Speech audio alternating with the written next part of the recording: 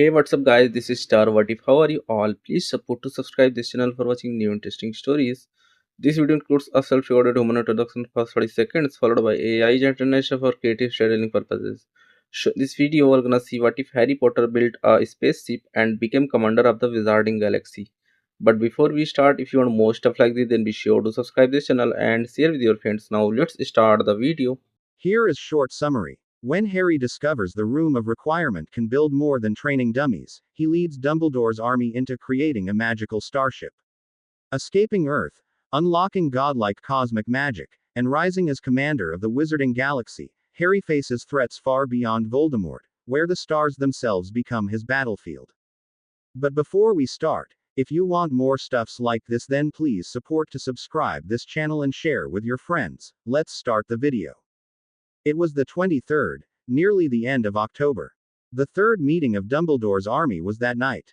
Harry wasn't as nervous as he had been the first two times. He tried to be the first to arrive at the Room of Requirement, with Ron and Hermione. On those nights they had a DA session. Not that there was a lot to do.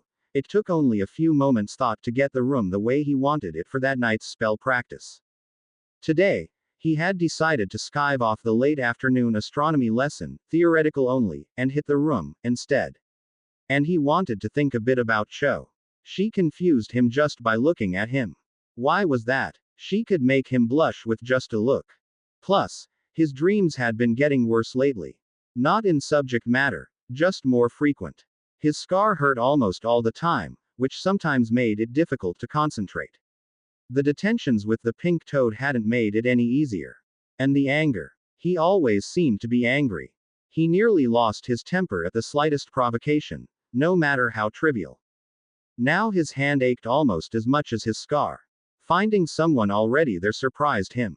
It was Fred, trying, and failing, to look casual as he leaned on the corridor wall just before the intersection to the corridor with the tapestry of Barnabas the Barmy being clubbed by trolls in ballerina costumes. He was reading a book, upside down. Hello, Fred, Harry said, slowing his steps cautiously. Actually, it didn't matter what he called the twins. If it was actually George, there, he wouldn't admit it. And if it was Fred, then not saying he was George just made it all the more confusing. However, a Weasley twin lounging in a corridor and apparently doing nothing sent little warning bells off in his mind. As should such a sight for anyone who knew about them, especially so for those who actually did know them.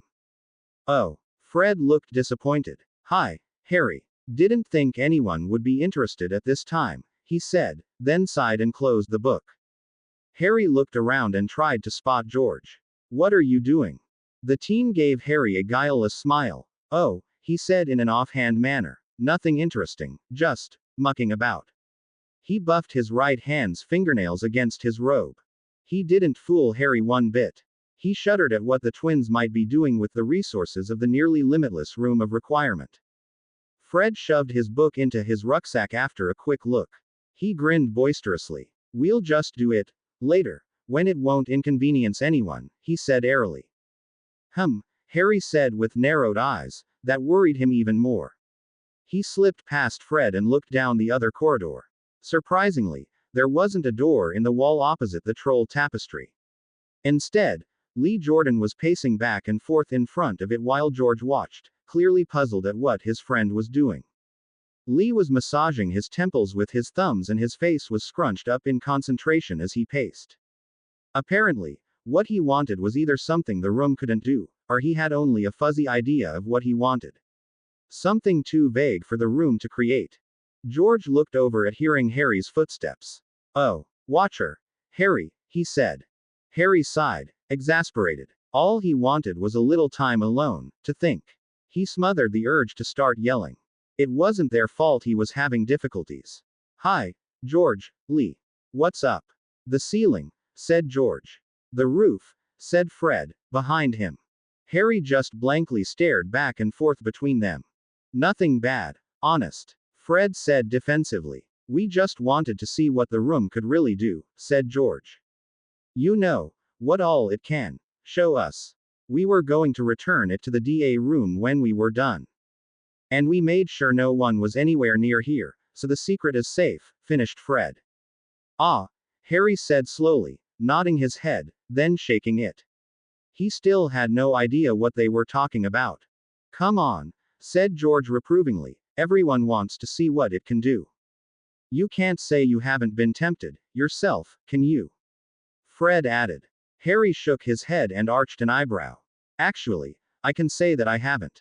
The room delivered exactly what I needed it to, Harry said. He sighed. Why would I need anything else? The twins shook their heads sadly, synchronized, as usual. It was rather weird. Fred said, "Oh ye of little imagination." George clapped his hand on Harry's. You should broaden your mind a bit. We've so far gotten to experience a roller coaster, a water park. Who knew water could be so much fun? And a room that was all upwards, down, and everything. And yesterday we made a room with an ice floor and skated inside it, it was pretty cool. Not to mention that the room doesn't seem to have a size limit. We managed a broom race in it and never hit the walls. Finished George. That was quite impressive actually. That would be useful, to be able to fly without fear of the pink toad seeing him. Knowing the room, though, it probably held them still and made the area around them look as if it were moving past rapidly, and that they were far apart. Still, even the semblance of such carefree flying with fear of discovery was distractingly appealing. When did you start doing this? Harry said, a bit annoyed. He didn't mind them learning about the room and having fun, but if they got caught hanging around this spot, it might blow the whole, keep it a secret, aspect of the DA. And the more they hung around the corridor, the more likely it was that that would happen. Fred looked down sheepishly. Not all that long, really. A couple of days, at most. 2 or 3, added George. At Harry's skeptical look, Fred weakly said, would you believe 5 or 6? He looked up hopefully. Harry rolled his eyes and shook his head. Okay. The last 2 weeks. We've been really careful. We put a notice me not on the wall when we're inside. And we carefully scout the area before we start. We wouldn't want anyone to discover the secret. At all. It makes a spiffing spot to experiment with. They exchanged glances, things. Which Harry knew meant their products for their planned business. And we set alert charms to warn us if anyone even comes close while we're inside. They looked at him earnestly. Harry sighed, shook his head in resignation, and looked down the corridor. So, what's Lee up to? Jordan was on his 4th attempt at whatever he was doing since Harry had arrived. Still no door, still no joy. Don't know, Fred said. Won't say. George shrugged. Having a spot of trouble there, our Lee is. Me thinks his mental prowess isn't that great. Lee snorted, and glanced back at them. They hadn't been whispering and he had clearly heard everything they had said. Shut your gobs, you wankers. I'm working here. He appeared in pain the way he screwed up his face. Harry sighed, yet again. His scar was starting to throb. The twins were glancing back and forth between Lee and him. Clearly, they expected him to order Lee to quit it. Although why they thought he had any more right to the room right now than they did left him puzzled. He closed his eyes and wished his headache would go away, or that he was somewhere where Voldemort's emotions couldn't reach him. The scar's pain had expanded to behind his eyes. Anywhere was better than here right now. He stepped past Lee, and paced in front of the wall the necessary 3 times. Just give Lee what he wants, Harry thought emphatically, walking in a small circle, still wishing faintly that he was far, far away from Tom and whatever was causing his headache. The 3 7th years looked disappointed. From their expressions, he could tell they clearly thought he had dismissed their fun for the day, and was calling for the DA room. They were all surprised when a wall appeared in the stone wall opposite the tapestry. It was an oval-shaped, recessed, metal wall with a shiny steel rim. There were no traces of either a handle or a seam. Yes, Lee cried, pumping his arm in triumph. Thanks, Harry. I don't know what you did, but thanks. He stepped towards the metal wall. And thanks for not simply ignoring my wish, desire, dream. He clapped Harry on the shoulder as the others stared at the door, confused. What? Harry said, echoed by George and Fred, who had stepped closer. Lee ignored them and walked straight at the metal wall, which was a door, they saw, as it split diagonally in the middle, the 2 halves sliding silently into the walls. Whatever was on the other side of the door was dark. Lee confidently walked inside, and they heard him cast a Lumos. Then Harry realized what Lee had wanted. No way, he murmured incredulously. He cast his own Lumos and quickly followed Lee. No way, he said louder as he walked inside and got a good look. It was a metal corridor, a vaulted, trapezoidal one at least 4 yards high, maybe 5, wider at the bottom than the top. It had glowing designs, runes probably, Harry realized, carved into the steel walls at regular intervals beside closed doors. Lee was farther down the strange, polished corridor, and had walked through a door that had just opened for him. Harry hurried after him and into the open space beyond. No way, he half shouted as he looked out the enormous window that made up the entire wall of the opposite side of the large hall. He barely noticed the odd tables with glass-like tops, and their chairs, that were arranged across room. Considering the time of day and year, it should have shown a view of the lake beside Hogwarts in early twilight. Except it didn't. Instead, he could see thousands of stars, maybe millions, far more than he had ever seen before. And no trace of a lake, ground, trees, or mountains. Bloody hell, Harry breathed. He turned his head to look at Lee, wide-eyed, slack-jawed, and gobsmacked. Lee grinned back at him, eyes sparkling. He hurried to the window and stopped. Then he reached out to touch it, to lean closer and see if there was anything visible this close to the window that he couldn't see from the hall door. He yelped and jerked his hand back. The window wasn't made of glass, but some sort of energy. Or there was an energy barrier in front of the window. In any case, as if he had touched a metal door knob after sliding his feet across a rug, it had sparked at him. The dark-skinned wizard shook his hand absent-mindedly. Core, he murmured, looking all around out the window. Harry wasn't sure he had noticed that the window had just shocked him.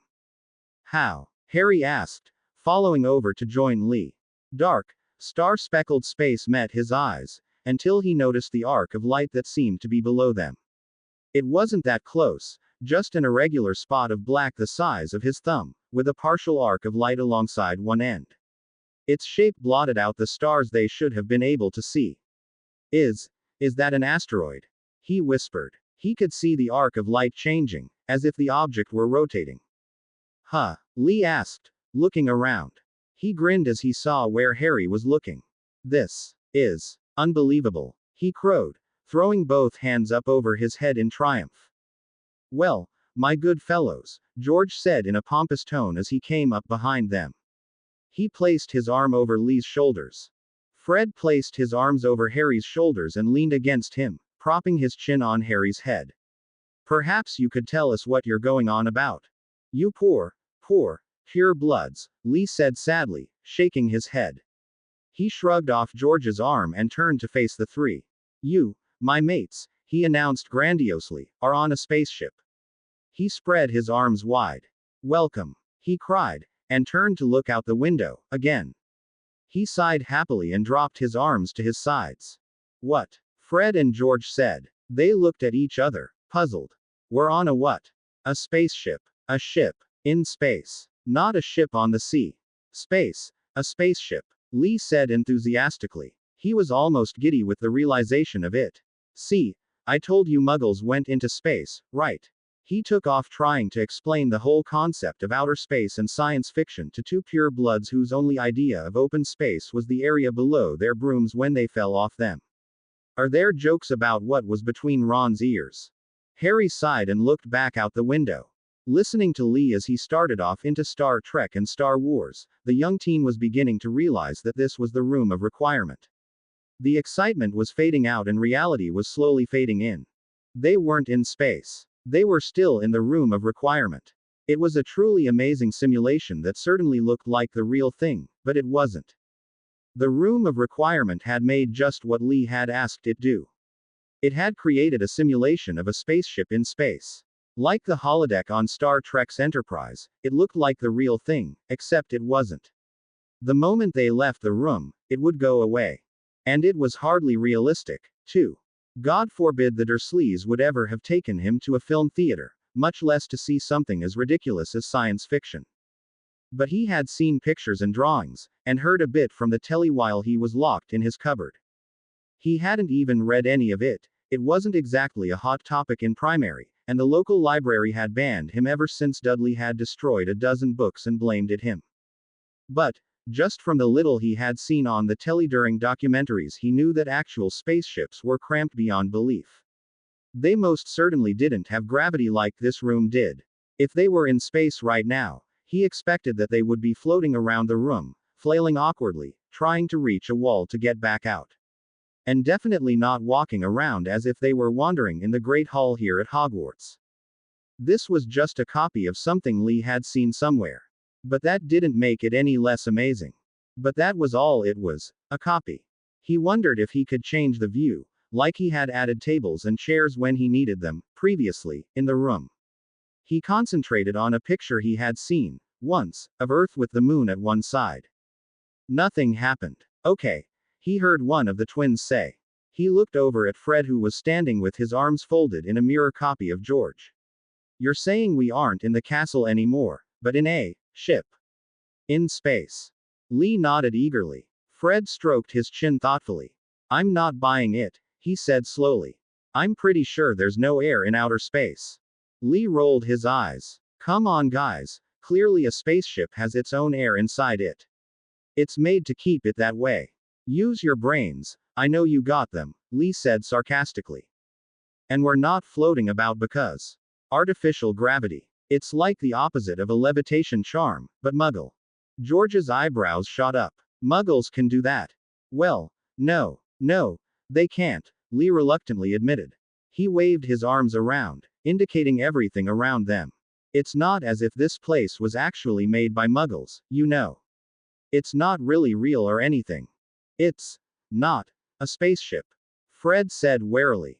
It's a fake ship, George said accusingly. Stop being prats, Lee said irritably. It's not a fake ship, no more than the DA training room is a fake training room. It still does the proper job, doesn't it? He stared at them challengingly. It is a spaceship, just not a real one. It's a sci-fi spaceship, that's all. Lee made a face at them. Come on, mates, stop spoiling this for me. Harry. Harry said. Oh, yeah, Ace, he said obligingly, dragging his gaze from the magnificent view and over at the twins. The duck test, ya know. If it walks like a duck, looks like a duck, quacks like a duck, then it's probably a duck. The other three looked at him as if he'd gone as barmy as the wizard in the tapestry outside the room.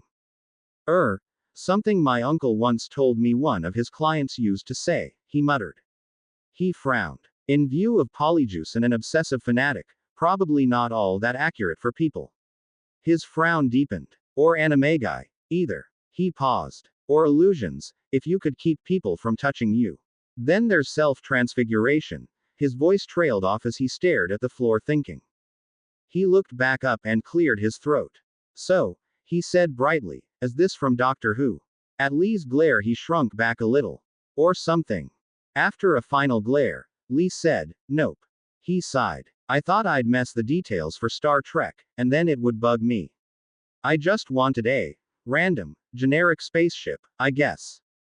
Harry slowly nodded. Lee shrugged, then got an excited look. He clapped enthusiastically and started for the hall door. The engines. Let's find the engines. Harry hesitated. He wanted some time alone. But then, he realized, his scar didn't hurt.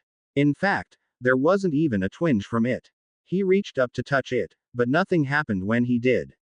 No pain, no throbbing, not even an itch. If it weren't for a slight residual ache when he pressed on it, he wouldn't even know it was there.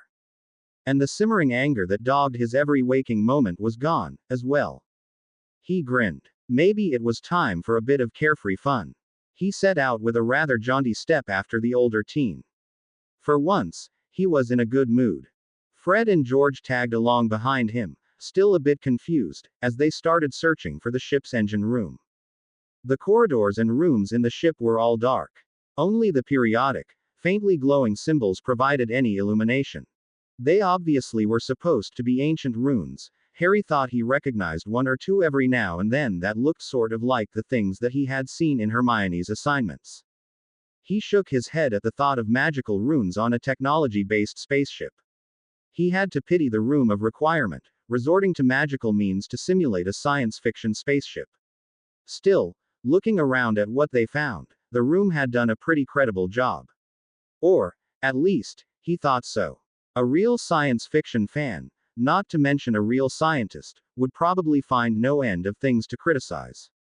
On the other hand, Harry could only watch, amused, as Lee hunted for the engine room and the twins looked for anything interesting. It was not a small ship, by any means. Lee had managed to make the room into the biggest thing yet. The twins' racing arena was probably the next closest. Corridors kept intersecting with corridors, room after room lined each corridor on both sides. Some were small rooms, barely bigger than a broom closet. Others were classroom-sized. Some were huge and matched the length of the current corridor the wizards were in. Most contained those strange glass-topped tables with weird symbols and peculiar stones on them. Some were simply empty. Not every room had windows, but the rooms that did had spectacular views. The stars were unlike any he had ever seen, sharp, bright, steady stars in clear colors. Not even through the telescopes in astronomy class had he seen so many, so bright, stars. Lee shrugged when Harry mentioned it. I suppose it's because we aren't seeing them through the atmosphere, he said. I saw a comparison photo of the Crab nebulae from Earth and from the Hubble. Night and day, Harry, night and day. He sighed sadly. Pity we aren't anywhere near Earth. It would have been unspeakably awesome to see it from space. It was Harry's turn to shrug. What's Earth looks from space? Do you know? Lee shook his head. I guess the room didn't have any idea either. One room, they were all relieved to find, was a water closet area with toilets and sinks. One corridor had one side lined with windowed small rooms that were clearly bedrooms. Storage drawers were evident below a generously wide and almost hip-high platform, clearly a bed of some kind, with a small table and chair nearby. The bed was remarkably soft, but there were no covers. The rooms were paired to share a bathroom between them. Another corridor had a row of small bedrooms, barely bigger than his at the Dursleys, formerly Dudley's second bedroom. There was a communal bathroom centered on either side of the corridor. Still another was bracketed by two rooms lined with triple-high bunk beds and a large communal bathroom in each, obviously a set of barracks. The double-occupancy rooms, and barracks rooms, did not have windows. Boring. Boring. Boring. George eventually complained, after peering into another room with pedestal tables. Why is it so dark in here, anyway? Fred grumbled. We can't see anything, whined George. Not that there's anything interesting to see anyway, Fred said dryly. Just corridors and rooms and stars. I'll give the stars, though. That's brill. How is this in any way exciting? You're both daft cows. This is exciting, Lee answered.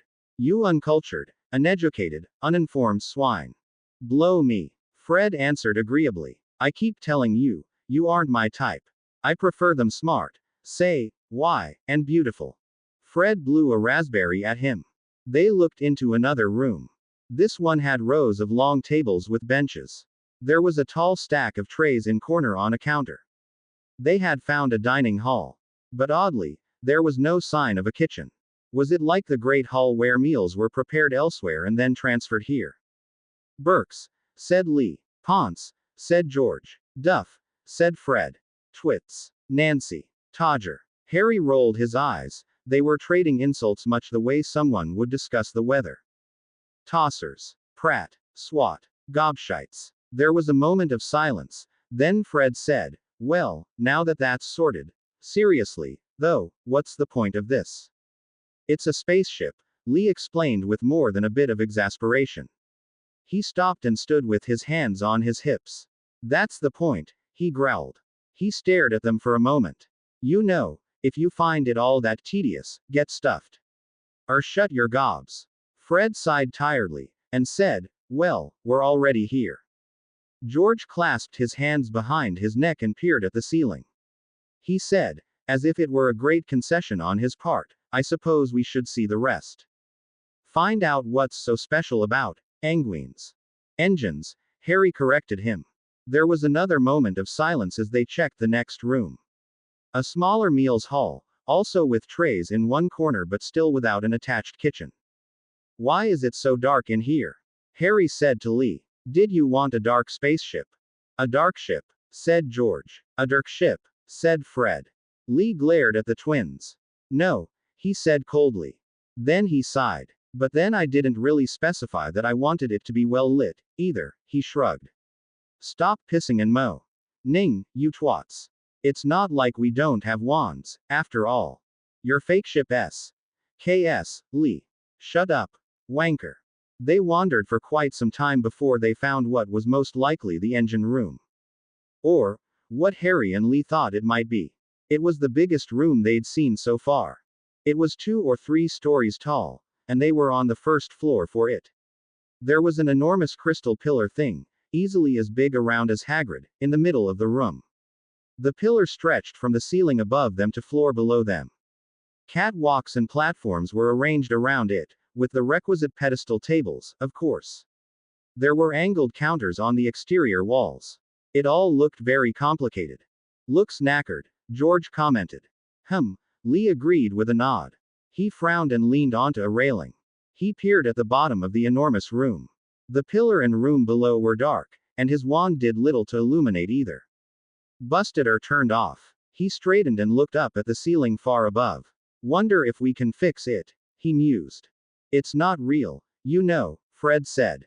I swear to God, Fred, I will hex you. He turned and glared at the twin. It's strange, though, isn't it? Harry said, idly. Why would it be busted, when this is just a simulation of a spaceship? What's the point in simulating a broken spaceship? The room could just have well made it look as if it were running, even if it wasn't. Evidence of Lee's poor imagination skills. Fred said. Then dodged as Lee sent a hex at him. George shrugged. Must be a limit to what the room can do. Be the first time we hit a limit. Maybe it just can't do something like whatever this is on top of creating the rest of this giant spaceship, George said, folding his arms and shoulder bumping his twin. Space.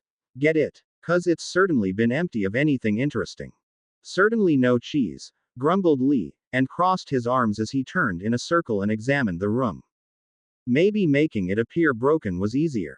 Fred said, glancing slyly out of the corners of his eyes at Lee and giving his brother a smirk. Might be, Lee said glumly. He perked up. Still, this place is so wicked. I wonder if I dunno, could maybe fix it. It's not real, Fred said in sing-song tone. Lee frowned and sighed. Not literally, you prat. Fix the simulation. Look, he said and waved his hands at the walls. There are runes everywhere. Maybe we could help the room along, or something. Lee said. Even if it's not real, it would be neat if we could. He shrugged, make it work. Maybe even actually pilot it. What? Pilot it? Fred said skeptically. Like, make it move. Like a boat. It's in the name. Spaceship, Lee said, scathingly. They're meant to move, by definition. Otherwise, it would be a space station. The twins looked at each other, then shrugged. Harry looked at his watch. It's kind of getting late, almost time for dinner. He looked back up at them. We should probably start to head back. You can work on that stuff later, Lee, I really don't care. You 3 have as much right to the room of requirement as I do, but we'll draw attention if we start missing meals. If the pink toad starts watching you, she'll find the room. Yeah, sure, Lee said, giving him a thoughtful look. He glanced at a nearby wall and the ancient runes on it. I'm gonna have to bring my runes dictionary next time, he said, and sighed. They turned and headed for the engine room door. He gave one last regretful look at room as they exited. Harry stopped in the corridor and looked at the others with a puzzled expression. Does anyone remember where the door to this thing is? They stared at each other in silence. Oh, bloody hell. Harry's scar started hurting almost as soon as they returned to the castle proper, and his serenity dissipated as they rushed to the great hall. They barely made it to there for a hasty meal before dinner was over. It was still a good DA meeting that night, however. The Gryffindor and Slytherin Quidditch match confrontation, being banned from Quidditch for life, and Umbridge's persecution of Hagrid drove any thoughts about a spaceship out of Harry's mind.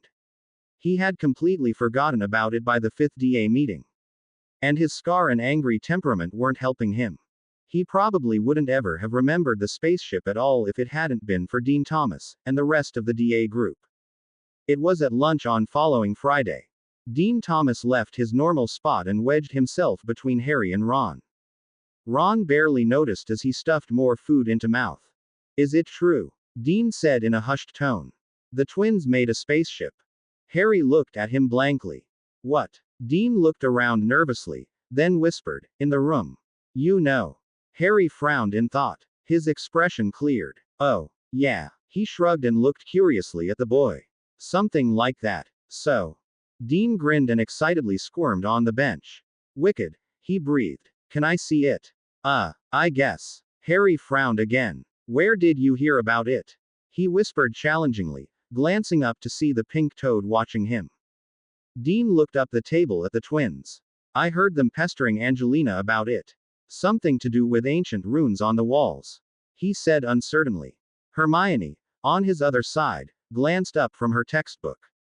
Ancient runes. On walls. Where? She said suddenly, acutely curious. The twins, Dean motioned his head, apparently made a spaceship with the room. It has ancient runes on the walls, but that's not important here, they made a spaceship. He whispered to her. He had her full attention now, and she darted glances at Harry between staring at Dean. Spaceship, she whispered back. Uh-huh, Dean answered smugly. What's a spa's ship? Ron asked, blinking. Apparently, he wasn't as invested in eating as Harry had thought. Shish, the three of them said. Dean got up and moved over to join Neville, grinning the entire way. Neville looked happy for his friend at whatever Dean said as he sat back down. The pink toad frowned and looked back and forth between the two sets of boys suspiciously. Harry devoted his attention to his lunch and ignored the whispering around him. It spread like fiendfire. Harry wasn't sure how, but by dinner time the entire DA wanted to see the spaceship. Or rather, at first and early in the afternoon, only those familiar with Muggle science fiction wanted to see it. By the time dinner rolled around, everyone else did too. After all, there had to be a reason why the Muggle-born and half the half-bloods were so adamant about seeing a spaceship, so the others wanted to see what the fuss was all about. On the other hand, Lee and the twins weren't so pleased. Lee, because he had apparently hoped to keep it to himself for a bit longer, and the twins because they didn't want anyone co-opting their time in the room of requirement. They gave Harry rather pointed looks whenever they saw him as the afternoon progressed. Finally, though, they apparently decided there was nothing for it but to concede that others would want to play with the room. Fred gave him a fatalistic sigh as they entered the great hall for dinner, and said warningly, I guess just once can't hurt. But just this once. He half glared at Harry as if it were his fault Lee had made a spaceship. Hermione softly said, yes, and surreptitiously pumped her right arm when Lee and the twins promised to show the rest of the DA around. Everyone wants to visit this spaceship. If we do it first, tonight, she whispered to Harry as they sat down at the table, instead of starting the regular session immediately, we can do that and it'll be out of the way and won't mess up the session too much. She wasn't fooling anyone. She would gladly sacrifice a DA session to see a spaceship. Harry looked around. A rather large number of people were watching him and trying to be surreptitious. He nodded. Maybe we can hold the session in the spaceship. It certainly has rooms big enough, Harry mused thoughtfully as he started to fill his plate. I guess I could cover the possibilities of Muggle combat, and I can do that on the spaceship as well as any place else. Dolores was watching him with narrowed eyes. Well, as narrowed as she could manage. Harry sighed and glanced at Hermione. He made a show of reluctantly handing her his fake galleon. Ron looked suitably envious. He shook his head sadly as she gleefully accepted the coin. Then, under the guise of putting it in her rucksack, she made the changes needed to the coin. A moment later, almost a score and a half of smiles broke out in the room. Several students exchanged high fives. The twins slumped, but then started whispering with Lee as they noticed the attention the pink toad was giving Harry. Harry was sure there would be a suitable distraction after dinner, and dismissed it from his mind. Most of the DA members left dinner early, rushing through or even, to Ron's incredulous horror, skipping dessert. Harry and Hermione finally managed to drag Ron away from the table. A veteran of Hermione's enthusiasm, Ron had learned to pack his pockets with cookies before starting the ice cream and cake afters, so he wasn't too upset at missing the rest of dessert. They took several shortcuts to throw off pursuers, and arrived before even half of the DA members, who had left earlier than the three, had reached the seventh floor corridor. Lee arrived almost at the same time as they did. "Don't worry," he said, "nobody will suspect we're up here. The twins made a deal with Peeves, and there's a tremendous food fight underway right now. And most people will remember seeing us there tossing pies." He smirked. "The wonders you can accomplish with an intermittent notice me not and illusions, isn't it?" His eyes were twinkling almost as much the headmaster's. Harry, Ron, and Hermione all grinned. "And even if someone does search for us, earlier in the week we put up subtle aversion charms in the corridors that lead here, so anyone who comes down those corridors thinks there's nothing important here. When they arrive at the actual corridor, only people keyed into the charms can see the wall opposite Barnabas the Barmy. Right now, all you need is one of Hermione's coins, but the twins plan to change that to match the DA contract, tonight, now that she's here with it." He grinned mischievously at her. Lee walked up and down the corridor as the other members watched, and wondered what they would see. Experience had given him the skill, and he hadn't even finished the third leg of the walk when the oval-shaped metal door appeared. With a grand wave of his arm, and a bow, he motioned Harry, and the rest, into his creation. The sci-fi acquainted half-bloods and muggle-borns giggled excitedly, and giddily hurried forward. They almost stumbled over each other with their eagerness to see. The confused pure-bloods slowly followed after. "Sue," Ron said as he looked around the corridor inside the rather dark spaceship. "It's nice," he offered dubiously. He looked up at the ceiling 4 yards above them, and the metal arches that supported it. "Very different," he hesitantly said. Hermione rolled her eyes. "Pretend you're walking into Merlin's secret and well-hidden workshop," she half-scolded him. The pure bloods looked around with a good deal more interest. Merlin's workshop would be amazing, so maybe so was a spaceship. "Oh my god," Justin Finch Fletchley said. "It is so cliché," he continued, darting ahead and all but jumping excitedly. Colin was taking so many pictures so fast it was almost like he was using a strobe light. Others were not so restrained in their effusive enthusiasm. Hey, Jordan, is there a bridge?" someone asked. "Oh yeah." Lee grinned like a grandmother showing off pictures of her grandchildren. "Right this way, ladies and gentlemen," he said pompously. Lee, Fred, and George had obviously been to the spaceship many times. Lee had not just a map, he a book full of the runes copied from the walls. With their translations in many instances. Harry had to wonder how many nights they had dedicated to the ship, and how many classes they had slept through or skived off to do that. Their walk through the corridors was like a really weird school tour, as Jordan explained things they'd so far seen and discovered.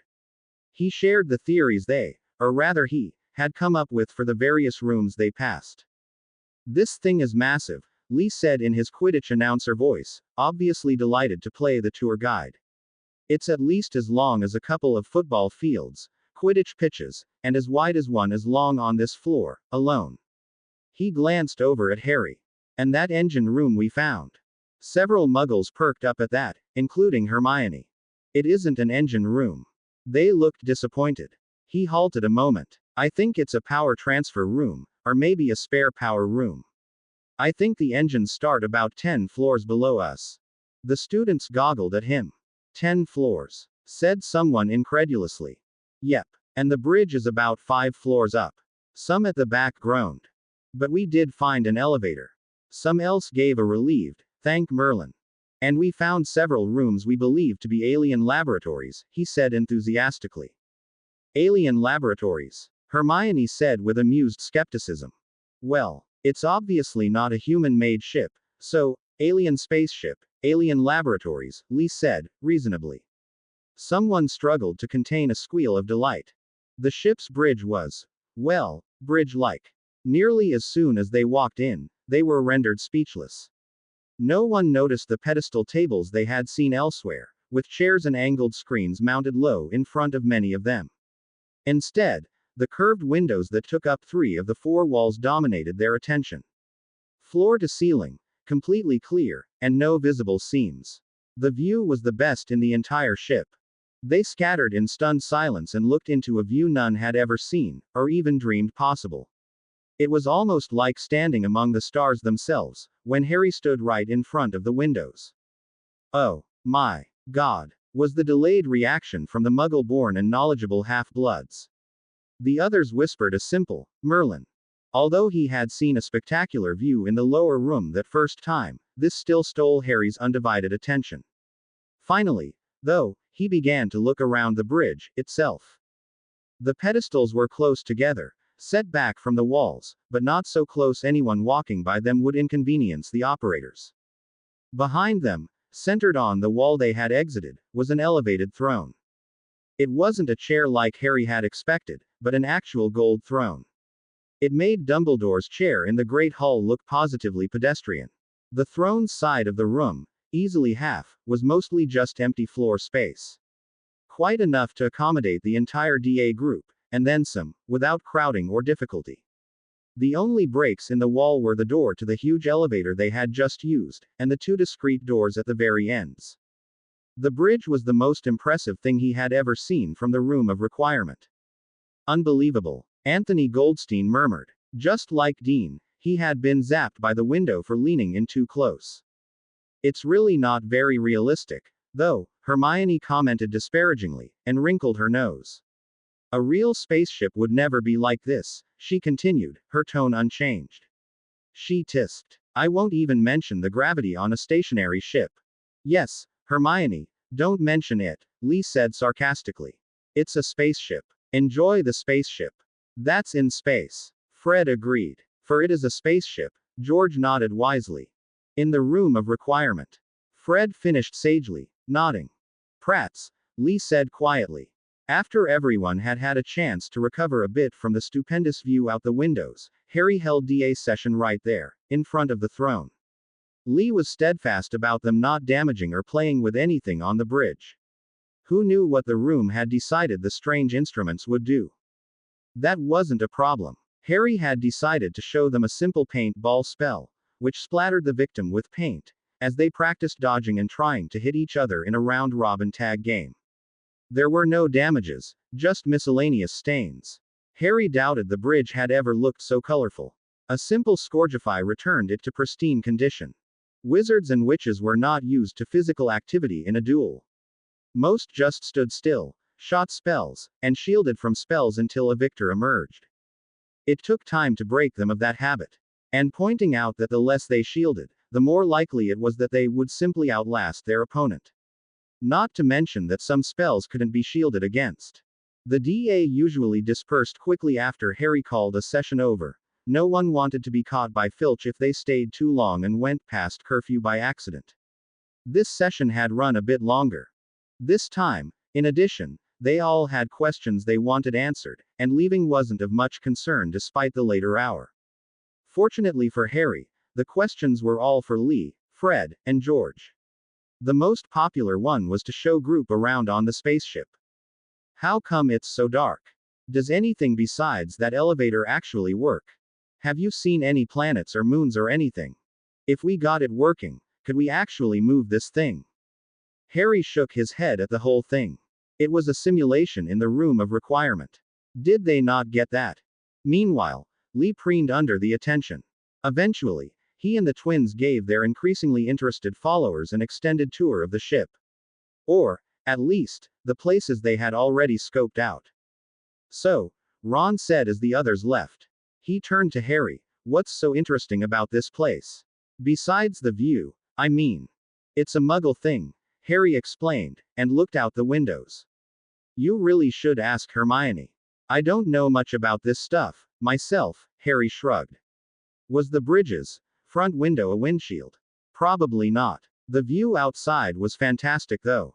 He would visit just to look at the Milky Way that stretched across the windows, a magnificent stretch of billions of stars across the stark blackness of empty space. Well, Ron said, it's quite a change from the usual room.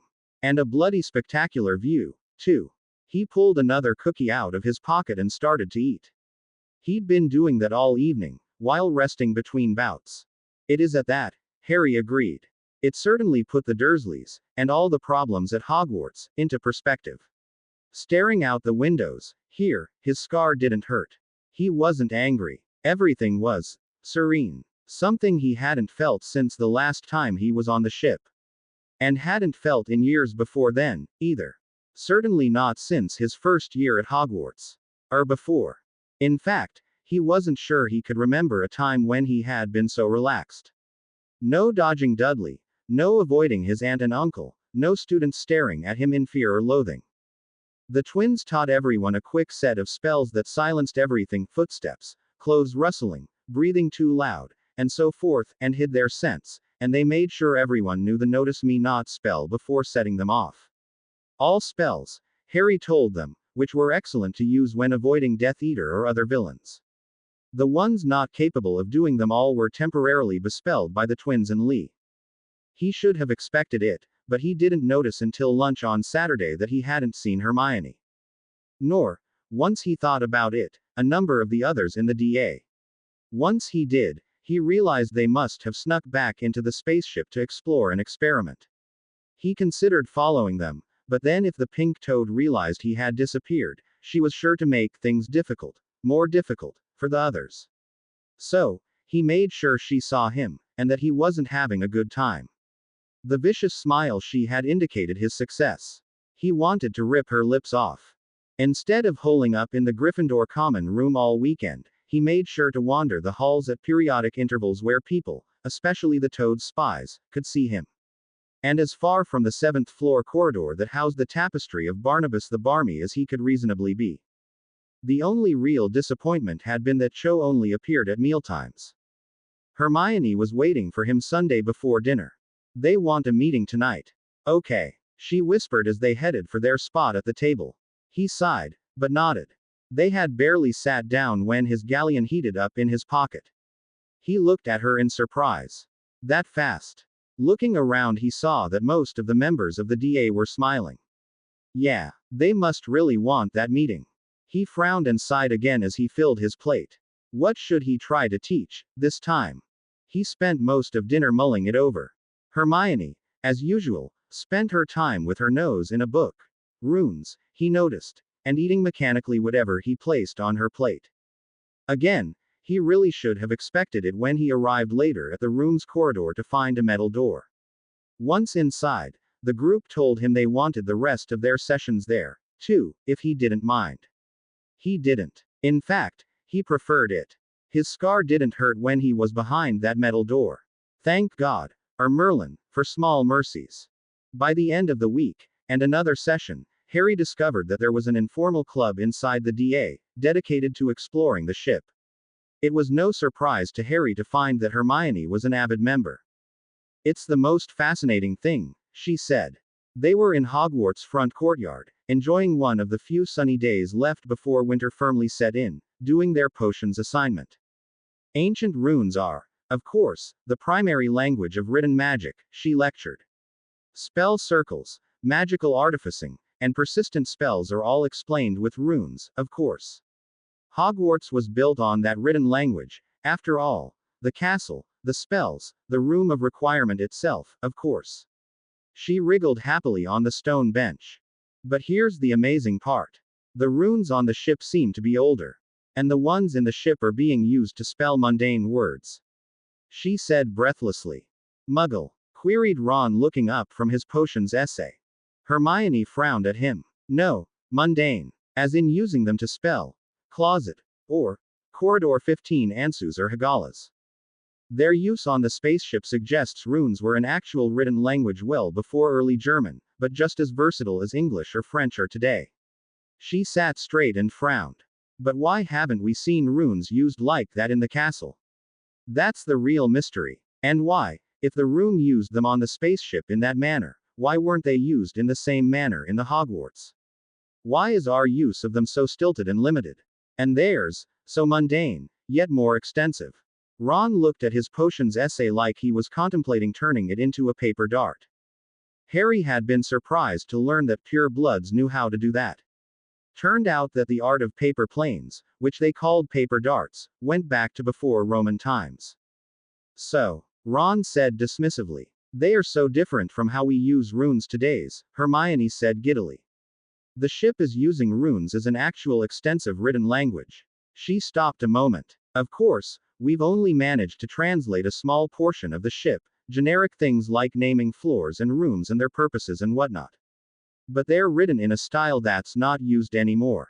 These are really ancient runes. You're translating them, too. Harry said absent-mindedly. He knew Dean and Lee were. He studied his essay and considered adding a bit of stuffing by repeating in different words what he'd written earlier in the scroll. Snape was going fail it anyway, so it didn't matter what he wrote. He just wanted to get the appropriate length and call it done. It's good practice, Hermione answered with an exaggerated shrug. Harry didn't mention the rings under her eyes that indicated she was spending more than just a little time in the spaceship. He wondered if she was sneaking out at night after curfew. Maybe he should loan her his cloak. At least this year she didn't have a time turner. No much later, everyone in the DA could call forth the spaceship door. Most were spending at least some extra time there. At first Harry didn't share their enthusiasm. Not that there was anything wrong with the spaceship, but it was dark and cold. Everyone was getting quite experienced at making warming charms that lasted for hours and keeping their wand lit while they did other things. Plus, he didn't know anything about runes, much less ancient runes, nor engines, earthbound or not, nor even spaceships in general. It just didn't have that much of a draw for him. Except the serenity he felt. That was a powerful magnet. But he knew if he indulged in it too much, the pink toad would become even more of a problem. And not just for him. He couldn't do that to his friends. So, he tried to draw her attention to keep it off them. And then one night, after the DA session let out, he laid down on the floor and just looked out the windows. And fell asleep. It was the best sleep he had had in far too long for him to remember. At the end of a corridor on the next floor down they discovered a large lounge with its own floor-to-ceiling, wall-to-wall window. On one side of the lounge a door led to a large ensuite with the biggest bed Harry had ever seen, and a normal-sized window to space. Even the bathroom had a window. On the other side of the lounge was an obvious workroom, with another window. That end of the corridor ended in an elevator to the bridge. The next two rooms back from the captain's room were similar, but smaller in all dimensions. Then came another dozen en-suites with attached lounge workroom combinations lining the same wall in the corridor. The other side of the corridor was blank wall, and Harry assumed behind it was the machinery and equipment for the bridge above. The access was probably from the other corridor on the other side of the ship, which had its own set of smaller bedrooms like these. They were larger than the single bedrooms they had discovered elsewhere in the ship. Which made it a simple decision on his part. He'd wait until after curfew, then sneak across the castle and into the ship to sleep. A few pillows from the room of hidden things. They would need several thorough sorgiffies, a cushioning charm or two, and he was good to go. Asleep, that is. Plus, as Ron said, the view was bloody spectacular. Everyone wholeheartedly agreed on that part, even the pure bloods.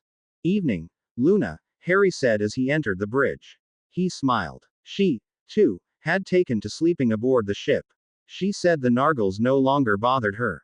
A discreet mention of her issue to Dobby had brought about the rapid return of her missing property. The twins had managed to come up with something to put on her bed in her dorm that made everyone think she was there after curfew when she wasn't. It imitated the normal sounds she made while sleeping, and simulated a body under the covers if someone should peek past the bed's curtains. In the morning, it turned off. With Winky's assistance, it wasn't difficult to sneak back and forth, fooling their roommates into thinking she had spent the night there. Harry was thinking of asking for one for his bed. Seamus was the only one in his dorm room that wasn't in the DA, and he was oblivious, pointedly ignoring Harry. But who knew when a prefect might take it into their head to do a spot check extremely early in the morning? Those two Weasleys really were geniuses. How goes it? He said to the Ravenclaw sitting cross-legged in front of the windows. There's a shooting star, she said happily, pointing as he joined her. It has a long tail. See. The bridge's front window had a sea of pillows from somewhere, probably the room of hidden things, like he had done, placed before it. Harry took one and sat beside her. Yeah, he said as he looked at what she pointed at. Very pretty. It's not actually a shooting star, though, Luna said serenely. Those hit Earth or burn up in the atmosphere. This one's not anywhere near Earth. Huh, Harry said. It must be a comet, then. Looks like one, at least, with that tail and all. Odd how it looks like it has two tails, though. One a spread of blue and then the other white. Luna nodded and hummed a moment. For a long while they watched the comet. It was moving too slow for them actually to see it move, but after a long time Harry realized a star in front of the comet was now hidden by it. Have you ever wondered why we learn astronomy here? Luna suddenly said. Startled out of his thoughts, Harry said, not really. I just thought it was a prerequisite for something else. Perhaps. But it's a bit much just as a prerequisite for an elective course, don't you think? She said. After all, we start learning astronomy as firsties, she added. 11-year-old kids, awake in the middle of the night to watch the stars. And I haven't heard of any course or job that requires it, have you? Harry just shrugged. Not really. Never looked. Though. Maybe it's to teach the pure bloods mathematics and art. You know, calculating the planets, positions, and drawing what we see through our telescopes. She nodded slowly, looking at him. Possibly. I hadn't thought about that. She turned to look back outside the ship. I think I could navigate by the stars, now. Luna mused. Could you? Harry considered it. Astronomy wasn't his favorite class, but it was far ahead of divination, easy grade or not. He was decent at it. He knew all 88 constellations and the secondary stars in them. He couldn't always recognize a star by the looks of it, though Hermione could. Yeah, I think I could, he said thoughtfully. At least on Earth, I could, he qualified. Out here, he waved his hand languidly, there are just so many more stars to see, it's hard to recognize the patterns. Can't see the forest for the trees, murmured Luna. She sighed. Astronomy doesn't make much sense as a course, Luna said thoughtfully. Astrology does, but that's divination. Astronomy is just stars and celestial objects and planetary mechanics. And there aren't really any occupations that use it, either. Yet it's taught the full 7 years. As a required course. She turned to look at him, tilted her head slightly, smiling, and said, Isn't that interesting? It is, it really is, Harry agreed thoughtfully. She turned back to the stars, nodding happily. It's that way in every magical school, you know, she said. All of them start out with astronomy in the first year. Do you think they're hoping we'll spot a space nargle? Huh, Harry said. You know what? She looked at him curiously. We should bring telescopes here. Stellar idea, Luna agreed. He frowned at her. Had she just made a joke? Cho Chang and Marietta Edgecombe had been thinking about stars and astronomy, also, Harry and Luna discovered at the next DA session. Which was held in one of the larger rooms rather than risk damage to the bridge. Or the seating area in front of the windows. Plus, it didn't have any of those pedestal things for them to accidentally damage, set off, or crash into. And we're pretty much sure we're here, Cho announced finally with triumph, pointing at a place on one of the star charts they had brought. The scrolls of calculations were stuck to the walls for the rest to examine. Or the spaceship is anyway.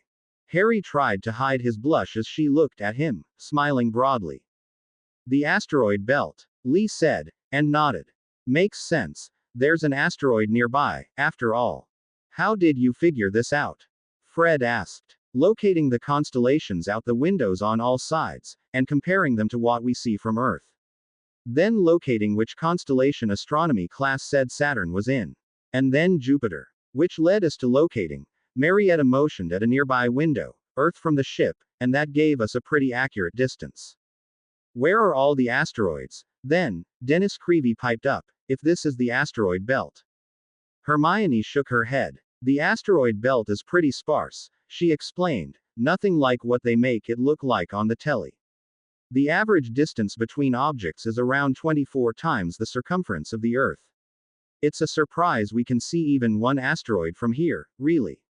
She tisked. If there were as many asteroids as the movies show, you'd be able to see the asteroid ring from Earth with your own eyes, like Saturn's rings, no telescope needed. That's a pretty impressive amount of work, Fred said approvingly, if you ignore that the whole place isn't even real. George tapped a finger on Cho's and Marietta's navigational chart. Harry had taken to naming the first twin to speak as Fred, in his mind. That made the other George. Lee rolled his eyes. Pratt. Still, pretty cool that we have an actual location for where the room placed us. Is anyone trying to fix the ship? Someone asked. Does anyone know what's wrong with it? It would be so wicked if we could fly around. I mean, the asteroid belt. Aren't there like dwarf planets here? Only one. Ceres. Then a few really big asteroids, and thousands of smaller ones, Hermione said. Still, Lee shrugged. Don't know what's wrong with the power situation, yet. Lee said thoughtfully. Best we can tell is that we're out of power, broken, or just turned off, and we haven't figured out how to turn it back on. George apparently couldn't help himself.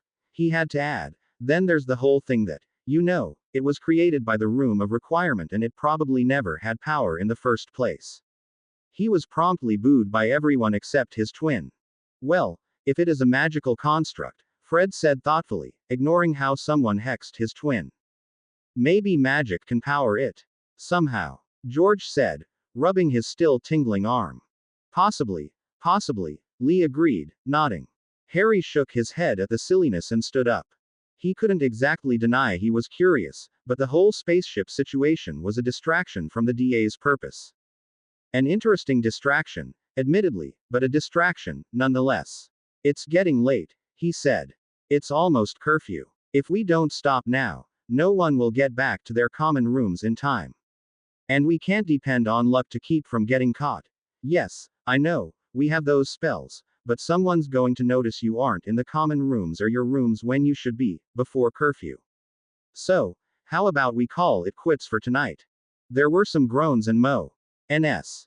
Someone actually asked, do we have to, Professor, which made lot of people snicker. Harry rolled his eyes. I'm the only teacher in Hogwarts who has to kick his students out, I swear, he muttered, shaking his head. Keep it up, he said louder, and I'll give you all assignments for the next class. Everyone paused on their way to the door and looked at him expectantly. Several took out quills and notebooks, even Hermione. Oh, for heaven's sake. He rolled his eyes and sighed resignedly. Well, okay then. 10 inches on magical fuels, power systems, or engines, if you know anything about them. If not, then, general theories on getting the ship powered. Just 10 inches. Hermione said in dismay. I have so many theories. Harry gave her a flat look under his eyebrows. Of course you do, Hermione. You have theories on everything. Consider it a personal challenge. How much information you can cram into 10 inches. He stopped a moment to reconsider what he had just said, then added, and I have to be able to read it without a magnifying glass, too. And I swear to Merlin, he threatened, if you write more than that, I will tear off and burn every extra inch, right in front of you. And I will enjoy every second of it, very much. Hermione whinged a little and gave him a hurt look. The rest of the DA laughed and began to disperse. Harry shook his head and wondered, how on earth had the DA turned into a spaceship club? Harry hadn't thought they would actually write essays, but they did. Each and every one of them took time from their real school work, even the 5th and 7th years preparing for their OWLs and NEWTs, to write him an essay. Why? What was the point? And when did they find the time? Cho wrote about flow powder and its history. He didn't know it had come from experiments to send letters. Luna wrote about the explosive power of the erumpent. Fred and George wrote a twin essay about a powder they'd invented for fireworks. Hermione's was a tightly packed set of theories about wormholes and faster-than-light travel, and how they might translate into magic. Lee wrote about theories of warp drives and warp travel. Harry hadn't known a Muggle had suggested that it might actually be feasible. Something about field equations and general relativity, whatever those were. Everyone wrote something concerning some aspect of the spaceship's power system, flight system, or whatever they thought they could contribute to the matter. The younger members of the DA actually hunted him down to hand in their assignments instead of waiting for the next meeting. Professor, Harry said to McGonagall while handing in his latest assignment on Wednesday before lunch. I never knew how much work these were. You have all my sympathies and respect. Pardon me, Mr. Potter? She asked, bewildered. Flitwick was similarly confused.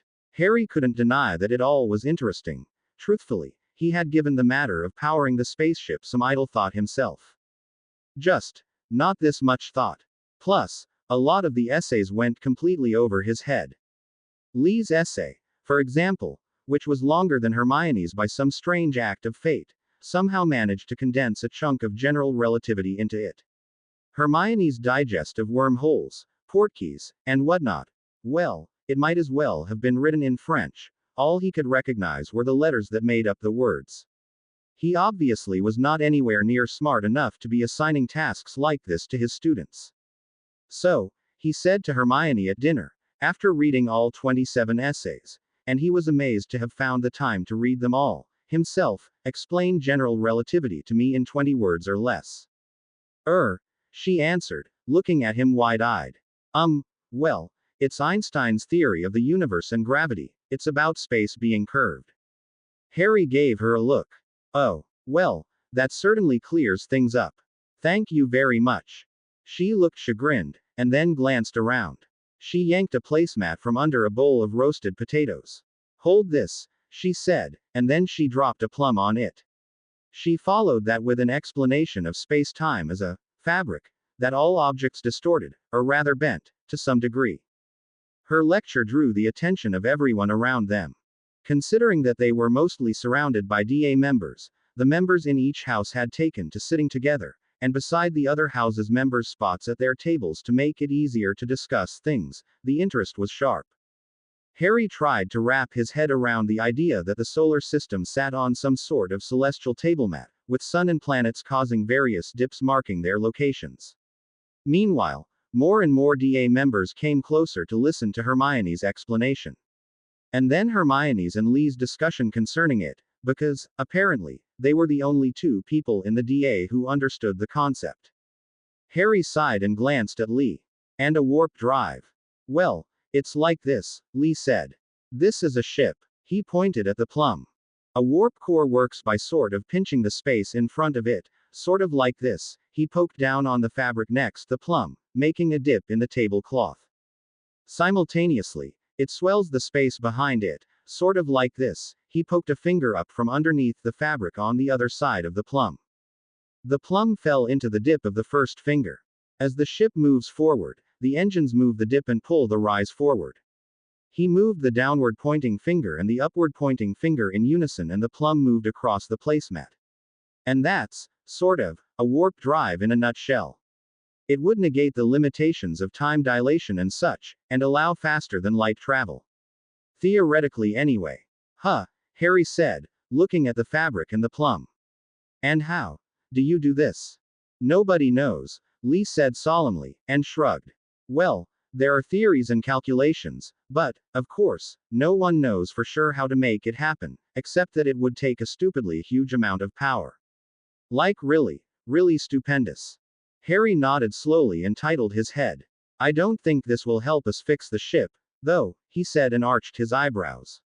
And I don't think we need to move faster than the speed of light. Not right now, at least. Ah, hey, yeah, Lee said sheepishly. He rubbed a hand on the back of his neck. I guess I got sidetracked a bit. Ahem, a sickly sweet voice said behind Harry. What is this then, children? It continued snidely. He just barely managed to keep him from cringing as Umbridge leaned in. He clenched his fingers angrily on the tablemat to keep from striking out at her. Harry forced a smile as he looked at her. The others abruptly found their dinners extraordinarily interesting. And no one dared look at 3. She smiled when she saw his suppressed hatred. It's a Muggle theory about how the universe works, he said through gritted teeth. Called general relativity. Perhaps you've heard about it.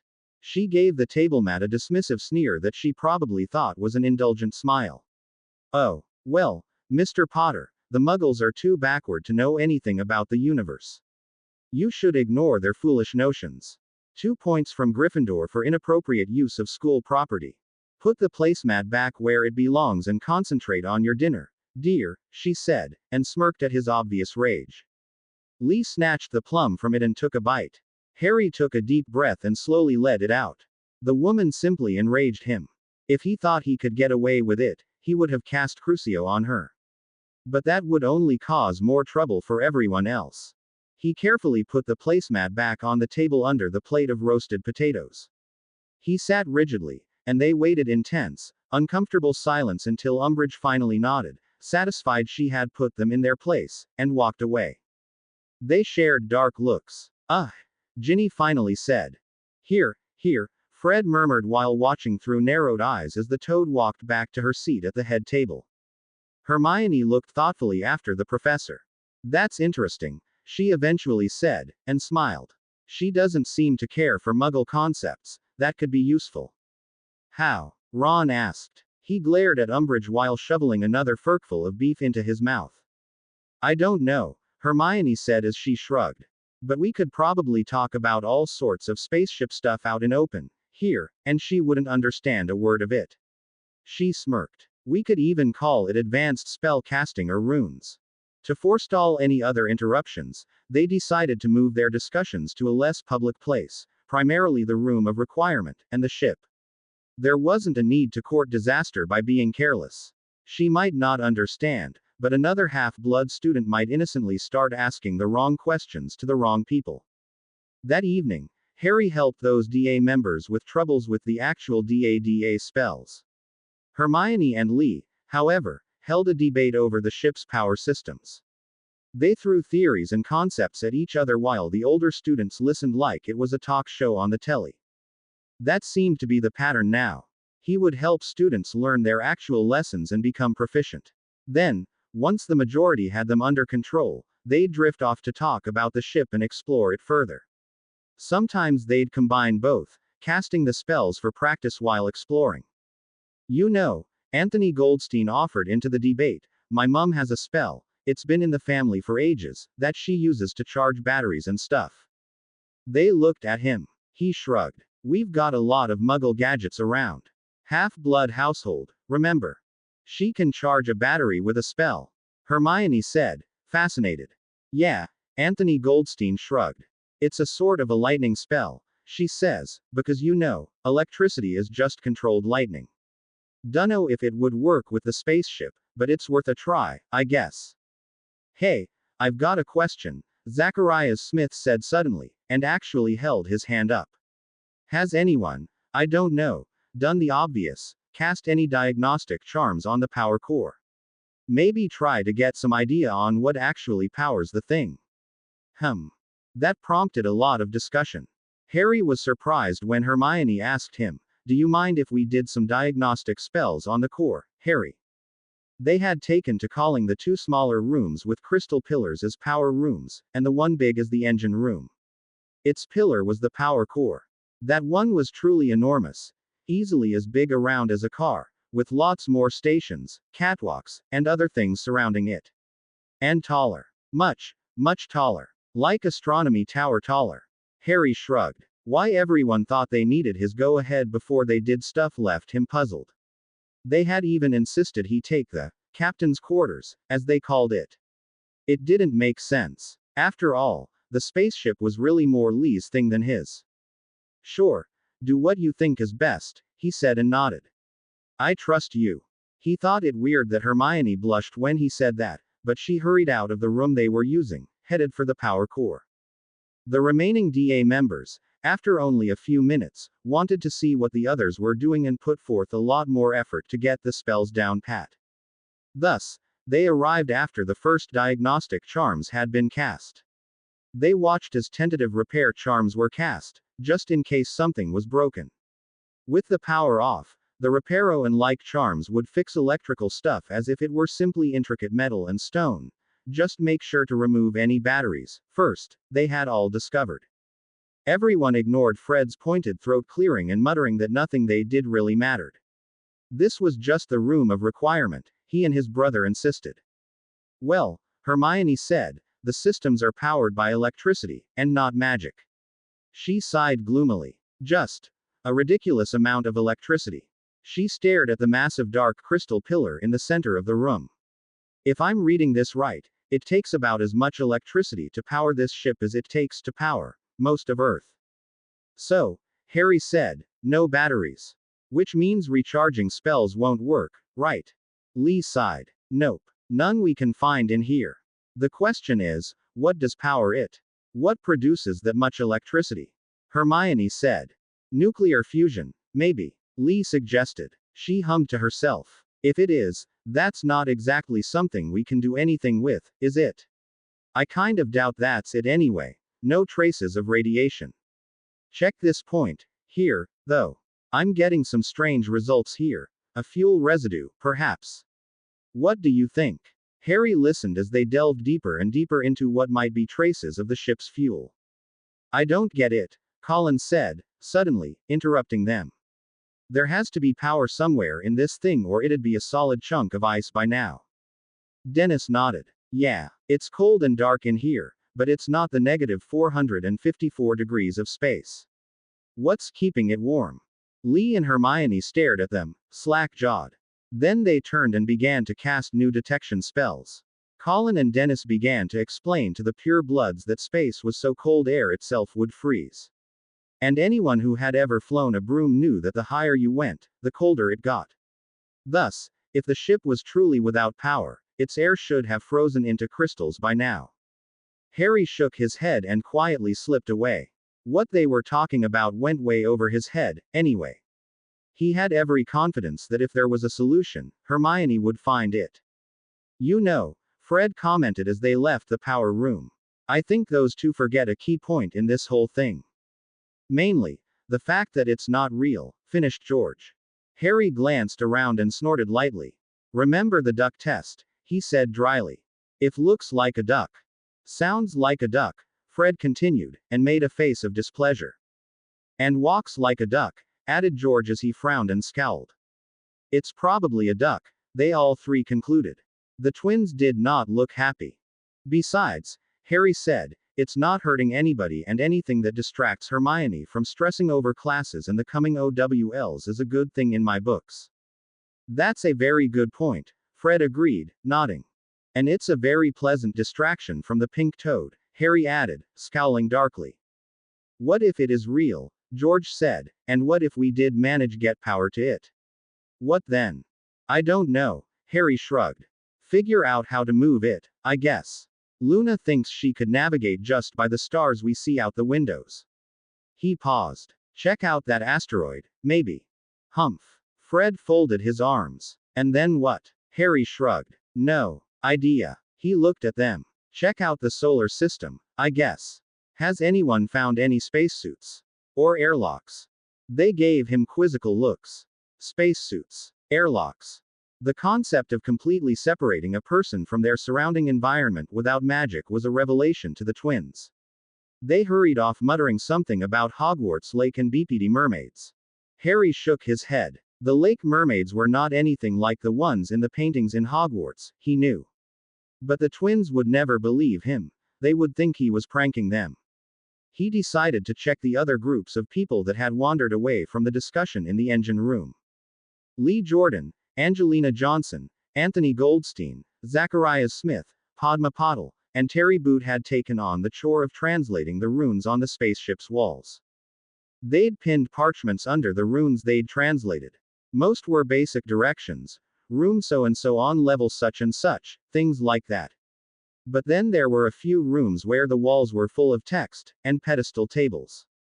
And without a dictionary to explain the terms, those runes were just so much gibberish. Although they seemed to be telling something to whomever manned the pedestals. If you don't know what oxidane is, and have no way to find out, like from a dictionary or manual or someone to ask, you're stuck, right?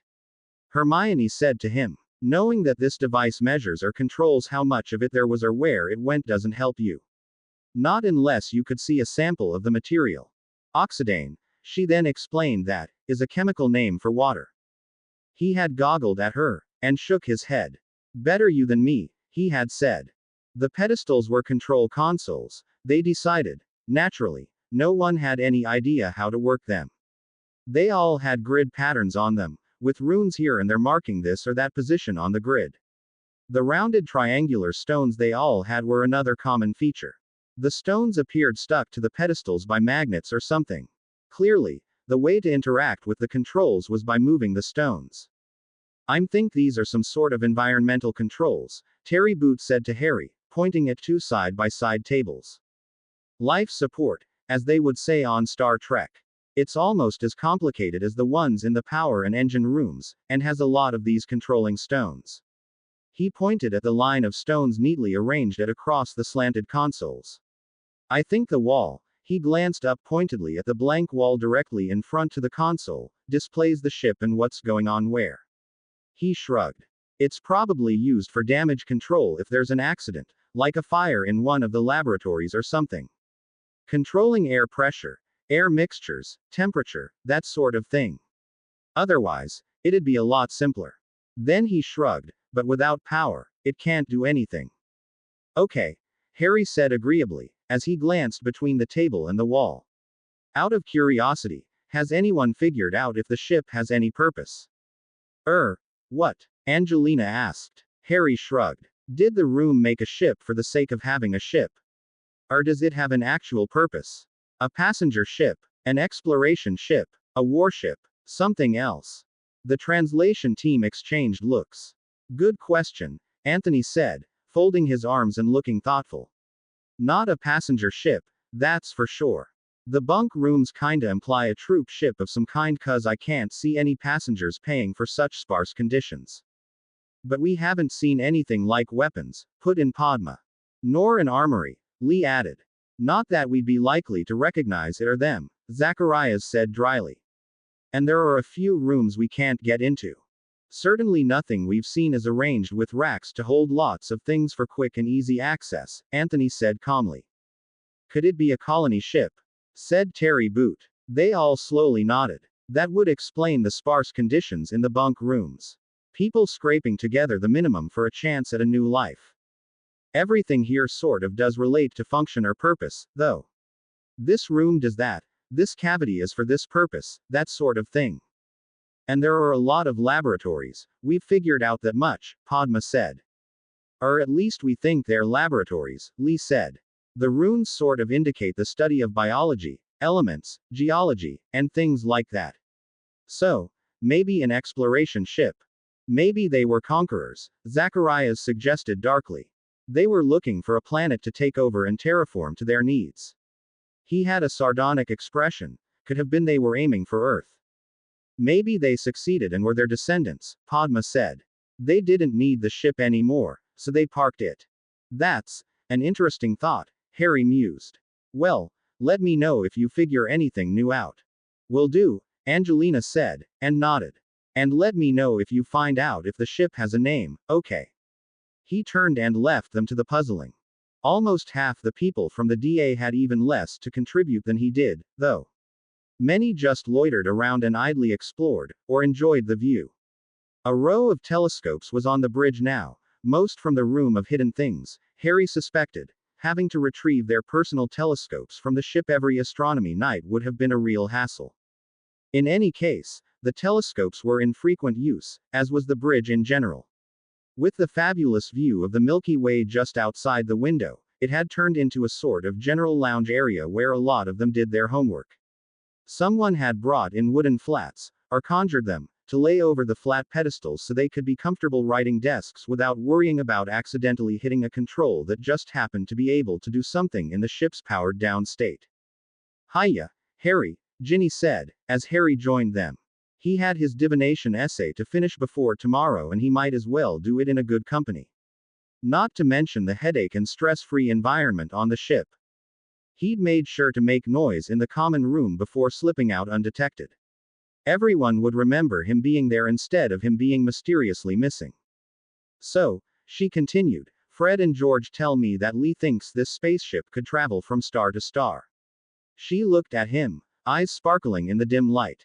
That's the general idea behind sci-fi spaceships, Harry said agreeably, as he set his quill and inkpot on the board and pulled out his parchment. If we get it working, do you think we could do it, too? She said timidly. Harry shrugged and took a moment to think. Don't see why not, he smirked. We'd have to wait for summer halls, though, at least. Otherwise, people might notice that 28 students suddenly disappeared from Hogwarts. She frowned at him. He shrugged, again. I don't think we should plan on that anytime soon, though. First, we need get the power online. And we have no idea if we can even pilot the ship, much less make it move. I think we should try and figure out the ship's systems first. If we get the power working, and if we can pilot it, then we should test it in our own solar system, before we do anything quite so ambitious. She nodded reluctantly, as did the others around them. Lavender leaned back thoughtfully and gazed out into the stars outside the window. Harry, she said contemplatively, this isn't just a room in the room of requirement, is it? I mean, it can't be, can it? This is nothing like the rest of Hogwarts, and nothing like any other rooms the room of requirement created for us. She paused to think a moment. And this is definitely not even a room, it's a whole complex system of floors and rooms and halls and corridors. Her voice trailed off and she turned to look at him. I think it's bigger than the rest of Hogwarts, Parvati agreed. Doesn't it have, like, 20 floors? Like, haven't we counted something like 200 rooms? And it seems to be about a mile long. Harry smiled and shrugged. Well, remember how big the room of hidden things is. We could all get lost in it. What if the room is just fooling us with elevators and stairs that only go up 1 or 2 floors, but we think are much more? What if the walls between the rooms move as we do? And the corridors appear long only because the room is moving a fake floor under our feet while the walls only appear to move? The others looked startled at that view of the problem. The only true test, Harry said, musing as he rubbed the back of his neck. As if we take something out of the ship that we didn't bring in. He arched his eyebrows. After all, anything the room creates disappears if you take it out of the room. Unless it's something the room borrowed from Hogwarts.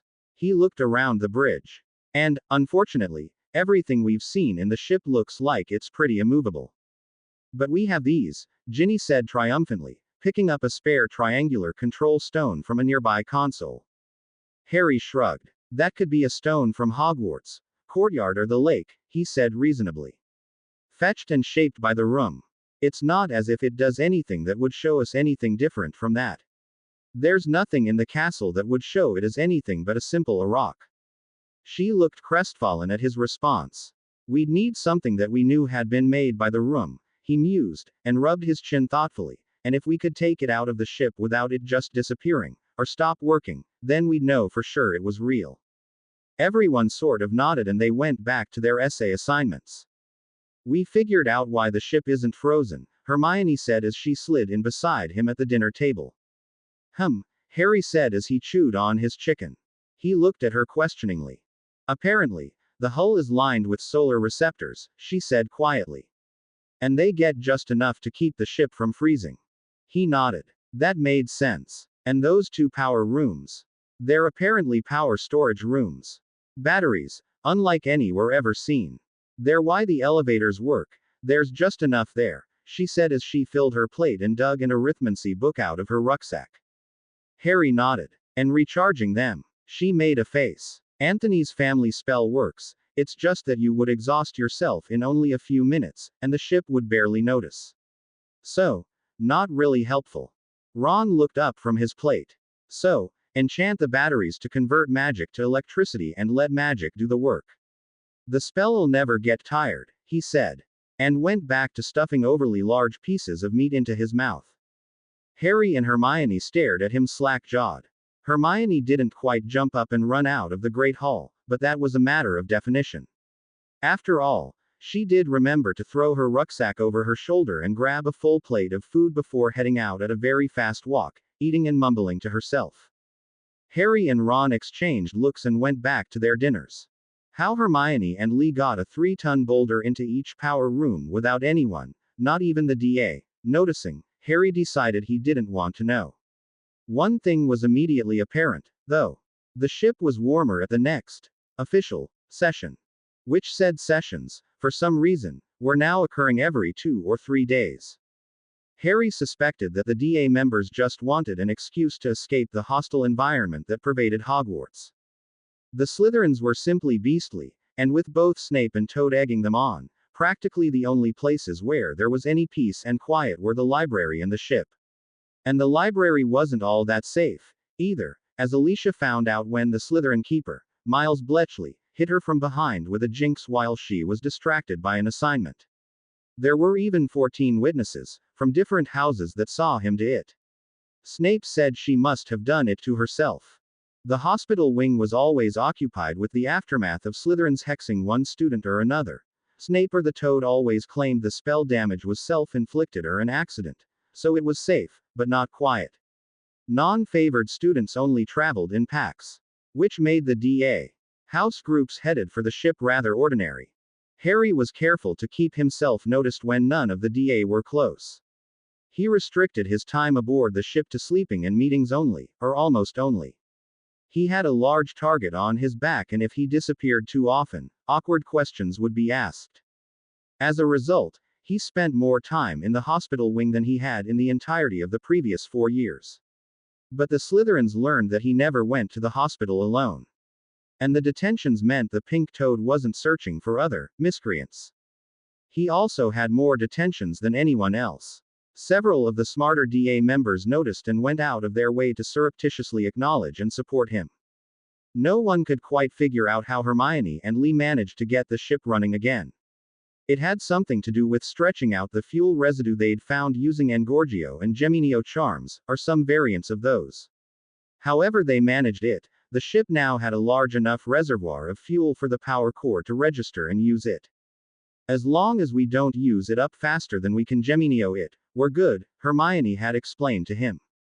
Thus it was, a couple of DA sessions later, every room, corridor, and hall abruptly lit up. The ship came alive with a hum and flicker of the lights that it hadn't seen for hundreds, or perhaps thousands, of centuries. Every pedestal and console lit as they were powered up and brought online. It was absolutely thrilling to see, and a bit scary. The ship worked. They would have to be extra careful not to damage something, or themselves, by accident. Well, Harry said as everyone gathered on the bridge. Lee, Hermione, and the other team members who had been deciphering the ship's secrets were all but vibrating with their eagerness. They wanted to get at all the consoles and find out just what they could do with them. The others looked around in amazement, now that they could see clearly things that had previously been in shadows. So, he continued, we have power. He grinned. Has anyone tried out any consoles yet? He looked at the consoles, all of which had pieces of parchment with English legends on them. Not everyone was as proficient in reading runes as the translation teams. Just a bit in the power room, Hermione said. We wanted to see if we could figure out how much power we had, Lee added. Which isn't much, actually, Hermione said dourly. 0.2% of full capacity. She pouted. That's as far as we dared extend and duplicate the residue we found. Didn't want to risk ruining its stability, Lee explained. The enchanted stones we added to the power rooms help, though, Hermione said. Those should reduce the amount of fuel we use for day-to-day stuff. Plus, the duplication charm is keeping us at a steady level. What's 0.2% good for? Zacharias asked, critically. Not much, really, but we at least have lights and a semi-functional ship. Hermione shrugged. If nothing else, now that the consoles work, we can access the ship's systems. Can we move? Ginny asked eagerly. Several others mirrored her excitement. Maybe, she slowly said. But, if we can, it won't be very far. We'd need to find the thrusters, controls, and whatnot, and see how the ship actually moves around in the first place, and how much power those functions use. Harry nodded thoughtfully. All right. Since we don't know how much power we have, let's be careful with it. First, we should figure out the power controls and how to limit the power we're using. Lee, Hermione, you think you can do that? Aye, Captain, Lee said and saluted sloppily. Harry rolled his eyes as several of the DA members snickered. Angel. Harry had picked up calling her by the nickname the twins used. How about you and your team seeing if the ship has a library? That would be a tremendous help if it did. Otherwise, just try to figure out the ship's purpose and key functions, like we talked about, its actual purpose and what it can do. Aye, Captain, she said, smirking and copying Lee's salute. It might take some time, but we'll see what we can do, she cautioned. He shook his head as this time there was laughter. Cho, Luna, why don't you figure out the piloting system, if there is any? Since you have our position down, you're our best bet at getting this thing to move where we want it to. Yeah, sure, Cho said awkwardly. I can't promise we'll succeed anytime soon, though. She looked at him. Harry felt his face get warm. That's good enough for me, he said. He swallowed thickly and quickly moved on. Work with Angel's team. He looked over the group. The rest of you, please, don't touch anything, Harry said pleadingly. At least not until we figure out which button is the self-destruct. Let's not blow ourselves up, okay? He paused to think a moment. And now might be a good time to see if our spells do anything to electrical gadgets. He gave a wry look around the room and saw several people fingering their wands. And we should probably do that somewhere where there aren't so many consoles, he quickly added. The practice room, he suggested. They split up and headed in different directions, all of them giddy to explore the ship now that they could see everything clearly.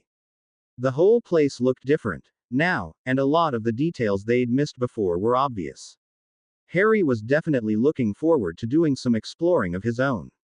He was relieved to see the ones who had pulled their wands out went off as a group, headed for the elevator and the practice room. The rest would scatter across the ship. He doubted anyone would get any sleep tonight. No one would do anything but sleep in tomorrow's history of magic class, anyway, he knew, so no problems there. He hoped no one's grades were going to be adversely affected at midterms. Would you look at you? Ron said sardonically. Harry sighed. Ron was jealous. Again. Captain Harry Potter. He stopped and looked surprised. Of what? Do we have a name for the ship yet? He said curiously. Harry tried to look nonchalant. I suppose the ship already has a name, we just haven't been able to find it, yet. Any suggestions? He ended hopefully. You know, whenever ships change hands, the new owners usually rechristen them, Colin said, walking over to them, his camera dangling from his hand. I don't see why we couldn't name the ship ourselves.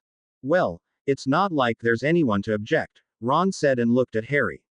Well, what are we going to call it, Captain?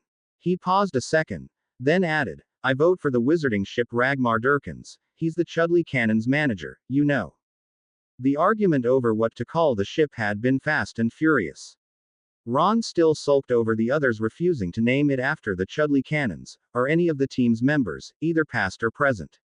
Harry had absolutely refused anything to do with his name, and said, can you imagine the uproar if Pink Toad or the Minister heard the name? They needed something innocuous. Thus, Harry stood on the bridge of the newly rechristened DSS, Dumbledore's spaceship, requirement while Cho and Marietta sat at two pedestals, quivering with excitement. Angel and her team backed them with rapid-fire translations on the changing labels and notifications that the pedestals displayed. For a number of them there'd been a mad scramble to understand all the systems that they had access to since the ship's power came back online. Harry knew that Lee, and several others, hadn't left the ship except for meals and classes they couldn't skive off.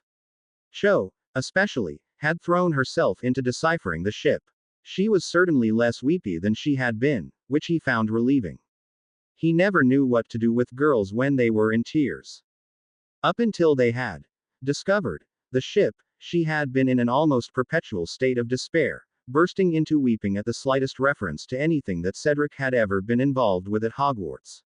Which made it extremely awkward for Harry whenever they talked. Harry had covered for the group and made himself more noticeable around the castle. That drew Pink Toad's close scrutiny, as well as the Slytherins who were keeping an eye out for him. They cast a curse whenever they thought they could get away with it. He endured the nightly detentions for the sake of the others. Dobby snuck him blood replenishing and pain relief potions after curfew. And Dittany for the blood quills, as did Hermione when she wasn't otherwise on the ship. Hermione freed up shipboard time for herself by writing her assignments at an insane rate, and managing her prefect patrols with papers and books charmed so she could read and write while walking. To the elves' relief, she had given up entirely on knitting.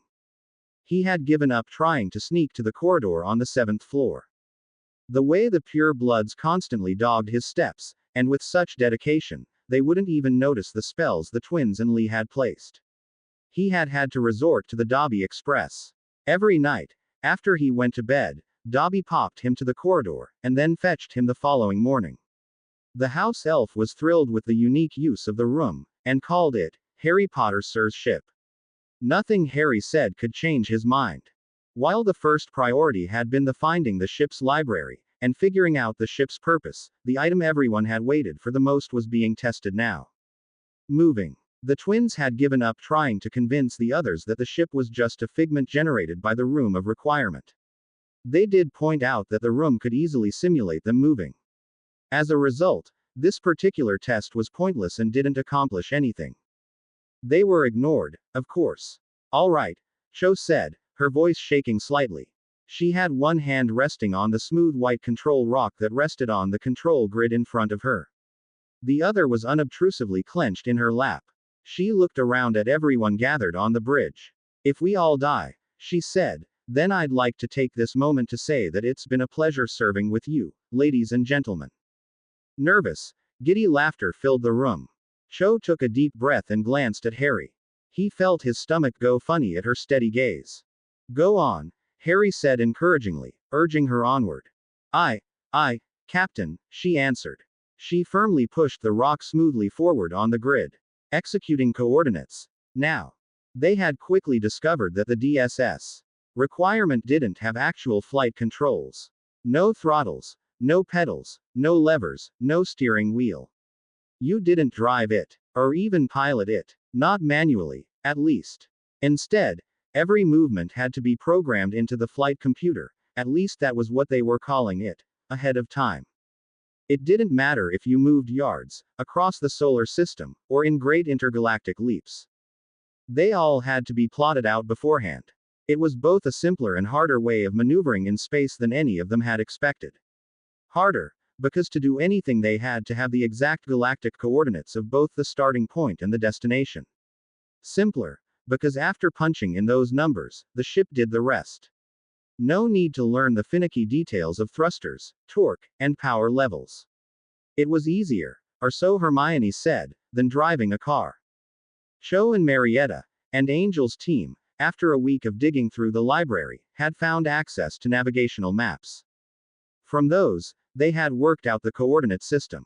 Thankfully, the ship had most of the galaxy pretty much mapped out.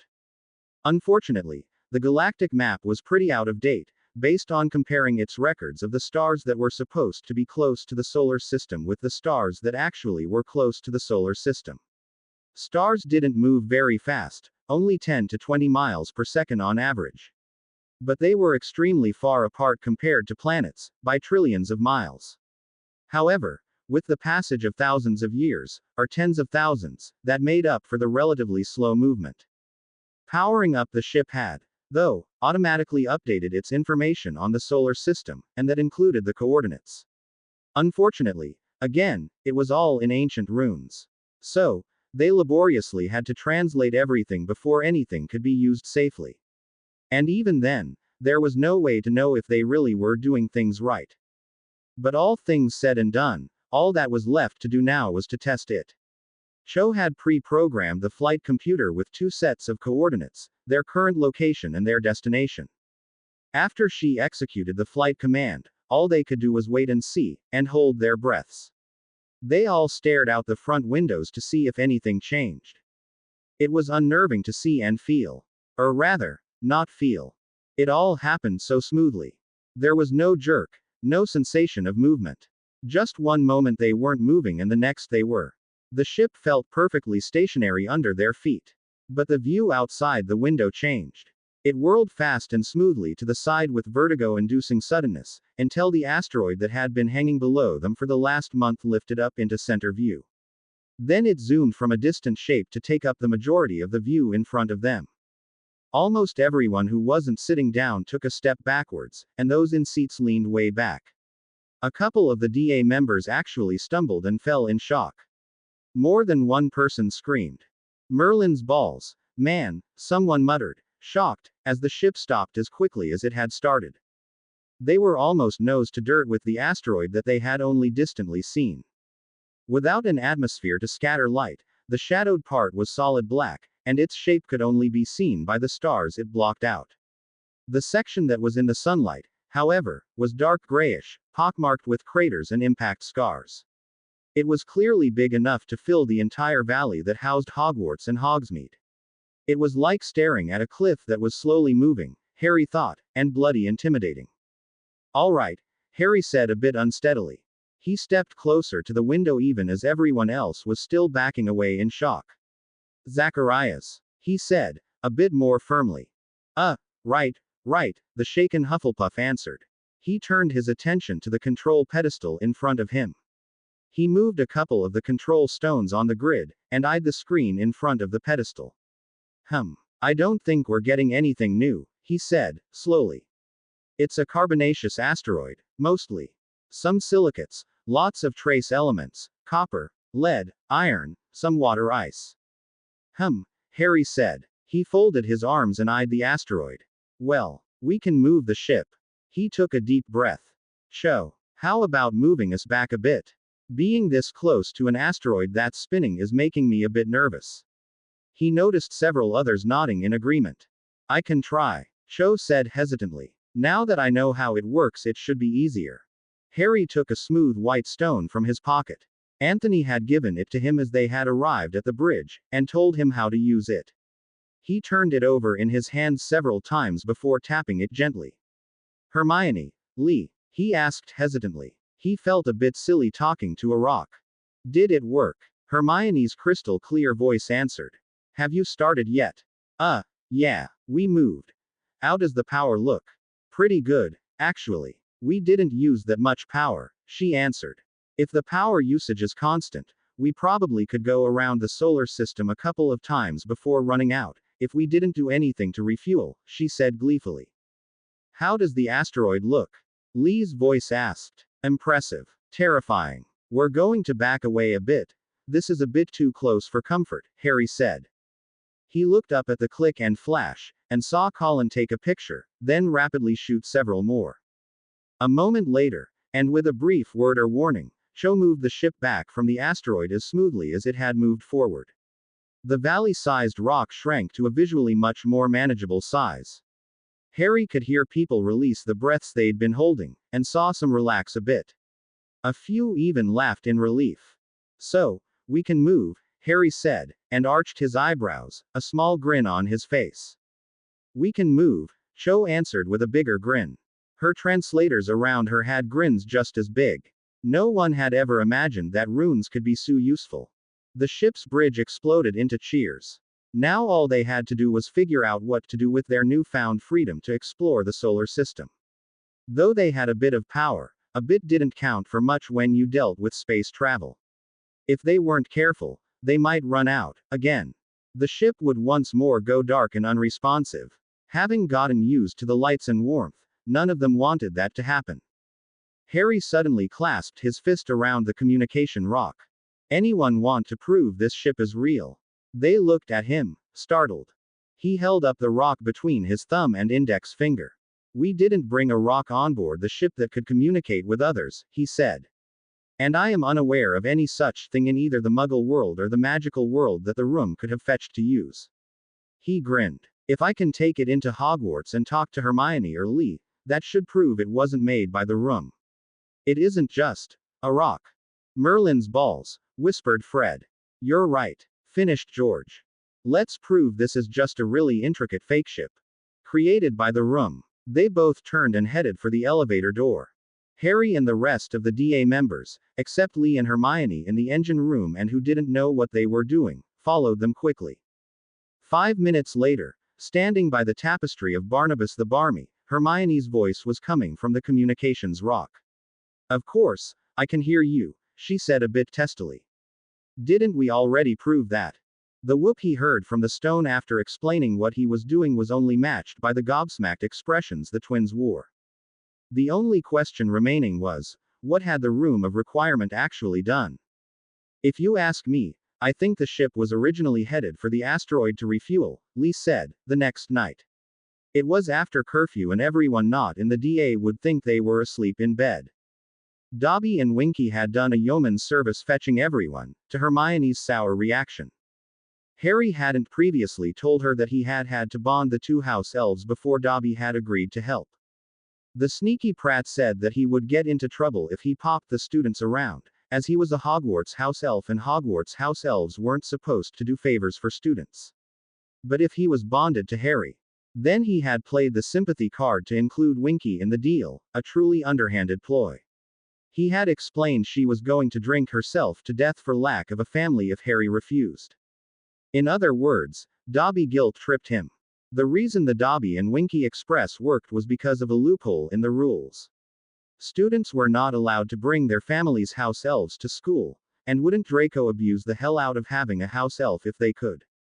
House elves brought to Hogwarts could work at Hogwarts, which meant the house elf couldn't take orders from his or her master or mistress while he or she was there instead of at home. For all intents and purposes, he or she became a Hogwarts house elf until he or she was called home. But Dobby and Winky were already at Hogwarts when they were bonded. Their home had been Hogwarts.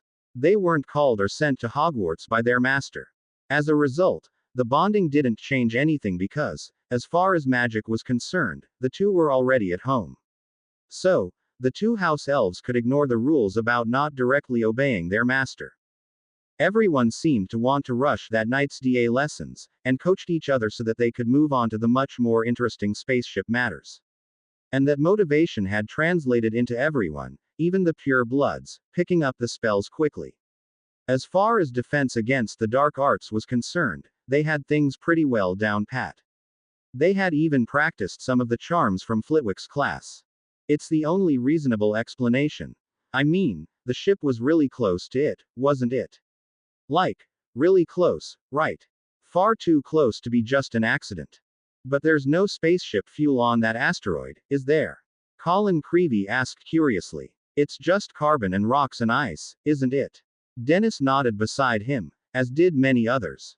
Precisely. Ice, Lee said. He snapped his fingers and pointed at Colin. Ice. Water. We can't make heads or tails of what the ship actually uses. We've never even heard of anything like it. But we know the ship can take other forms of fuel, too.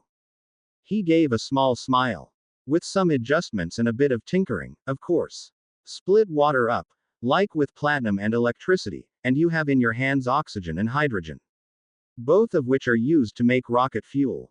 It's seriously energy inefficient when compared to what this ship usually uses, but it's better than nothing. And the ship may have more advanced techniques we haven't discovered. So, the ship was heading for the asteroid to refuel but ran out of power before it could make it. Harry said skeptically. Or, Hermione said, maybe they wanted something else and discovered they lacked the needed power when they arrived. Maybe someone miscalculated and they used the last of their fuel to decelerate. Hermione shook her head, leaving them essentially stranded. So why didn't they refuel? Fred asked. They got this close. Why didn't they refuel? At a guess, they couldn't, Hermione said, shrugging. Maybe the asteroid didn't have the right resources and they only had enough power left to evacuate. Or the fuel they'd get from the asteroid wasn't enough to do what they wanted. Or they were in a tearing hurry. Or they did try, and failed. Plus, we have no idea how they would have mined the asteroid, anyway. Maybe something came up that prevented it. If they all died, where are the remains? Zacharias said doubtfully. I haven't seen any alien skeletons, have you?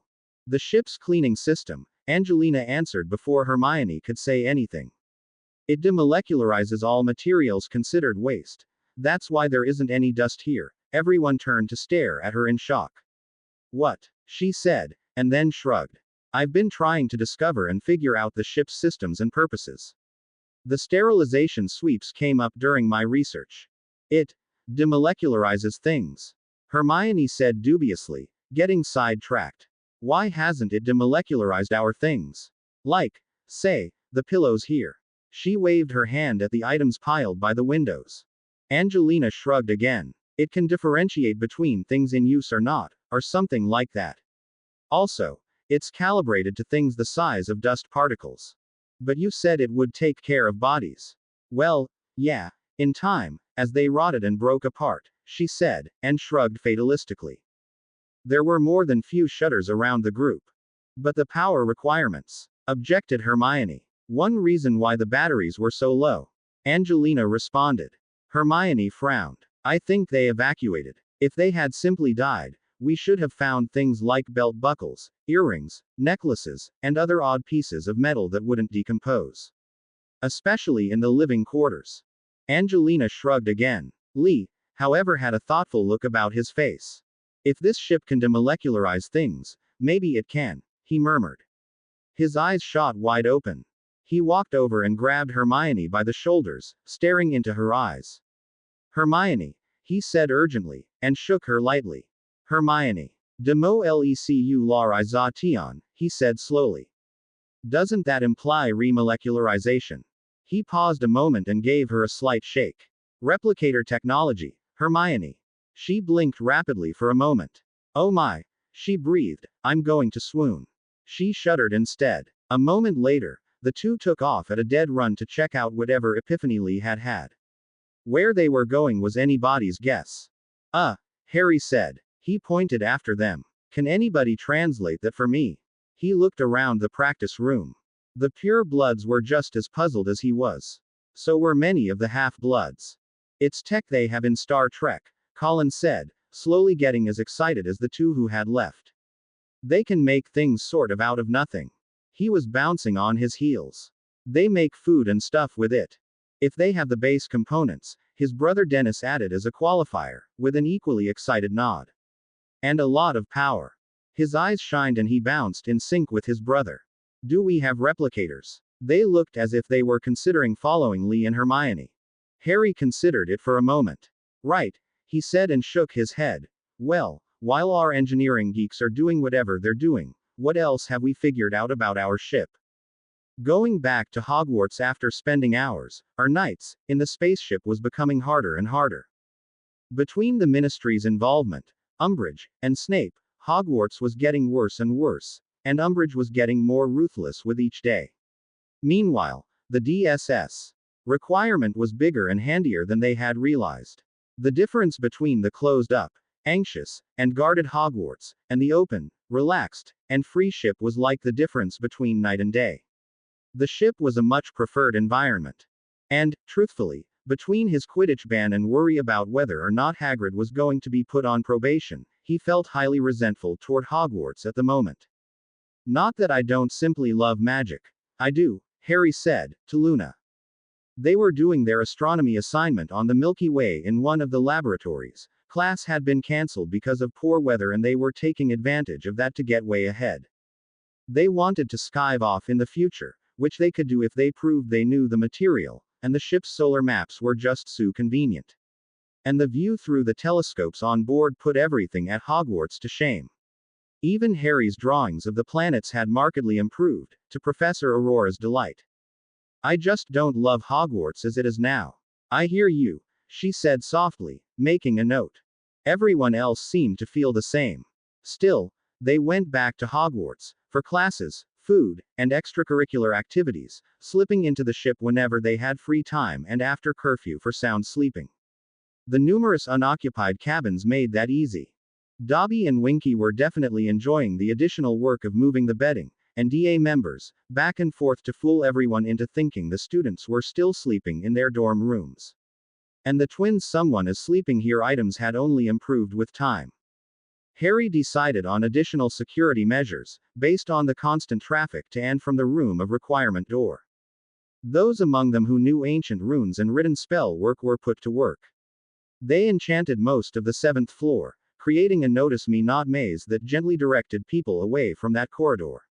Even someone determined to see the tapestry of Barnabas the Barmy getting beaten by the trolls would never get near it.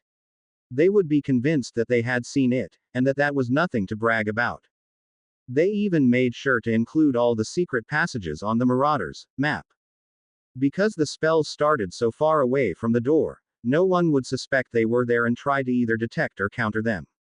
Only a very skilled and paranoid wizard would even think to cast constant detection spells as they walked around a place they had lived in for years, or decades. They had better make sure that they kept an eye out for the retired or moody. He would trip to what they were doing almost as soon as he walked up to the castle. The twins had put up alert spells that would warn the DA should anyone who wasn't a member ever get close to the corridor, much less the ship's door.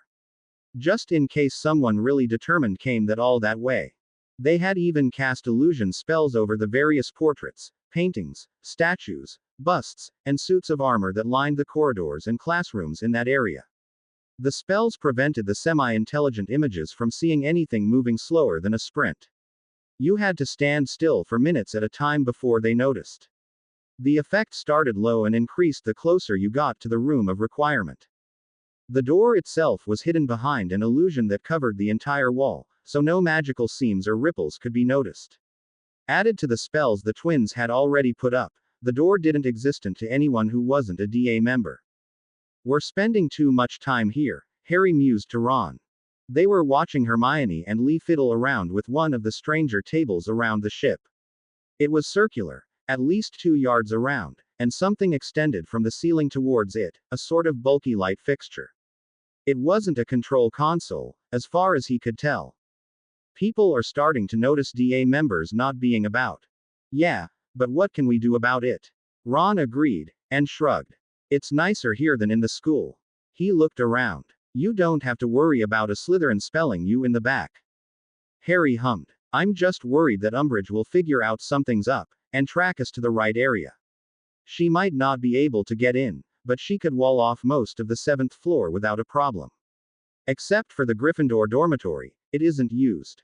Ron stood quiet a moment, then smirked. I wish she would. Harry looked at him quizzically. If she put up walls, she'd never catch us using the ship, we'd simply use one of the secret passages or the Dobby Express. But she might call in the Ministry Unspeakables. There's no way we could outsmart them. Ron had a pained expression. Ha, Hermione declared triumphantly, getting their attention. Lights suddenly appeared on the strange table. A moment later, with a flash of light, something appeared. A rock was now on the table. A control, or communication, rock. Harry wondered. Lee grabbed and held the rock up in victory like it was a cup made of gold. Did we just figure something out? Harry arched an eyebrow and looked at the two geeks. Indeed, we did, Captain. Hermione said proudly. She motioned at the rock. We have created a thing. Created, Harry said cautiously, and arched the other eyebrow as he turned his head slightly. Yes, and yes, Lee excitedly said. He handed the rock to Harry and motioned at the circular table. Let me introduce to you the requirement's very own replicator console. He crowed happily in his commentator voice. Right. Translation. Harry asked, and turned to Hermione on the other side of the table, while looking at the rock that looked just like every other rock he had seen on the ship. It's mechanical conjuration. Or, rather, like a mechanical transfiguration. She frowned over the indecision on definition. Then shrugged. Anyway, so long as we have the base materials, we can make anything. Anything. Ron said incredulously. What he said. Harry pointed at Ron. Hermione wrinkled her nose. Well, anything we have the pattern for. She sighed and patted the table fondly. This isn't actually the replicator itself. You can actually replicate anything to anywhere on the ship because the demolecularization and remolecularization arrays are ship-wide. But here you can scan objects and manipulate their makeup to whatever you want. She happily bounced on her toes. Okay, Harry said slowly. Sue, we can make things. That's good. He didn't really see the applications. They already had most of what they needed, didn't they? That's excellent, Harry. It's brilliant, Hermione excitedly assured him. She dashed over to pick up her rucksack. She pulled out a book and dashed back to the table. After a bit of fiddling with the console, there was a flash of white light, and suddenly there were two identical books sitting on the table. She clapped her hands elatedly and bounced up and down a couple of times. I think that's called forgery, Harry said dryly. He frowned as he thought, or copyright theft. He arched his eyebrows as he opened both books on the table. They were exactly alike, right down to the notes Hermione had written in the margins. Well, yes, Hermione deflated slightly. But imagine the things we can do. So long as we get the materials, we can do anything. She started to get enthusiastic, again. And I'm pretty sure the ship can pick up things from outside. I'm not sure of the measurement terms, yet, but maybe as far away as 10,000 miles. She was positively vibrating with excitement. Harry nodded slowly. Okay. he slowly said, still not quite getting it. Hermione took him by the shoulders and shook him. Harry, we can mine the asteroid. We can turn it into fuel. We can turn it into anything we want. We could even replicate the entire ship if we wanted to. She stared intently into his eyes. They were a rather nice chocolate brown, he decided. Oh, he perked up. All right then, he said and smiled. He tentatively patted her head. Good work. Very impressive. She preened and Lee made a face. Hey, what am I? Chopped liver. Don't I get a pat on the head? Harry blinked and stepped closer. Good boy. Very good work, Harry said obligingly. He patted the boy's dreadlocks. He couldn't help but snort in amusement at the absurdity as Lee, too, proudly preened. Especially as he was so much taller than Harry. Well, he said, nodding his head. I think this calls for a meeting. They had a general meeting the next night after curfew. First and foremost, they all agreed, ensuring the ship stayed powered up was of the utmost importance. Thus, the first mining efforts and matter conjurations would be concentrated on making fuel for the ship. Which, it turned out, would also involve making a generator, because the ship didn't have any way to turn the raw elements they would be mining into fuel, nor any way in which it could easily make that fuel into electricity. Hermione and Lee assured them, however, that that would be as easy as flight. The patterns are already there, and we pretty much have all the materials either on hand or in the asteroid. All we have to do is press a couple of controls and we have both our converter and our generator.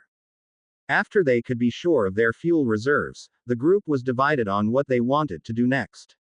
There were as many opinions as they were people, not surprisingly. They did agree that replicating the ship itself would be rather silly. The ship was easily triple or quadruple the size of Hogwarts, and could probably accommodate everyone at both the Ministry and Hogwarts combined, even if both were at full capacity. Why bother? That said, there were a lot of them who'd been extremely disappointed by the lack of small fighters on board. There were no shuttles, no X-Wing fighters, Gunstars, Colonial Vipers, Cylon Raiders, nothing. Nada. Nope. Not even a hangar to house such things. The requirement was basically the size of the motherships they'd seen in all of the sci-fi shows and movies, but it was remarkably barren of smaller brethren. I don't suppose we can make those, Harry said dubiously. Well, I wouldn't say we can't, Lee said slowly. We probably can, said Hermione, reflectively. Making them actually work, on other hand, that's a bit harder. We'd have to convert them to use a fuel we have on hand. I don't think the people who made this ship had any use for small fighter-type ships, added Lee. We'll have to look into it. Well, said Colin. How did they get on the ship without smaller ships? Yeah, said Dennis. I doubt they had a room of requirement that made a door to it. They all looked at each other. They apparated, said one of the twins. They teleported, Terry Boot suggested. Transporters, hazarded a guess from Justin. Lee and Hermione just looked at each other, then they turned to Angelina. Angelina, Hermione said, have you found anything in the systems that might tell us how they got on and off the ship? The seventh year shook her head. She turned and looked at the others who had been helping her. They all shook their heads. She turned back to Hermione. Doesn't look like it, but I'll see what we can find. Harry nodded. Take your time and be thorough. There's no reason to hurry, he said. We've managed without for this long, we can manage for a bit longer. Everyone chuckled. Ron's hand shot up. Question. He half shouted. Yeah, I heard there are a lot of metal-rich asteroids in the asteroid belts. And not just cheap metals either, he said quickly. I heard you could find gold around here pretty easily. Can we mine that and conjure it into gold bars or something? He finished eagerly. More than a few echoed his enthusiasm, nodding excitedly. Harry said, taken aback. He glanced at Hermione and Lee, and then at everyone else. They all watched him, eyes wide with excitement. Well, I guess we could, he said. He folded his arms and frowned slightly. I suppose this gold would be for personal use. He arched an eyebrow. We would divide it up, obviously. Ron said hopefully. You know, with the replicators or conjurators or whatever we're calling them, I'm not sure we need gold, Harry said thoughtfully. He glanced at Hermione. We can get pretty much anything we need from the belt, can't we? Pretty much, she agreed, and nodded, as did Lee. And we can make anything we want to, Harry added. Considering that we can make everything you need, what would you need gold for? Lee frowned. Well, we do need at least one original of everything we want to replicate, he said slowly. We need to pattern the things we want to duplicate, Hermione explained. If you wanted a quill, for example, we'd need an actual physical quill to pattern first. And if you wanted more than one kind of quill, you'd need originals of each type, she concluded. Yeah, that, Ron said quickly, and pointed at Hermione. We could use the gold to buy stuff to pattern. He paused. Also, maybe, a bit to send home. He raised his eyebrows hopefully. If we started suddenly sending huge chunks of gold home, I think the Ministry and Gringotts would have some issues about it, Harry said, somewhat dryly. Besides, the mail in Hogwarts is monitored, in case some of you didn't know. He shifted uncomfortably. I know Umbridge goes over every bit she thinks is interesting. And the sudden appearance of packages of gold bars is something I'm sure she would find interesting. There were a lot of Ns and pouts, and Harry sighed. Let's get the fuel situation sorted first, right? We'll see about other things afterwards. As it is now, the only way to get anything in or out of Hogwarts safely is actually to physically carry it with you. If you want to take something made on the ship out of the school, Christmas Halls is the only time to do it. You'll have to wait until then. He smiled. I'm sure having to wait a few more weeks isn't going to cause any problems at home. There were some mumbles of agreement. For now, let's just make a list of things we might want and things we might need, he said, and nodded with satisfaction. He glanced at Hermione and Lee. How much power does this conjurator use anyway? A lot, Hermione admitted. But if we can figure the fuel situation out, it shouldn't be a problem. There's plenty of ice and the right metals in the asteroid. She paused in thought for a moment. And if nothing else, we can jump over to Jupiter and get helium-3. Which is, Harry blankly said. It's a non-radioactive isotope, good for nuclear fusion. It's probably the best choice for powering the ship in the long run, Hermione admitted. We still can't make heads or tails of the ship's actual preferred fuel, Lee added. As far as we can tell, it's something we haven't even discovered yet.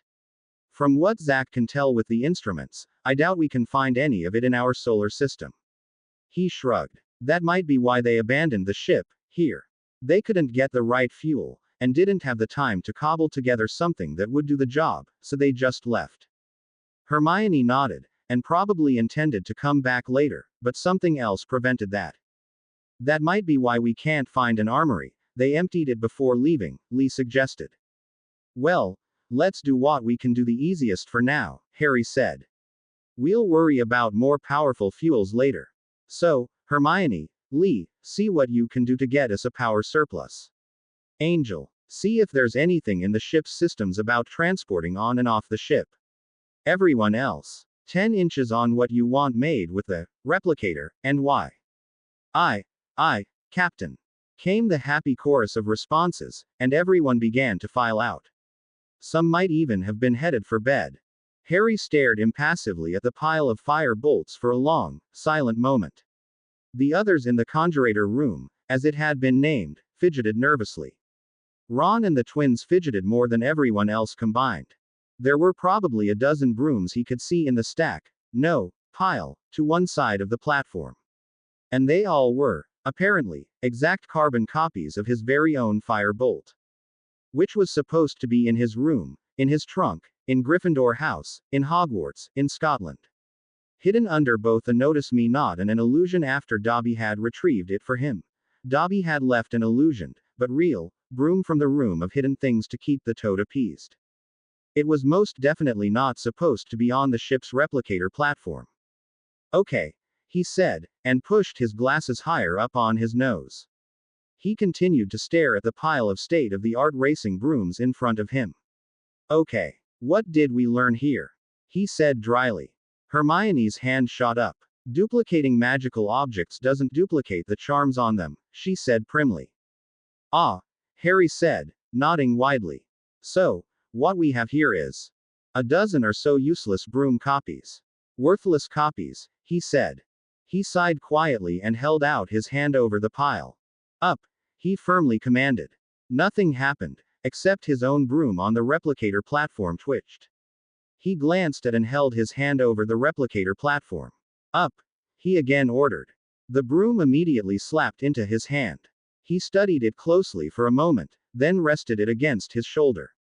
You know, he said conversationally, if this was a Muggle sailing ship from the 1800s, I'd be justified in flogging the lot of you. Hey. Sorry. Ron nervously said. You can't really blame us, though, can you? He said hopefully. If you would have asked, I would have been more than happy to lend you my broom for your use, Harry said flatly. But you didn't ask. How did you even get it up here? We, used your invisibility cloak. Fred said. All three miscreants winced in unison. Harry smiled. From everyone's reaction, it wasn't a nice smile. My invisibility cloak. He paused. I see. Ron, who held the cloak as far away from himself as he could, as if expecting it to blow up at any moment, handed it back to him. Harry accepted it with a wider smile and a nod. Thank you, Ron. How generous of you. Returning my own stolen property to me. Very nice of you, he said sarcastically. Guys, George Stage whispered. I think he's going to flog us. Leg it, guys, someone whispered back and people started shuffling towards the exit. Retreat. Stay, Harry commanded, and everyone froze, some in mid-step with one foot raised. He shook his head and turned to Hermione and Lee. Why didn't the conjurator duplicate the charms? It can make active command stones, can't it? Magic is not a material. Maybe it's like light, in that respect, an energy. And we can't duplicate energy. Hermione shrugged. The command stones are, after all, just machines with power sources that are inert until used. And duplicating doesn't prevent natural chemical or nuclear reactions, so the stones never seem to lose power during replication. Her voice entered lecture mode. Spells are different. They're energy without a material component, a power source, or anything like that. She nodded to the pile of inert brooms. So, there was nothing for the conjurator to see to scan in the original, and therefore it couldn't replicate it. Thus, the magical properties imbued in the magical wood used for the stick and twigs can't be duplicated, so the brooms are fake magical brooms. And the wood isn't quite exactly like the original wood, we're apparently not carrying a stock of every element, as we had thought. Even if the conjurator could do spells, the spells are specialized at the factory to each broom, so these copies probably wouldn't work right because the material wouldn't be exactly right. So, fake brooms. Harry tilted his head inquisitively and pursed his lips. And what if we gave it the right wood to work with? Well, possibly. But it still can't do the magcal properties or spells, Lee answered, so, still no workable brooms. People exchanged looks and tentatively started to relax. Harry nodded. Okay, I see. He stared at the massive machine for a moment. We can teach it object patterns, he mused softly. He turned to Lee. Why not spell patterns? Because, magic. Lee asked, confused. No, Hermione said. I see where you're going. She sighed. It's not like that. Spells are organic, magic is organic. We don't just use it, we produce it. A machine, even one as advanced as this one, can't do that. She stared at the machine. For example, if we duplicated you with this, it would deliver us an exact copy, but no soul. It would be a complete blank. The body would be there, but it might as well be dead. More than just a few shuddered at that matter-of-fact statement. It sounded too much like the Dementors they had faced 2 years ago. In fact, she continued, the heart probably wouldn't even be beating, because the machine can't copy an action. It assumes the object is not moving or working. The heart might start on its own, but I'm not sure. She frowned at the machine. But, she made a thoughtful hum. There is a chance we can do a technological knock-off of the brooms. Harry said. Well, we tell the machine what we want, and let it build up its own tech version of a broom, Hermione said thoughtfully. The systems here are ridiculously smart, and ridiculously powerful. If we tell one to come up with a design for a flying broom, I think it could do it. It probably would just be tech and circuitry, and most likely metal, but it would work. just not exactly like the brooms we know and use. Harry said, and then shrugged. Couldn't hurt to try, I guess. So we can make brooms? Ron asked hopefully. And you're not mad at us? Fred asked. Oh, I'm still hacked off, Harry said, smiling grimly. You prats. You three are up as my dueling opponents at the next DA session. It's going to be so much fun, he said gleefully, rubbing his hands together in anticipation. Oh, bollocks, Fred muttered. Well, it's not flogging.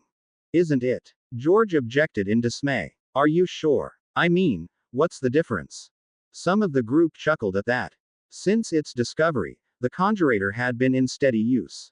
The things they made first, after the fuel converter and generator, of course, had been relatively simple. They now had an unlimited supply of parchments, quills, potion files, and all the other general supplies they needed at Hogwarts. Then they'd moved on to other things, some of them personal, some not. Colin, Dennis, and Justin had brought out their Muggle hygiene products which couldn't be purchased in Hogsmeade. After that, a lot of the girls had duplicated their hygiene products, which seemed to make them very happy. Then several of the girls had banded together and set up a black market in those products for the rest of the Hogwarts population that didn't have access to a conjurator. They were actually making a pretty good amount of galleons, Harry heard, even though they were selling stuff for sickles. Hermione, Harry was pretty sure, was steadily copying the entire Hogwarts library. In one of the larger unused rooms on board the requirement there were now bookshelves, crammed with books. And the twins had established a partnership with Peeves, and were supplying him with duplicates of all the non-magical prank items they had in their inventory. And Dobby was acting as their go-between at Gamble and Japes, in Diagon Alley, to retrieve originals of the items they hadn't had. And so forth. The pink toad waddled away rapidly at the very hint that Peeves might be around. The fire bolt incident brought the point home that the magic on things couldn't be duplicated, only the solid, physical components. However, just to nail it in further, Harry had one of the dozen inert copies prominently mounted in the conjurator room, and the rest on the ship's walls at key points, such as the elevators, as a reminder. Ron, Fred, and George winced whenever they walked past one. You're not actually mad at them, are you? Hermione asked while she worked on a holographic display of some bit of machinery she was trying to replicate. He looked up from his charms assignment. Well, not as such. I would have done the same thing, if I had thought of it first. It's just that they ransacked my trunk, stole my broom and my invisibility cloak. Harry shrugged, and sighed. How's it coming along? Well, she fiddled with a control and something in the display changed. There are several methods in the library that allow for flight. For example, she glanced at him, then returned to the display. I could make, right now, a hover pallet, which could transport up to 4 tons almost weightlessly. She shook her head sideways. Making it into a broom, though. Hermione sighed and folded her arms. She frowned at the glowing patterns in front of her. The problem is elevation, she said. And propulsion. She nodded. The pallets use a sort of electromagnetic cushion. They work only at a certain distance from the ground. Plus, you have to manually move them. There are propulsion mechanisms here, too, but, well. She sighed dejectedly. Those would involve actual engines. Electromagnetic cushion? Harry asked, then quickly held up his hand. No, please, don't explain. He thought a moment. At what distance from the ground do they work? He asked curiously. Hermione considered it, and then held her hand at waist level. About here. The general types, at least, she said. It really depends on the generator output, she continued. The electromagnetic cushion can be made thinner, of course. So thin it almost touches the ground, in fact. Harry watched her for a long moment as she adjusted a control. That sounds familiar, he said and frowned. Something from a movie. It was one of Dudley's favorites and he played it almost every day for a while, there. Something about being stuck hovering on water. Hermione looked at him, blinked, and then her eyes widened. Hoverboards, she whispered almost reverently, and then began rapidly working again. Harry watched her for a moment and then shrugged his shoulders, and left her to it. He still had to finish that essay. Then there was the Christmas Hogsmeade weekend before the last day of term, which was on the following Friday. Naturally, people brought their purchases to the requirement. They suddenly had a brewery's worth of butterbeer, and several tons of sweets and snacks, before Hermione and Lee put an end to it. No more. We're running out of the harder to get materials and it's using up power, Lee said. Hermione, with her crossed arms and dark expression, showed she supported him completely. I thought we fixed the power situation already, Harry said. Well, we did. It's just that using the hydrogen and oxygen fuel, they're just so much weaker than what the ship's supposed to have. We're going through them faster, Hermione explained. And the conjurator uses a lot of power. And the material usage is a much bigger issue. The ship has materials stored just for the conjurator, and we're using up the rare materials at a ridiculous rate. So, we just need to replenish, right? Lavender said as she shrugged. Aren't we doing that, anyway, with the asteroid? We've been mining it, or beaming it, or whatever it's called, haven't we? She looked at Hermione inquisitively. No, I mean, well, yes, we have, Lee said. But we don't get all the materials we need from an asteroid. He paused. Not this one anyway. We need to either move or figure out another way to replenish materials, Hermione said. Like what? Carry them inside from Hogwarts? Fred asked thoughtfully. Seems a bit of a waste, when we can mine asteroids, Harry said. I guess it's time to find another asteroid. One with better resources. He looked around the room. Can we find one with gold on it? Ron asked. Hermione slapped him soundly on the back of the head. Hermione. Lee, check out what we need. Zach. Harry turned to Zacharias Smith. Can you go over the maps, see what asteroids have what? Yeah, sure, the Hufflepuff said sourly. It's not like it's a difficult task or anything, what with the map only having the close asteroids fully scanned, and the majority of the asteroids not even having been mapped, much less scanned in the first place. So, yeah. Piece of cake. Harry shook his head at him. Just do what you can. Then they had a DA session. While the rest of the group worked on their shields, dodging, and diversion spells, Harry set up an actual dueling stage. Once it was ready, he turned to Ron, Fred and George. Let's see how good your teamwork is, he said with a somewhat malicious grin. You're gonna duel all three of us, at once. Ron said nervously, and glanced at the twins. Getting a bit cocky. Our ship's captain is, Fred said. I think we can take him, said George confidently. Well, Ron said, eyeing Harry uneasily. Maybe. Harry grinned at them and took out his wand. It was great deal of fun, for Harry.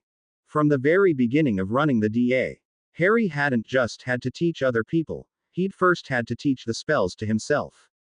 Plus, know them forwards and backwards before he could teach them to the others.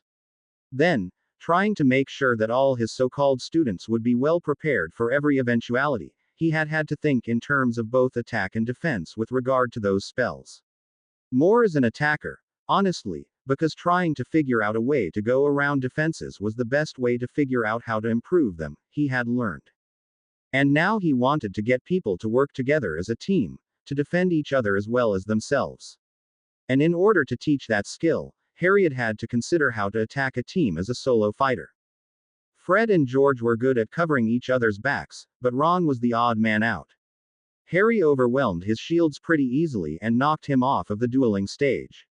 Now that he, the weakest link, was out, he could concentrate on the twins. He lured them out of their turtle-like shielding by leaving himself open for an attack, or so it seemed. When Fred took the bait, Harry disarmed him and used him to knock George off the stage as well. Sort of a 2-for-1 special. 1 minute was all it took. Again, Harry said, and threw Fred's wand back to him. This time they all went instantly on attack, and Harry put his own shielding, distracting, and parrying lessons into action. A bit of flash and smoke, and he had them separated. Then he managed to push George off the stage. A distraction which was enough for Harry to knock Fred off as well. Which left Ron, who had no leg work to speak of. A moment later, and Harry had him off his feet and his wand in Harry's hand. Again, he said, handing the wand back. It took 8 duels before the Weasleys managed to put together enough teamwork to defend and attack at the same time. Fred, for the most part, shielded, George took offense, and Ron dealt with the distractions Harry hurled at them. It was George who finally managed to knock Harry off the stage with a leg locker, while Ron dealt with the smoke Harry had conjured and Fred covered all of them with a shield. The Weasleys were looking a bit ragged and desperate. Their victory seemed to make them even less confident about themselves. Now we've done it, Ron muttered. He's gonna kill us now. No, that's about enough for now, Harry said with some satisfaction, getting up again. He turned to the rest of the DA. They were all watching, most of them snacking on their duplicated Hogsmeade goods.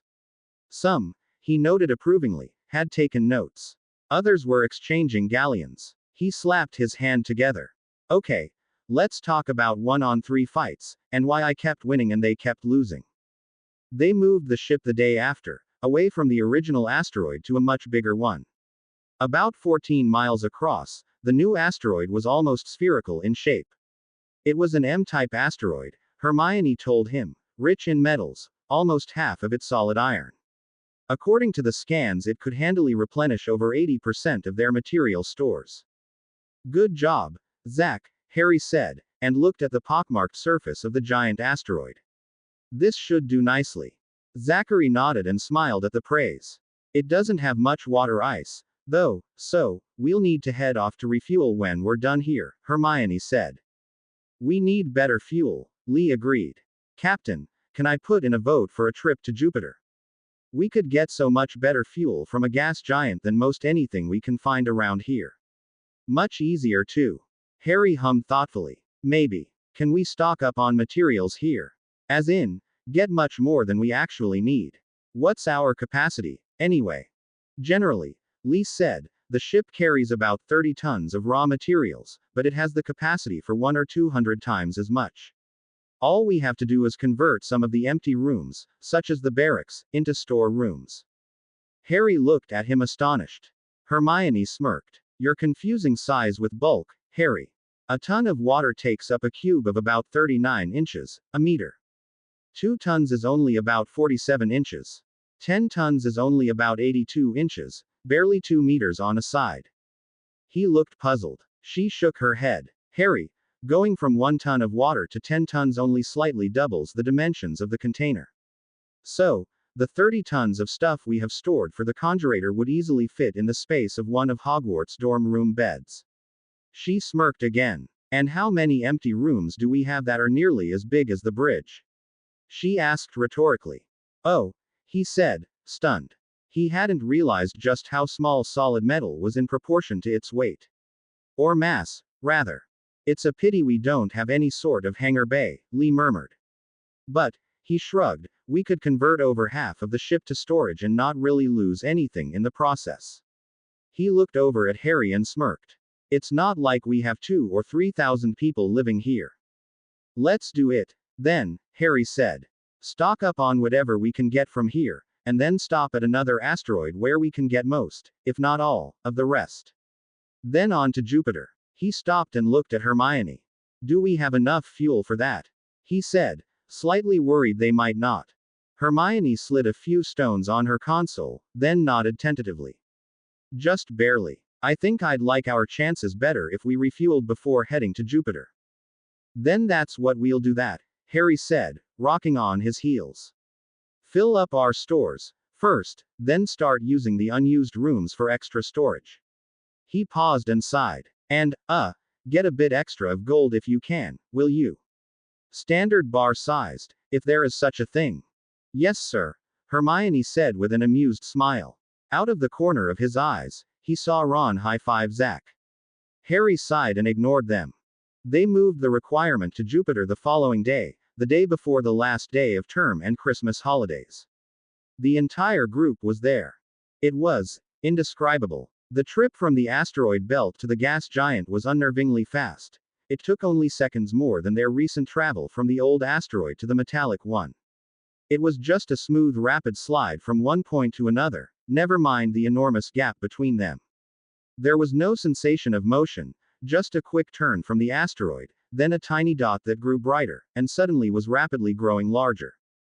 And then Jupiter was right there. An incredible striped giant just outside the window. It was half in shadow, and the lit side fairly glowed in the light of the distant sun. Tremendous bands of red, yellow, orange, and beige, with swirling ripples of white. It was breathtakingly beautiful. They all just sat and stared for several minutes, drinking at the sight. Lee finally said, we need to go in.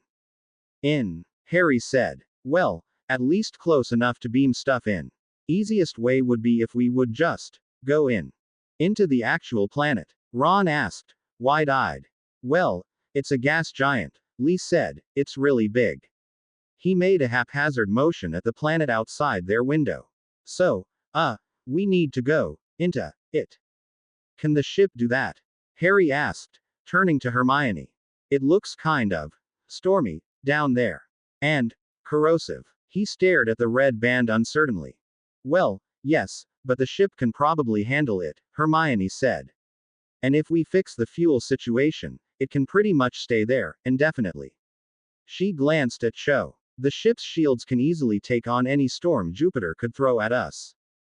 Cho nodded in agreement. Easily, she said. Though they use up power like nobody's business.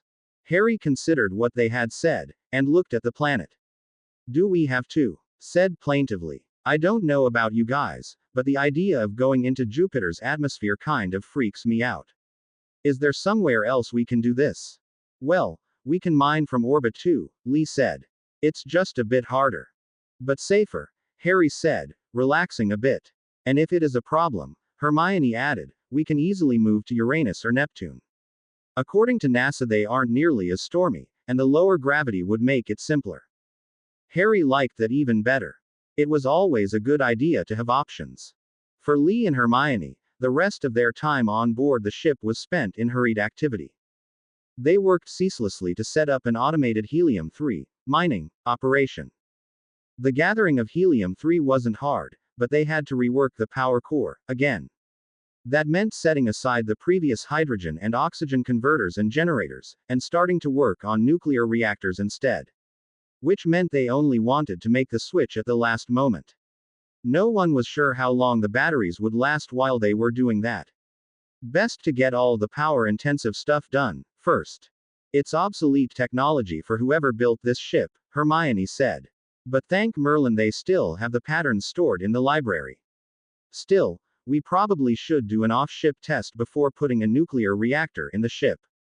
Lee nodded his head rapidly. Let's not take any chances with that stuff. And how do we do an off-ship test? Harry said cautiously, and as he frowned. We replicate the reactor in space, Lee shrugged. Fuel it up and turn it on remotely. If it doesn't blow up, put it into the ship's engine room. If it doesn't work, we repurpose the remains. You know what I want to do. Hermione said while she used the conjurator to create the enormous gas tanks which would eventually hold the gases they harvested from the gas giant. I want to put an actual mining platform here. An automated one, hovering or orbiting just on the edge of Jupiter's atmosphere. That way we wouldn't have to worry about fuel in the future. Just pop on by Jupiter, refuel, and be on our way. It would be handy, Lee agreed. Especially if we ever make new ships. For now, let's fuel ourselves first, Harry said. If we don't blow ourselves up, you can start figuring out the mining platform. Harry glanced at Hermione. Speaking of hovering things, though, how are the hoverboards coming along? What? Oh, I finished those, Hermione said, as she shifted to another console and moved a couple of control stones. A moment later, a skateboard-esque device materialized on the conjurator table. Ta-da! She cried, holding one arm up and pointing with the other. It doesn't have any power though, she said, dropping her arms to her side again. Wait, what? You made a hoverboard, and it doesn't have any power? Lee said. He sounded odd and horrified, both at once. Hermione shrugged. I haven't had time to work on the batteries yet. I figured it was more important to make sure the ship had power first. Harry shook his head admiringly. He picked up the hoverboard. Well, I suppose it can wait, he said as he studied the board. What's Hogwarts' policy on skateboards, anyway? He said thoughtfully. Hermione shrugged and smiled. It doesn't have one. I'm pretty sure wizards don't even know skateboards exist, never mind the possibility of hoverboards.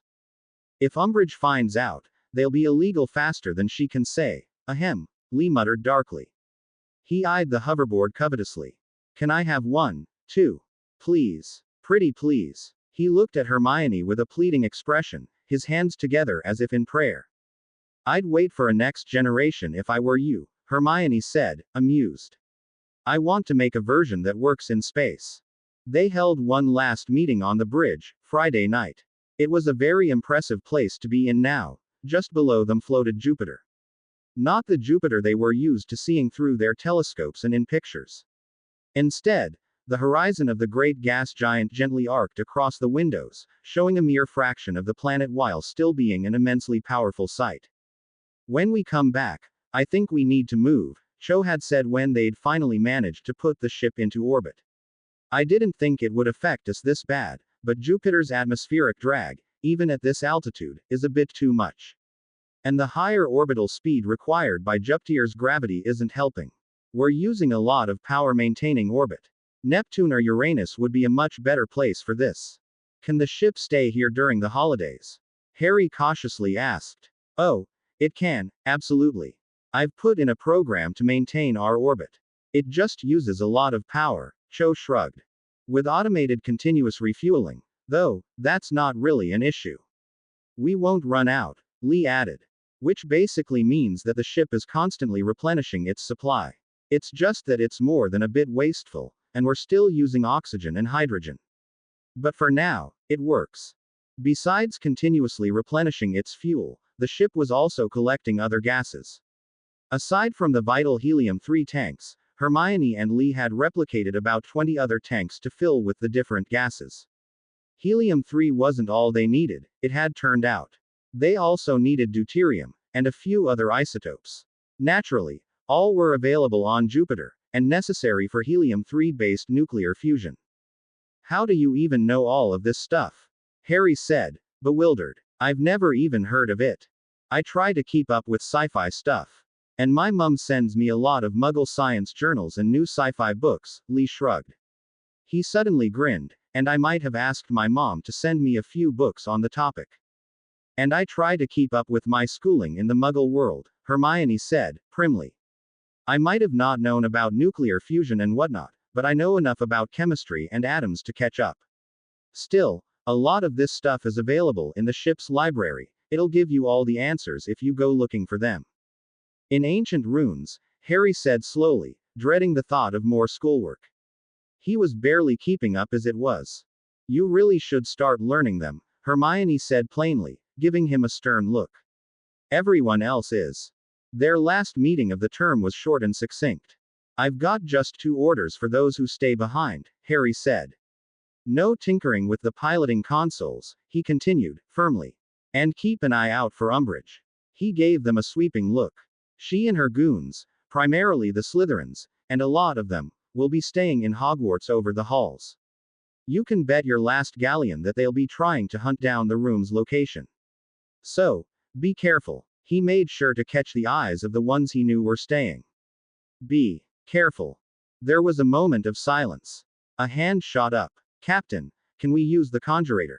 Terry Boot asked. Harry frowned. There'd been a bit of a ban on conjuring, and all conjuring projects now had to go through Hermione and Lee, who could assess the usage of materials and power. Neither of them were staying in Hogwarts. Do you have something specific in mind? He said curiously, and tilted his head slightly. Actually, yes, Terry stated. I've been thinking about the whole problem of keeping the room secret, and Umbridge trying to hunt us. I might have a sort of solution for it. But I really need to play around with the conjurator to see if I can actually make my idea work. And this solution is, Harry prompted. I'd rather not say, Terry hedged, not until I can actually make it work. Harry frowned as he considered it, and then nodded. Hermione, Lee, can you come up with some sort of reasonable conjurator limit on material and energy usage per person? Like a balance? Hermione asked and folded her arms. Yeah, I suppose we could. We'd need to come up with a system to monitor how much each person uses, though. That might be tricky. We could use a sort of credit system, Lee said excitedly. Each person has a certain amount of credits, and the credits translate into how much power and materials they can use with the conjurator. That will take time to figure out and set up, though, Hermione said, but she did perk up at the idea. For now, we can set up a limit on the conjurator itself, after which it couldn't be used manually. It would be a general limit to everyone who stays behind, though, she warned. I'm sure we can keep track of how much everyone uses, Terry said, as he glanced at the others who were staying behind. They all nodded in agreement. Let's do that, then. Harry nodded happily. Any other requests? He looked around, but no one said anything. He smiled and stood with his hands clasped behind his back, gently rocking back and forth on his feet. Well then, Lee, if you would. Lee grinned and nodded, then turned to a nearby console. He took the command stone that most of the DA members had taken to wearing on the chest of their robes while they were on the ship, and put it on the console. He moved it around a bit. A moment later, there was a flash of white light in the center of the bridge, and a neat stack of gold bars appeared on a table, each bar not bigger than a hand. They were far heavier than anyone expected. Oh my god, someone whispered. Hermione tells me they're about 2¼ pounds. He frowned slightly. A kilogram, I think. Anyway, 2 bars per member. Harry said, motioning them to take theirs. We didn't make them into galleons because that would be counterfeiting and the goblins would skewer us. He smirked. But I'm sure you can figure out something to do with these. Merry Christmas, everyone. Merry Christmas. He held his arms up, widespread. Cho was the last to leave. No, you go on, he heard her say to Marietta. His heart gave a jolt. She came over to him and just stared at him for a moment as he stared back. His mouth was suddenly very dry. Thank you, she said, and ed him lightly on the cheek. For everything. He stared after her, stunned, as she walked off. He rubbed his cheek lightly. Did she like him? He felt his face get hot as he blushed. They boarded the Hogwarts Express the next day, to the normal jeers and taunts of the Slytherins, and then watched Hogwarts disappear behind them around a mountain curve. Harry felt more than a little uneasy leaving the ship behind. Although, technically, he wasn't. The ship wasn't actually in Hogwarts, it was orbiting Jupiter. Still, Hogwarts was how they got there. Anything might happen to the room while they weren't there. Plus, Angel and her team had yet to find a way for them to move back and forth to the ship that wasn't through the room of requirement. So, yeah, he was a bit anxious. He wasn't unhappy going to Grimmauld Place and seeing Sirius and the others. It was just, the requirement had become a home for him. He slept almost all his nights there, and only an occasional all-nighter in his dorm room. His room on the ship was just perfect. Not too big, not bigger than his dorm room, but not too small, either. And the view was mind-boggling. It wasn't exactly homey. He didn't have anything to personalize it with, but it was safe in a way only a home could be. More so than Hogwarts was, right now at least. Maybe someday he would again look forward to staying at Hogwarts. But not today, or tomorrow, or even next month. You know, Ron said, turning one of his gold bars in his hand. I'm pretty sure that ship is the best thing to ever happen to me. Yeah, Harry agreed morosely, and rubbed at his forehead. It had started to hurt, again. The pain potion must have worn off, because his hand started hurting, too. I wish I'd had more time before we left, Hermione said wistfully. I would have loved to turn some of this gold into jewelry for Mum. She would have loved it. So, we're rich now, Ron said, and we're going home, seeing family and loved ones. He pointed a thumb at Harry. Why the gloom? Captain doesn't like leaving his ship behind, Hermione said mischievously, and nudged Harry's shoulder. Come on, Captain, she said teasingly, a bit of shore leave should do us good. Harry just sighed. The DA members said their goodbyes on the train, with liberal use of the notice me not charm. They didn't want any Slytherin spies putting clues together. With a few detection charms on the side to make sure the brighter Slytherins hadn't cottoned on to that trick, yet.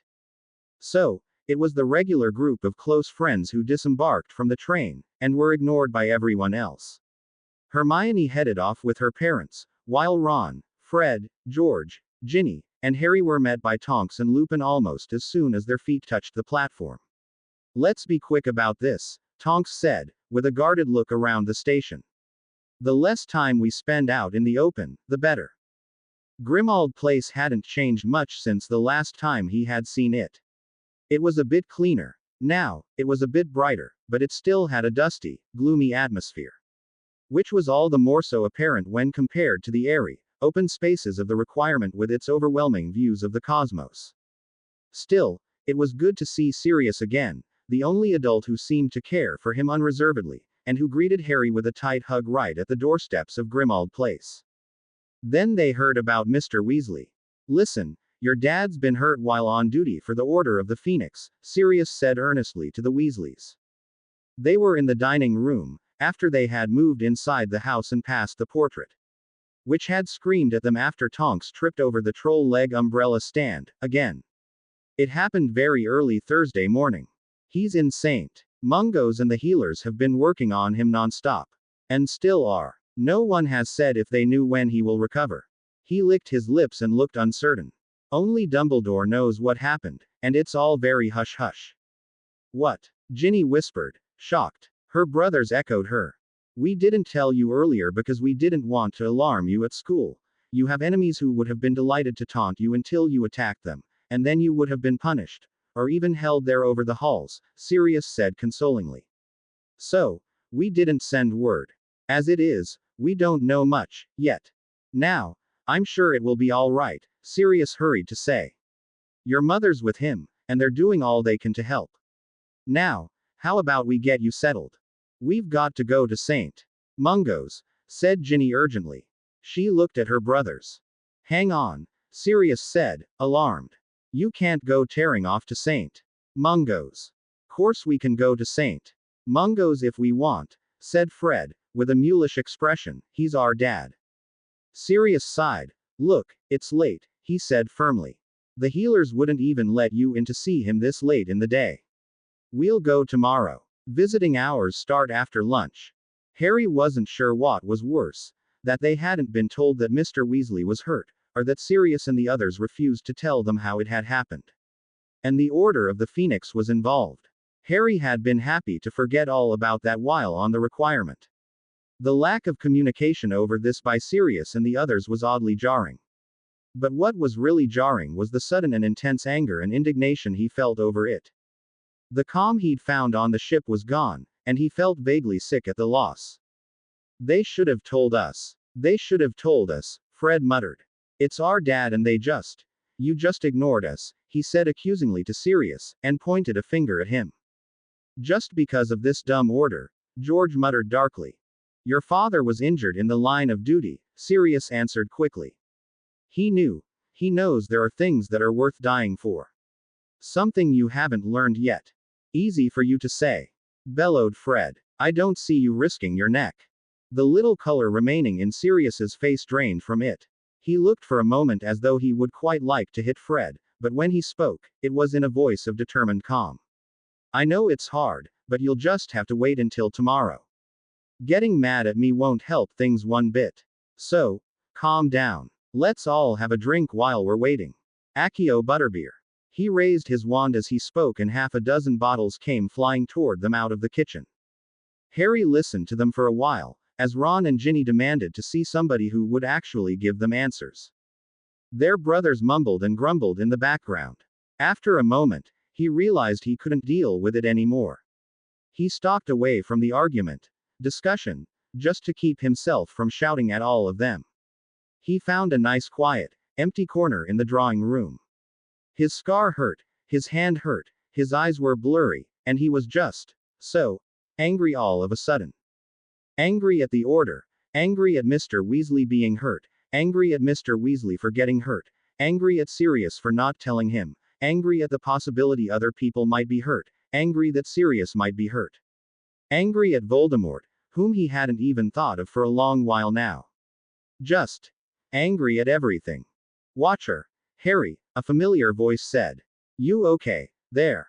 I'm fine, Harry answered automatically. He rubbed at his forehead and glanced back at Tonks who watched him worriedly. He took a deep breath and slowly let it out. When will we know more about Mr. Weasley? He asked, and tried to calm down with another deep breath. Later this evening, we hope, she said. She still looked at him worriedly.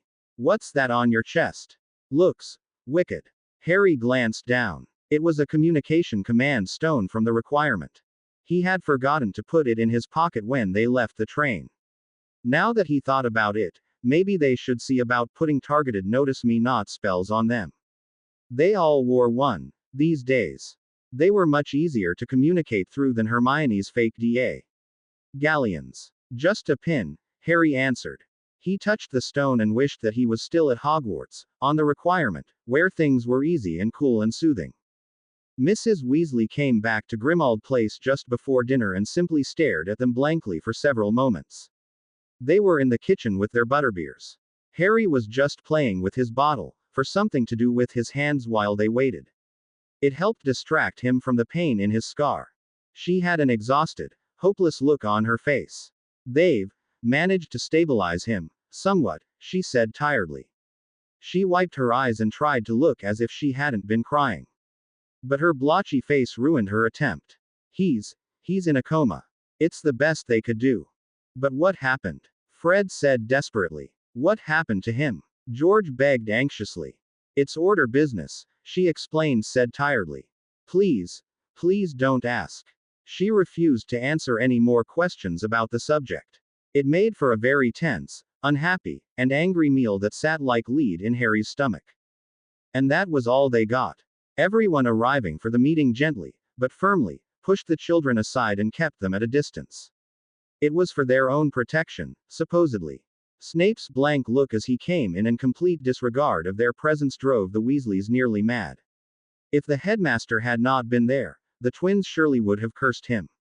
Harry exhaustedly watched as George, Fred, Ron and Ginny all raged in the drawing room about the situation, trying to come up with ways to spy on the order meeting. He sighed. Finally. There is a way, he said wearily. A very easy way. If you really want to know what they're talking about. We really do want to know, they angrily hissed at him in concert, peering at the door into the kitchen below. With a shake of his head, he tapped his communication stone. Put one somewhere where they won't find it, he said simply. And you can listen in all you want. He paused. Here, take mine. He popped it off his robes and held it out to Fred. Don't you want to know what they're talking about? Ginny demanded. Don't you care? Ron asked. I do, Harry in a low tone. I really do. It's just, my head is pounding. He sighed. I don't know what it is about this place, but I've felt sick ever since we arrived. You feel sick, Captain? A voice came from the stone. He was surprised, and gratified, to hear it was Cho Chang. Maybe she did like him. In any event, she had drastically improved since the beginning of school, this term. She no longer looked as if she were about to burst into tears at the slightest excuse, at the sight of him. That key. Just the other day proved it. Where are you that's making you sick? Ernie Macmillan said. And why do you guys need to spy on someone?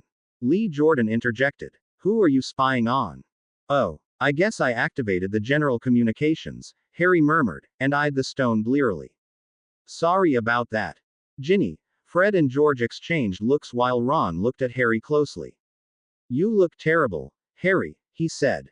Gee, thanks, Harry grunted, and rubbed his forehead. Even his eyeballs ached. Now. Why does he look terrible? Hermione's alarmed voice came from the stone. What happened? Harry, are you all right? The concern in their voices made Harry feel a little better, but not by much. Soon, everyone in the DA had chimed with questions and well wishes. Unfortunately, the voices made his headache worse. Where does it hurt, Captain? Came a soft voice. Harry tried to concentrate on it. The scar, mostly, Harry said, and everyone quieted down. The Weasleys eyed Harry worriedly. When did it begin, Captain? The voice asked. It was Luna Lovegood. When we got here, Harry answered. Then he frowned, despite the new ache that started. No, that's not right. It started when we left Hogwarts, it got worse here. Much worse here. You know what? Ginny said angrily. Screw this. Dad's in a coma and I wanna know why. I'm sorry, Captain, but. And she marched off as she pulled off her own stone and tinkered with it as she went, mumbling. Harry figured she was changing the settings to one way on a private channel. Fred and George quickly followed her, changing their own communicators. Ron looked between Harry and them, obviously conflicted. Go, go, Harry said and waved him on. Your dad is far more important than me. Sorry, Ron said earnestly.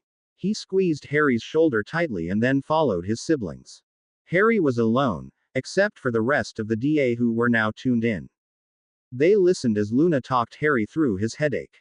A few offered suggestions such as getting a cold cloth for his forehead, going into a dark room, and silencing himself so that he couldn't hear anything, things like that.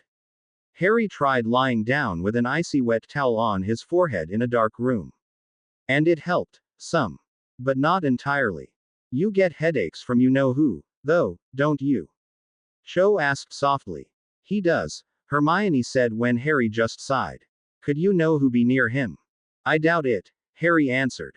This place is secure. Not as secure as the ship, but pretty bloody secure. That's why we can't tell you where we are. There was a moment of thoughtful silence. I get that you can't tell us where you are, Zacharias said slowly. Security reasons or whatever. But maybe there's something there that's affecting you. If it got worse there, then logically, it's something to do with that place. Or Voldemort is really, really mad about something, Harry mumbled. Is he? Luna asked calmly. Harry sighed. I don't know. Well, did you feel that bad before you went there? Zacharias asked. Did you feel that bad on the train, on the platform? Quote. No, Harry said slowly. Not really. It was so hard to think, at the moment. Then there's something there that's making you sick, Zachary said. You need to find it, and do something about it, he concluded with finality. Do you think you can do that? Hermione asked worriedly. I don't know. How would I be able to find it? Harry asked, and rubbed his forehead through the towel. Can you do spells there without alerting the ministry? Lee asked. Or can an adult do spells for you? If yes, then try a modified point me charm. Who knows? It might work. Harry considered it, and then forced himself up. I'll try it, he said tiredly.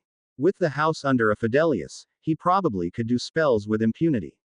At that moment, his head hurt so much that he really didn't care if he did piss the ministry off or not.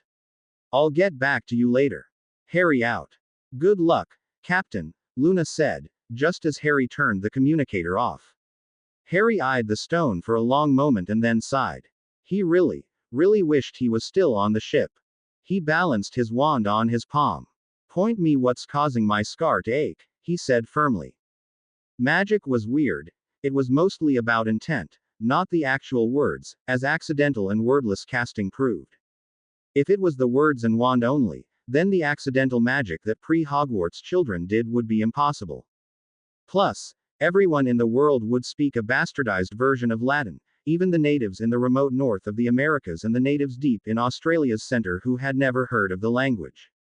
But that didn't happen. Instead, each country had their own versions of magical words. And many didn't use wands, Hermione had once told him. The western part of the world did because they made magic easier. The wand tilted and twisted and finally pushed his hand until it could point down. He sighed. It was in the kitchen, and that was right out as long as the order was in there.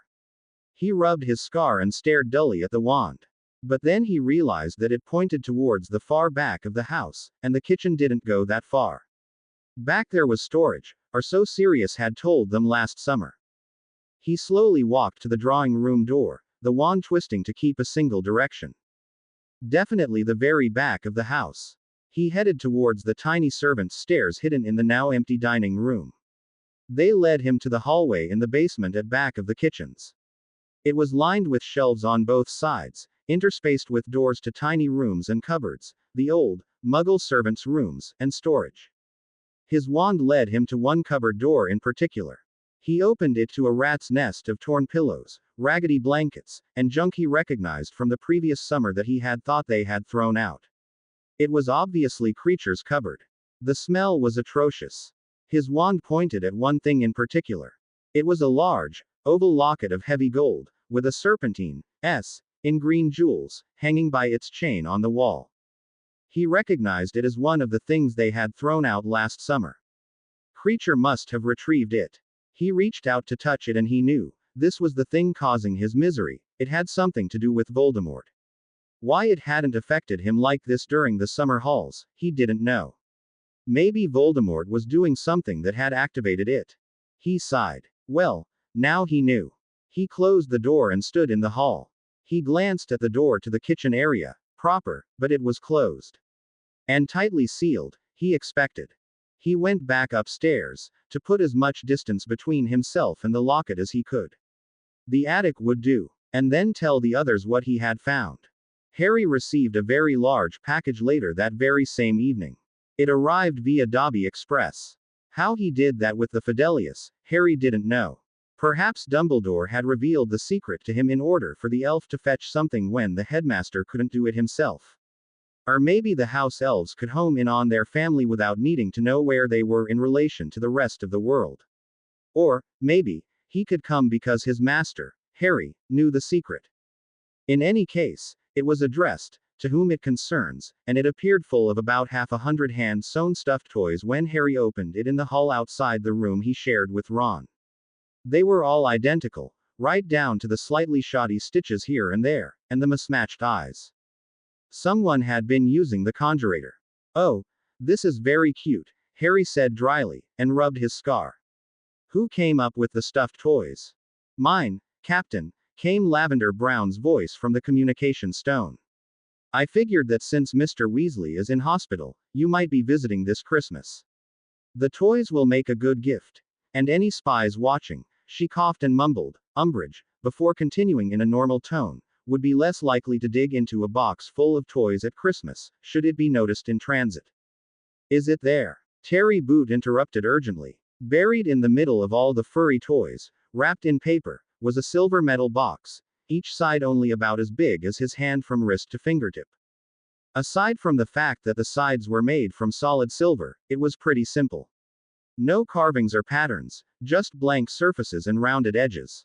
There were hinges on one side and two overlapping rings for a padlock on the other, one ring on the lid and the other on the base.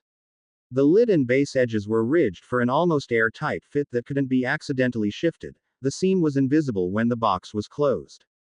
The inside was barely big enough to hold his fist. The paper, he discovered, had a featherlight charm on it, and removing that made the box very heavy. He wrapped the base section for easy manipulation. It's here, Harry said as he studied the box. It might not be very artistic, but considering it hadn't existed 4 hours ago and now he held it, millions of miles from its point of manufacture, it was little short of amazing. Do you really think this will do the trick, guys? Silver has a natural resistance of magic, Zack said. Especially to dark magic. That's why most dark creatures can't stand it. It's like acid to the magic inside them. If it doesn't do the trick, I'll be very surprised. There was a brief pause. In fact, now that I think of it, most all the electronics in the ship have a silver layer built into their containers. Perhaps that's why we can cast magic so freely. But why would they put a magic-resistant silver layer around their electronics when they don't seem to use magic? Colin said. Well, Lee said, silver is also a very good protector against an EMP, electromagnetic pulse, so maybe they don't want the ship to become useless if something goes wrong. Wouldn't copper be better? I mean, for an EMP, against magic it's pretty useless, I know, responded Colin. How about gold? Justin suggested. Copper and gold work, but they're too malleable to use as cases without something else strengthening them. If silver doesn't work, we'll try a lead box next. Malleability is not something we need to be concerned with, Hermione said sternly, stopping the EMP discussion. And if that doesn't work, then we'll send you a container of acid. Right. I'm going to try it. Stand by, guys. He quietly opened the bedroom door and retrieved his invisibility cloak. He didn't trust his disillusion charm to be good enough. He had already silenced his movements. The rest of Grimmauld Place was asleep, except for whoever had gotten stuck with night watch duty. Tonight, it was Professor Lupin. Harry cast a scent-hiding charm. Harry waited until Lupin was in the drawing room before he silenced the stairs with a whispered charm. He waited to make sure he had not been heard, then ghosted his way down the steps. He paused, again, then made his way to the dining room. Harry was relieved to see, when he peeked into the drawing room as he passed it, that the professor was seated comfortably, facing the flow, and reading a book. Quietly, he snuck to the servant's door and slipped through it, after silencing the entire thing to prevent a suddenly squeaky hinge or door knob from being heard. That would be just his luck, too. A moment later, he was outside Creature's cupboard. He waited patiently for several minutes, to see if the despicable elf was awake or asleep. The soft snores continued at a steady pace. Another whispered silencing charm. Then he opened the door a tiny crack, just enough to slip a stupefy charm through. He stared at the locket hanging so innocently above the house elf. He carefully opened the box and stared at the locket. He really didn't want to touch it. He wanted as much distance as possible between himself and that thing. He looked around the cupboard. Then checked back in the hall. In a worn box in another cupboard, he found an old, tapered knife sharpener. Using that, he reached out behind the chain and levered the locket out over the open box he held under it. It seemed to take forever, and his scar hurt to the point where he could feel it bleeding, which it hadn't done in ages. His head felt like it was about to split into pieces.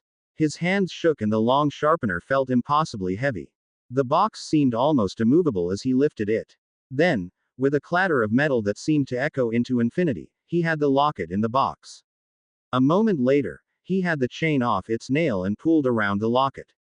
It took all of Harry's fragile concentration not to drop the sharpener and slam the box closed. He carefully closed the box. Abruptly, as if cut by a knife, the pressure on his head eased. By the time he got out of the cupboard, the door closed, and the knife sharpener back in its box with the other rusty kitchen utensils, his palms were sweating and he was shivering in reaction. But the worst was definitely over. The pain was still there, but it was quickly fading into a dull, distant throb. I did it, he breathed. It worked. Oh, thank Merlin, it worked. He said, relieved far more than he could ever explain. He heard someone cheer from the communicator. Hush, he harshly whispered. Wait until I get back upstairs. Sorry, came the whispered response. He started back to the servant stairs. Do you have a lock for the box? Hermione whispered through the stone. No, but I'll figure something out, Harry whispered back, and snuck upstairs to the attic so that he could thank his crew for their hard work and ingenuity. He never would have thought of a silver box without Zack, and thank Merlin someone had stayed behind on the ship, too, to actually conjure the box. He sealed the box as well as he could, wrapped it in the paper, then wrapped that in spell-o tape, and wrapped it in his invisibility cloak just in case. He planned to bury it at the very bottom of his trunk when he got back into his shared room. I really need a more secure trunk, he murmured as he held the bundled box, and thought of the recent broom and cloak incident. His trunk had a lock on it, but it was a lock even a below-average first year could open without difficulty. Whatever the bloody locket was, he would have felt far better if it was behind something more robust than a school trunk lock. I think something can be arranged, Captain, Terry Boot answered thoughtfully. It was the first peaceful rest Harry had hard outside the spaceship in a very long time. Not even Voldemort disturbed his dreams about Cho. That morning he woke up to a horrific howl of despair. It echoed through the building as the house elf of Grimmauld Place completely lost his mind. Sirius immediately responded and shouted at Creature to shut the bloody hell up. Creature would not have it. Their voices shook the whole house, and woke everyone. Harry could only listen and wince as he and Ron dressed. Harry thought the incredible charms and spells the Blacks had placed on their home over the centuries were the only reason the Muggles to either side never complained or noticed the noise. They went downstairs and discovered that the yelling came from the kitchen. Harry and the Weasleys had all gathered at the kitchen door. None wanted to brave going any farther, when the yelling suddenly cut off. They looked at each other. Tonks and Lupin then went down to the basement to see if the two had killed each other. The room was a disaster area. Knives and forks stuck into counters, walls, ceiling, and table, some buried point first almost to the handles. Pantry doors were shattered, splintered, or plain just not there anymore. Dented and crushed pots and pans littered the floor. And everything was coated in a layer of shattered and broken glass. It was quite impressive, really.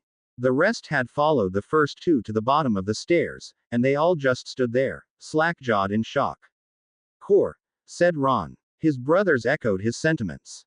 Molly only said, "My word." Sirius sat at the table, arms crossed, his expression a combination of grim fury and satisfaction. All he said was, "Creature won't be a problem anymore." After a few more moments, Lupin cleared his throat, pulled his wand, and started repairing things. The shattered glassware resolved to butterbeer bottles, plates, mugs, glasses, and teacups from the previous night. The knives returned to the drawers as the drawers and pantries slowly reassembled themselves from their scattered spots. There were still a few pieces with holes and incomplete glassware, parts that had been subjected to permanent vanishing charms. Once the room no longer resembled a battlefield, Molly set about morosely making breakfast. Most of the cooking supplies had survived the melee, except for a few eggs. They ate breakfast in silence. They planned to visit Mr. Weasley in St.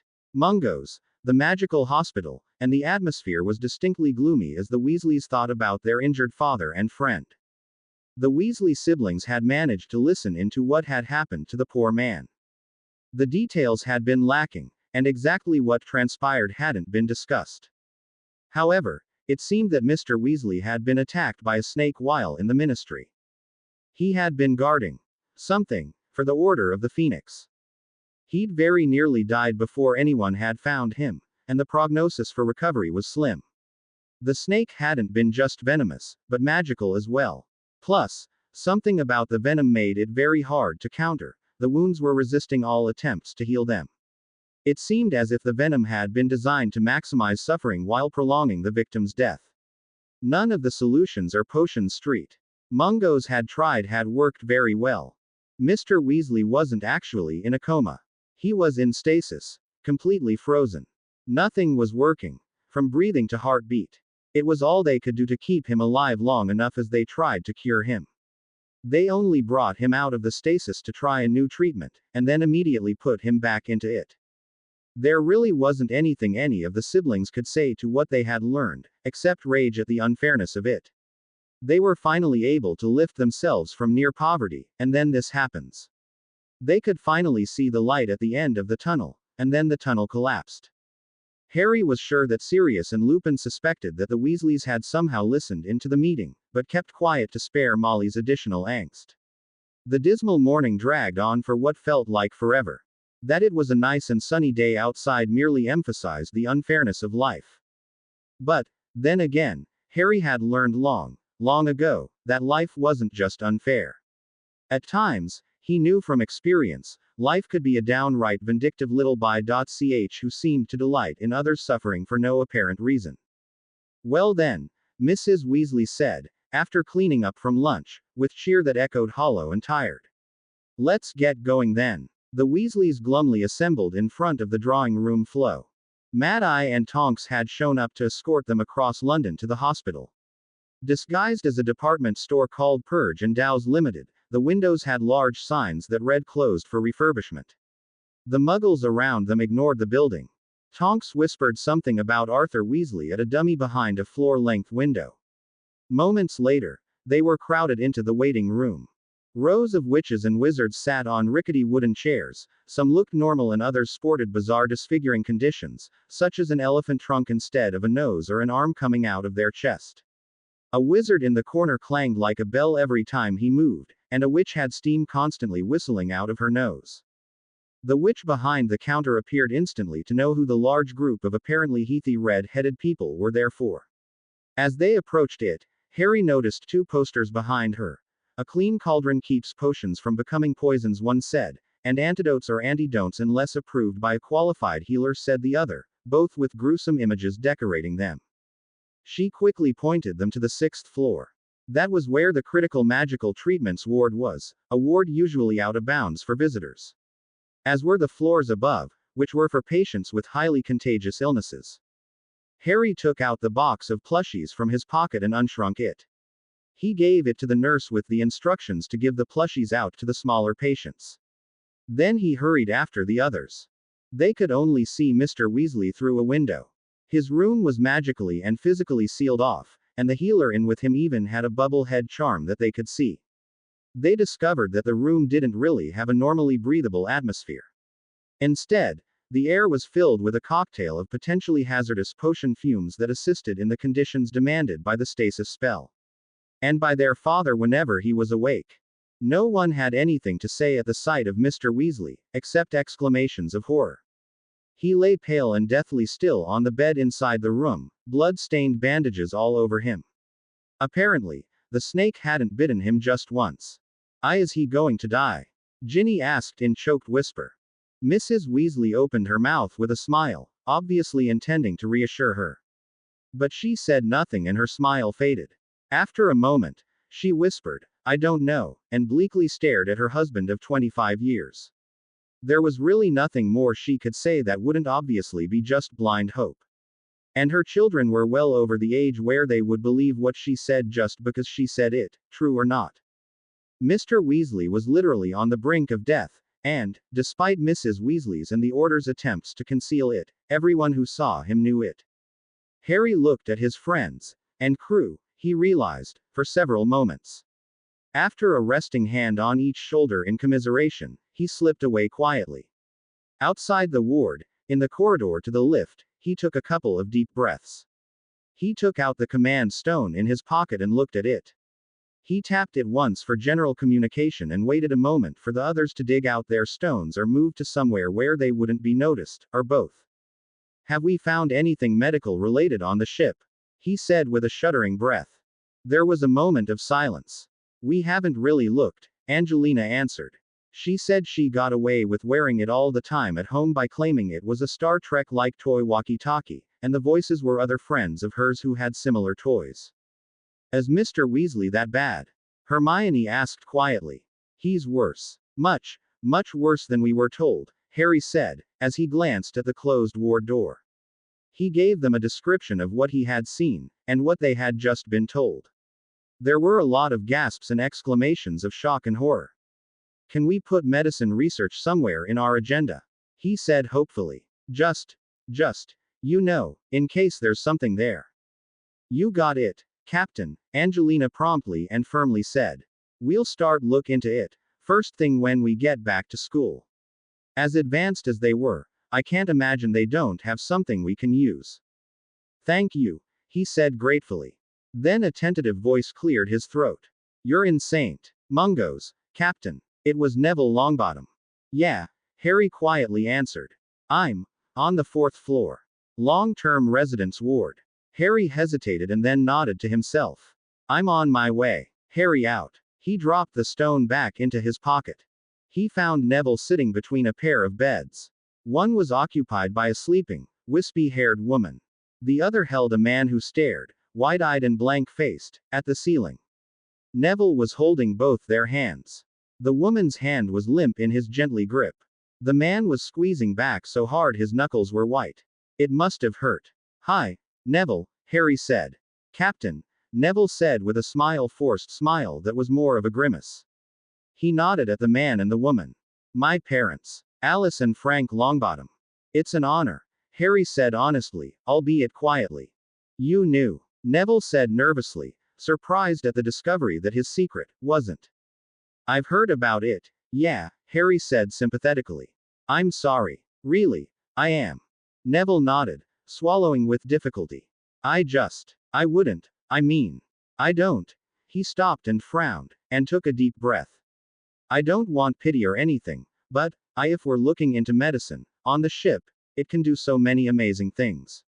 I thought, maybe we could. Yes, of course, Harry said sternly. Absolutely. We will look into this, too. Neville nodded, relieved at not being dismissed out of hand. And not that I'm holding any hopes. Just, if there is anything, he sighed and bowed his head.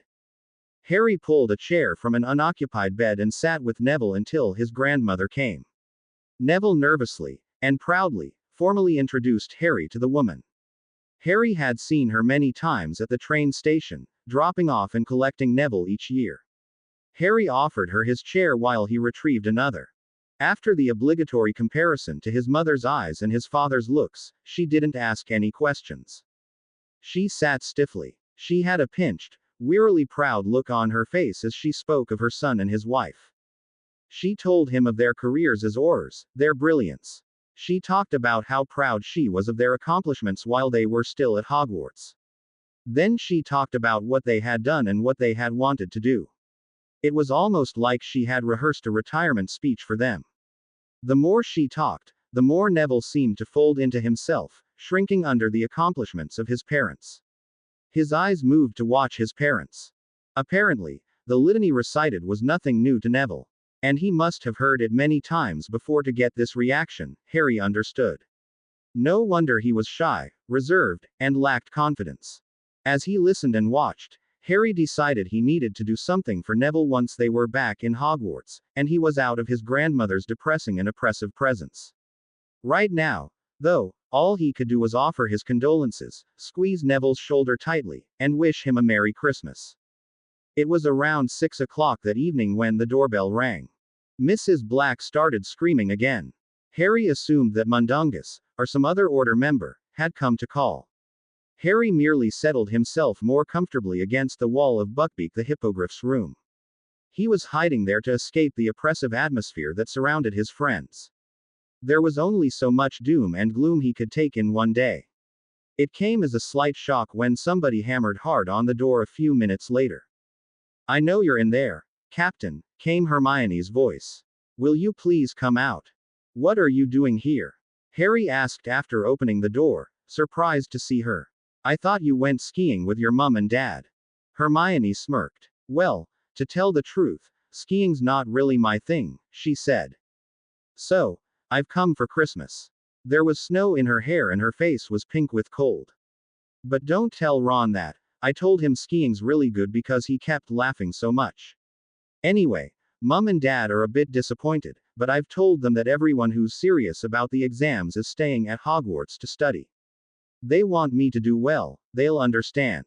Anyway," she said briskly, "let's go to your bedroom. Ron's mum's lit a fire in there and she's sent up sandwiches." When they entered his bedroom, all four of the Weasley siblings were waiting for them, sitting in a row on Ron's bed. "I came on the night bus," explained Hermione, airily. Harry had time to speak.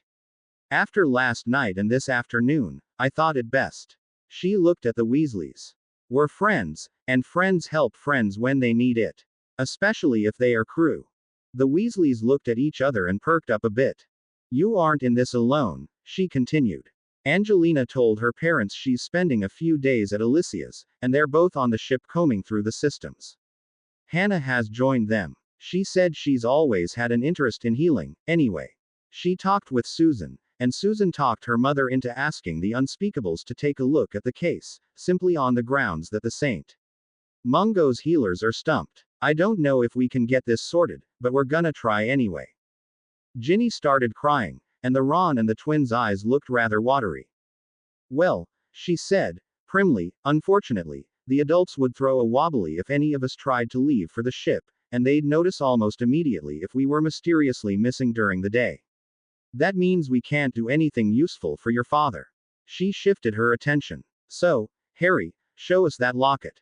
A few minutes explanation, and several very secure spells on the room and doors, and a check for portraits, and they were staring into the open silver box containing the locket. Harry moved over to the door and rubbed his scar. The pain and fierce headache had returned as soon as he had opened the box. After only a few moments of looking, Ginny's pale face looked at Harry. "Harry," she in a sick voice, "it reminds me of the diary, at the end."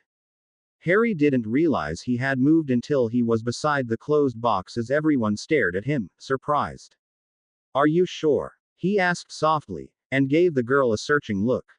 Slowly and gravely, she nodded. Ron looked stunned, and Hermione had the fingers of both hands over her mouth in horror. The twins were looking back and forth between them, alarmed and puzzled. A half-hour's storytelling later, the twins looked as sick as their sister. "We need basilisk poison," Hermione said shakily. "That's almost impossible to get," said Fred. "It would cost more than Dad makes in a decade, too," said George. "Tossing it into the sun would be easier, I think. As hot as it's supposed to be, that should do it," George finished, nodding. "But if it isn't," Hermione said, "we'd never be able to retrieve the locket."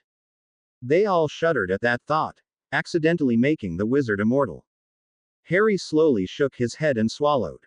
Now we know Voldemort made 2 of these. He looked up from the box at his friends. What if he made more? There could be dozens of these things scattered around, Ginny said, her voice trembling. There must be a way to track them, Ron mused. He looked at the box. If there's that much of his personality in them, he glanced at his sister, then they have very unique qualities. And we have a sample right here. I'm sure he has them protected with spells, Harry said. The simple ones, like point me, are probably blocked.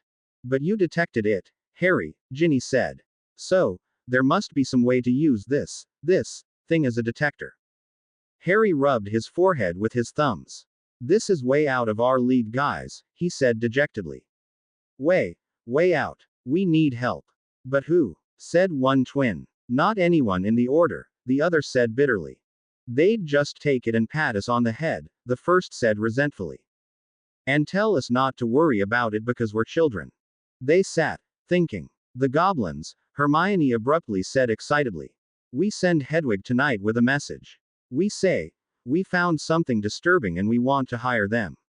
If they are amendable, we'll bring it in tomorrow. And we include one of these. She reached into her purse and took out a gold bar, to show we're serious. And they get to keep it regardless of if they can or can't help us after we explain everything. Harry stared at her. A grin slowly grew on his face. Brilliant, he exclaimed. Absolutely brilliant. Hermione blushed and preened a bit. If there's one person we can trust to treat us just like everyone else, it's a goblin. Plus, if we show them the gold, they'll do almost anything we ask. Plus, they know magic we haven't even dreamed of yet. And if it's sufficiently different magic, it might be able to do things wizarding magic can't. He rubbed his hands together elatedly. Almost simultaneously, there was a peck at the window. The twins took down their spells and let the bird in. And, in short order, Hermione had drafted a letter and Hedwig was off with an order to wait for a response. Now that the Weasleys had something other than their father to focus on, they demanded a complete retelling of the Golden Trio's adventures. Oh, and set this up as a general broadcast so the rest of the crew can hear. Yes, I know, Hermione said in response to Harry's less than enthusiastic response, you'd rather not talk about it. She looked at him steadily. I think it's only fair that they know the truth about what's been happening the last 4 years now that we've found that. She looked pointedly at the closed silver box. And after what happened at the third task, most of the crew ended up listening in. Angelina came on only long enough to say she had the ship recording it so that those who couldn't make it tonight, such as her and her team, could listen to it later. And, she added, it's an important point of history and we should make sure the truth is out there. So, Harry started talking.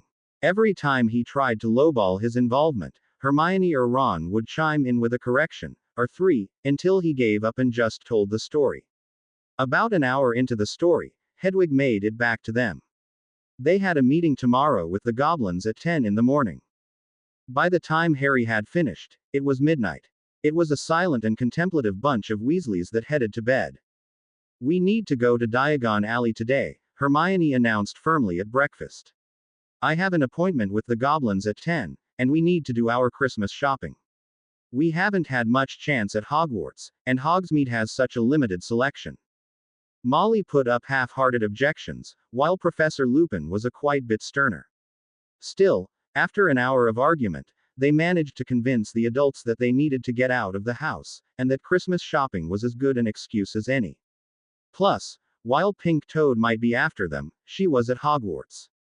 In addition, Voldemort couldn't take advantage without revealing he was back. And they really didn't want to know what the goblins would do if they missed an appointment. Plus, she had said triumphantly, all we have to do is use illusions on our hair and eyes, and people will never recognize any of us. Tonks and Lupin were their reluctant minders at Diagon Alley. As long as they were going to be there, Hermione, Ginny, Ron, Fred, and George decided to deposit their gold bars in Gringotts. They split up at the tellers as Tonks and Lupin wandered just outside. The Weasleys all used the excuse that they had made bargains at school with the Muggle-borns and wanted to open vaults. Ginny claimed she had helped a few students with sewing repairs and studying. The twins unabashedly admitted they had won the bars in bets. Ron said he had earned it teaching some of the other students in the chess club how to improve their game. From their expressions, Harry thought the goblins didn't believe the stories, but the bars were real gold. The siblings all exited the bank with slightly shocked expressions. They had known the bars were worth a lot of galleons, but they hadn't expected that many. They each had almost as many galleons as their father made in half a year at the ministry. They quickly scattered across the alley to cover the fact that not only Hermione, but Harry and Ginny planned to meet with the goblins at her 10 o'clock appointment. At the appointed time, they snuck off from the others. At the bank, they were conducted to a small office. More of a closet, actually. So, what is this disturbing thing? The goblin snidely said to them.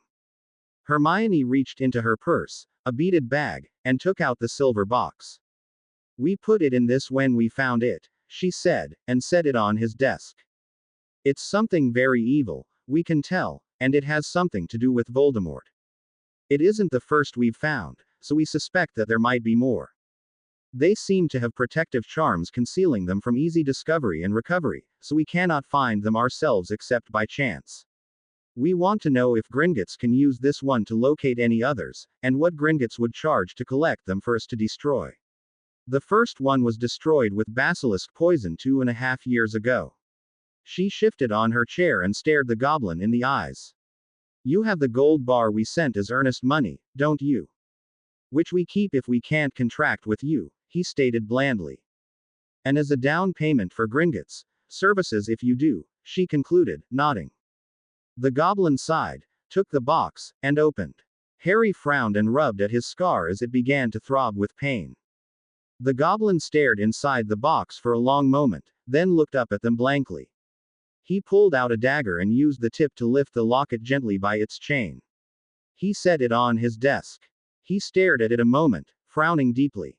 He held his fingers over it and muttered, then leaned back in surprise. He darted another look at them. He licked his fingers and ran them over the cover of the locket, jerking his hand back as it sparked at him. The pain in Harry's scar spiked. He wasn't able to hide his wince. The goblin noticed and stared at him steadily. Without taking his eyes off Harry, he again stroked the locket. This time he didn't react to the sparks, but Harry winced again. The fourth time he did it, Harry stared at him with narrowed eyes. Can you help us or not? He growled. The goblin leaned back in his chair. Tell me more about the first of these, he said blandly. Do you have something to view memories with? Harry said quietly. Half an hour later, the goblin reeled back in his chair. He studied Harry with a new respect. Abruptly, he said, we require another gold bar as surety. Harry and Hermione exchanged glances. She shrugged and reached into her purse again. She laid the bar gently on his desk. His eyes tracked its movement and his greed was clear. A gold bar for each verified item, as we present it. Harry nodded. We have an accord, the goblin said. It will take a few moments to create a contract. He opened a drawer and removed a quill, inkpot, and parchment. Most of the contract must already have been written and it took less than 5 minutes for him to fill in the exact details on the parchment. He handed it to Harry, who handed it to Hermione. She spent 10 minutes reading the entire contract, front and back. It looks complete, she said. Harry nodded. She handed the parchment back to the goblin, Sharpnose. He took it and signed it, this time with a S. Arlet-colored quill, then handed the quill and parchment to Harry. Harry started to sign, but the familiar twinge on the back of his hand made him stop and stare at the goblin. The goblin shrugged. All major contracts require a blood quill, the ministry insists. Harry nodded and signed the contract. Sharpnose's eyes lingered on the scar on Harry's hand, and he sneered. Harry shrugged. The ministry, he explained. I am but a student, he said. The goblin stared at him. You are a warrior who has bested a 60-foot-long basilisk with naught but a sword. They shouldn't question your word. Harry shrugged again. He stared at Harry a bit longer, then said in plainly fake casual tone, what has been done with the basilisk? Nothing that I know of, Harry responded. Can you still get to this chamber of secrets? The goblin's quick question showed that his eagerness had leaked past his facade of casualness. Harry shrugged. Maybe. It is in Hogwarts, though, and the ministry is keeping a close watch on me. They would interfere, I'm sure. He frowned in thought. But I could probably get in, yes. If you can get a Gringotts team in to render the creature, assuming it is still there, Gringotts will credit the Potter vaults with 50% of the profits. 80%, interjected Hermione, and 10% of the renderings. They settled on 67.75% of the profits, and 5.33% of the renderings. They would notify the goblins if the snake was still there, and when they could schedule a convenient time, which Hermione said would be a time with the least likely amount of possible interference, to go in for it. You may go, Sharpnose said quietly after signing the second contract. We are done. He could barely contain his glee. As they left the bank, Hermione said, they can apparate to Hogsmeade, in the Shrieking Shack, then come in through the tunnel. Once we're on the grounds, Dobby can pop them to the chamber. Or, the twins could side along them into the Honeydukes tunnel and then lead them, disillusioned, from the one-eyed witch to Myrtle's toilets. She barely paused as she added, we should do it late at night after Christmas Day before the students return. Less chance of interference. Harry agreed. Seemed simple enough. Why the renderings, though? She shrugged. We can replicate them on the ship and see just how much of their abilities are magical and how much mundane. Besides, they'll make good barter. And we could use the venom. She eyed him significantly. She turned to Ginny. And you, we need to see about getting you to see a qualified psychologist. Ginny frowned at her. A what? Psychologist. A mind healer. Having Riddle living in your mind for 10 months can't have been without some side effects. We need to make sure you're at 100%. She glanced at Harry. While the headmaster is without a doubt one of the most powerful and smartest wizards in England, he is not a professional healer. If he were, then he would have no need of Madame Pomfrey in the hospital wing. Ginny just stared at her. And you, too, Harry. We can't have a captain with hidden mental problems, now can we? They both stopped and stared at her. In fact, a psychological checkup might be in order for everyone. It certainly couldn't hurt, now could it? Their eyes bugged out slightly. Harry had to close his open mouth. She placed her hands on her hips and rolled her eyes. Well, it's not like we can't afford it, is it? It'll all have to be this summer, but I think we can easily manage it, she said firmly. Yes, number one, Harry said weakly. Make it so. Ginny gave him a sharp look. Hermione smothered a smirk at his answer and nodded happily. They resumed their search for the rest of the Weasleys. Which was rather difficult, actually, as they all, even Lupin and Tonks, were wearing glamours. Ginny, Hermione, and Harry eventually caught up with the Weasleys in Flourish and Blots. After a brief lunch in one of the alley cafes, they continued their aimless wandering, shopping, for another couple of hours. Or, in Harry's case, as pack mule for the things they were buying. Truly not much of a chore, considering that Lupin reducioed the bags and featherlighted them. All Harry had to do was slip them into his pockets. Her father, Hermione said, would have been so jealous. Despite their success with the goblins, it was a very gloomy Christmas in Grimmauld Place. In fact, it was the most depressing Christmas Harry had ever experienced. Oh, he had been depressed at the Dursleys for being ignored, and had frequently wallowed in self-pity during halls while there. But he had never been in a place where death hovered over every conversation, where they expected at any minute to hear someone dear to them had died in horrible agony while they stood nearby, watching, unable to do anything to save them. But, unlike everyone else, he was used to being unable to affect his situation, and being kept in the dark by adults. Still, it was very oppressive. And his scar periodically hurting and giving him headaches didn't help. All things considered, though, he was having a good Christmas. Not a great Christmas, but good would do. Hermione was a big help. She spent hours distracting him with colored-coded detailed plans on how to get the goblins into the school without detection. And badgering everyone to catch up on the schoolwork they had let slide because of the ship. Which was remarkably effective at both tasks for them, catching up and distracting. At least for a little while each day. By Christmas Day, she had a dozen different schemes for sneaking the goblins into Hogwarts, with another dozen contingency plans for each.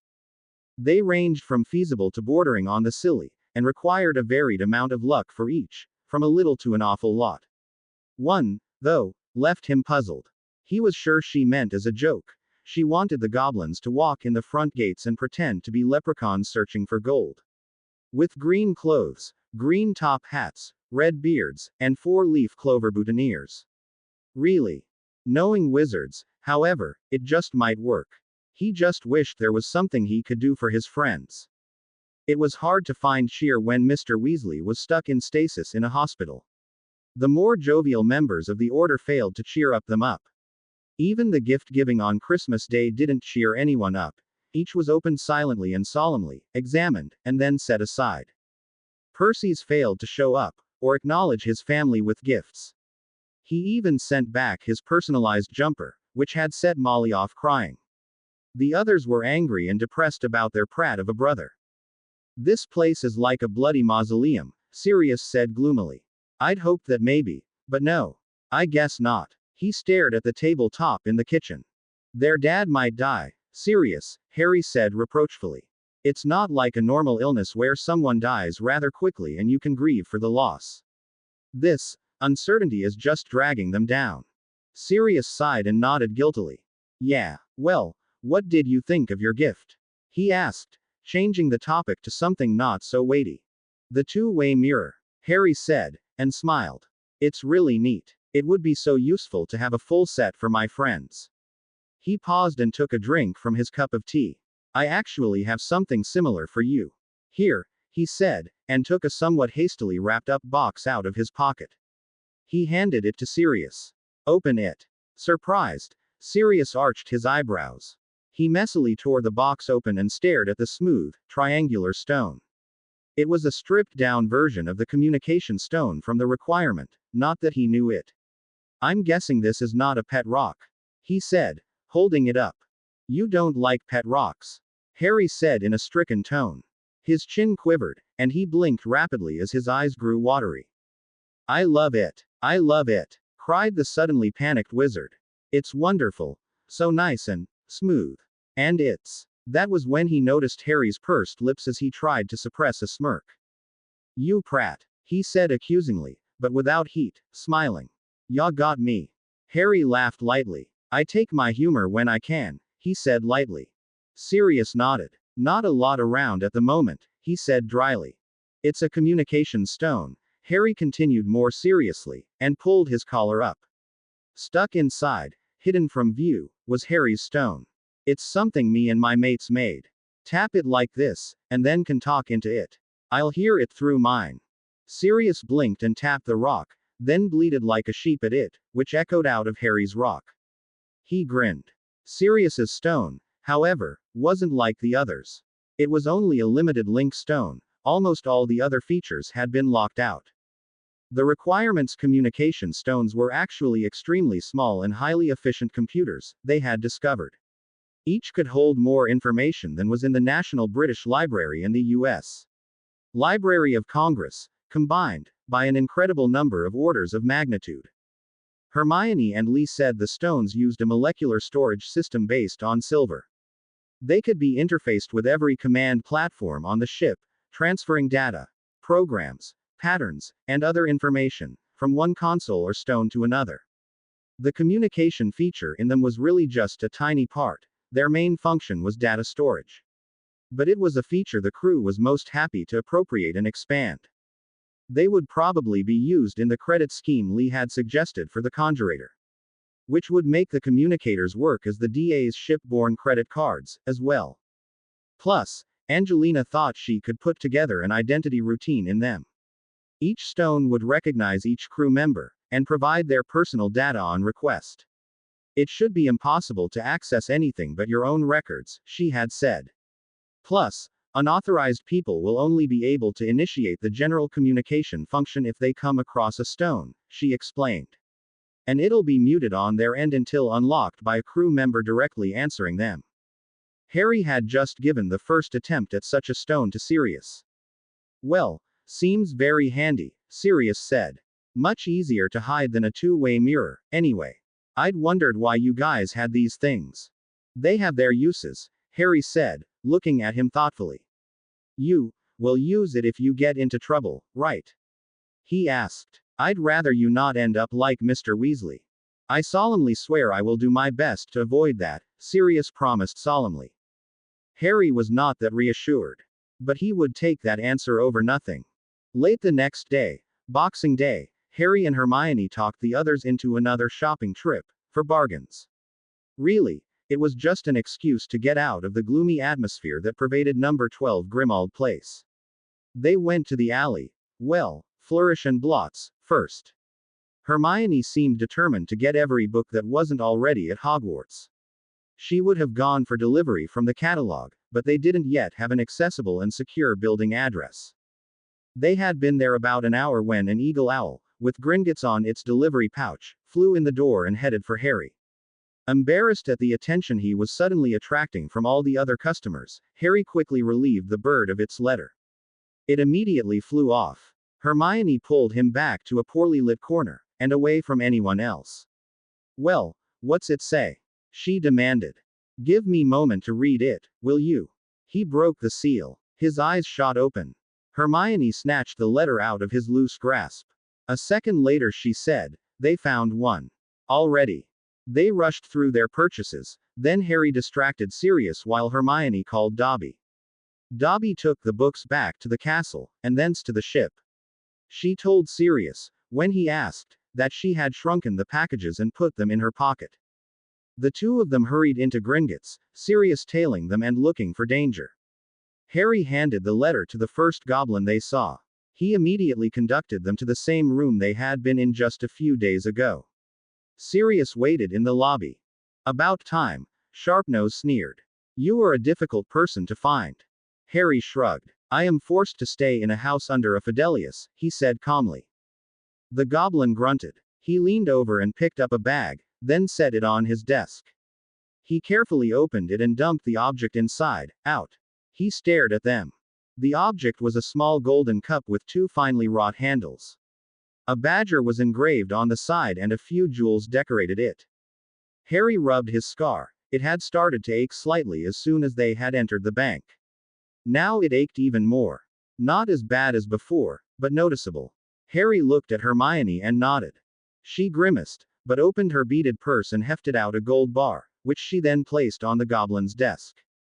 He grinned widely, put the cup back in the bag and slid it towards her. She made another grimace, but retrieved the bag and dropped it into her purse. The grin on Sharpnose's face disappeared and he looked angry.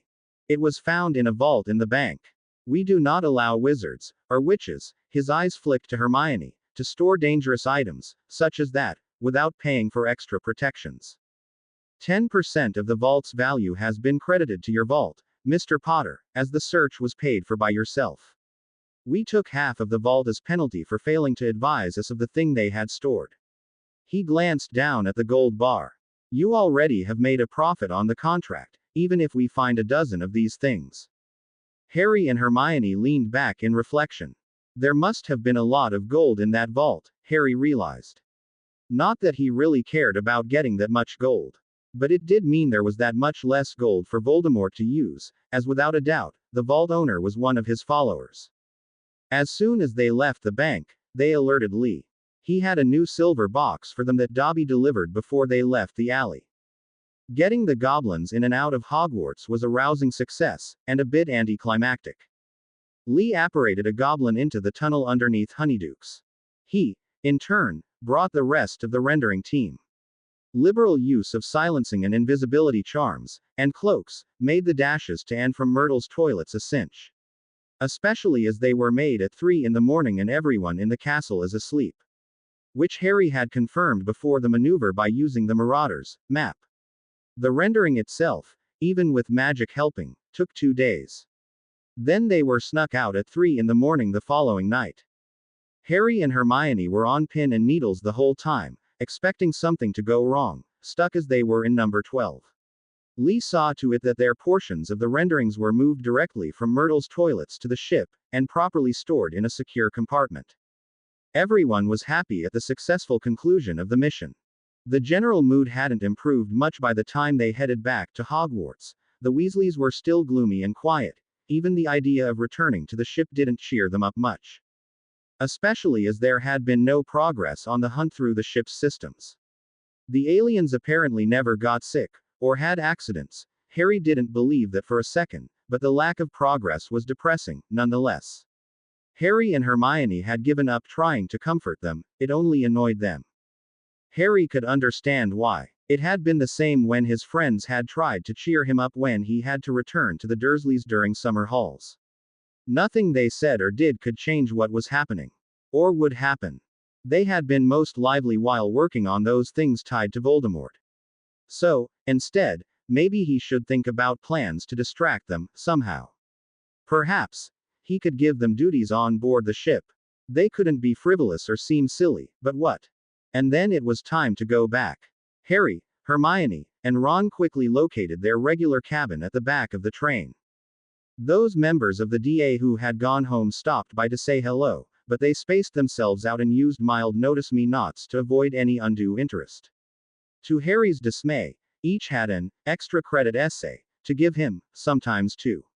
Almost all of the essays concerned things the crew wanted to do themselves, or that should be considered done for the benefit of the entire group. Ernie Macmillan, after handing in his two essays, sat down and looked at Hermione earnestly. This cup the goblins found for you, it was about this big, right? He held his hand about 2 fists apart, one above the other. Hermione nodded. And it had 2 handles, one on each side. She nodded again. He took a breath, took a book out of his rucksack. It was Hogwarts, a history, and opened it to a bookmarked page. Did it look like this? He said, handing the book to her. Her eyes shot open. Oh, Merlin, she whispered. I should have remembered. Harry looked over from the side. There was a full-color picture of the cup the goblins had given them. Underneath it was the caption, Helga Hufflepuff's cup, said to enhance any potion poured into it. The Smith family has claimed it as a family heirloom for many centuries. It is believed to have been stolen and lost in 1961. On the opposite page was a drawing of a diadem. Its caption said, Rowena Ravenclaw's lost diadem, said to enhance one's ability to concentrate and think. It disappeared upon her death and has never been seen since. Hermione gulped and nodded. Yes, that's the cup. Shite, Ernie said dejectedly and vehemently. Hermione turned to the previous page. The drawing there was of the locket they had left with the goblins, the one that they suspected that was the same as Riddle's diary, possessed. It, too, had been stolen from the Smiths in 1961. Opposite was a fourth drawing. This time it said, Godric Gryffindor's lost sword, said to present itself to any true Gryffindor in a moment of need. It disappeared upon his death and has never been seen since. She stared at it, then said, I'm seeing a pattern here, Captain. Harry stared at her. A diary, which is a personal item, important to Riddle. A locket, which is a personal item and important to a Hogwarts founder. A cup, which is a personal item and important to a Hogwarts founder. The last two are in the paintings we have of the founders. She looked at Harry, pale-faced. He defiled ancient founder artifacts. Harry looked back. But we know Gryffindor's sword isn't cursed, he said. Riddle probably never found it. Or the enchantments were too strong for him. Or he thought 3 was a good magical number to stop at. She said stiffly. But he might have found and been unable to resist using the diadem. Which would be 4. So there's probably at least one more of those. But 4 is not a good magical number. 5 would be more likely. So, 2. She nodded. He shrugged. Well, we'll just have to see what the goblins come up with. He grinned. It's not like we won't have enough gold bars, is it? Ernie listened to their discussion quietly. He looked at them a moment, then said, we need a scanning and projecting function added to the stones. That way, someone can show you what they are looking at. The stones could project an image on a wall or something. And recording, just in case. Ernie wasn't the first, nor the only one, to think of that, Harry realized as he started reading the essays, later. Several people suggested that the communication stones be made more useful. They wanted not only see what another was looking at, but to be able to actually scan and create a 3-dimensional image to display, if the object was small enough. Recording functions, both audio and video, were highly recommended. Alicia Spinnett's first essay dealt with the issue from a different point. She suggested what she called a Star Trek-like communicator and tricorder, based on a square, mirrored compact. The mirror part would double as a screen, like Sirius mirrors, but she didn't know that, and let people see who they were talking to, unlike the current communicators.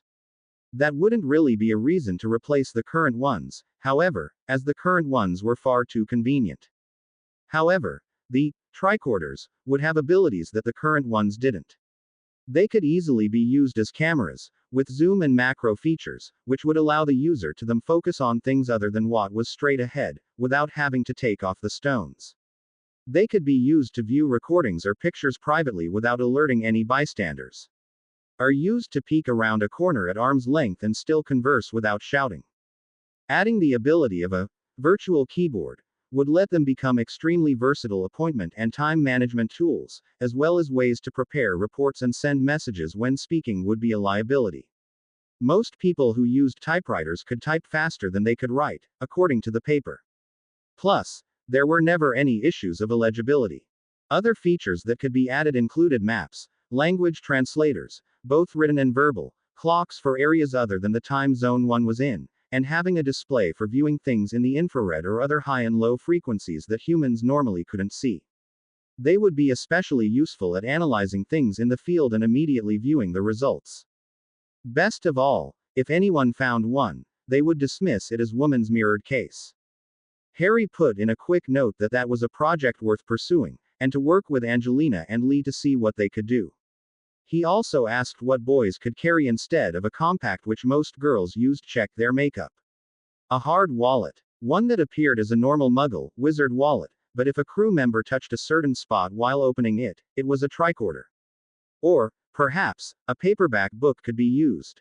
A non-crew member would think nothing of seeing someone with a book. Have you thought about the batteries? Harry asked Hermione as he went over the other essays. Lots of them had to do with muggle gadgetry. Marietta wasn't the only one to suggest a tricorder device.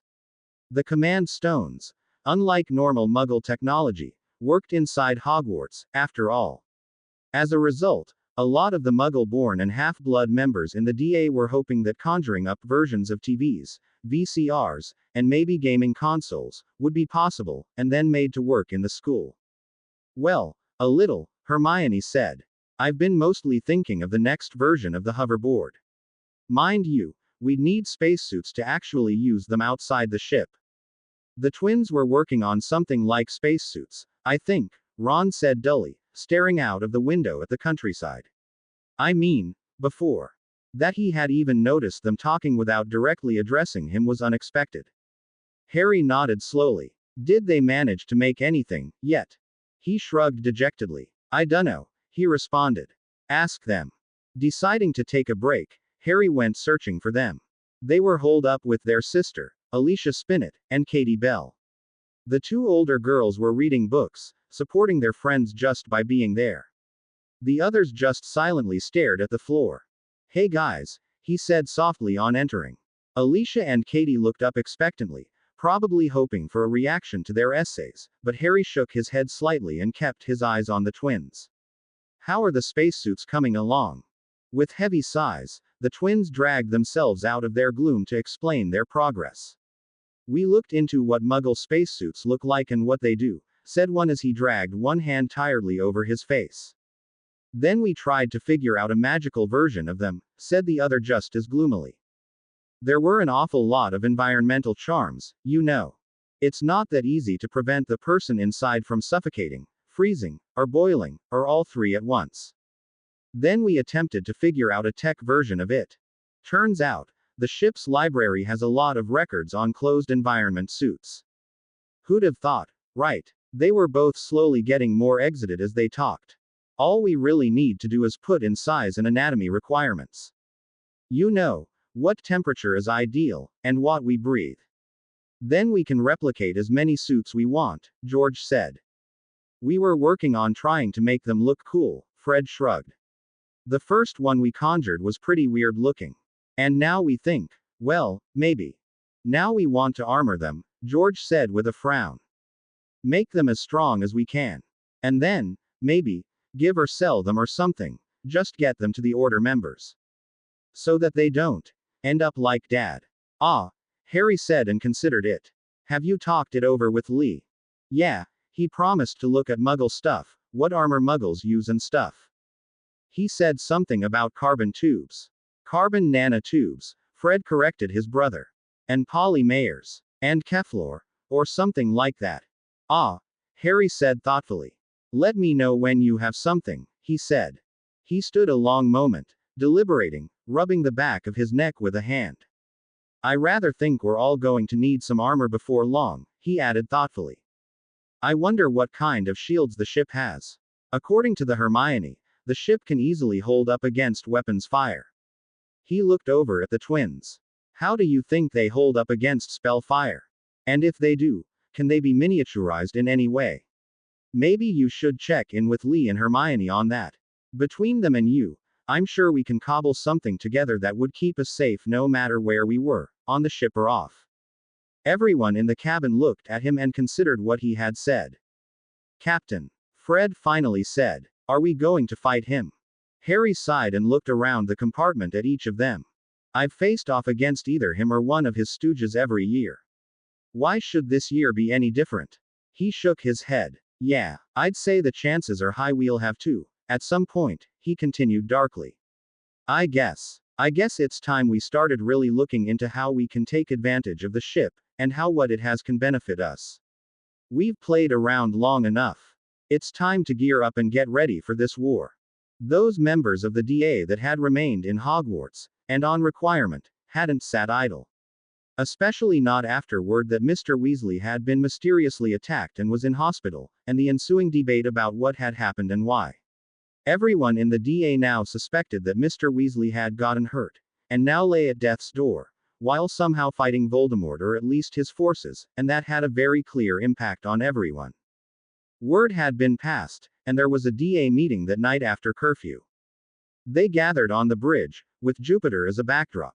Okay, Captain, here it is, Terry Boot said and handed Harry something that looked like a command stone at first glance. That's the idea I mentioned, and why I wanted permission to use the conjurator over the halls. And this is? Harry asked as he studied it. It was like a command stone in that the centerpiece was the same material and color. The stone, and the dull metal frame that held it, were both thick irregular hexagons, not quite as big around as his palm. Put it in the center of your chest, and tap the stone, Terry eagerly said. It's not going to blow me up, is it? Harry asked, even as he did as instructed. It stuck to him with the strange magnet-like clamp that the control and communication stones did. Hermione had told him it had something to do with molecular fields and attractions, or some such thing. She'd lost him after the first 3 words. Harry hesitated a moment, but when he did tap the stone, he felt a flowing sensation rush across his skin. He rippled in the light as something surrounded him. It wasn't exactly luminous, but if light had a physical form, it might have been like that. It was almost like someone had both thrown and dumped a bucket of water over him, the water running up and down and enveloping Harry entirely.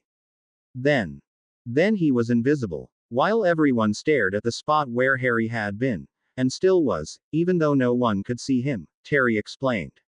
The ship has its own invisibility cloak, of sorts, he said. I can't make heads or tails of the science, it has something to do with bending light or some such nonsense. It took a bit of work, but I managed to, well, miniaturize it. Hermione looked fascinated. How is it powered? She asked, excitedly. And how long does it last? It has the same type of micro power source as the command and communication stones do, which is to say, not a lot. It uses a lot more power than the stones, so while we can talk pretty much forever through them, the cloak, well, it has maybe enough juice for 3 hours, then you're in the hard lines, Terry admitted. Still, this just a prototype. It could be a viable way of getting our people in and out of the ship without anyone ever noticing. Oh, this is brilliant, Harry said breathlessly. He took the cloak thingy off his chest and looked at it admiringly. This is the final version. After you figure out the power situation, that is, this is how it's going to look. Well, not really. I wanted to put all the components into one piece, so I could see how it worked, Terry said modestly. This one's basically just a display version. Now that I have the necessary components in place and know it works, I could probably fit it into pretty much anything that was big enough, about half its current size. He nodded at the device. Depends on the battery, though. The bigger the battery, the more space it's going to take. Brilliant, Harry murmured. Very, very brilliant. He turned the cloak device in his hands repeatedly. He looked up with a smile. What else have you been working on? He didn't really expect anything. This cloaking device was more than a big enough Christmas present to them all. Well, Terry said, we made a basic secure trunk. He motioned to a bunch of metallic looking trunks stacked by the wall. They will only open when you place the right command stone on the lid. We're still working on them, unfortunately. All the unlock spells we tested, Alohomora and so forth, are blocked because the locking mechanism is too complicated for a spell to simply flip a tumbler or slide a bar and unlock it. But more complicated lock-picking spells probably would pop them open. So, he grimaced, they're still a work in progress. Harry nodded. Better concentrate on the invisibility cloak device first, he said, and handed the device back. How long do you think it will take before we can conjure a cloak for every DA member, at least? Terry shrugged. That depends on how long it will take to figure out a better power source, Terry admitted. Harry shrugged. Just the current model right now, for emergencies. We can always use them for materials when the new ones are ready. I might have some ideas. Batteries, Hermione said. I've been thinking about them for another project. Perfect. You two work together on that, Harry said. Now, has anyone else got anything to show off? The DA members exchanged looks, but no one spoke up. In that case, I have something to say to you all. Is everyone here? He glanced around the room once more. It appeared everyone was there. And Harry could have sworn some of them actually stood at attention to listen. A few he saw with their hands clasped behind their backs. They all watched him attentively. It was oddly gratifying. And a bit worrying, too. But for now, he let it slide. In light of recent events, I'd like to introduce a sort of agenda for, well, I suppose, for the crew of the DSS. Requirement, Harry said, and saw a lot of chins tilt up. It seemed that some liked the sound of that. Crew of the requirement. We have a lot of opportunities here that no one else has. We have knowledge and manufacturing capabilities that no one else on Earth has. I think it's time we put that to use. As of now, I want to prioritize equipment, items, and any sort of devices that might ensure the protection and safety of DA members. Harry motioned to Terry. The invisibility cloak device is a bloody good start, and an example of what I mean, as are the spacesuits the twins are working on, he said. Everyone turned to look at the surprised twins. I want a lot more ideas like those. Shields, armor, the full Monty. If you can come up with an instant bandage, or a healing device, that would be splendid. Just anything you can think of which might save your or your mates, hide in a fight, or war, or any sort of terrible situation. Any questions? Marietta Edgecombe's hand shot up. Are we going to war with the ministry, sir? She asked worriedly, her anxiety carving lines on her face. Harry studied her carefully, how she stood and her apprehensive expression. Then he looked around the room and took in the similar stances and looks of a few others. That was a real concern for them, he realized. Nearly everyone else had a frown or their eyebrows arched at the question. He shook his head. As much as the ministry seems to want to be our enemy, I'm actually thinking of Voldemort and his people. Many of the DA members flinched at the name. Still, anyone here who isn't prepared to fight, doesn't have to. I am not making an army here, he said as he shook his head. I just want you guys safe. I would hate, he paused, hate to discover that you or your families had been attacked or killed, and that there was something on this ship that could have protected or saved you and we didn't know it. He shook his head back and forth, hard, several times. So, if we come up with, say, a body armor that can withstand spell fire. One which we might be able to hand over to those people who are fighting the war. That would be really, really ace. He gave them another sweeping look. You are going to go to war, aren't you, Captain? Ron asked quietly. Harry made a wry expression. I've been at war since I first arrived at Hogwarts, as you all know. I don't think anything I could do would keep me out of it. So, yeah, Harry said, as he shrugged. But I'm not looking to drag anyone with me. No one who doesn't want to fight, has to fight, period. But I'd appreciate your help in getting prepared, anyway. He stopped and grinned. And we've got the ultimate safe house, don't we? He waved his arms in an expansive gesture to point around them at the ship. With plenty of room for non-combatants and their families. If it comes to that. The ship, they had concluded, could easily house several thousand people. And they had the patterns in the ship's conjurator to build a complete city in space that could be home to almost the entire wizarding population, limited to non-Voldemort supporters, of course, if they so desired. The meeting quickly disbanded after that. Everyone looked thoughtful and worried. Harry wasn't sure if it was intentional or not, but soon he was alone on the bridge. The elevator's doors closing left him in solitude. It was just him, and the vast expanse of Jupiter outside the window, and slowly, Harry finally begun to relax. For the first time in 2 weeks, he had a truly restful night in his cabin. Whether it was his little speech and request, or the Daily Prophet's lead article on Monday about the breakout from Azkaban of Voldemort's top 10 lieutenants, the DA members began concentrating heavily on the requirement and its manufacturing capabilities. There was an atmosphere of seriousness about the DA, now, and even those who hadn't previously done much around the ship began to chip in. Everyone was learning ancient runes now, with textbooks and dictionaries easily conjured on the ship, and all notes eagerly shared. It was no longer an esoteric subject of dubious use in the rest of the world. In addition, they were scouring the ship's systems for anything that might be of use. The extra work saw them skimping on sleep, and they quickly learned how to get by with only 5 or 6 hours sleep. An occasional invigorating draft was a common method of coping. They were careful to regulate that, as none of them wanted any of the known side effects due to overuse of the potion. And every week or so, they slept for 12 or 18 hours straight, usually a Saturday or Sunday so they wouldn't miss any classes.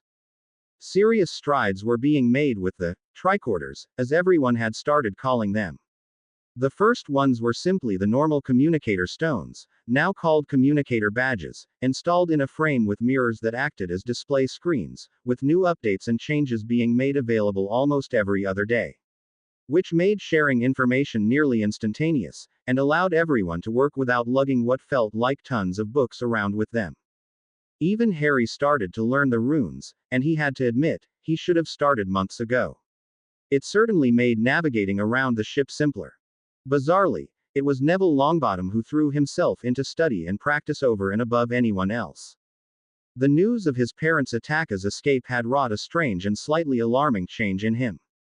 He barely spoke during actual DA meetings anymore, but worked relentlessly on every new jinx and counter curse that Harry came up with, his plump face screwed up in concentration. He ignored injuries or accidents, working harder than anyone else in the room. It was quite unnerving how quickly he was improving. When Harry taught the enhanced shield charm so that curses rebounded upon the attacker, only Hermione mastered the charm faster than Neville, by seconds. Plus, when he wasn't practicing the spells, he was studying the runes with a concentration unmatched by the any other. Harry almost never saw him sleeping, and he seemed to be taking the invigoration draft rather frequently. As soon as he had made sufficient progress, he dove into the ship's library systems with equal fervor, a runes, dictionary and tricorder at his elbow. The goblins sent another owl. This time they had discovered a ring. It had belonged to the Gaunt family, but the last of them had died in 1981, and the ring now rightfully belonged to Harry, they said, by right of conquest. Without mentioning a name, specifically, he thought they knew the objects they searched for were Voldemort's. Remembering what Tom had said in the chamber, Harry knew this was Voldemort's family ring, which he told to Hermione. A personal item, she said, just like the diary. It joined the other one in another silver box in a magically hidden compartment on the ship. And the goblins said they had leads on 2 more. He must have made 7, Hermione said bleakly. We have 2, you destroyed 1, and they have 1. That's 4. Counting himself that makes 5. And the goblins have general locations on 2 more. She looked up at Harry. We should destroy the ones we've found. So far, Harry firmly said. We don't want him to somehow find them and get them back. She nodded. Well, the goblins sent us our portion of the renderings, so we've got plenty of venom. She sighed, staring at the two boxes. It seemed such a shame to destroy the founder's items, though. Then her brow furrowed in thought.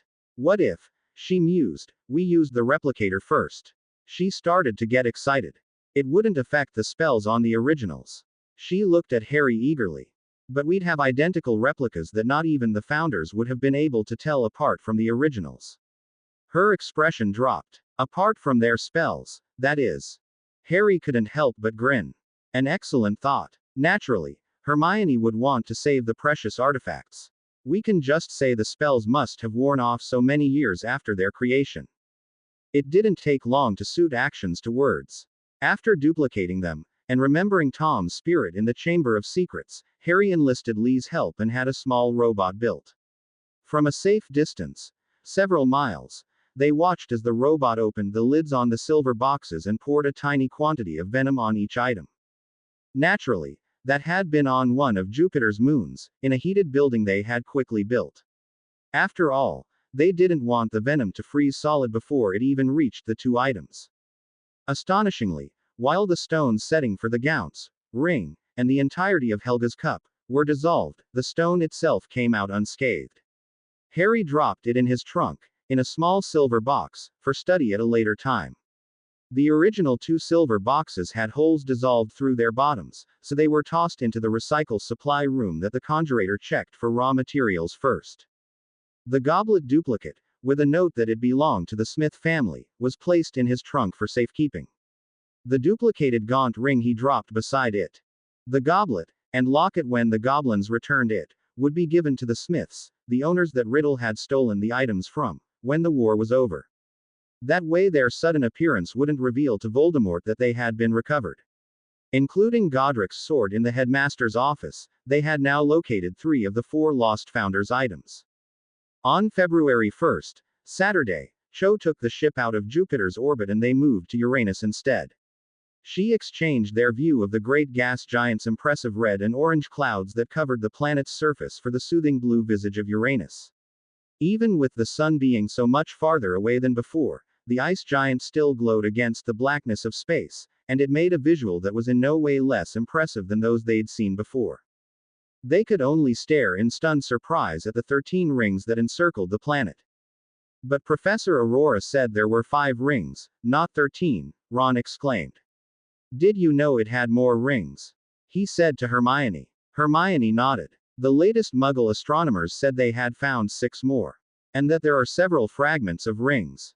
She pointed. Look, there. Do you see the thin line there? The idea of going to Uranus was that they could stay there much more easily than they could at Jupiter. The atmospheric drag was less, and their orbital speed made it even more manageable. In addition, they could mine Uranus's various moons for many of the materials they needed. If necessary, they could move back to the asteroid belt for the harder-to-find elements. The Kuiper belt, slightly beyond Neptune, was comprised primarily of ices and a few rock asteroids. But, in any case, at Uranus, they could concentrate less on the matter of getting helium-3, and more on what to do with the material they did get. February was dismal, and Valentine's Day was only interesting because of the mysterious letter Hermione received, and the results it engendered. That was when Harry discovered that she hadn't been concentrating solely on the ship and school work. Listen, Harry, she said, looking up at him with narrowed eyes. This is really important. We need to be at the 3 broomsticks at lunch. He shrugged. Sure, why not? And rubbed his aching scar again. That Luna Lovegood accompanied them to Hogsmeade was unexpected. But not nearly as unexpected as the surprise that awaited him in the pub. Rita Skeeter, the ex-journalist from the Daily Prophet and one of Hermione's least favorite people in the world, was waiting for them. They exchanged pleasantries, and ordered lunch. It was a rather rocky conversation, at first, as Rita and Hermione traded insults, threats, and dire promises, while nibbling at their food. What cinched the deal, however, was the small gold block, about a quarter of what they usually used, that Hermione set on the table, wrapped discreetly, of course. After a brief look under the wrapping, Rita assured them that they had her complete cooperation. She promised a completely fair and impartial article on whatever it was Hermione wanted. To Rita's surprise, Hermione instructed Harry once more to tell the story about the end of the Triwizard Tournament's third task, and his ordeal in the graveyard. It wasn't an easy story to tell, what with how Rita interrupted him with questions every step of the way, but he managed to do it. The story was going to be printed in the Quibbler, the Wizarding World's equivalent of a conspiracy and bizarre stories newspaper. So bizarre, that even wizards looked askance at the articles. That the paper was owned by Luna Lovegood's father explained her presence at the table. Later, on the way back to the castle, Hermione explained. Look, Captain, if you're going to be fighting a war, you need as many people as possible backing you or you'll fail. That's a simple fact. Right now, Voldemort has an advantage over you, the Ministry is ignoring him and is in favor of portraying you as an unstable, lying fraud. They're using the Daily Prophet to keep people focused on your supposed problems rather than admit the truth. Which would bring them a hailstorm of criticism on their inaction. Harry sighed. He didn't like it, but it was the truth. He just wished he could keep better control of his temper. And that his scar didn't ache so much. They lapsed into thought as they slowly walked back to the castle. When they were almost at Hogwarts gates, she said, you know, we could have Rita write the truth about Sirius' situation. And, although it makes me cringe, we have the gold to outbribe anyone who might object to a fair trial. Harry stared at her. He had never thought of that. They had a virtually unlimited amount of gold, why not use that to get Sirius free? He started walking faster. It's a pity, Luna said dreamily, that we can't just show the Ministry his memories of what happened. She shook her head sadly. The Weetimerus mice would never believe it though. The other two just stared at her. Brilliant, Harry said, finally. That's brilliant. As soon as they were secluded in his room in Hogwarts, Harry used the mirror to contact Sirius and explain their plan. Susan says her aunt is as honest as a summer day is long. I can have Susan give her the memory vials, and then we see what she says.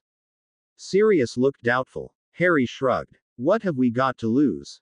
Dobby delivered the memory vials that evening, which they duplicated for Rita, and then passed them on Susan. It'll be a couple of days before she answers, Susan said. She'll want to check Ministry files and such to see if there is anything that contradicts what the memories show. Harry's story came out a week later. The next day Seamus, who had been ardently ignoring Harry, apologized for his actions. As a result, things in general became less hostile in the dorm and common rooms. Not that Harry spent that much time in his dorm, preferring that others know where he was to throw off Pink Toad from noticing that crew members were conspicuously missing. But any decrease in tensions was welcome. Oddly, Draco was seen, twice, headed for the 7th floor at night during his patrols as a prefect. Apparently, he had heard of the Room of Requirement and was trying to find it. This was upsetting on several levels.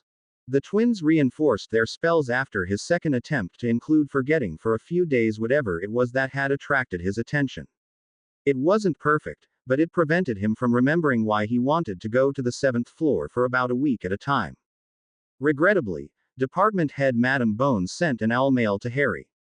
She indicated that while the memories were very interesting, she was very sorry to say they were not considered adequate proof. Considering how Dementors affected prisoners' memories, serious detractors would say they were dreams and hallucinations.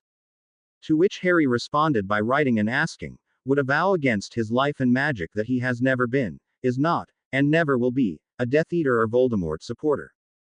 That he was not the secret keeper, did not lead Voldemort nor any of his forces to the Potter's house that Halloween night, and that he had not had time to send any spells at Peter Pettigrew when he confronted him in the Muggle neighborhood 14 years ago, be sufficient. And that myself, Harry Potter, and Ron Weasley, Hermione Granger, and Professor Remus Lupin saw Peter Pettigrew alive 2 years ago in the Shrieking Shack.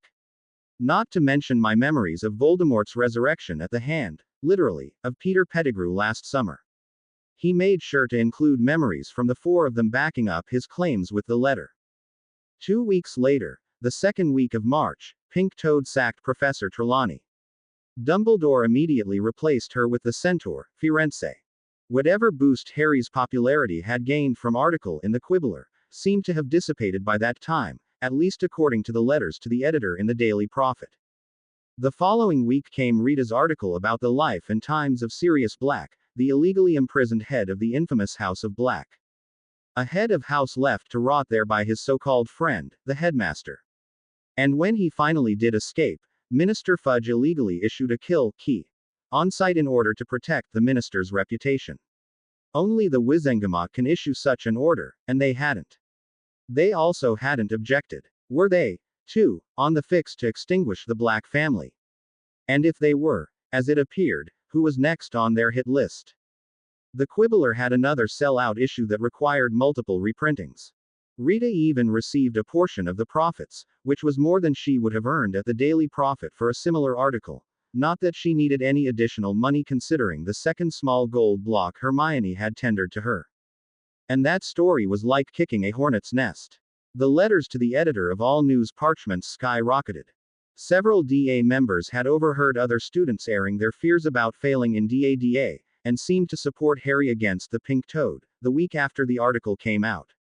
Harry held an emergency meeting of the DA the next night and held a vote. The decision came out to be fairly reasonable. If they were willing to sign the contract, and vow to keep the ship secret until it became general knowledge of the wizarding public, no one would object to the new members.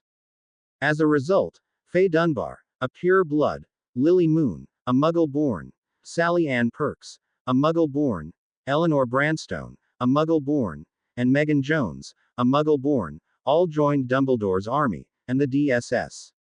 Requirement. The group was beginning to grow. And now that they had added their first new members, Harry knew that there would be more in the coming months before summer halls. And then Rita released a second article with the details she had withheld from the first article. Followed, a week later, with how the minister had imprisoned another innocent in Azkaban 3 years before, merely to be seen as doing something. She used the ministry's own records to back up her story of the minister breaking the ministry's laws. The fourth article was about Minister's handling of Barty Crouch, Jr. The public finding out that he had been Ed without an investigation into his escape or a chance to determine who had helped him, and why he was at Hogwarts, left the minister in a very bad situation. Was he a tyrant in the making? One bent on the destruction of their society of law? Or was he a secret supporter of he who must not be named? Especially because the minister didn't have the power to issue a order, on the spot and without a trial. Fudge was not having a good month. The galleon Sirius was withdrawing from his vault for bribes kept the pressure on the minister until a trial was reluctantly scheduled.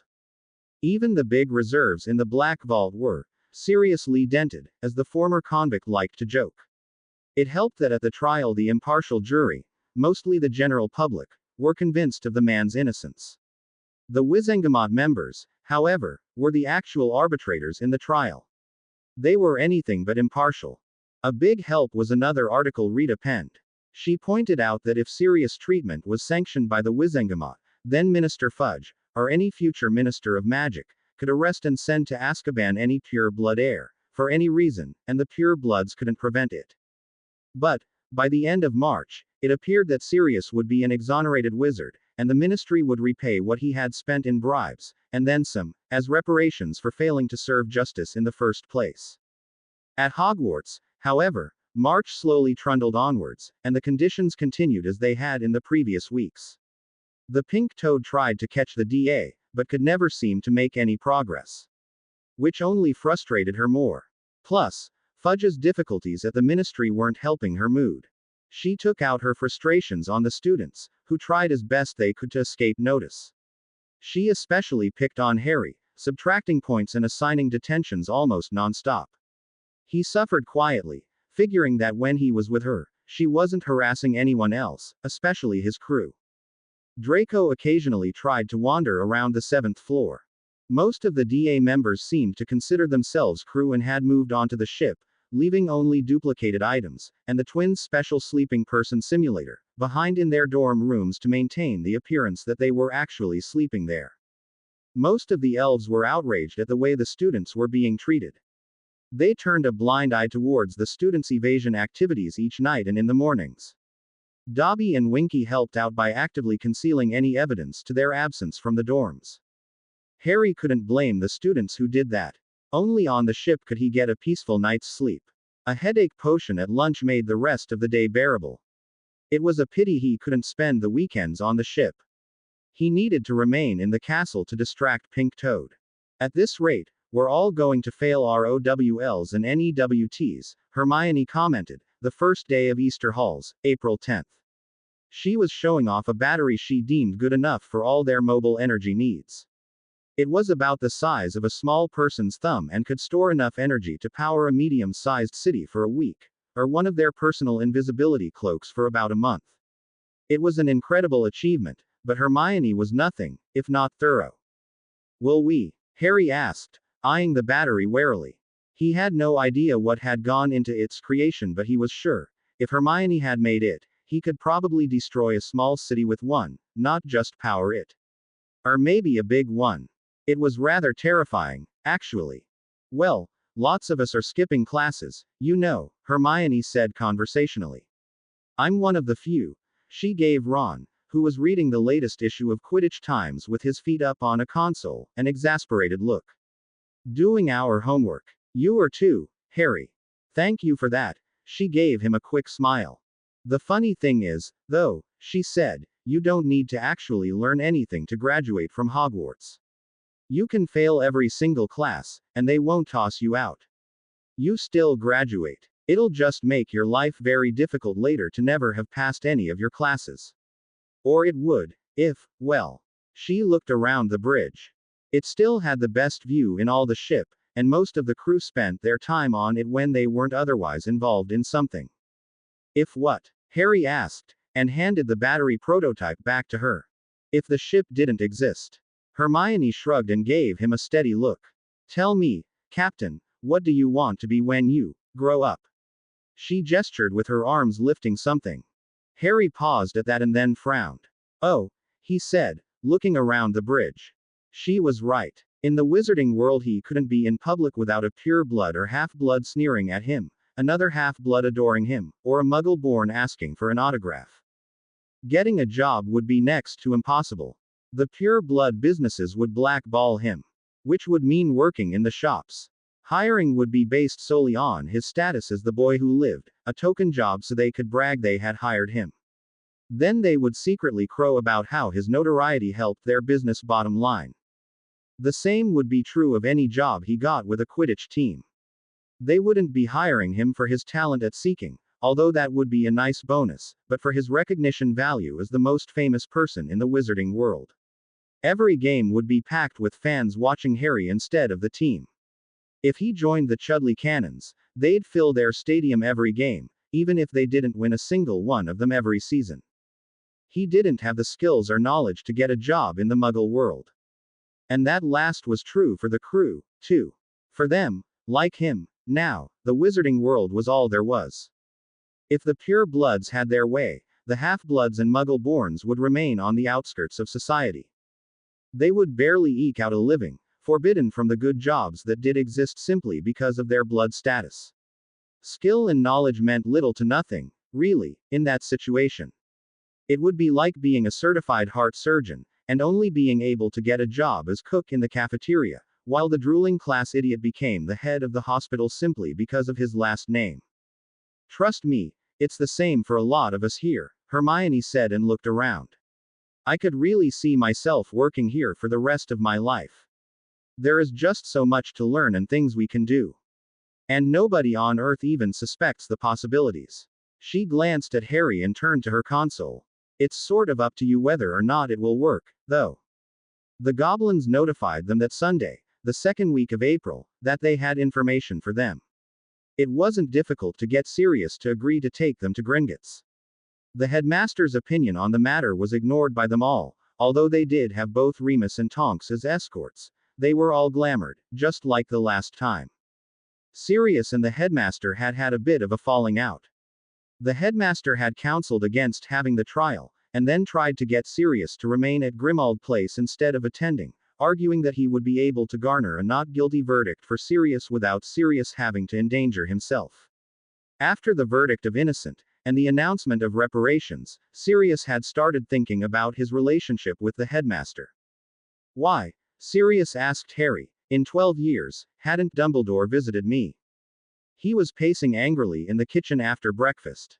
Why was it that Death Eaters with branded arms were given trials, but I was not? Where was that second chance that Dumbledore likes to talk about when discussing Death Eaters, for me? He kicked a chair and it skidded across the floor. And then, after my escape and everything that happened in your third year, Harry, why didn't the chief warlock of the Wizengamot try to secure me a trial? Yes, it would have been tricky, but as Hermione has shown, a liberal application of press coverage and bribery would have worked. And, Merlin knows, the Blacks had enough gold to throw around. Sirius no longer trusted Albus to do what was right for Sirius, or, by extension, Harry. So it was that they made their way into a meeting with the goblins. Sirius met with his own goblin Black House accountant, and Harry and Hermione met with Sharpnose. There are 3 more that we have detected, Sharpnose said as soon as they entered his office. Hermione gasped. There are 7 pieces, she said. The goblin ignored her outburst. We have located one in what seems to be an unplottable location, and cannot get to it, he said as they sat in the 2 chairs in front of his desk. Although it does sometimes move from that location. We think it is the original wizard, but we do not have a way of confirming the identity. The other we require your assistance to acquire. It is at Hogwarts. They stared at him slack-jawed. We would prefer to use the same wizard as we did last time to enter the school. Please notify us when you have made the arrangements. They hesitantly nodded. He grinned, showing many sharp teeth. You will be happy to hear that the owner of the vault with the item in it was most displeased when we informed her that a penalty had been imposed on her vault for improper storage of a dangerous item. We did not tell her of the disposition of the item. She has been forbidden from entering her vault for a period of 1 year. All deposits and withdrawals will have to be in the main lobby, for a small fee, of course. Harry slowly nodded as he glanced at Hermione, who was staring back at him. Now they knew why Draco had been haunting the 7th floor. Tom Riddle had hidden something there. The goblin's eyes twinkled, disturbingly like their headmaster's as he reminisced. She was most wroth when she discovered she had lost half the value of her vault in galleons as the penalty. She screamed in frustration and rage most satisfactorily. He sighed a moment later, and said in a disappointed tone, unfortunately, while she grabbed her wand, she did not cast any curses. He shook his head sadly. Harry made a mental note not to piss off the goblins, if he could avoid it. The second week of the halls, Hermione handed over another gold bar in exchange for a cursed diadem. Lee had them laughing. Later, as he described watching the goblins walk into a corridor and then back out a few moments later, completely convinced they had walked in a straight line.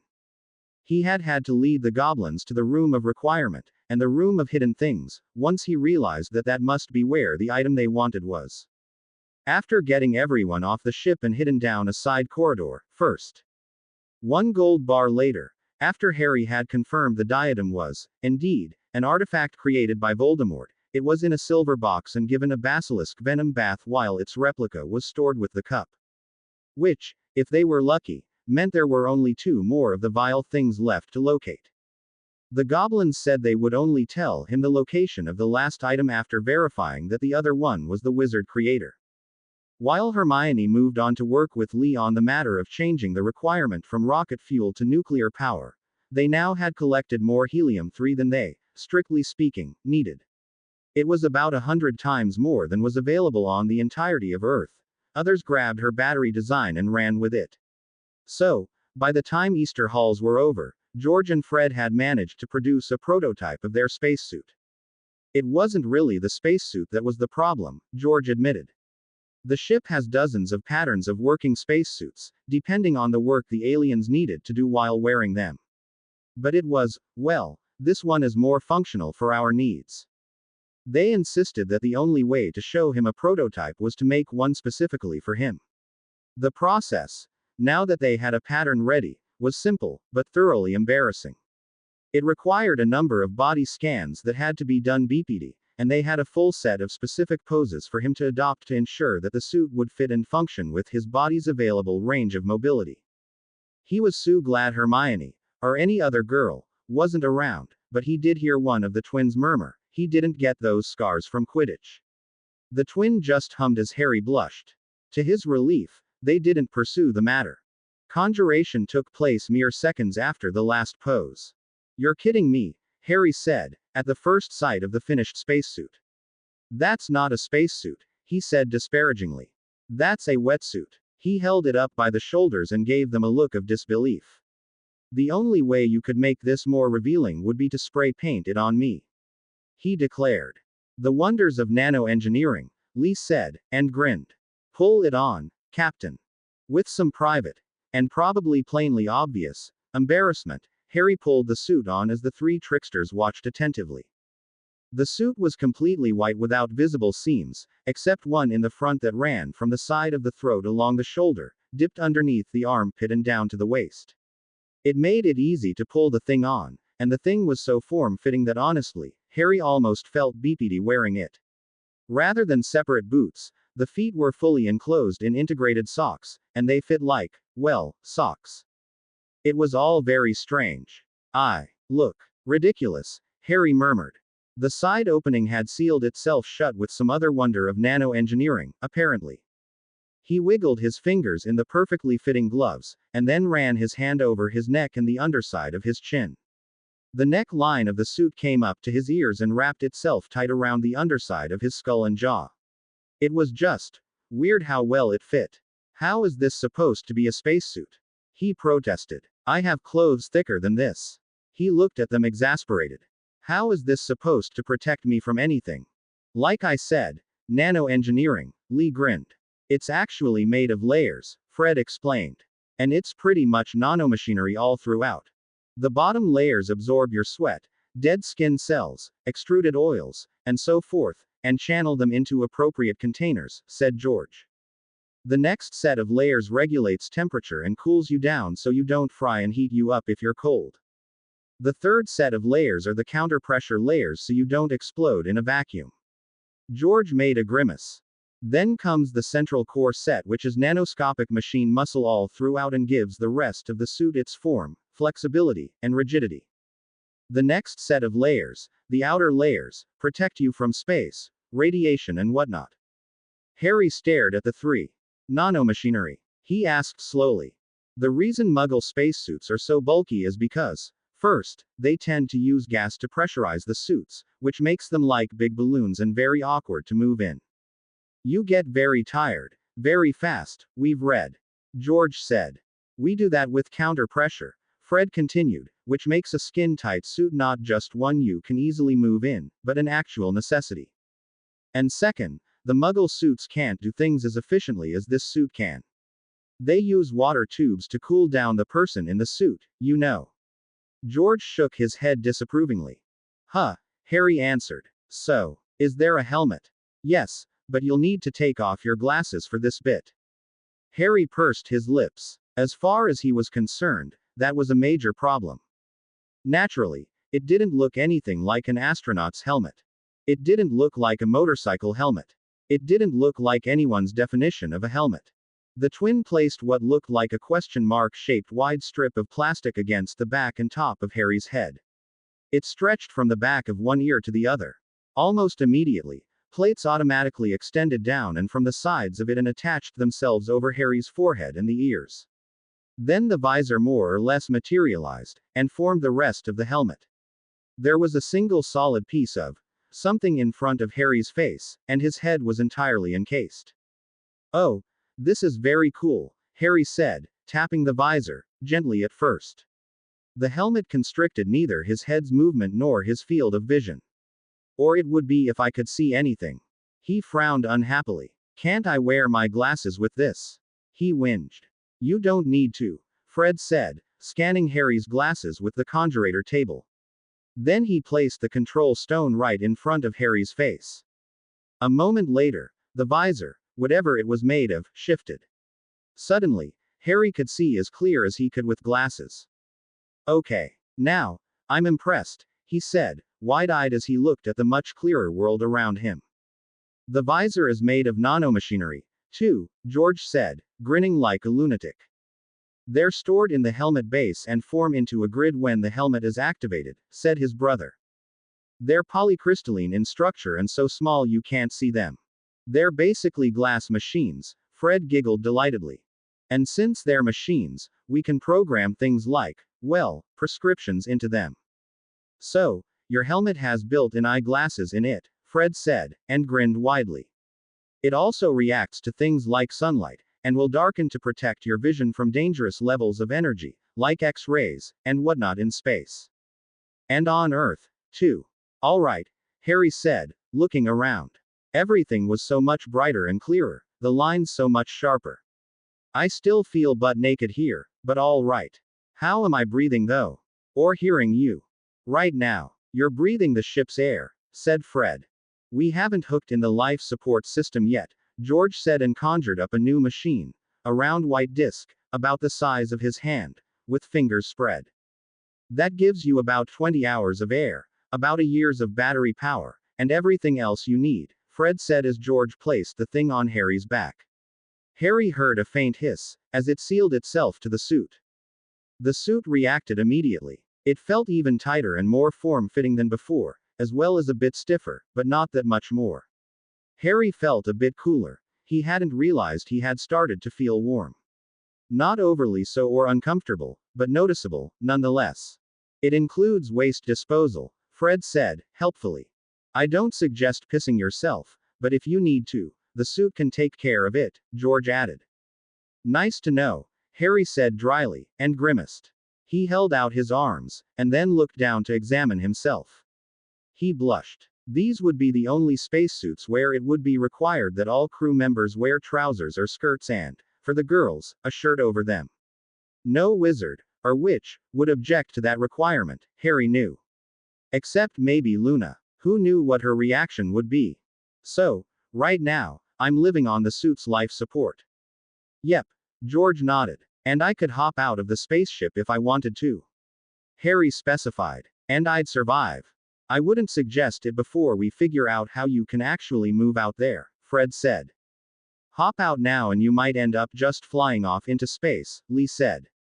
Hermione's hoverboard is probably our best bet for moving around in space, George added, and she hasn't finished it yet. But yeah, aside from that little issue, you could survive in space right now. Fred nodded. Still, the suit isn't finished yet, Lee cautioned. We're hoping to add some sort of display onto the helmet which will inform you on the suit's condition and stuff, Fred added. And after that, armor, concluded George. Armor? Harry asked. We're going to add armored plates onto it, Fred nodded. Which will snap onto the suit like the command stones do, George explained. We're still working on them, put in Lee. But this is the basic idea. We'll be working up from this and adding features. Well, it seems functional, Harry said, squeezing his fists open and shut. Does it have to be white, though? Well, it doesn't have to be. Muggles use white suits because white absorbs the least amount of light, so the suits don't heat as much, Lee said. We have much more efficient cooling and shielding, so, it could be any color you wanted it to be, really. We can make your suit Gryffindor red, if you want. George suggested with a grin. Everyone can have their suit in house colors if they want it.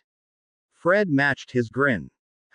Maybe, Harry said, wiggling his fingers. So, can I use my wand with this? Yep, same as any other wizard wearing gloves. We did during the tests. Fred said. Harry pulled his wand out of his pile of clothes. Sweet, he murmured, levitating his now rather old-fashioned feeling glasses.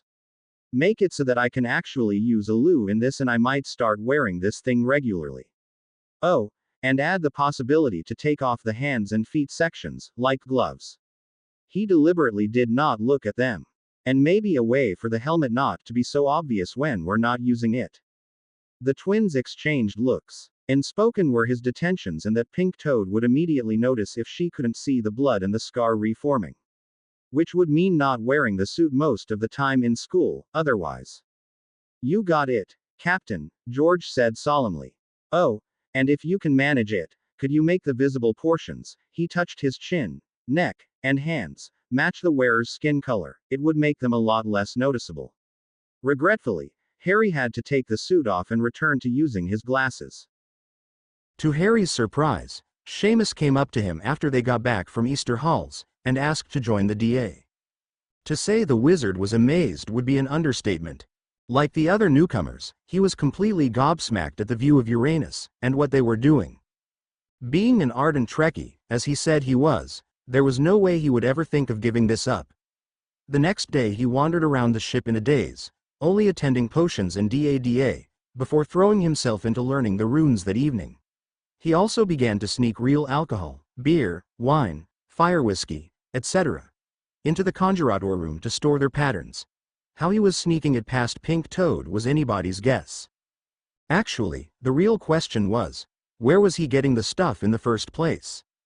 After the meeting, and everyone setting off to work on their projects or for bed, Marietta Edgecombe approached him with a request for a private chat.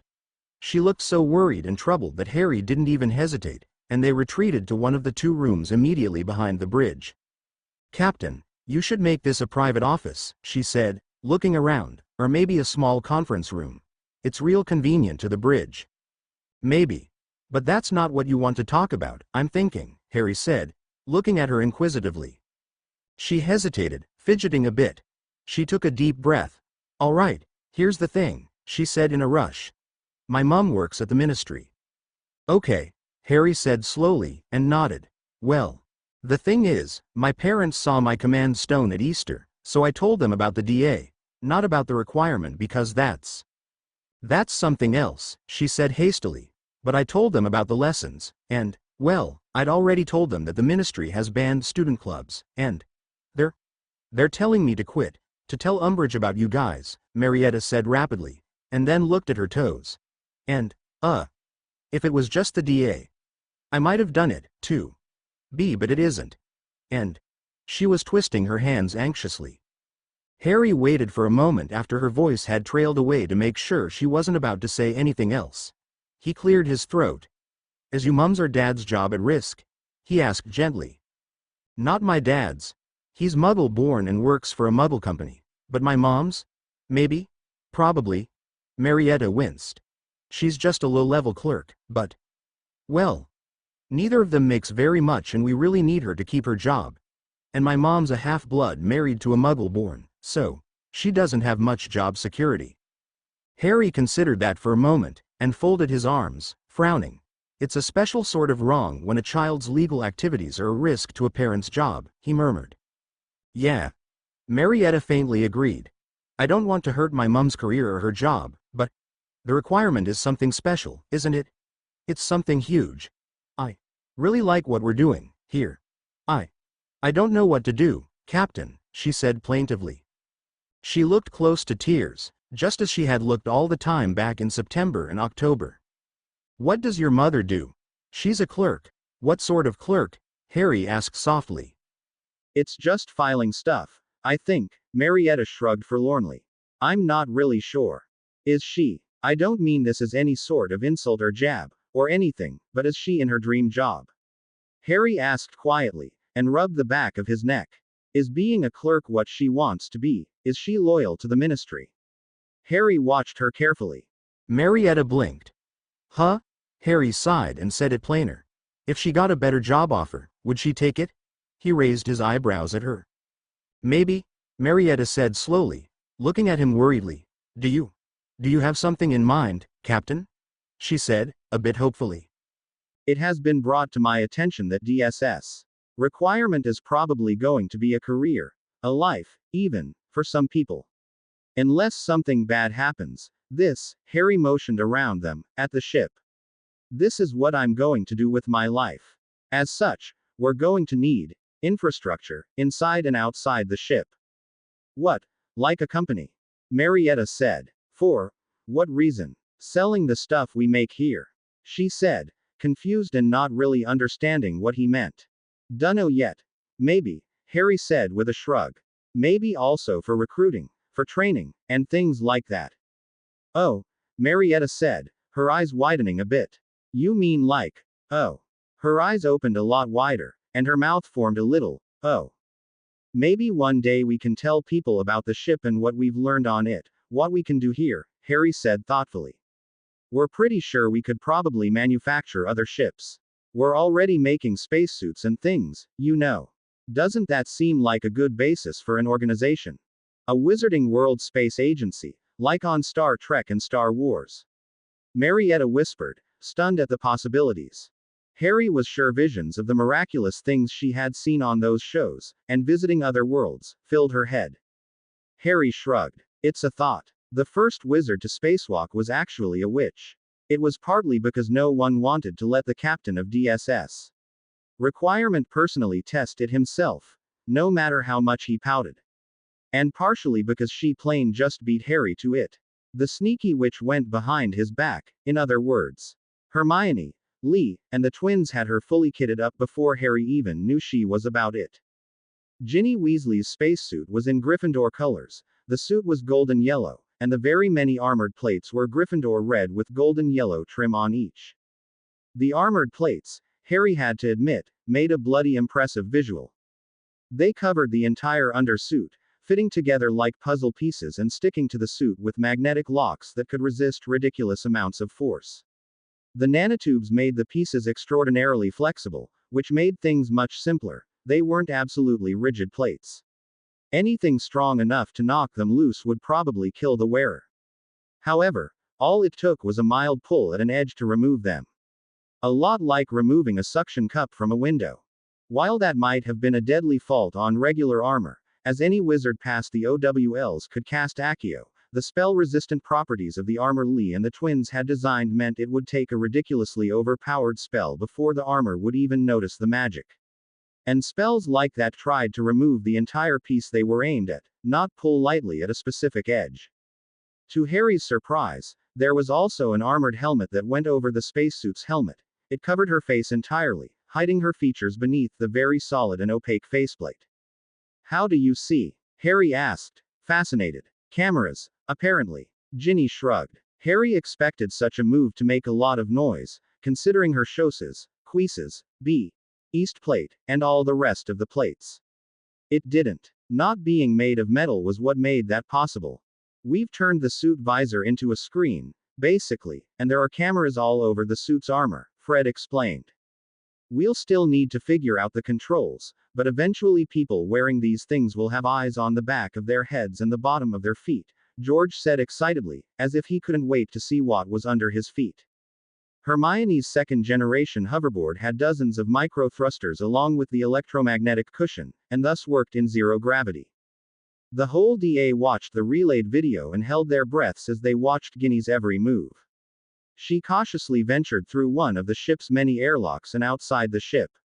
She carefully set her board on the airlock's porch. This airlock was recessed into the ship and had a short section to stand on that was protected from all sides before anyone stepped out onto the flat metal that was apparently a multi-story tall fin. She stepped onto the board. They could hear her take and release a deep breath. She has used the hoverboard before, right? Harry said worriedly, and glanced at Hermione. She's my test pilot, Hermione said proudly. She knows how to control the board better than I do. I'm suited up. Just in case, though, Fred said. If she loses control, he can retrieve her with an Accio, George assured Harry. Indeed, Harry now saw, Fred was already out there. He was also in Gryffindor colors, though he had no armor on. Fred gave her a thumbs up. Ginny shifted her foot to activate the hoverboard, and then, carefully, she lifted off the airlock's porch and tentatively pushed out into the emptiness of space. Okay, Ginny said, shakily. Whoa, I'm a lot lighter than I thought. Woo-ah there, she added as the hoverboard very nearly sent her into a spin. Too much thrust. There. Okay, I got this.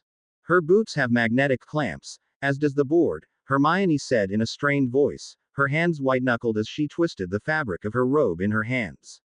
So, it can't fly off. As long as she stays calm, it should be all right, she nervously reassured them, and herself. It was nerve-wracking to watch. And amazing. After a few tentative movements, Ginny grew more confident and added speed, first a little, then more. She tested changing directions and braking, and she somersaulted, on purpose, in zero gravity. Harry wasn't sure how that worked. Next thing they knew, she was racing along the ship's side, her delighted laughter echoing through the ship. I'm probably gonna be sick, but this is amazing. Woo yeah. The metallic material of the ship made a ground for the hoverboard to reference when she was standing. Farther away from the ship, the board changed over and became a platform under her feet. She looked like she was flying headfirst through space. Harry could only shake his head in amazement, first surfing along the side of the ship, and then flying through space like Superman. Incredible. They would need to make sure the board could be stored alongside the suit's power air disk without interference. Maybe even reshape the disk to accommodate the board's position on their back. Keep everything low profile and as unnoticeable as possible. With an appropriate dock on the armor, as well. There was a thought. Make the accessories with a mild notice me not keyed to the crew so they could always see them. It should be possible. If you have a command stone, the field doesn't affect you. Just like the Muggle notice me nots used by the Ministry on places like the Leaky Cauldron didn't bother wizards or witches. Or squibs. He'd suggest it to the twins. It was unspeakably good to hear her, any of the Weasleys, really, in such high spirits. She hadn't even returned inside before everyone with any sort of head for weightlessness wanted to have a go.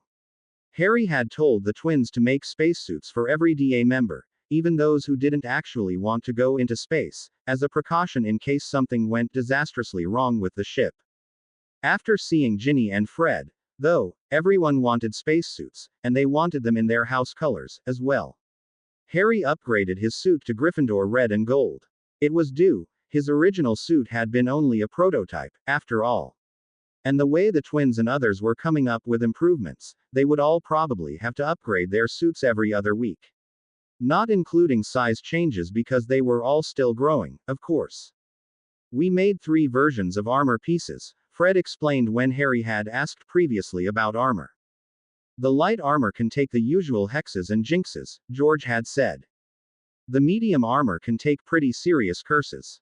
And the heavy armor can take pretty much all the attack spells we could think of. We haven't tried the unforgivables on them, though. Haven't quite got the necessary hate, you know. At least, that is, not yet. Their faces had darkened in anger. All 3 had looked at their right hands. Pink Toad is getting us there, though. Harry had sighed and nodded thoughtfully, and examined his choices. The twins had conjured up test pieces for people to choose from. The final ones would be conjured specially for each person. The heavy armor ones were, well, heavy when taken all together. How do they stand up against things like transfiguring? He had asked, weighing the heavy East plate in his hands. It's all well and good if they protect us from curses, but if someone can just transfigure them into butterflies, they're not much good. And what about featherlight charms? These are rather heavy. You wound us, Captain, George had grinned. Do you think we didn't consider that? Had said Fred. There's just enough silver in the materials that you can't transfigure them without a huge amount of power. You can't charm them. You can't spell them in any way. You can't enchant them either, which is why they don't have the featherlight charm on them already. But, well, at this point they don't need enchantments to make them sturdier, anyway. Harry had glanced at them. So, you can't spell silver easily? He had asked thoughtfully. I didn't know that. We got the idea of adding them to the armor from dragon hide. Our first idea was to make the armor out of dragon hide, you see. But that was before we got a bit of it under a scan here and figured out why it's so spell resilient, George had admitted. They eat gold and silver, you know, if they can get it, and that silver goes into their cells, into the hide. Which is why it's so resilient against spellfire, Fred had explained. You learn something new every day, right? Harry had said, weighing the East plate in his hands. So, the heavy armor is tested against everything but the unforgivables. Yep. Powerful cutting curses can scratch the surface materials, and you can scorch them a bit, George had said. But we've got lots and lots of layers on these. Polymers and carbon nanotubes and a lot of stuff we found from the library. The heavy armor ones have bits on them that the spaceship's hull is made out of. Really sturdy stuff. You can throw it into lava and it won't care. Harry had looked up, suddenly very interested. The ship is spell resistant? Well, the twins had exchanged cautious looks. Almost. We made a piece of the hull and threw everything we could think of at it, just like the armor. He had nodded at the piece Harry held. It would take 2 or 3 wizards as strong as Dumbledore to even scratch it. They had both nodded. Harry had wondered if they could make the pieces look like brick and shingles, and then line the outside of a building with them. If the Death Eaters tried the same tactics they had in the First Wizarding War, it would certainly slow them down, for sure. He'd mentioned it, later, to Hermione. Harry had said and nodded firmly. Get me heavy armor everything. It weighs almost 20 pounds, George had warned him. Then I better start getting used to wearing it sooner rather than later, Harry had said determinedly. It was a treat. A thrill. Impressive. Harry settled on amazing when he saw all the members of the DA in their suits and armor. Some had opted for lighter armor, some for heavier. Terry Boot was hurriedly working on adding his cloaking device to the armor. Almost all of them were also kitted out with hoverboards, which they carried on their backs. And on top of that, Lee and Hermione had moved on to a new project, adding personal energy shields to the armor. Gryffindors in S. Arlet and gold, Ravenclaws in blue and bronze, and Hufflepuffs in yellow and black. They all looked amazing, and the extra bulk of the armor somehow made them look more like uniforms. Well, Harry said, as they all arranged themselves in front of him.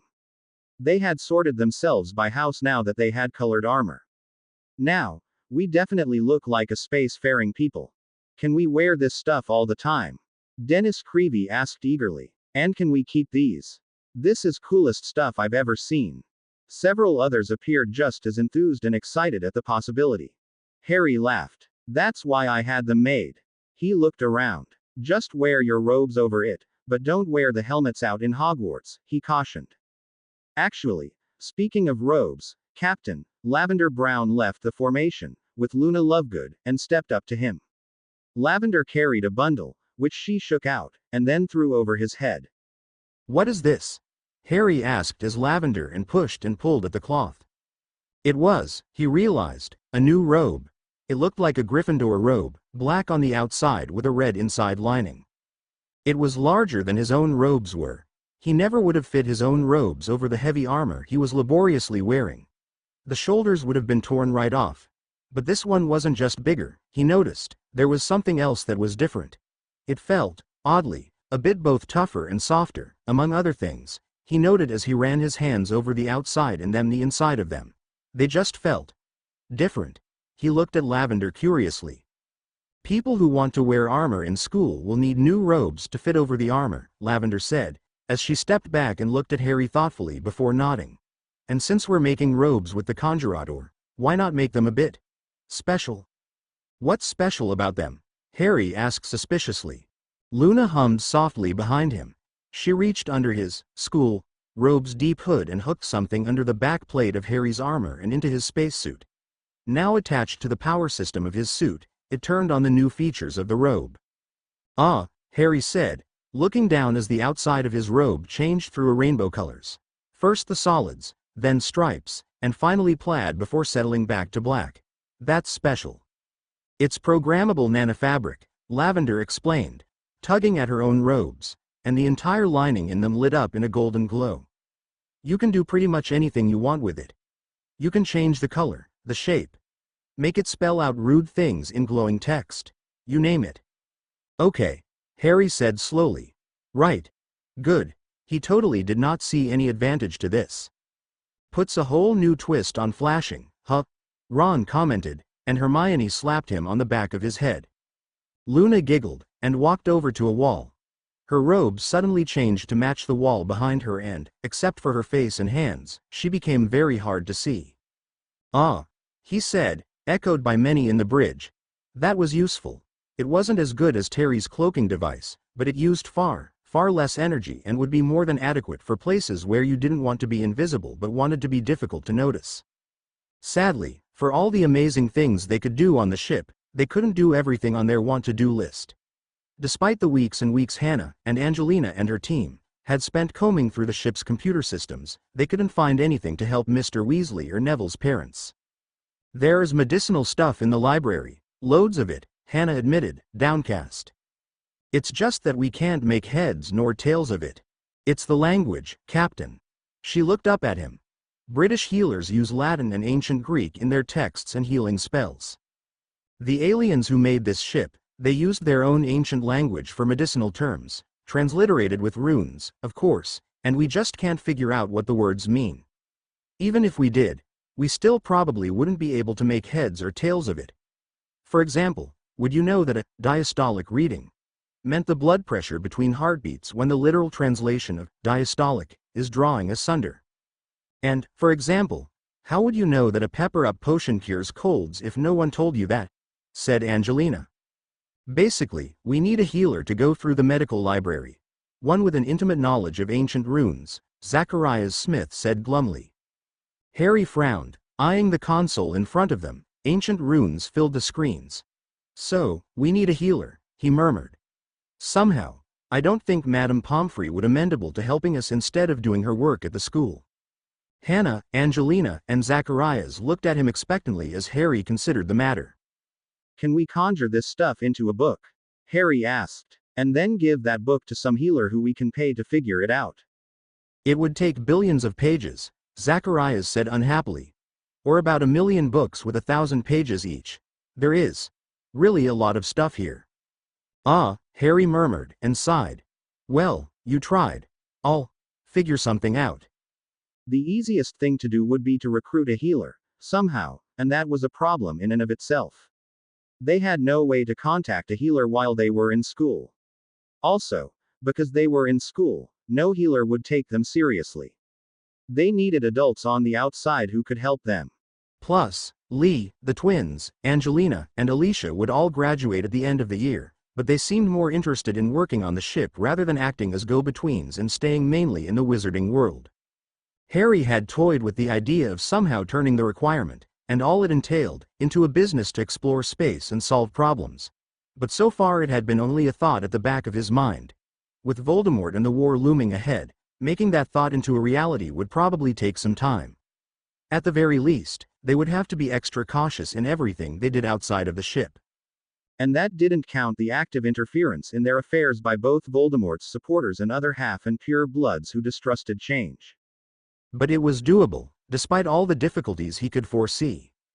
Harry called together everyone in the DEA familiar with the Order of the Phoenix. Well, we kind of planned on starting a business as quick as we could after finishing Hogwarts, Fred admitted. We planned to start a joke shop, fresh from school, said George.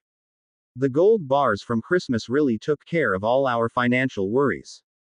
But now it's different. The Weasleys exchanged saddened looks. How do you go about starting a business in the wizarding world? Hermione asked, fascinated. George shrugged. You set up in a shop and just start doing it. They had obviously taken the time to look into it, at some point in the past. We were going to rent a place in Diagon Alley as soon as school let out.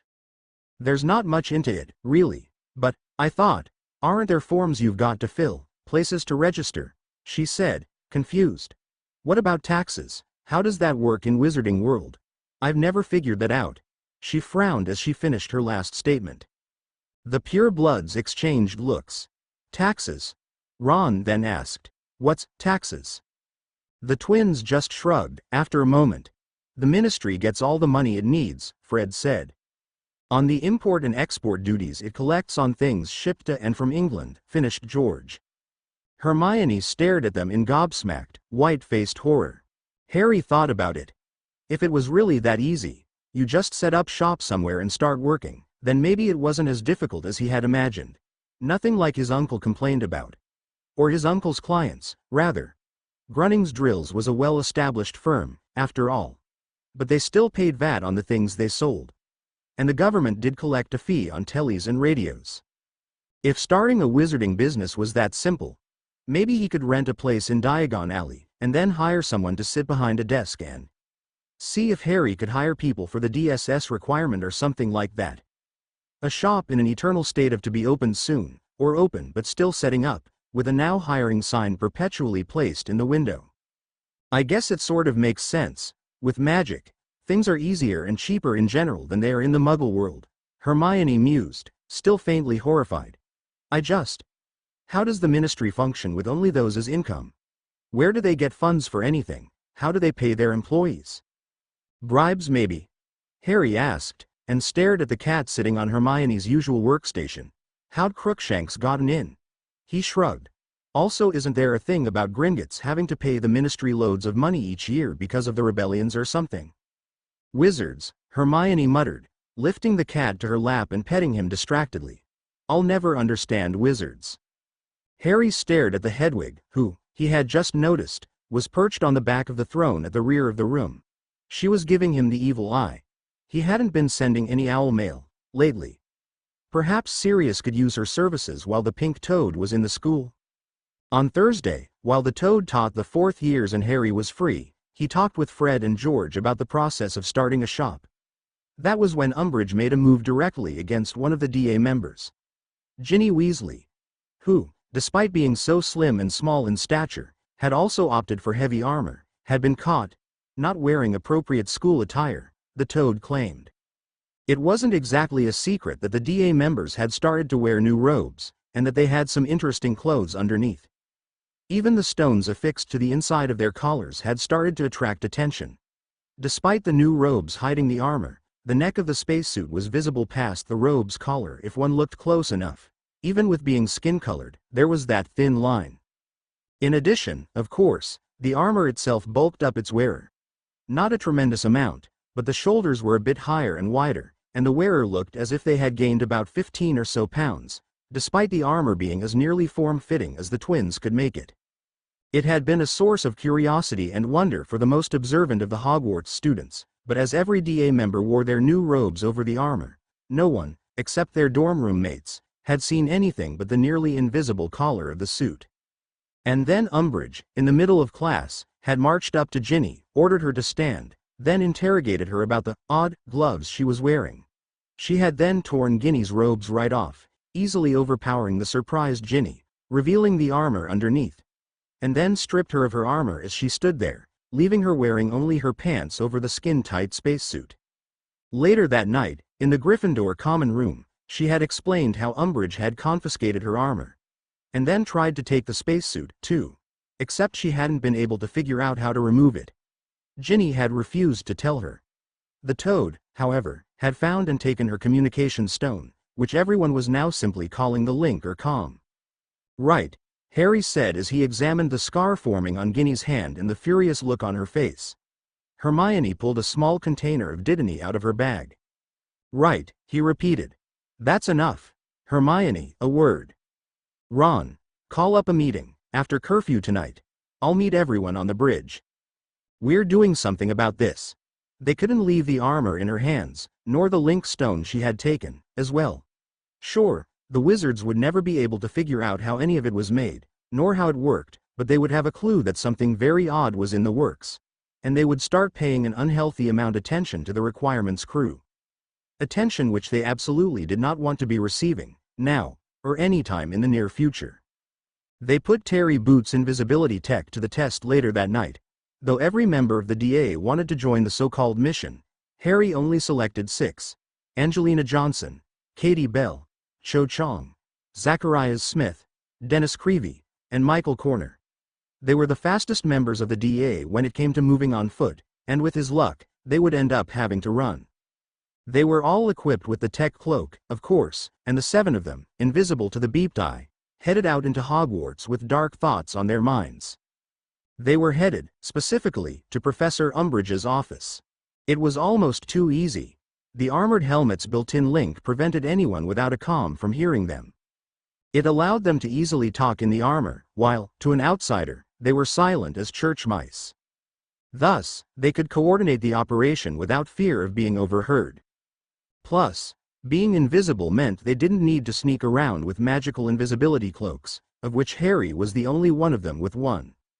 And even though they couldn't silence their footsteps, spell-resistant armor, that wasn't a problem as they all had hoverboards, which, on their electromagnetic cushions, didn't make any sounds at all.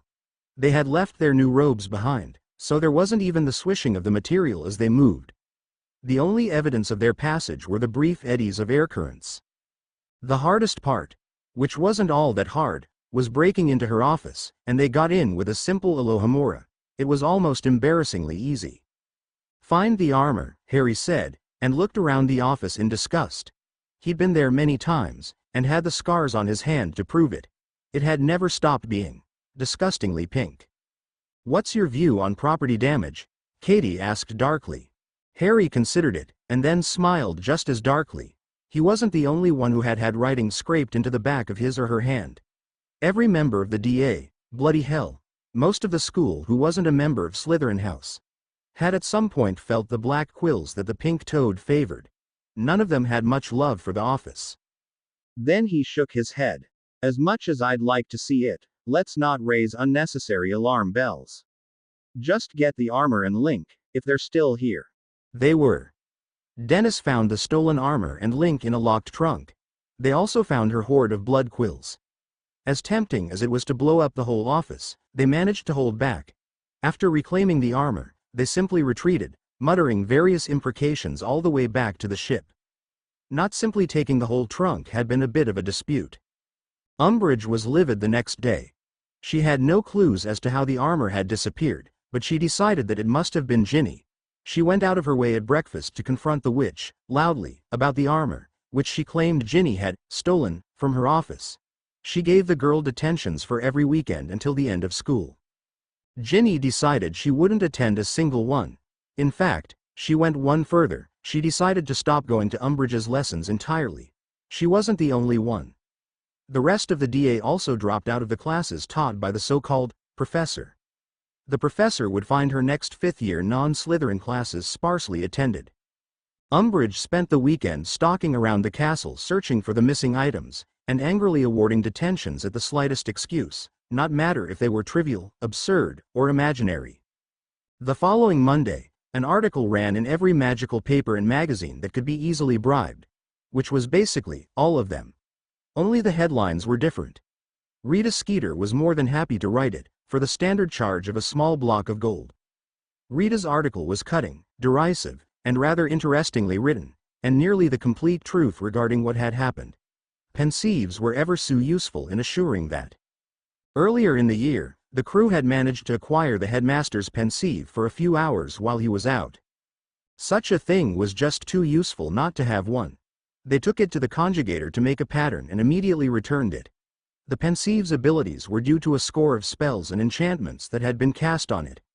So, with the help of an old text from the Hogwarts library, they worked together casting magic into the rune-covered duplicate as teams until it began to work as intended. It took 10 of them several days. Dumbledore had undoubtedly questioned the portraits in his office, but they hadn't seen or heard anything. Nothing was missing, and no listening spells of any kind had been placed in his office. There was a triangular stone with rounded corners under the cabinet with the pensieve. But it tested negative for any sort of magic, either active, passive, latent, or hidden. It had a pleasingly neutral appearance, so he placed it among his many trinkets, and promptly forgot about. He never suspected it to be of Muggle origin, as in technology, because he knew, as every wizard and witch did, that Muggle electronic toys didn't work in Hogwarts. This incident meant they had to give Rita a pensieve. They wanted her to have the memories of what had actually happened. She had agreed to write several puff features about Harry and Muggleborns over the next few months as payment. No other reporter had their very own pensieve. She was ecstatic. With the fame she was getting, the articles would be well received. Ministry hires say. UAL deviant for Hogwarts, read one magazine. Underage witch forced to strip by ministry, read another. They even got it into the Daily Prophet, albeit on page 28 where it was made a small side article, Ministry Inquisitor's Dark Side. The article might have been embellished bit, that was Rita Skeeter's style, but there weren't any lies in it. The accompanying pictures revealed that the claim she had been stripped to her underclothes was not an exaggeration.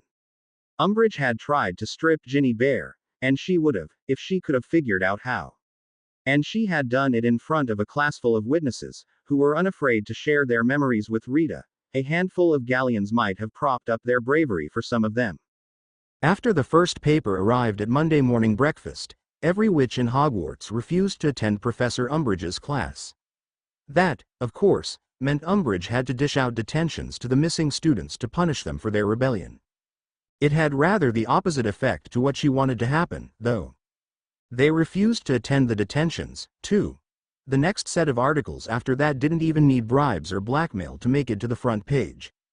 After perfecting the armor, Lee and the twins had started to make protective clothing. George and Fred had made enough to dress the entire Order of the Phoenix, and used up their allotted replicator credits in the process. Harry's, Ron's, and Ginny's credits had mostly gone to the same purpose, but for their families.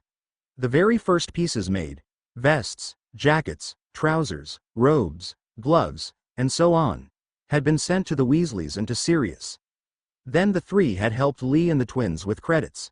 No one objected to that priority. Susan demanded that her aunt be the next recipient. As a result, Harry had decided they should provide the items on a highest need basis. While not as strong as the heavy armor that worked with the spacesuits, the general protective clothing they made was almost better than dragon hide, and lighter, too. It was just as non-flammable and resistant to both magic and physical damage. Dragonhide clothing, however, was not something the average person could afford.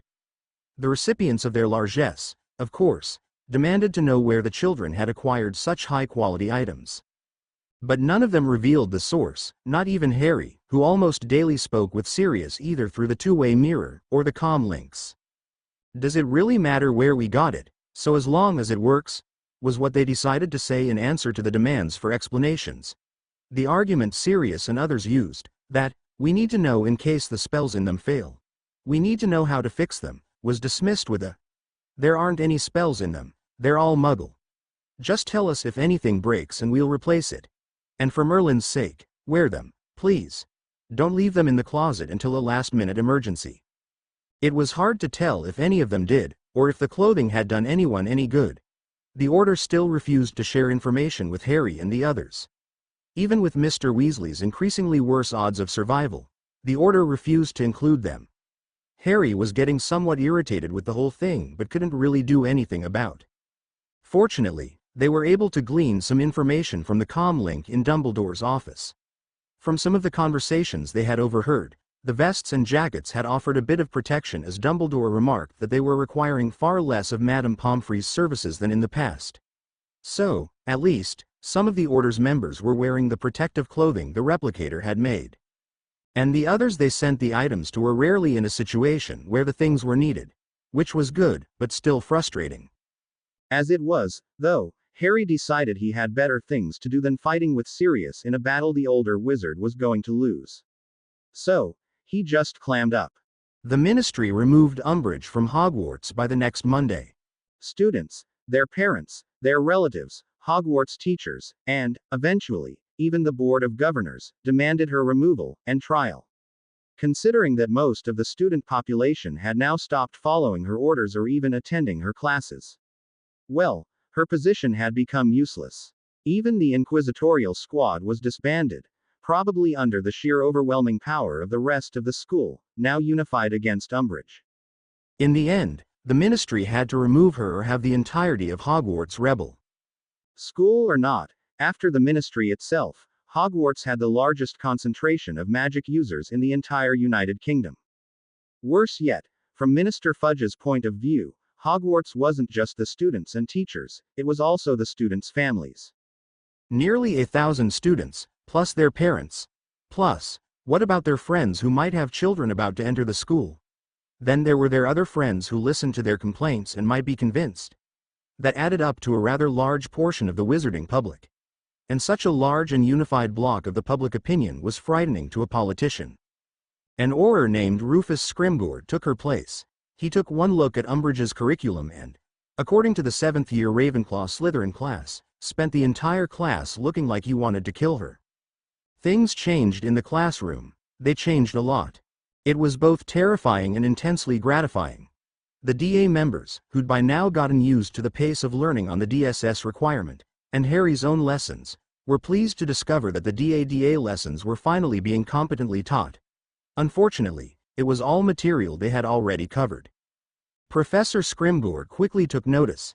He was astonished to see that they all could cast the Patronus spell, a NEWT-level spell, to some degree, and were well ahead of their peers.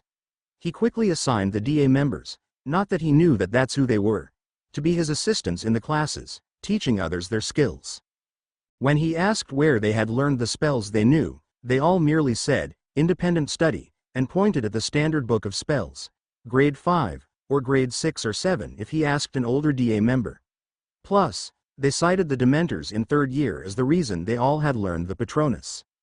Harry himself enjoyed it greatly. It was very satisfying finally to have a teacher who was actually competent, especially one who was willing to teach additional spells when Harry showed him he had mastered the normal ones. Spells which Harry promptly passed on to the others. Harry was pretty sure the Auror knew he would do that. Harry knew that he was getting the extra attention merely because of who he was.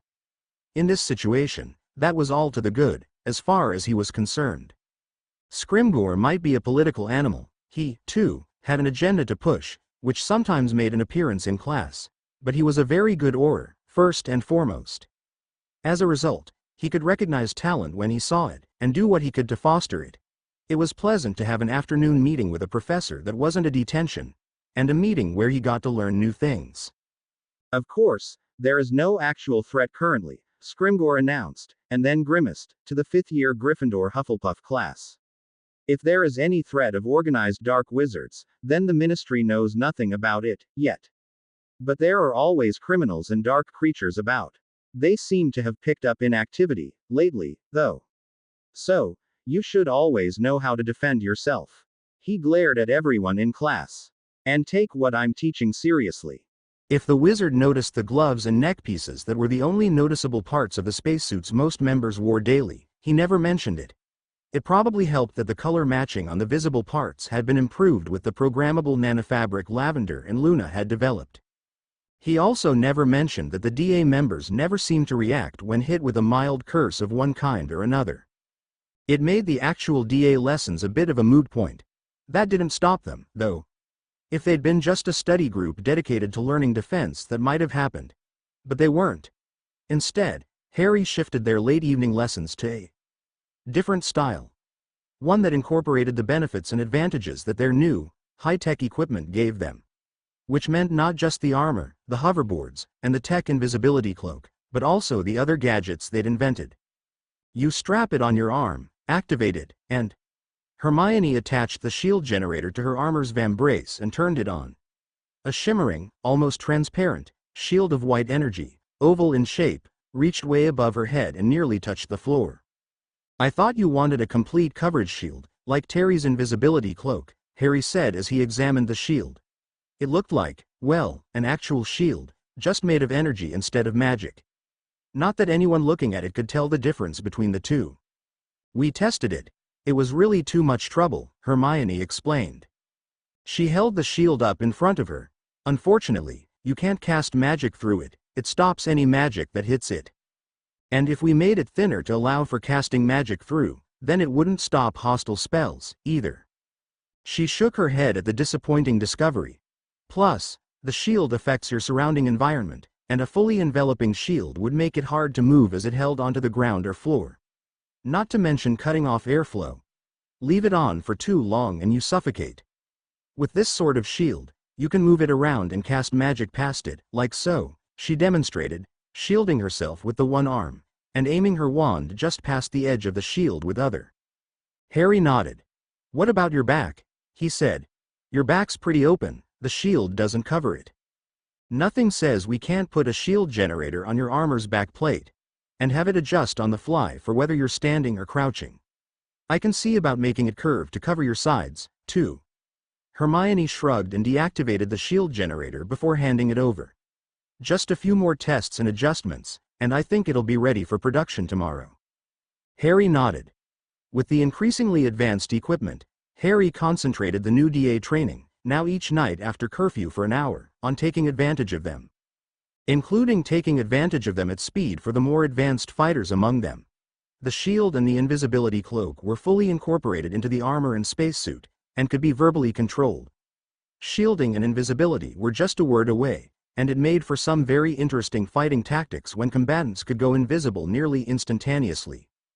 Imagine an army with these capabilities, Ron commented admiringly as he watched how Ginny and Luna rushed at each other. Those two were easily their best combatants. Ginny was basically a tank in her heavy armor and heavier shielding. She had a shield generator on her back and both arms, and could, if need be, bash a person between her shields. Luna had much lighter armor and she incorporated the lightning-fast maneuverability that the increasingly advanced hoverboard provided, invisibility, and the use of unusual spells to throw her opponent off balance in her fighting style. Equipment-wise, they weren't very well matched at all. But using what they had selected, their tactics were phenomenal, and to watch them fight was jaw-dropping. I am imagining it, Harry answered, frowning as he thought. The DA, no, the crew of DSS Requirement, weren't actually an army, or any sort of military. They had unique abilities and capabilities, and were getting better and better at using them. But they were still only students. They'd learned what he'd taught them: first to pass a class, next to defend themselves. Not to fight a war. They weren't an army. Unfortunately, they were learning on their own, discovering methods and skills by chance. They needed someone who was vastly more knowledgeable about fighting and war to train them. Say, an Auror. But who? None of the adults trusted them at all, despite the new protective clothing they had provided. They needed someone who was well versed in both worlds, Muggle and magical, to understand what they had just beyond their fingertips. Someone who would understand when they said something like, electromagnetic cushion, or communicator link. In the meantime, at least, they were something more than just helpless students. Victory! Ginny crowed after she'd managed to knock Luna off her hoverboard and out of the ring. Bother! Luna sighed when she stopped rolling. Invisibility was much more useful before they networked the suits. She was on her back and staring at the ceiling. Sore loser. Ginny grinned and held out her hand for Luna. I can turn networking off if you want, though. Give you a fighting chance. Luna eyed her for a moment. I believe you are mocking me, she said disapprovingly, and took Ginny's hand to let the other witch lift her up. But I will take the offer, and then I will proceed to kick you out of the ring. Oh, will you now? Well, bring it, Ginny answered. Helm, turn crew tracking off, she commanded, and got ready to fight. The second match was in no way less spectacular than the first. Luna won it.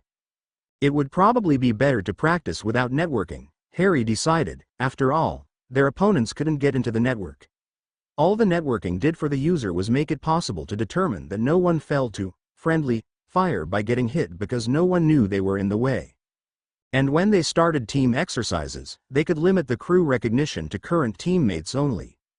With the personal shield and the energy projects done, Hermione and Lee had moved on to a new project, one that made everyone excited, not to mention a little intimidated, too. Well, it occurred us that we're a bit vulnerable on one point, Hermione explained, when Harry questioned her about it. The Conjurator is an incredibly powerful tool, one we depend on. But we only have the one. Yes, it's ship-wide, but still. If something were to happen to that, well, we lose pretty much everything. So, you want to make another one, Harry said slowly, and raised his eyebrows. Well, kinda. Sir, Lee said. But not just the Conjurator. Remember that mining platform we mentioned making for Jupiter last year? We want to make it here, at Uranus, instead. Except, we don't want to make just a mining platform, we want a space station. A space station. Harry eyed the pair of them levelly. Oh, only that, huh? He asked calmly. It's just a little space station, Captain, wheedled Hermione and held up her right hand with her thumb and pointer finger barely separated. Then she grinned. A teeny tiny thing. You won't even see it from Earth. We'll even put it in a close polar orbit so it won't cast any shadows. And match its orbit's precession to Uranus's solar year. You've been around the twins too much, Harry said, and sighed. Okay, talk me through this station idea of yours. Compared to the ship, the space station they proposed was a simple thing. Relatively. Or rather, as simple as a space station could be expected to be. It'd be only half the spaceship's size, with enough thrusters to maintain orbit and little else. No giant engines capable of moving something between planets or stars, nor 1,000 or 2 inhabitants. Its main purpose would be mining, refueling, and functioning as a backup Conjurator in case something happened to the one on the ship. Crew accommodations on board would be a few hundred, at most. Uranus's north pole currently pointed along its orbital path, so a station orbiting over the north and south poles would not pass in front of the sunlit part of the gas giant. If they made the station's orbit shift slightly every day, then it would never pass in front of the planet, even though the planet's orbit alternated the sunlit portion from the North Pole to the South Pole and back every 84 years. The only way it could be detected would be if someone noticed a star passing behind it as it orbited the planet. Which was a possibility, as that was how the rings were detected and confirmed in 1977. It was a reasonable risk, however, all things considered. If you're really worried about being noticed, Hermione said, we can add the invisibility shield and that would take care of that. Harry shook his head. I don't think that's necessary. He smiled slightly. I don't think anyone's all that interested in the Uranus. We have pretty much all the patterns ready and everything, Lee explained. There's like 100 or so different space station designs in the library, probably more. This is one of the smallest ones, actually. And all we have to do is get the materials and just start conjuring the pattern, piece by piece. And we have most of the materials already. The rest we can get from Uranus's moons, if we need more, Hermione added hopefully. Or drag a metal asteroid here, if we really have to. So, we just press a button and a space station will be conjured up, he skeptically said. No, it will take about a month or two, Lee regretfully said and shrugged. I mean, it's about the size of Hogwarts, but a quarter the size of this ship, sir. So, it's not that small, actually. Small in comparison to some of the other space station designs, yeah, but compared to things we've so far made, it's massive. It'd give the ship something to do during summer break, Hermione added. Yes, Merlin forbid we leave the requirement idle even for a single day. Harry snorted, and looked at the two of them. So, a month or two and all we have to do is press a button? He was still a bit skeptical. There's a bit of preparation we need to do first, actually, Lee admitted. Which is why we're asking now rather than, say, the day before holidays start. He glanced at Hermione. But once everything is set up, it'll be pretty much automated, sir, Hermione said brightly. And once we have it, we can use it to conjure other stuff, Lee's added. We're pretty sure the space station's conjurator will be a more powerful version of the one we have now. I mean, a spaceship is a spaceship, it isn't exactly designed for factory work. Hermione explained. The space station would be. And we're pretty sure we could make spaceships with it, she said excitedly. Spaceships, sir, Lee added, wiggling his fingers at Harry. Personal fighter-style spaceships. Spaceships for everybody. He pointed around the room. You get a spaceship, you get a spaceship, you get a spaceship, you get a spaceship. And Hermione was nodding eagerly. Harry shook his head at them in exasperation. All right. If you're confident you can do it and make it work, and it won't blow up or kill us all, go ahead. Although we might want to get one of those metal asteroids you mentioned, just in case the stuff what we currently have on board isn't enough. Maybe one of those carbonaceous ones, too. The school days passed quickly as the term came to a close. Gryffindor, without Harry and the twins, but with both Ginny and Ron on the team, managed actually to win the Quidditch game against Ravenclaw. And then it was into final preparation for the OWLs and NEWTs for the 5th and 7th year students, including most of the ship's crew. The entire last 2 weeks of classes before the exams focused on nothing else. The in-class revising demonstrated to them just how much they had missed while on the ship. Still, it was an opportunity for a last-ditch effort to catch up, for those that cared. The others, though, had turned their eyes to another prize. One that was far beyond the wizarding world. So far beyond that few besides themselves could imagine it, and many of them were drastically underestimating the potential. Only months later, when they stopped to think about it, did they realize that the ship had managed to move 2 asteroids, both measuring kilometers in size, from the asteroid belt to Uranus, in a ridiculously short amount of time, without any sign of strain or stress to the ship. Harry and the rest of his class wrote their OWLs. A lot of the DSS requirements crew members expected to fail, a significant portion of them thanks to all the time sacrificed to the ship rather than to studying. Not defense against dark arts, though, they all expected either an outstanding or exceeds expectations on the practicals for that. The fall-off from all their magical practice was that they did better in charms and transfigurations than they had expected. They did poorly on the theoretical sides, but not the practicals, giving them hope that they might have squeaked by with a low-end average, for most of them. Runes was the other one in which they expected good results. They were all quite proficient in reading and writing runes, now. Having been immersed in them on the ship made that a must-have skill.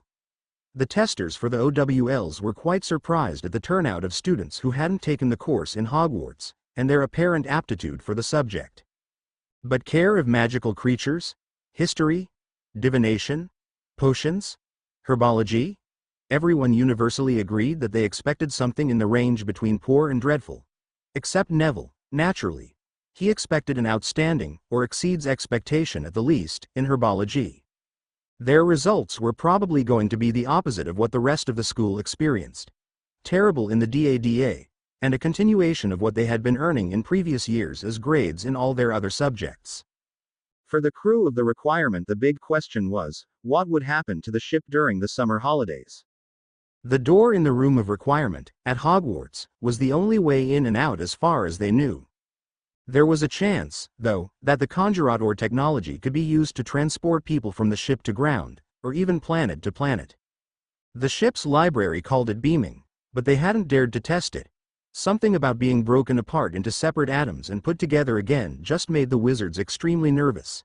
Especially as the Conjurador, itself, couldn't duplicate magical energy, as the incident with the brooms had proven. What would this beaming stuff do to their ability to manipulate magic? Did they dare chance it? How could they even test it to determine its range and what it might do to magical beings? Being able to instantly transfer from the ship to the surface of a world would be wonderful, but not if it came at the expense of their magic. Obviously, there were no volunteers for that experiment. Without any of their crew remaining on board the ship, however, and none of them present at Hogwarts. Plus, summer halls weren't exactly an insignificant amount of time, either, were they? Harry couldn't deny that leaving the ship abandoned for that long made him extremely nervous, too. But you'd need to leave, if you want to start a business front, Hermione pointed out. You can't really do it from here, now can you? True. But... Harry's voice trailed away, and he scowled. With his luck, the Order of the Phoenix would force him to go to the Dursleys again. That did not much appeal to him. No, you're right, he said softly and resignedly. I guess, if you program the ship to make the space station during the halls, there's not much I'd be able to do here, is there? Well, not really. At least not with the Conjurador, it'd be completely engaged. You wouldn't be able to move the ship either, not without ruining the space station, Hermione said and patted his shoulder. On the brighter side, Harry, the tech we've made here isn't magic. So, we can use it as much as we want out of school. That includes invisibility.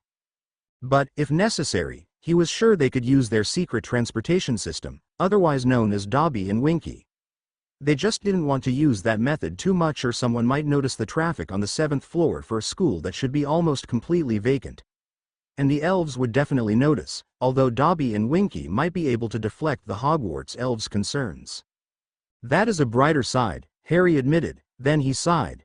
He looked at the Conjurador room, which was basically Hermione's and Lee's office now. If I make this a viable thing, if I start an organization based on this, he said thoughtfully, slowly. Should I make it military? Like Star Trek? Hermione considered that. I don't know, actually, she said. Chain of command and all that would make running the ship easier, especially if something unforeseen happens. But, on the other hand, I'm not sure it's necessary. We've already got a chain of command. We've got our captain. She grinned at him. Harry frowned at that. Is that enough? If we get a space station, if we start making more spaceships, if we start actually recruiting people. Well, Hermione said thoughtfully, folding her arms. I suppose a bit of order wouldn't hurt, she admitted, looking at him. I don't know if military ranks would work for us, but I guess Star Trek might be a good guideline. We've got a captain. There's Lee and me in engineering, sort of. Cho and Marietta are navigation. Angelina and her team do translation and general research. Hannah is researching medical. So some of us have jobs already, I guess. She looked down at the floor in thought for a moment. Harry nodded thoughtfully. He looked around the room and at the massive machine that dominated it. Space, and Uranus, was not far beyond those walls, with all that that implied. Would you stick with this, whatever this will be, after Hogwarts? He asked softly. Without hesitation, she simply said. Harry was quiet for a moment. Good enough for me, he said, and stood up. And, I think, Harry said slowly, we need to change the name. Calling this Dumbledore's spaceship is constricting and inaccurate, now. We're more, much more than that, now. He looked at Hermione. Our main objective is defense, so how about defensive Space Force? And this is the DSFS requirement. She slowly nodded. That might be for the best. Calling us Dumbledore's army is misleading. She sighed. Plus, he hasn't really done much this past year, has he? The last meeting of the newly renamed DSFS requirements crew, all 45 of them, was held just a day before the term ended. They gathered on the bridge in all their armor. A lot of them watched, fascinated, at the flashes of white light outside the window. Piece by piece, the ship's conjuration beams were creating the framework, and fusing the sections together, of what would hopefully be a finished space station by mid-July. Well, crew, Harry said, once all eyes were on him. It's been one heck of a year. And I'm confident in saying I'm not the only one who's been fundamentally changed by all of this, he added, and motioned at the ship. We're different people now. All of us, even those who weren't here at the beginning. I don't know if we're better or worse, but we're different. Better, sir, Marietta Edgecombe said firmly, with a lot of murmuring agreement from the rest of the crew. Definitely better. I hope so, Harry nodded. Now, though, it's about time we close shop here for summer and leave the requirement to its task. Some of us, most of us, will probably be back next term, and we'll see what the requirement has managed to make. But now there is a question concerning those who aren't coming back. He turned to Lee, the Weasley twins and the rest of the former 7th-year DA members. You guys have a choice now. Whether you come back, or find something outside, that's up to you. You're still members of the DSFS requirements crew, he said sincerely. You're welcome at any time. Bloody hell, Lee said with a snort. You can't keep me away from here. I'll probably sneak back in a couple of weeks 'cause I'm dying of boredom. He glanced around the bridge. There's just so much here. I don't think I've ever had this much fun before while working. Here, Fred agreed, and nodded. Most everyone else seemed to agree, too, although there were a few with thoughtful expressions. Harry smiled. Glad to hear that, he said, and looked at everyone. He sighed and took a deep breath. One last thing. You've all probably heard that I intend to start an organization based on what we've made and discovered here. I haven't yet figured out the details, but I intend to open a store in Diagon Alley and hire someone to be there. The idea is to use it to, hopefully, recruit new crew members, and advance what we've started. It probably won't change things just yet. There's an awful lot we need to figure out. First, hiring policies, for one. But it will change things eventually. To that end, I have a bit of a summer assignment for all of you. He grinned as everyone stood at attention and no one complained, or even looked reluctant. We need a chain of command, and maybe a ranking system, he said. We need clearly defined tasks, stations, and occupations. I want suggestions on all of the above. Got it. So, essays on a hypothetical rank system, chain of command, and occupations on board the ship. He considered the crew and then added. And, of course, any and all suggestions related to the ship, crew, and the future organization are also welcome. Any questions? Yes, sir. Can we take the things we've made with us back home? Colin Creevy asked. The armor and stuff. Oh, yes. Definitely yes. In fact, I'd prefer you wear them as much as possible, Harry said. The Ministry says that Voldemort isn't back. We know better. You've all seen the memory in the Pensieve. And I want you safe. To that end, Hermione and Lee have made spare batteries for all of us. Enough to power everyone's suits through the summer halls, even if you stay invisible the entire time. There was a bit of murmuring at that revelation. And, of course, I have an additional surprise, Harry said, and nodded to Lee. Only those who had joined after the Christmas halls were startled when a stack of gold bars appeared before them. 5 for each member this time. Use them wisely, Harry said and looked at everyone steadily for a moment. I'm sure we'll see each other on the train, but if we don't, I'll see you all next term. Stay safe out there. And if you need help, he touched the edge of his link. Remember, it's only moments away. The next day, at breakfast, Alicia came up to him. She looked like she hadn't slept the night before. Captain, she said, here. It's a prototype I put together last night. She handed him a book, a short English history. He looked at her curiously as he took it. Hermione and several others looked interested, too. She reached into her rucksack and took out several more, handing one to each of Hermione, Ron, Lavender, Seamus, Neville, Dean, Parvati, Colin, and Dennis. They had all taken to sitting together at meals after Pink Toad had been sacked. "These are the tricorders I did my essay on," she explained. "They've got the features of the comm links, plus a whole lot more." They stared at her slack-jawed. She smirked. "They've got the entire ship's library, plus all the Hogwarts books that Hermione scanned in." Hermione stared at it, stunned. So did the rest. You can also use them to write notes, as a scheduler, send letters to each other, the full Monty. They looked from her to the books. "If you open them, they look like regular books, but the nanocircuitry is wedged into the pages. To turn it on, tap it against your link. When you open them, the inside front cover and the opposite page become one big screen. The whole thing is touch sensitive. If you select the option at that point, the front of the book becomes a screen and you can work on that with the book closed. I threw together a manual last night. They'll automatically open to that file when you first use them." They still hadn't recovered. "These are the prototypes, so I expect you to tell me how to improve them." She smirked again. "And you'll have the whole trip home to play with them." She headed over to the Hufflepuff table and started to give those crew members their tricorders. Harry had to steer Hermione as she was too involved in the new book even to notice they were moving as they headed for the train. The train back was rather quiet. They had all said their goodbyes the day before at breakfast. The only real problem, as far as Harry was concerned, was that his scar began to ache and he knew he would just have to put up with it until September 1st. He feared his restful nights were going to be a thing of the past for the rest of the summer. On the other hand, he realized that this year he had not once been held at wand point by Voldemort, or one of his followers. No one had tried to kill him. And he now had a group of solid friends who would stand by him. And the tricorder would make it so much easier to communicate with everyone. His next surprise was when he stepped through the magical barrier between platforms 9 and 10. That the Dursleys were there wasn't unusual. They usually were early just so they could complain about how long they had waited for him. What stunned him was to see his uncle smile at him, as did his aunt. Dudley looked confused, which wasn't difficult for him. He barely noticed the Weasley family's somber reunion, or Hermione tightly hugging her parents. "Harry, my boy," the walrus said warmly. "Glad to see you here, safe and sound after such a long trip. How was your school this year? Had someone used Polyjuice to replace the Dursleys?"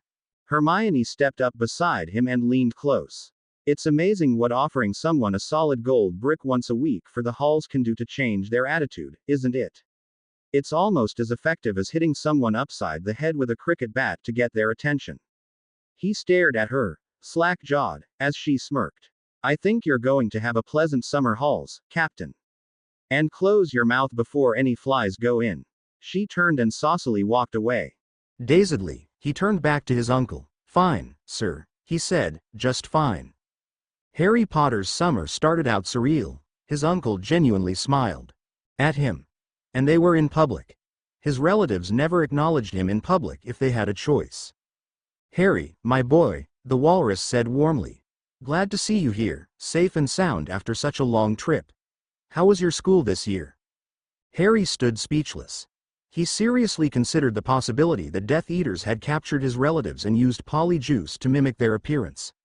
Until Hermione sidled over and whispered in his ear that she had slipped them a couple of gold bars to obtain their cooperation for the summer. The key on his cheek left him blushing and even more confused. As they wound their way through the crowded station, he marveled that the thought of bribing the Dursleys had never before crossed his mind. He would gladly have given up a considerable portion of his vault to guarantee their cooperation. He could only shake his head in bemusement. Once they were in the car, and headed back home, Uncle Vernon said, "I don't know where that girl got hold of that gold, and I don't want to know what your relationship with her is," he sharply said as they left London. Harry kept quiet, but nodded as his uncle looked at him through the rear-view mirror. "As long as the bars continue to arrive, we will treat you as our nephew in public. At home, I expect you to be quiet and not bother us." We won't bother you. We'll call you for meals and I expect you to help with dishes. You can keep your trunk in your room for assignments, but none of that freak stuff anywhere else. Harry had to smile at that. Yes, Uncle Vernon, he said because the man looked at him as if he expected an answer. Everything I do will be strictly normal. I won't even touch my wand unless it's a dire emergency. The walrus stared at him a moment, scowled, then nodded. Good. We understand each other. They stopped for dinner, to Harry's intense surprise, at a restaurant instead of going home, as he had expected. Mind your manners, his uncle growled at Harry as they went in. For his first experience in a Muggle restaurant, it was rather nice. It was also rather creepy to have his uncle treat him like he said he did his subordinates at work. Not a peer, the smarmy stuff wasn't out. The three ignored Harry for the most part, and Dudley was unusually quiet. Harry just listened as the two adults discussed what they wanted to do with their newfound wealth. Each bar, according to what he heard, was worth about 5 or 6 weeks' worth of his uncle's salary. Which meant that by the time he left at the end of summer halls, 10 weeks, they would have almost doubled his uncle's income for the year. His uncle intended to take several 3- and 4-day family vacations in Europe to trade the gold bars into local currency. Then deposit the monies he received into his Barclays bank account in London through their local branches in Europe. If anyone asked, he had performed consulting work. There would be fees for doing that, naturally, but the last thing he wanted was Inland Revenue taking an interest and finding something wrong. Plus, even if Inland took a big bite, he was still left with a hefty increase in his earnings. The rest of the drive home was equally quiet. Josephine Edgecombe had not been having a very good year, so far. It wasn't like it had been before Minister Fudge was elected. Things had been looking up, actually. Hearing that the secluded Harry Potter had been seen in Diagon Alley that summer, followed by news that he had started his first year at Hogwarts, had been a bright point for nearly everyone, except certain purebloods. But that was before everyone had learned how erratic and unpredictable he was, how he dressed like a poor muggle instead of a wizard, how he rejected the traditions that were the backbone of the Wizarding Society, how he was always in one ill-planned adventure or another each year at the school, and frequently ended up in the hospital wing by the time exams rolled around. How he had only 2 friends and spurned everyone else as beneath his station. Plus, as Harry Potter's reputation suffered, things at the Ministry began to subtly get worse and worse. Oh, it wasn't any one thing she could point at, but the entire Ministry seemed to be going downhill, from her point of view. The purebloods, who had seemed to be content to sit quietly in the background, were slowly coming to the front, now. Raises had been slowly restricted to those with connections to the higher-ups in the Ministry, the purebloods. She hadn't been given a raise in 2 years. Promotions, always difficult for half-bloods, had become harder and harder to secure. She hadn't seen a promoted half-blood in years. Only purebloods. Sadly, the ones promoted always seemed to be the more snobbish ones. Then, 2 years ago had been that terrible hooligan incident at the World Quidditch game that Ireland had won. Since last September, her job had become increasingly stressful with rumors and speculation running rampant. Everyone was on edge, from higher-ups to the lowest janitors. Everyone, it seemed, had to tread carefully and keep eyes on the back of their heads, because you never knew who was saying what about you behind your back. Any little mistake, or even misunderstanding, was enough to put your job in peril. There had been a few fired or demoted as a result of the Dementor fiasco last summer. That had really been when it became noticeable.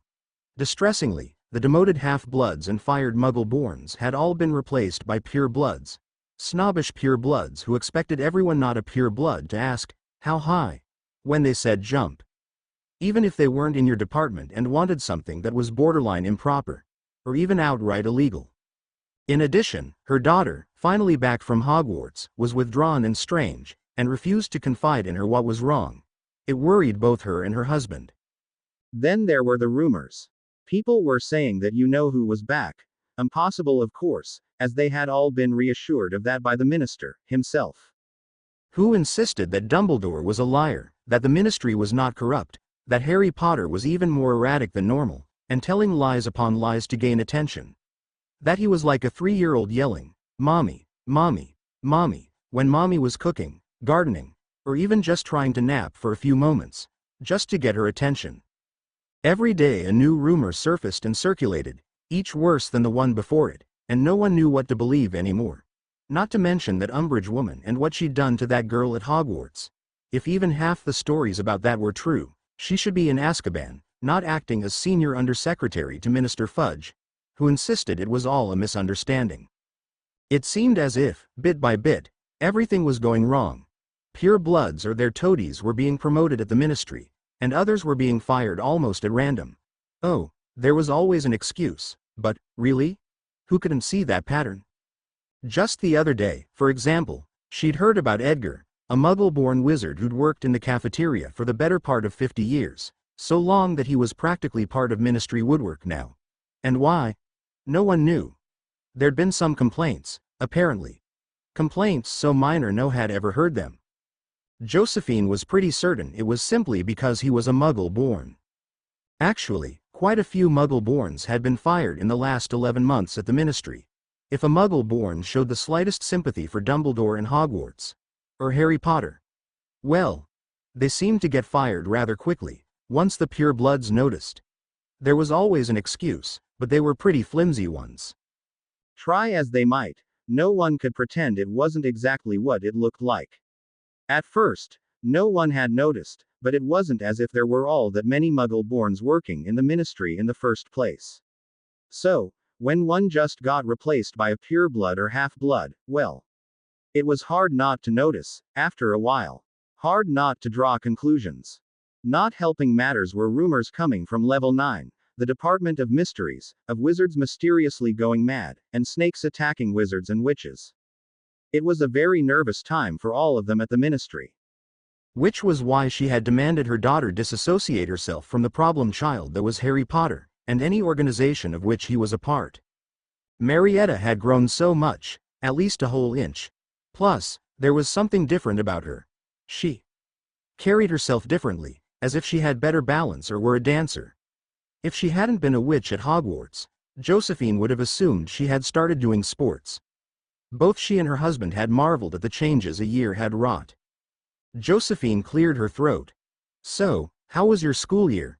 She asked her suddenly quiet and monosyllabic daughter that Sunday evening in the sitting room. They were listening to the wireless while reading. Did you stay in that after-school club? Marietta looked at her with an unreadable expression. School was fine, she said after a moment, and nothing else. She and her husband exchanged exasperated looks. He went back to his book. Josephine waited for her to continue, but Marietta just returned her attention to her book. She cleared her throat again. Is Cho in the club? She asked. Marietta didn't answer. The silence stretched awkwardly for a moment before she did speak. How's work? She said. There was something pointed about the way she asked it that made Josephine frown a little.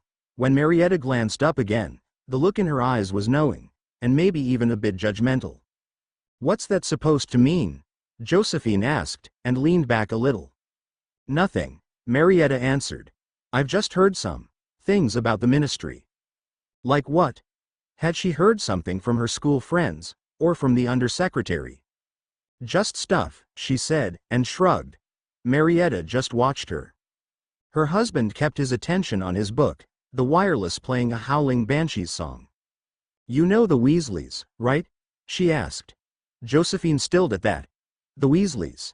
She didn't have much to do with the misuse of Muggle artifacts office, but she'd heard about it. Arthur Weasley getting attacked, almost killed, in the ministry. The very thought that such a thing could happen in the ministry terrified her. No one knew what had happened, but he'd still not come back to work. They'd given his job to someone else. A clueless pureblood, she'd heard. A pureblood she was pretty sure she'd seen once with Lucius Malfoy. There was a wizard you didn't cross if you wanted to keep your job. Josephine composed herself. Are they in that club with you, the Weasleys? She asked. There's what, 3 of them in Hogwarts? 2, now. The twins graduated this year, Marietta answered and tilted her head. Heard about their dad? She forced a smile. I'm sure he will be fine, dear, she said. What happened was just an accident, and I don't work anywhere near the Muggle affairs anyway. They have to suspend him in stasis to keep him alive. He's still there, Marietta cut in toughly. He's, like, In this bubble where time doesn't pass for him, she said rapidly, as if afraid her mother would interrupt. Because, just a few more minutes and he dies. Because he's poisoned and they can't heal his wounds. So, he's been in a stasis bubble since Christmas. She sat back and stared at her mother. Her father had his full attention on her, now. The wireless prattled on in the background. Josephine stared at her, surprised. Wah, how on earth do you? So, you do know. Marietta nodded. I heard all that direct from the Weasleys, she said and looked at the wireless. I have some homework I should get on with. Can I go? Yes. Josephine stuttered and exchanged glances with her husband. They watched as Marietta all but bolted from the room. She stared at her husband. He shrugged and turned back to his book. She blindly looked at him and wondered what on earth was happening to her life. The next day at work, she very carefully asked if anyone knew about what had actually happened to Arthur Weasley, and why he hadn't returned to work. Everyone knew about the attack, of course, but didn't really know anything else. Besides, I don't really know. The most common answer was some sort of strange accident with Muggle technology. Something she hadn't quite believed when it was first mentioned months ago, not unless someone had brought a bomb in. She knew enough about Muggles and their things to know if it didn't outright kill you, the healers could put you to right in only a day, if not a few minutes. In addition, there would have been a lot more to the story if it had been a bomb, in that case. But nothing about poison. That gave the incident a whole different, more sinister, implication. Poisoning takes time to plan and deliver, a spontaneous attack does not. The Weasleys were the biggest known Muggle sympathizers there were, and obviously close friends with Albus Dumbledore.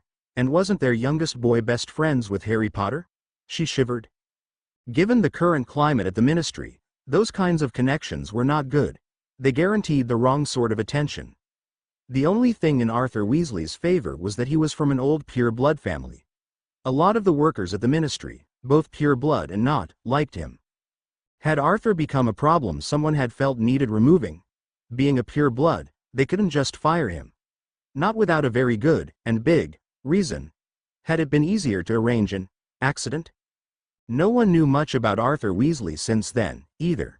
I hear he's still recovering, Teresa from transportation said with a shrug. He was in St. Mungo's for a long time, wasn't he? Vance, a clerk in accidents and catastrophes, said. But even he didn't know anything else. It was some Muggle doohickey, wasn't it? Said Fiona in the creatures department when they talked at lunch. No one really knew anything definite, and no one much cared. For someone so well liked, it was truly incredible there was so little information. It was as if someone had gone around and deliberately told different stories to people to confuse them. Josephine didn't know much about the misuse of Muggle Artifacts Office. She'd carefully avoided seeking any contact with anyone in it because even before things had gone downhill it was a bloody good way to get demoted in the Ministry. Anyone who regularly dealt with Muggles was regarded with suspicion in the Ministry. As a result, she didn't know anyone who worked there, or what they thought. She was tempted to try and find someone in there on a break or at lunch on another day, but with things being the way they were, it was probably bad enough that she was asking at all. I hear they're going to fire Allison any day now, Fiona muttered to her just as she was about to leave after finishing her lunch. Just watch yourself, Josephine. Allison Heath, who worked in the administrative registration department, and had done so for about 20 years, was known as a good and efficient office manager. No one ever had, or had, any complaints about her. Except that maybe she was a little too efficient, never took breaks, and as far as Josephine knew, she never got sick, either. She was also a Muggle born. Josephine bowed her head and went back to her desk. She spent the rest of the day worried, and jumped at every unusual noise in her office. It was another tense and stressful day. They were all starting to be like that. Eugene Sarabin looked up as Eric Weisstein walked in. Eric didn't mince words as he tossed down a batch of papers on the desk. I have to toss last night's observations. Jean leaned back, startled. What? Why? Interference, Eric said angrily, flinging himself into the visitor's chair, making it slam against the wall behind it. Interference? Jean said, incredulous, his eyebrows shooting up. Yeah, some dickwad was flying repeatedly across my line of sight. Jean grabbed the papers and leaned over them, studying them closely. The first dozen are right in line with what we expected on the H2 line, but then it skyrockets to 500 Kelvin and just sits there. My time ran out before the temp changed to any degree, Eric said dispiritedly. That's crazy, Jean said, still staring at the printouts. He set the papers down and stared at Eric. That's impossible. Yeah, I know, Eric said and grimaced, and yet, there it is. He waved his hand at Jean's desk and the papers on it. No, I mean that's impossible. Eric looked at him questioningly. Think about it. No plane could possibly hold itself directly in front of the telescope for any length of time. A helicopter could, but that's restricted airspace, and the exhaust for both is not a measly 500 Kelvin. Eric's expression was changing to one of puzzlement. A high-altitude balloon could, if the winds were just right, stay in place strictly by accident, but they're nowhere near that warm. They're more likely to match the air's temperature, 273, not 500. Eric's eyebrows went up. You think something happened on Uranus? Jean frowned. More likely an instrument malfunction. Eric shook his head. That was my first thought, too, so I checked it out. Nada. Perfect results. Intermittent flaw. Perhaps, he said slowly, but everything tests out perfectly. And no one else reported any problems last night with their observations. Or any other night before last night. I checked. Jean sighed, and shoved the papers to one side. You'll have another go at it tonight, and I'll see if I can book you another night next week to make up for it. Eric nodded. And this time, I'll calibrate it on Neptune before and after the Uranus observations. Jean nodded. It'll slow things down, but why don't you alternate between the two during your time on the scope? Eric shook his head. I don't like the lost time, but yeah, maybe I should. And if I could get an additional night, or two, on the scope. He finished, hopefully. Jean frowned, but said, I'll see what I can do. The next day, after a nice breakfast, which Harry didn't have to fix and he wasn't fed only table scraps, he retired to his room after washing the dishes. He pulled out his tricorder, and shared with Hermione that he had had a great start to his hauls. Now, if only his scar would stop aching. Harry decided he would spend his time studying runes, arithmancy, and struggling with his assignments. Without chores to eat up his time, he could make rather good progress on all three fronts. The only downsides were the constant ache in his scar, and probably the occasional nightmare of things that Voldemort was doing or planning. Not that he could do anything about either of those, was his fatalistic thought. Still, at least he didn't have to worry about keeping the toad distracted from the others anymore. His hand throbbed at the thought of her. Lee did call him later that day and reluctantly informed him, the space station is going to take longer than we thought, Captain. Is there a problem? No problem, as such. It's just that the replicator isn't designed for industrial work, so it has to stop after 8 hours to cool off. It'll put us about 2, maybe 3, weeks behind. He sighed. Still well before term starts, but still, it's disappointing. It's better we learn these things now, Harry said reflectively, than when we really needed it for doing something in a certain time frame and then finding out it couldn't do it. Too true, Captain, too true, Lee said, nodding his head in the video. Marietta, Josephine started, a little awkward but determined, that evening in the sitting room. Next year, you will quit that after-school club, all right? Marietta looked up from the Daily Prophet, and disbelievingly stared at her for a moment. Then she leaned back. How about you quit your job, instead, she said defiantly. Her husband looked up from his book, and started paying attention. Don't even start. Your little after-school club doesn't bring the food on the table. My job does. Your father, she nodded at him, does what he can, but without the training and education in the Muggle world he's limited in opportunities. We both need to work to make a living for the three of us. It's hard enough without you bringing me unwelcome attention at the ministry, Josephine snapped. She huffed and then quickly composed herself. Things are a little tense right now, dear, she tried again, placatingly. And what's happening at Hogwarts, it's just making me. She glanced at her husband again, who nodded. Sue worried. Hogwarts has always been political, and I'd hate you to get stuck in the middle of it. Any enemies you make in Hogwarts will remain enemies for the rest of your life. Her daughter rolled her eyes at that and stood up. She stalked off. Josephine stared after her in astonishment and then stood to follow. Marietta, Don't you even dare. This is serious and. Marietta went into her room, and came out almost immediately. Before her mother had the chance to walk around the coffee table, Marietta set something on the table's wooden surface. It made a heavy, resounding thunk as it landed. Josephine and her husband stared at it for a moment, uncomprehending. Then their eyes widened. Turn that into food on the table, Marietta said, as she straightened and folded her arms. Marietta. What? Josephine started and then quickly straightened up. Is this a joke? She asked. Her husband, George, came over, picked up the bar, and grunted with surprise at the weight he felt. No, Marietta said with a slight snort.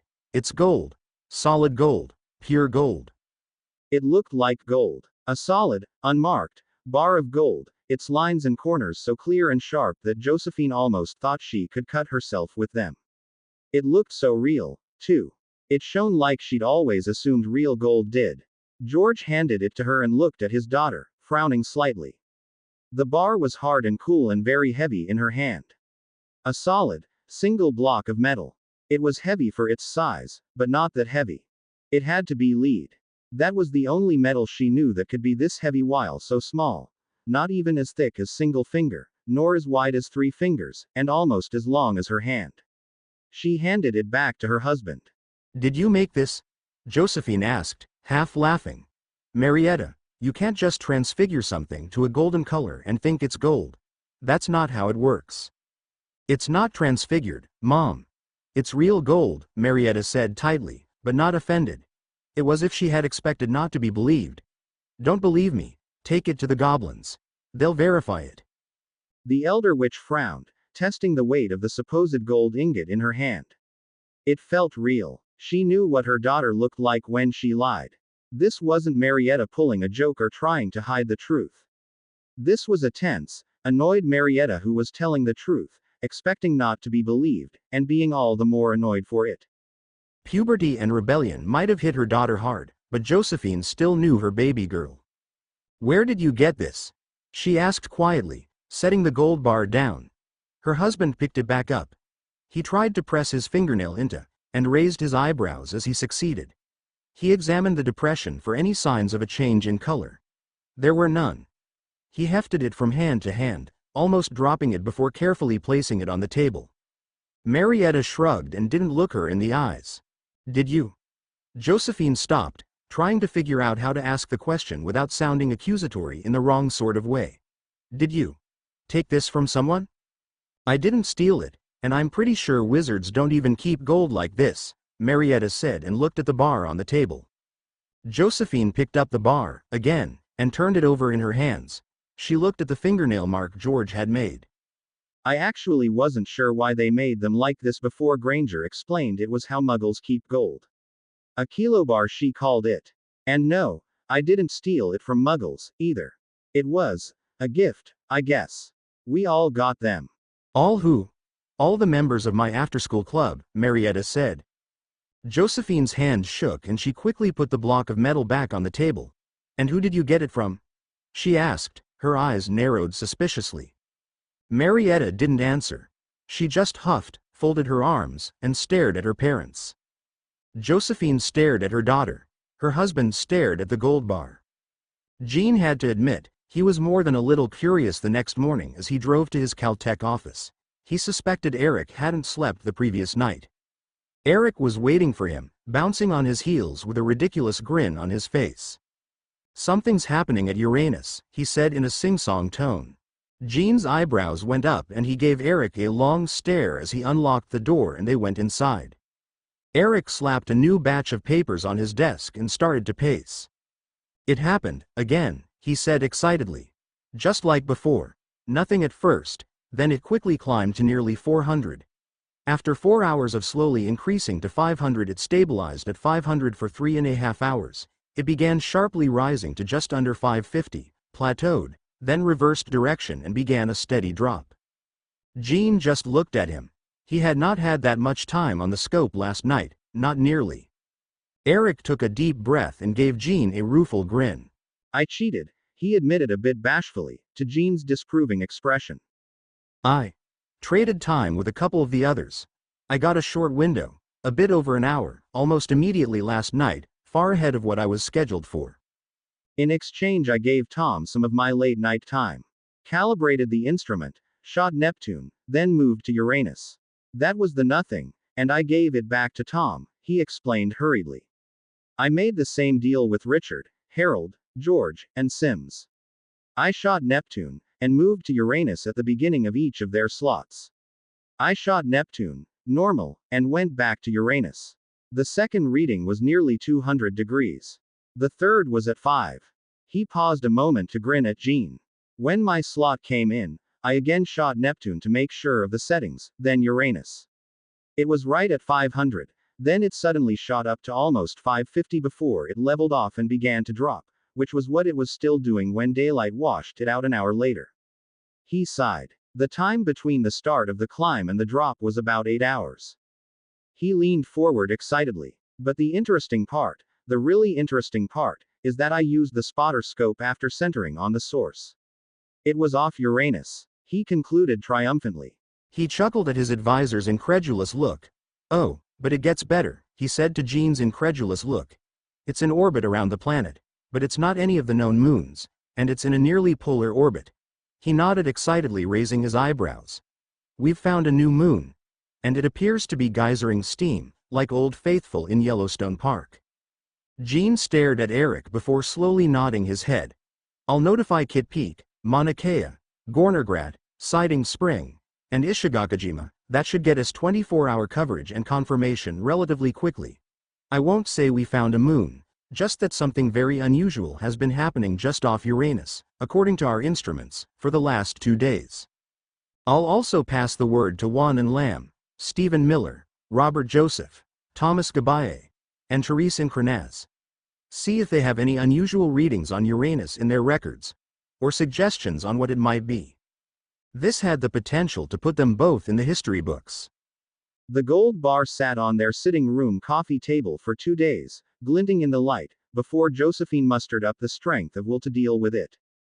When she picked it up that morning before work, it was with every intention of just getting rid of it. Then she would try, somehow, to talk sense into her daughter. Whoever had put such weird, fantastical notion into her daughter's head didn't even matter. That they, somehow, had gotten Marietta to believe this nonsense that this was a gold bar was irrelevant. It was Josephine's job as a mother to show her they were taking advantage of her gullibility. She was still in Hogwarts, for Merlin's sake.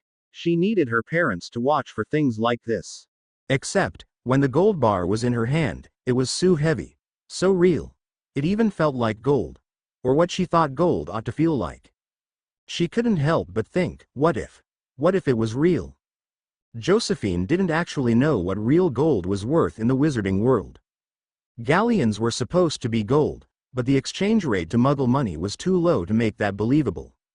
Her father had done the calculation when she first started Hogwarts. If galleons were really pure gold, you could get far more than just £5 for a 1-ounce coin just by selling them to Muggle gold dealers. But no one ever did. Why? Because it wasn't as much gold as it seemed to be. The goblins used magic, somehow, to dilute the gold to meet the exchange rate they set. And they had special spells to detect if anyone tried to melt the galleons and sell them to Muggles. No one wanted to cross the goblins. So, how much was actual gold worth in galleons? She teetered on the edge of indecision, as she stared at the gold bar. Then, she dropped the gold bar into her handbag. She sighed. She knew entertaining this charade was ridiculous. No one would just give her daughter a gold bar with no strings attached. It had to be a scam, a scheme that would get her daughter, and her family, no doubt, in trouble. Yet the suspicion sat there, in the back of her mind, maybe it was real. And if it was, what kind of danger did it represent? Because if it was real, if someone had given her daughter a solid block of gold then, oh, Merlin. What did they want with her daughter? And what had she promised to them in exchange for the bloody thing? She'd be a fool not to determine the truth, in any case. So, she straightened her back and squared her shoulders, and set off with determination for Diagon Alley, the bar heavy in her bag, and headed to Gringotts. She would get to the bottom of this puzzle. Once she was there, it got worse, not better. The goblin clerk sighed as she handed him the bar. He took it, looked at it, ran his fingers over it, sniffed it, and even tasted it. "Another one of these," he said, with a look of suspicion at Josephine. Josephine stared at him with wide, terrified eyes, wondering what sort of punishment there was for bringing fake gold to Gringotts. The goblin firmly set the bar down. "The conversion rate is 1,280 galleons. Would you like the funds transferred directly to your vault?" Josephine stared, stunned at the statement. "What?" The goblin scowled at her and narrowed his eyes. 1,280 galleons, he repeated slowly, and slightly louder, as if to someone who was mentally slow. "The conversion rate was higher on Sunday, I know," he said testily, "but that was before people brought us 40 of these things. The price of gold has dropped, and it will continue to drop as more gold is brought in." There've been others? 40? Josephine asked bemusedly. "They're all real? Minus all of them?" The goblin was extremely unamused by her. "Yes, yes, yes, and yes." He rolled his eyes and looked at like she was a distasteful insect. "And before you ask, yes, it is the purest we've had," he said nastily. "But that doesn't change the fact that exchange rates vary according to supply and demand. If you're not happy with the conversion rate, you're free to take your gold to the Muggles." He grinned nastily at the idea. Josephine had to clear her throat. How much was it, again? 1,280 galleons, the goblin said through gritted teeth. "Ask me again and I will charge a fee for wasted time. Now do you want the money transferred to your vault?" 1,280 galleons, that was almost half her yearly salary, and Marietta had been just given it. "No, I'm sorry," Josephine said. She blinked and realized she had started to draw attention and make a scene. "I just wanted it verified," she said faintly. "Very well," the goblin groused, and handed the bar of pure gold back to her. "The fee will be 5 galleons. Gringotts can automatically deduct the sum from your vault or you can pay here and now. What will it be?" "Take it from my vault. Thank you for your time." She hurried out of the bank, and hoped no one would remember seeing her there. The gold bar just sat on their sitting room coffee table, again. She sat on the couch and just stared at it. Then she realized that she had an actual gold bar just sitting there, out in the open, on their sitting room coffee table. She threw a tablecloth over it, as if that would hide it from anyone who came in. She stared at the lump the gold bar made of the cloth on the table. She didn't know how long she sat there, probably hours, before she started to laugh hysterically. Marietta must have returned home and she hadn't heard her. Hearing her laughing, the girl left her room and watched her cautiously from the doorway. "Mum?" she gingerly asked. Josephine laughed, and then she started to sob. I didn't go to work," she said. "I didn't, did I?" She stared bleakly at the lump in the cloth on the table.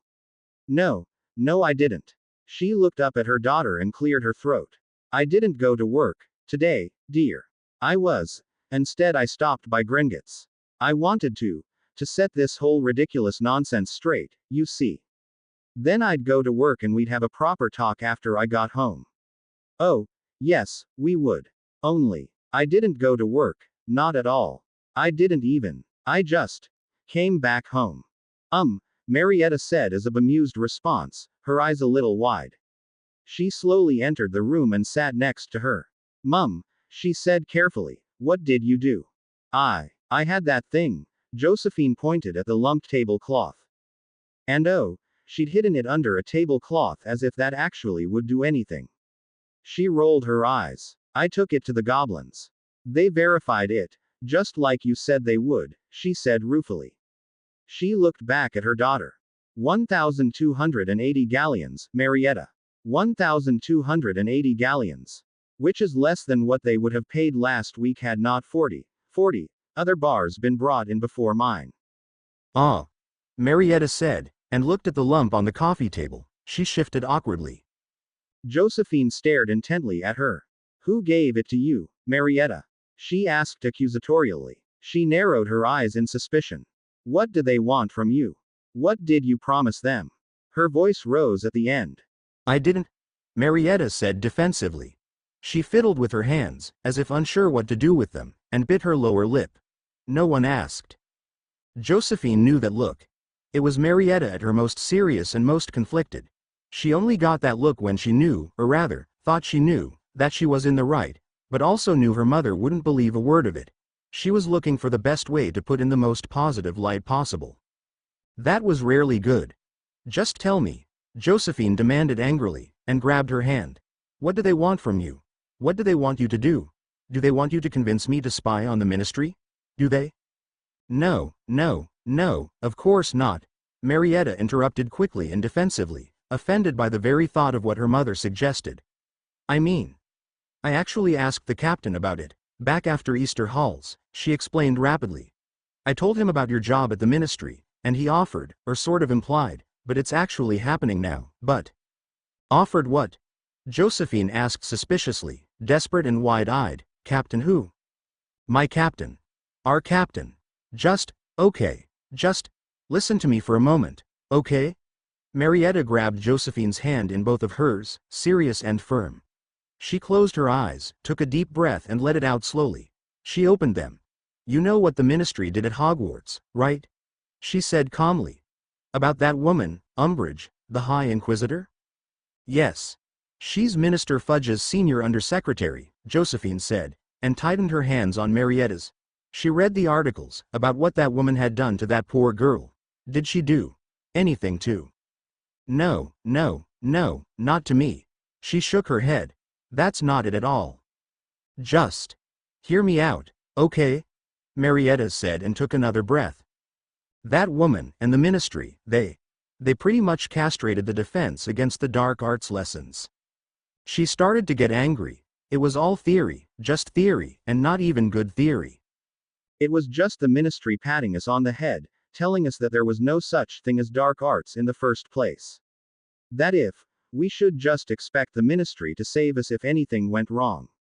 As if you'll have time to wait for orders if you're attacked by a werewolf or Death Eaters, she said disparagingly, and rolled her eyes. If we had followed her lessons, all of us would have failed our DADA. OWLs. Josephine frowned a bit, and said, okay. She'd heard some about that. Marietta had complained at length about it in her letters home from Hogwarts. She had worried about that, but what could she have done about it? However, she wasn't sure what it had to do with this.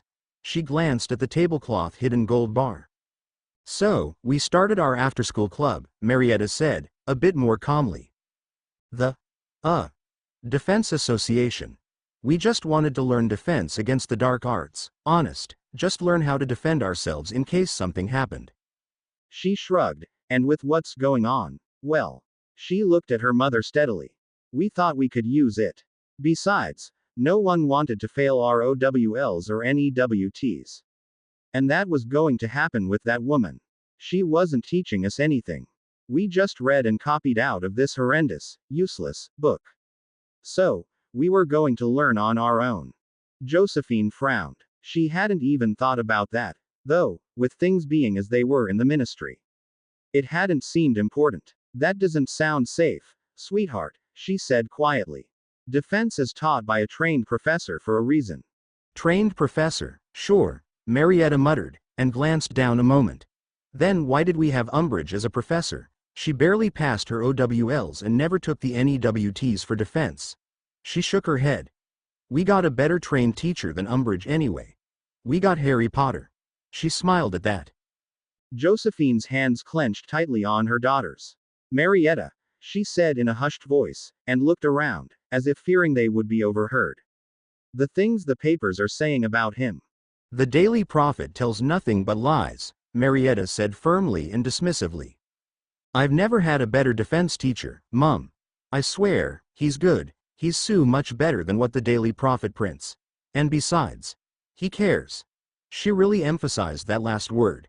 He just wants us to be safe. And that's what he taught us. How to stay safe, I mean. Shields and stuff. I can do the Patronus now, Mum. A fully corporeal Patronus. Because he taught me. And the captain learned it at 13. Before Josephine could even try to think of something to say to that, Marietta shook her head and said, that's not it though. The club, we discovered something. I can't just tell you what, though, not yet, but, it's huge.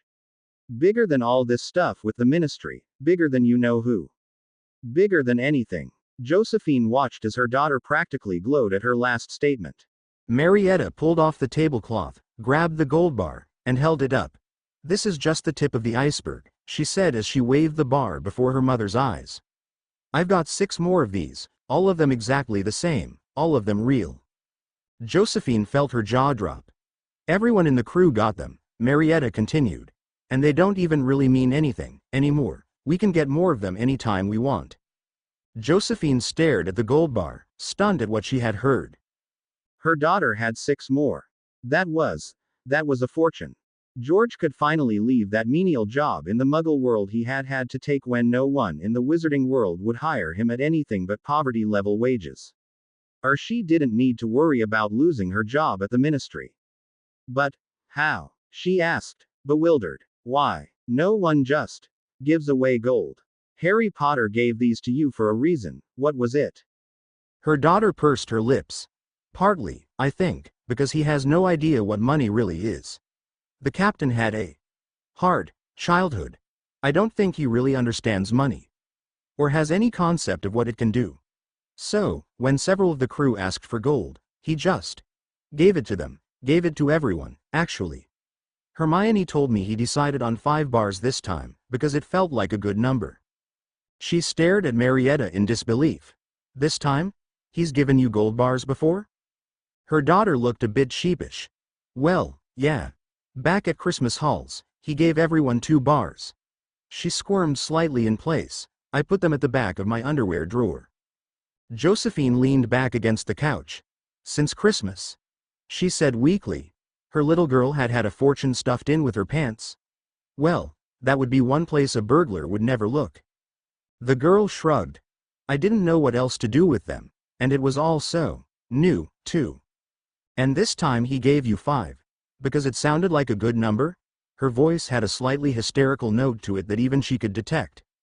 Marietta looked thoughtful, for a moment. "And because he thought we could use them," she said, and shrugged again. "That was most of it, really, I think. His last words to us before end of term were, 'Be safe.' I guess he hoped we'd use them to bolster defenses at our homes. Buy some protective spells for the apartment and stuff, you know. He just had no idea what something like that would cost, so he guessed." Some in the crew, they planned to cash theirs in and buy safe houses for their families, some of them even out of country, on the continent. Josephine blindly stared at her, and tried to process what her daughter had said. But her mind stalled at the point that Harry Potter had given her daughter 7 bars of gold worth thousands of galleons. No, not merely a few thousand, but over 8,000 galleons worth of gold. Just because? No, she couldn't believe that. That was over 2 years' worth of her salary at the ministry. There had to be a reason, an agenda, something he wanted from her. There had to be. Nobody just gave away that many galleons and didn't expect something in return. Just thinking about the gold and the galleons it represented made her head spin. But the mention of protective spells for their apartment and safe houses? That was tempting. Embarrassingly so. It was enough money that she and George could just quit their jobs, couldn't they? They could buy a house and land with enough room for a garden, maybe, in some quiet Muggle village.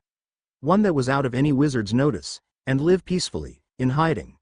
They could hide away and no one would ever bother them again. Except this crew you mentioned, Josephine said slowly. They want you to stay with them, don't they? She narrowed her eyes at her daughter, and focused again, on the main problem. You can't just take this and vanish, can you? You have to go back. Well, no, not really, Marietta said just as slowly. I mean, I will. Go back, that is, because I want to. But I don't have to, if I don't want. She frowned as she thought a moment. I think there are a few who won't. Mostly Muggle-born. Their parents don't like what they've heard about Hogwarts this last year. Or read in the papers. Their parents are pulling them from Hogwarts and going out of country. They're moving to the United States, I think. Maybe Australia. She smirked.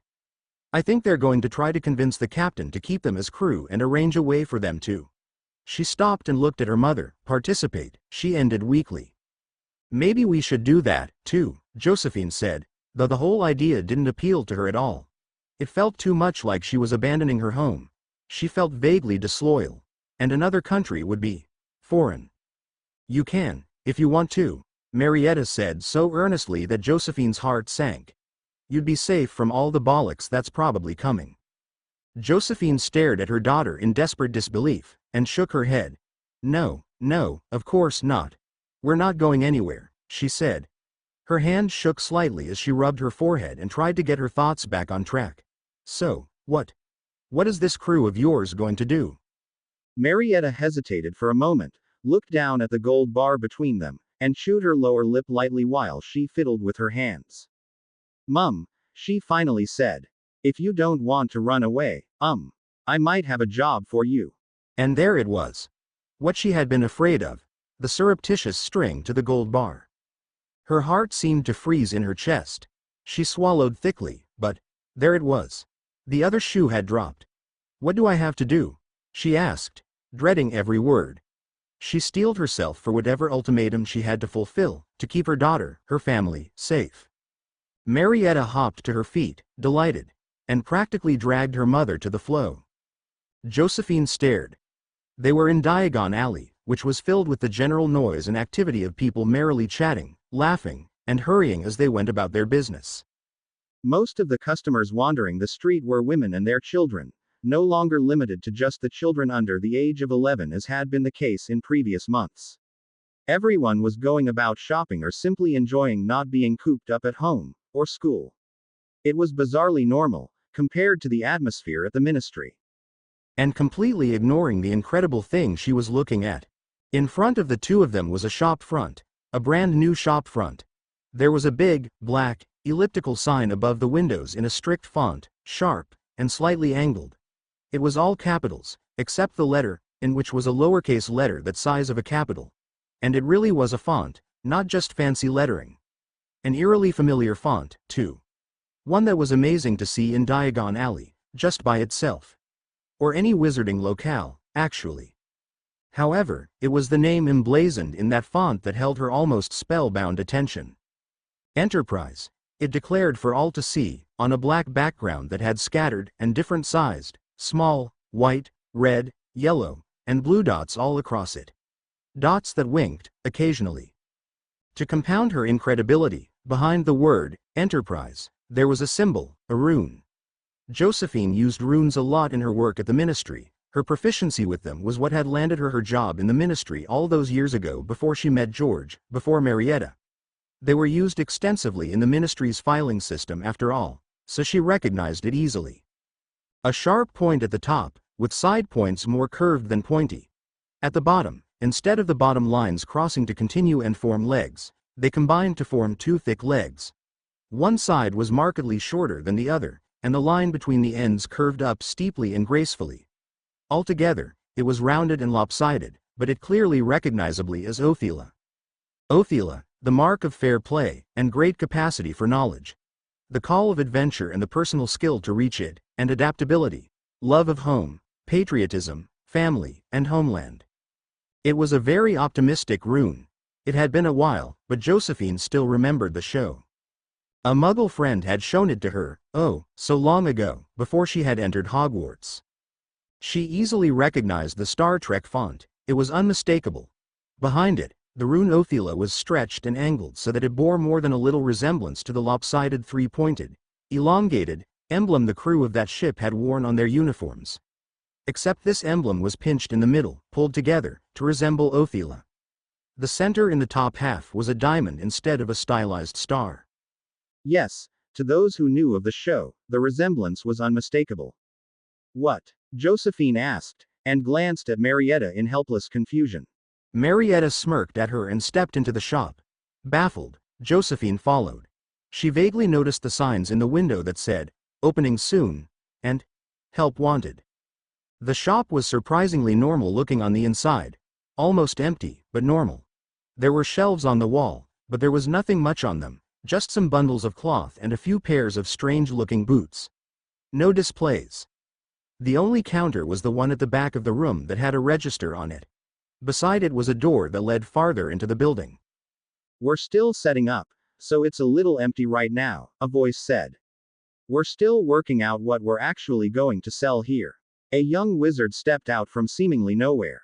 He had bright red hair and freckles all over his face. A Weasley, if Josephine had ever seen one.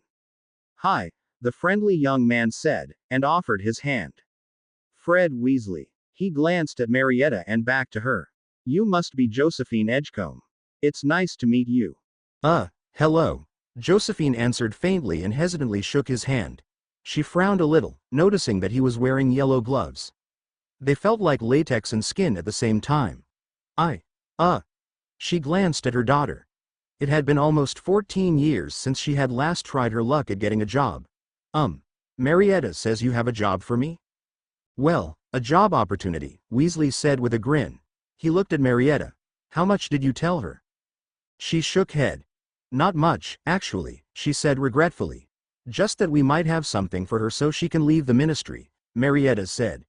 She looked at her mother. This place is owned by our crew. Specifically, by me, my brother, and Lee Jordan. The deed's in our name. It's the captain, though, who really runs the show, Fred Weasley interjected. Yes, Marietta agreed, and rolled her eyes. And we need someone to work here. She waved her arms to indicate the store.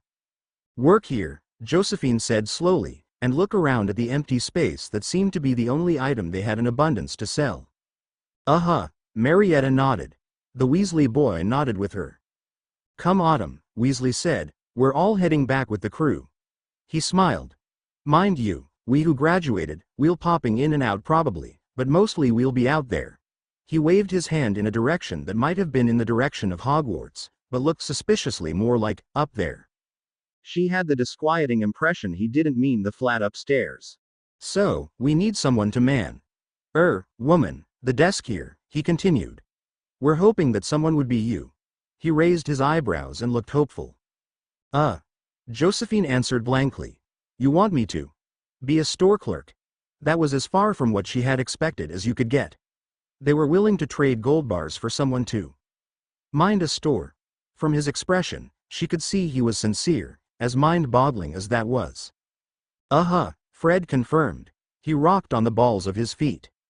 I mean, it's probably going to be pretty dull. He glanced around the store. Really dull.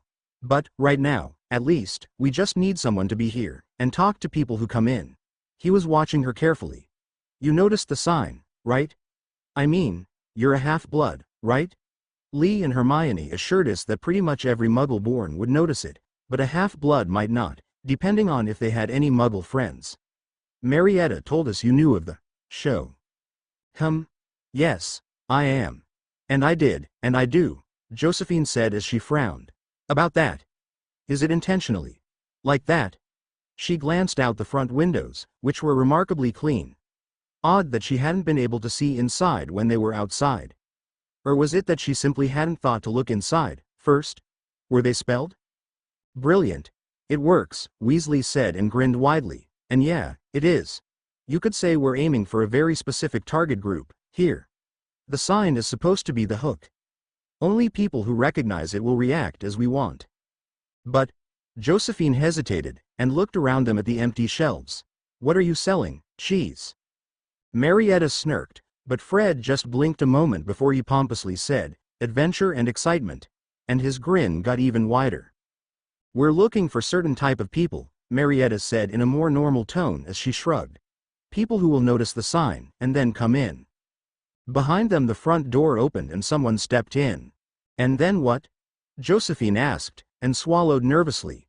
Maybe she was safe, but others? And then we'll see if they're looking for employment, a new voice said. Josephine turned around to see a brown-haired girl had come into the store. Hello, Mrs. Edgecombe, she said and offered her hand. I'm Hermione Granger. Sorry I'm late. I'm here to interview you for the job. Right, okay, nice to meet you. Josephine answered faintly as she shook her hand.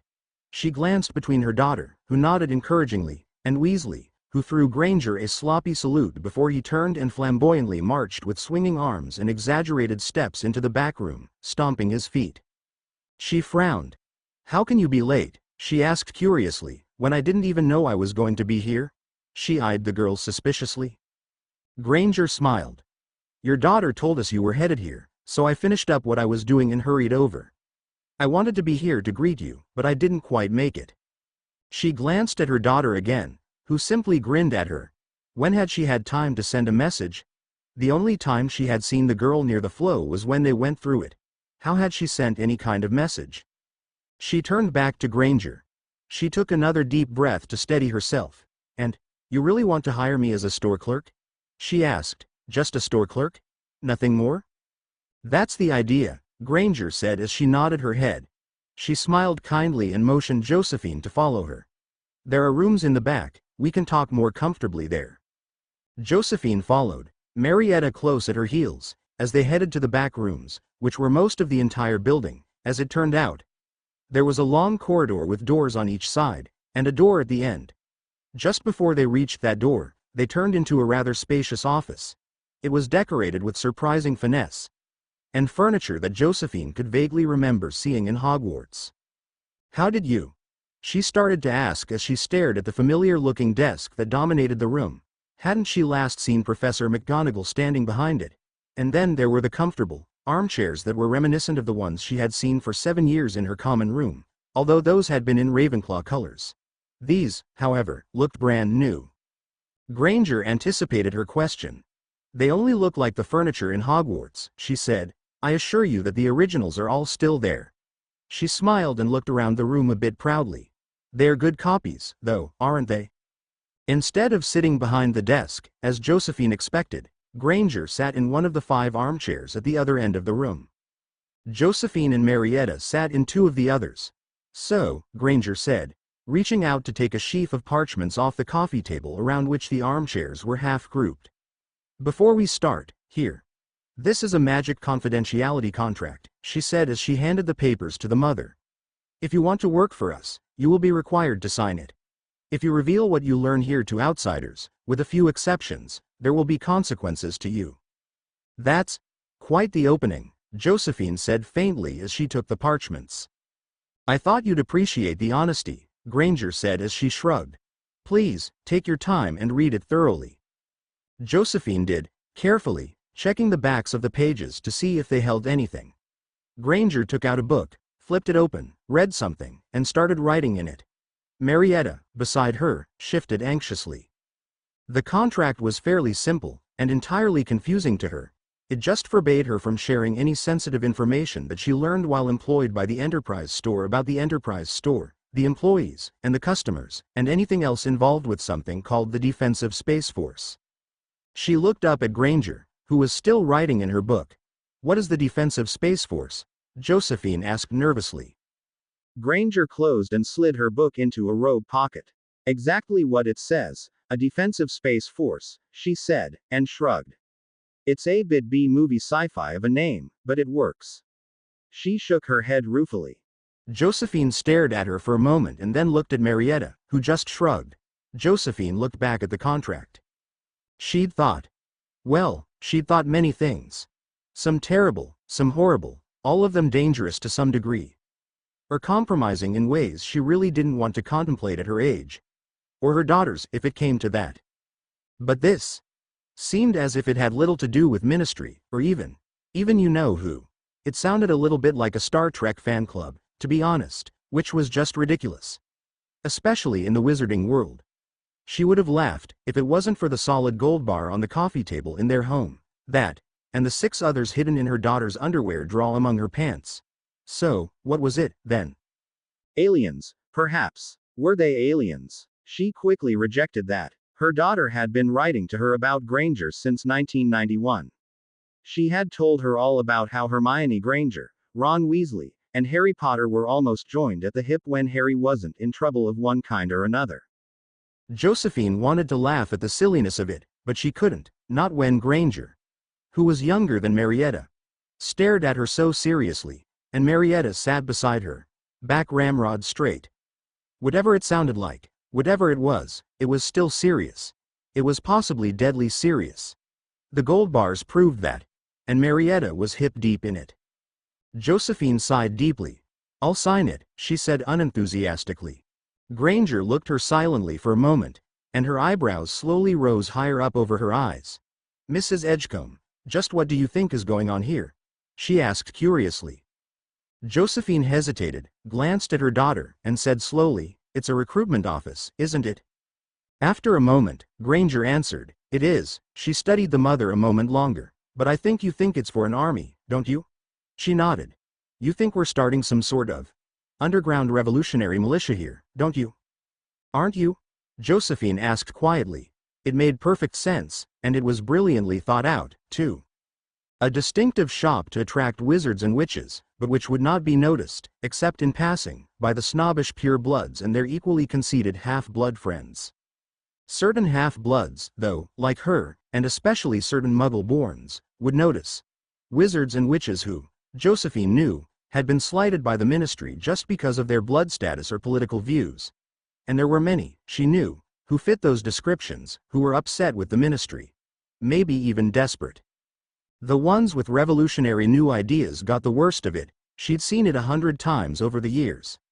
The Muggle-borns who spoke of technology or computers, and things like, well, space exploration. They got the metaphorical axe the quickest in the magical world.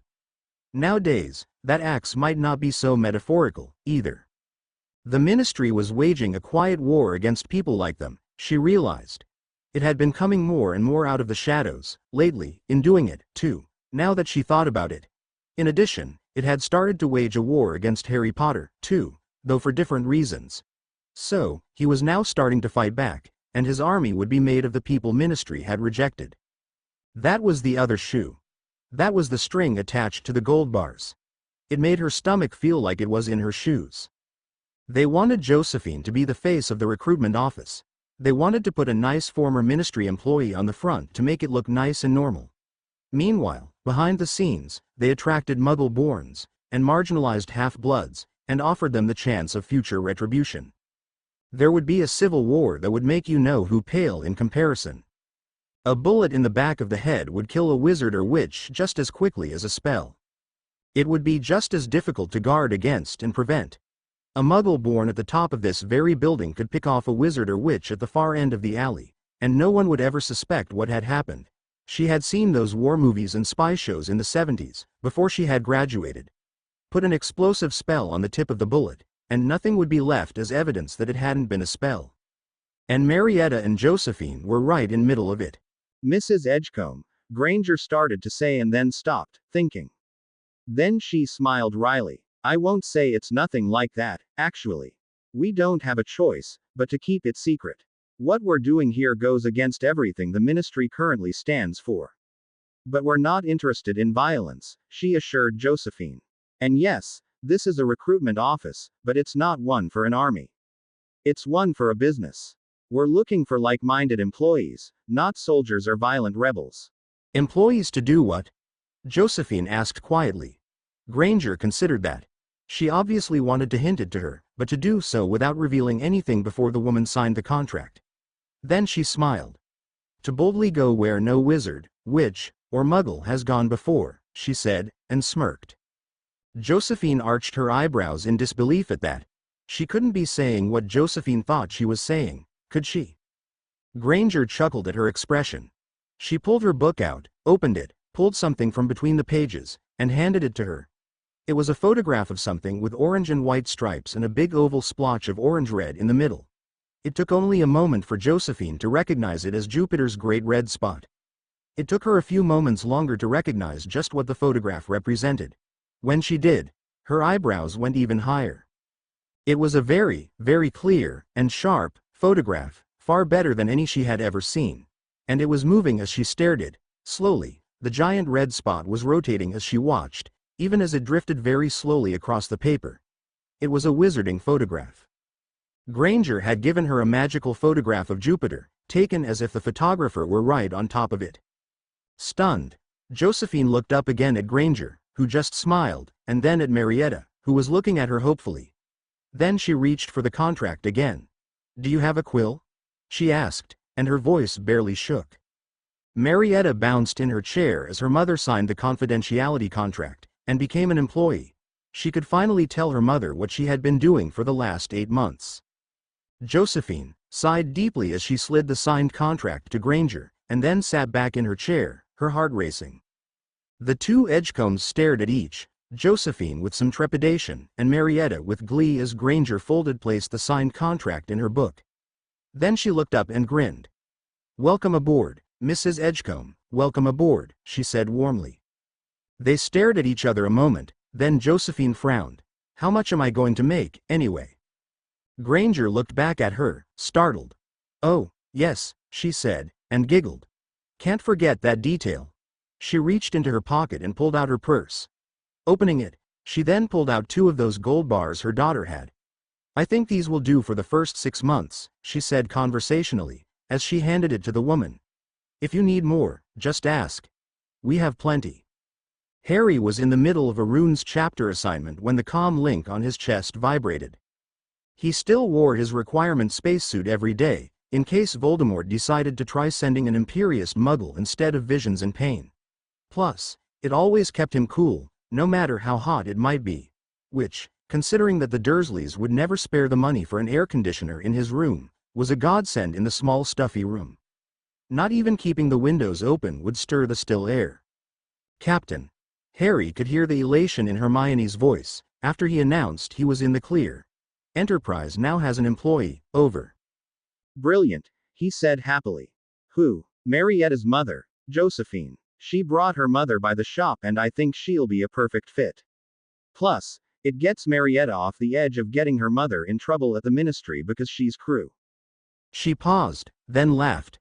"I think I broke her when I handed her 2 gold bars.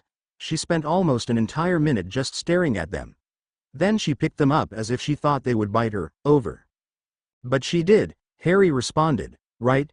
"Yes, she said she'll quit her job tomorrow and be in to work on Saturday." She paused. "I think we should have her work Wednesday through Sunday, with myself and the twins filling in on the other days. Open at 10, close at 7, with an hour for lunch. How does that sound, over?" "Beats me," Harry said, shrugging, not that she could see him. "I don't know anything about stores or employees. Whatever you and the twins think is right is fine by me, as long as it keeps Marietta and her mother." He thought a moment, happy. "I don't care." It was a little disheartening and, personally, alarming at how easy it was to quit her job at the ministry. All she had to do was to tell her superior, and that was it, really.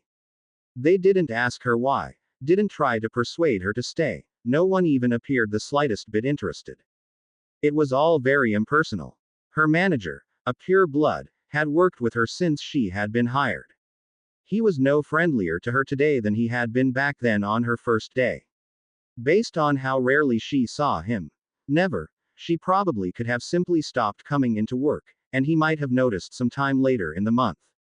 Maybe. Perhaps. As it was, she counted herself lucky that she found him in his office, probably because it was Friday, and payday. He gave her a very annoyed look as she came into his office. He placed the book he had been reading onto his desk, and stared at her with narrowed eyes. "I'm quitting," she said, effective at the end of the day. He didn't say a word. He just sighed, opened a drawer in his desk, took out a piece of parchment, and made a notation. He replaced the parchment, took out another, and started reading. "Please empty your desk before you hand in your ministry ID. Any personal items left behind will not be returned, and will not be available for retrieval at a later date, so please make sure to be thorough," he said in a monotone, and didn't even look up at her. "Please be sure to inform your coworkers of any projects or assignments that need to be completed.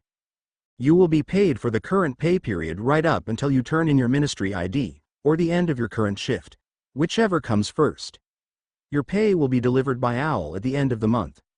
Do not ask for it in person at the payroll office, they cannot help you." He placed the paper back in the drawer and stared at her. "Is there anything else?" he asked with a slightly hostile tone in his voice. At her head shake, he went back to reading his book. She had never seen him do anything else. Not for the first time, she wondered just what he was supposed to be doing, if he ever did it, and who was responsible for hiring him in the first place. Maybe his job was like that of the tube train car drivers. The trains were completely automatic, but people got nervous if they didn't see anyone in the driver's compartment, so the authority had hired uni students to sit there. That's all they did.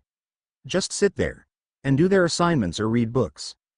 People felt safer because someone was in the driver's compartment, even if he, or she, had absolutely no control over the trolley, whatsoever. Or maybe it was simply someone had created a do-nothing position for a friend. And that, incredibly, was all there was to quitting.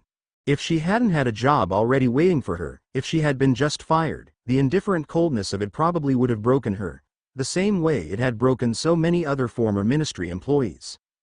"I'm so sorry, Josephine," Fiona from the creatures department said. How she had heard already that Josephine was leaving was anybody's guess. She sounded sympathetic, but not in the least surprised. "It's not right, what's happening here?" She shook her head sadly. "Yeah," Josephine agreed gloomily. Her superior's apathetic attitude, the attitude of the entire ministry, really, had left her depressed. It wasn't right at all, and a spark of some old, borderline teenage rebellion made her regret that her thoughts about what Marietta's crew were up to had proved to be wrong. The ministry was shedding muggle-borns and, wrongly minded, half-bloods off as if they were bits of unwelcome dandruff. It stung on some deep level where she could still feel indignation over these sorts of things. "Mind you," Josephine said, "I wasn't fired, I quit." Then she shrugged. "But I guess it was coming anyway, wasn't it?" Diana nodded, folded her arms, and leaned against the door frame to the department. She looked at her curiously. "Are you going to be all right?" she asked kindly. "I've another job already, it's why I quit."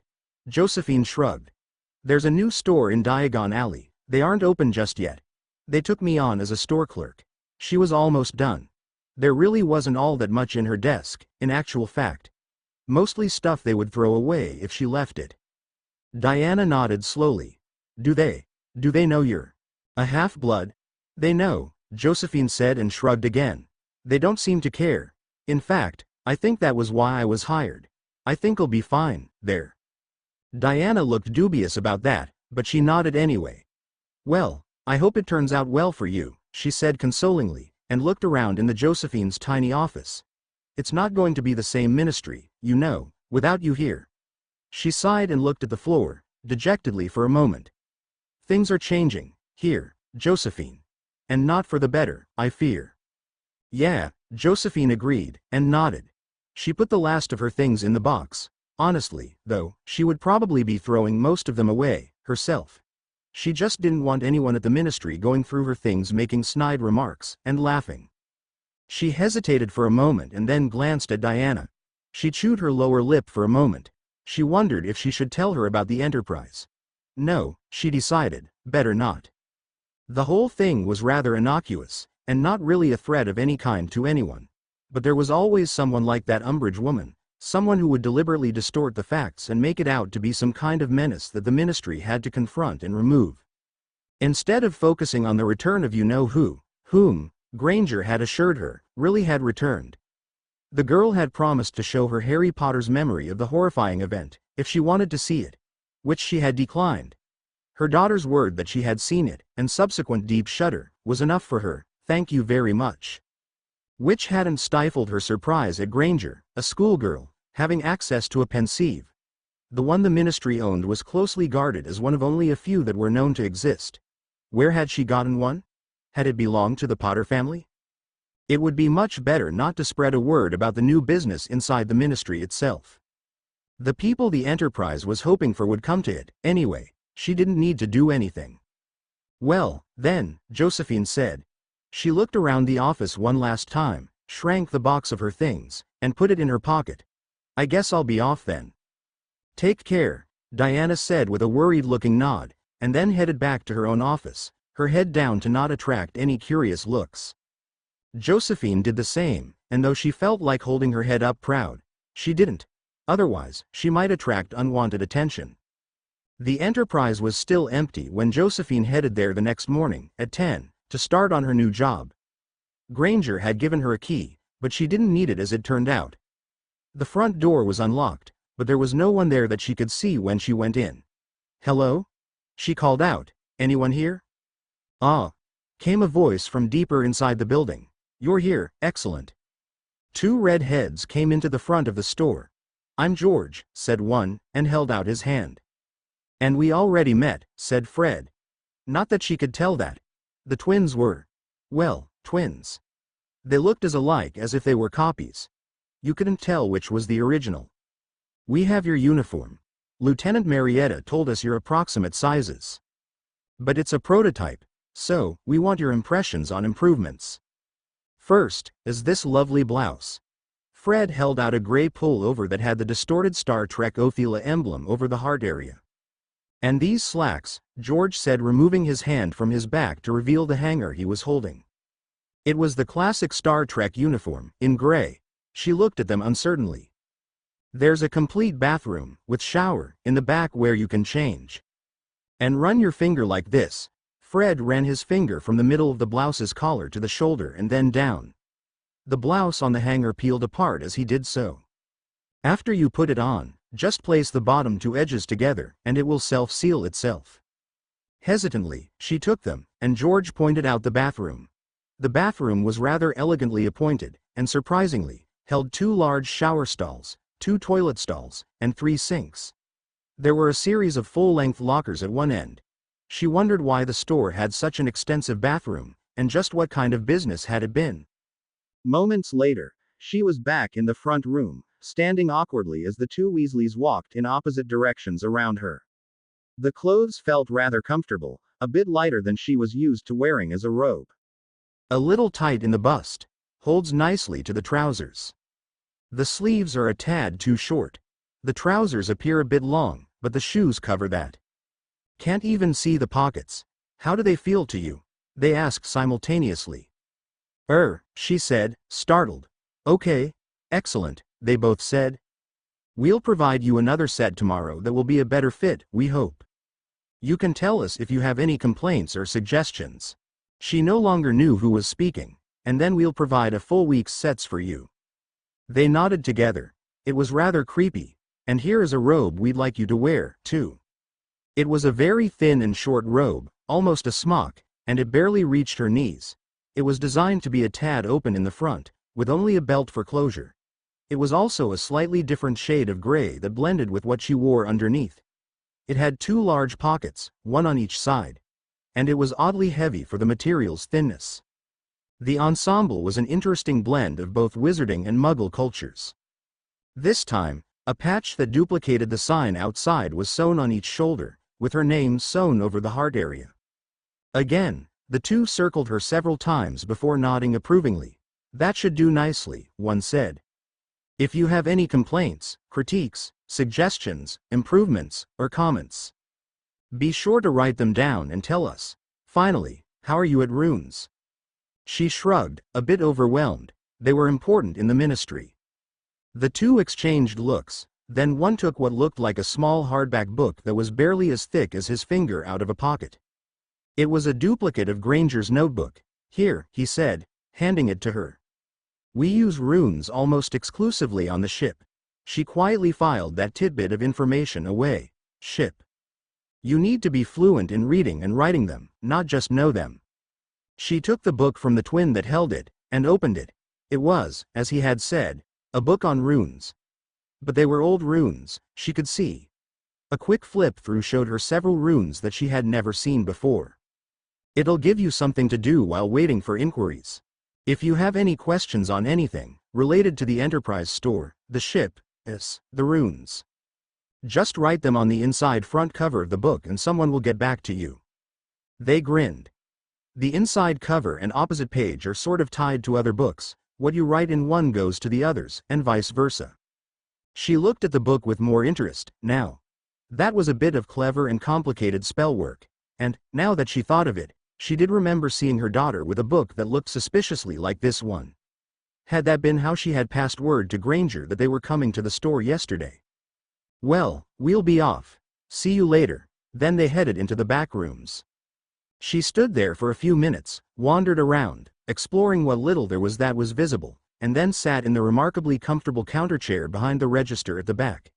She experimented with both for a few moments.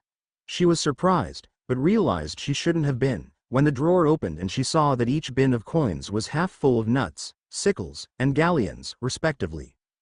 Then she just leaned back in her chair and thought about things. It was refreshing. She decided. No worries about getting fired for saying or doing the wrong thing was surprisingly freeing. Things were definitely looking up. She didn't think George would be happy just quitting his job. He'd want to do something. But with a year's wages at hand, he could look for something he enjoyed doing without worrying it would wreck their finances. And if the price being paid for gold by the goblins fell enough, they could simply sell the gold on the Muggle side and then convert that to galleons.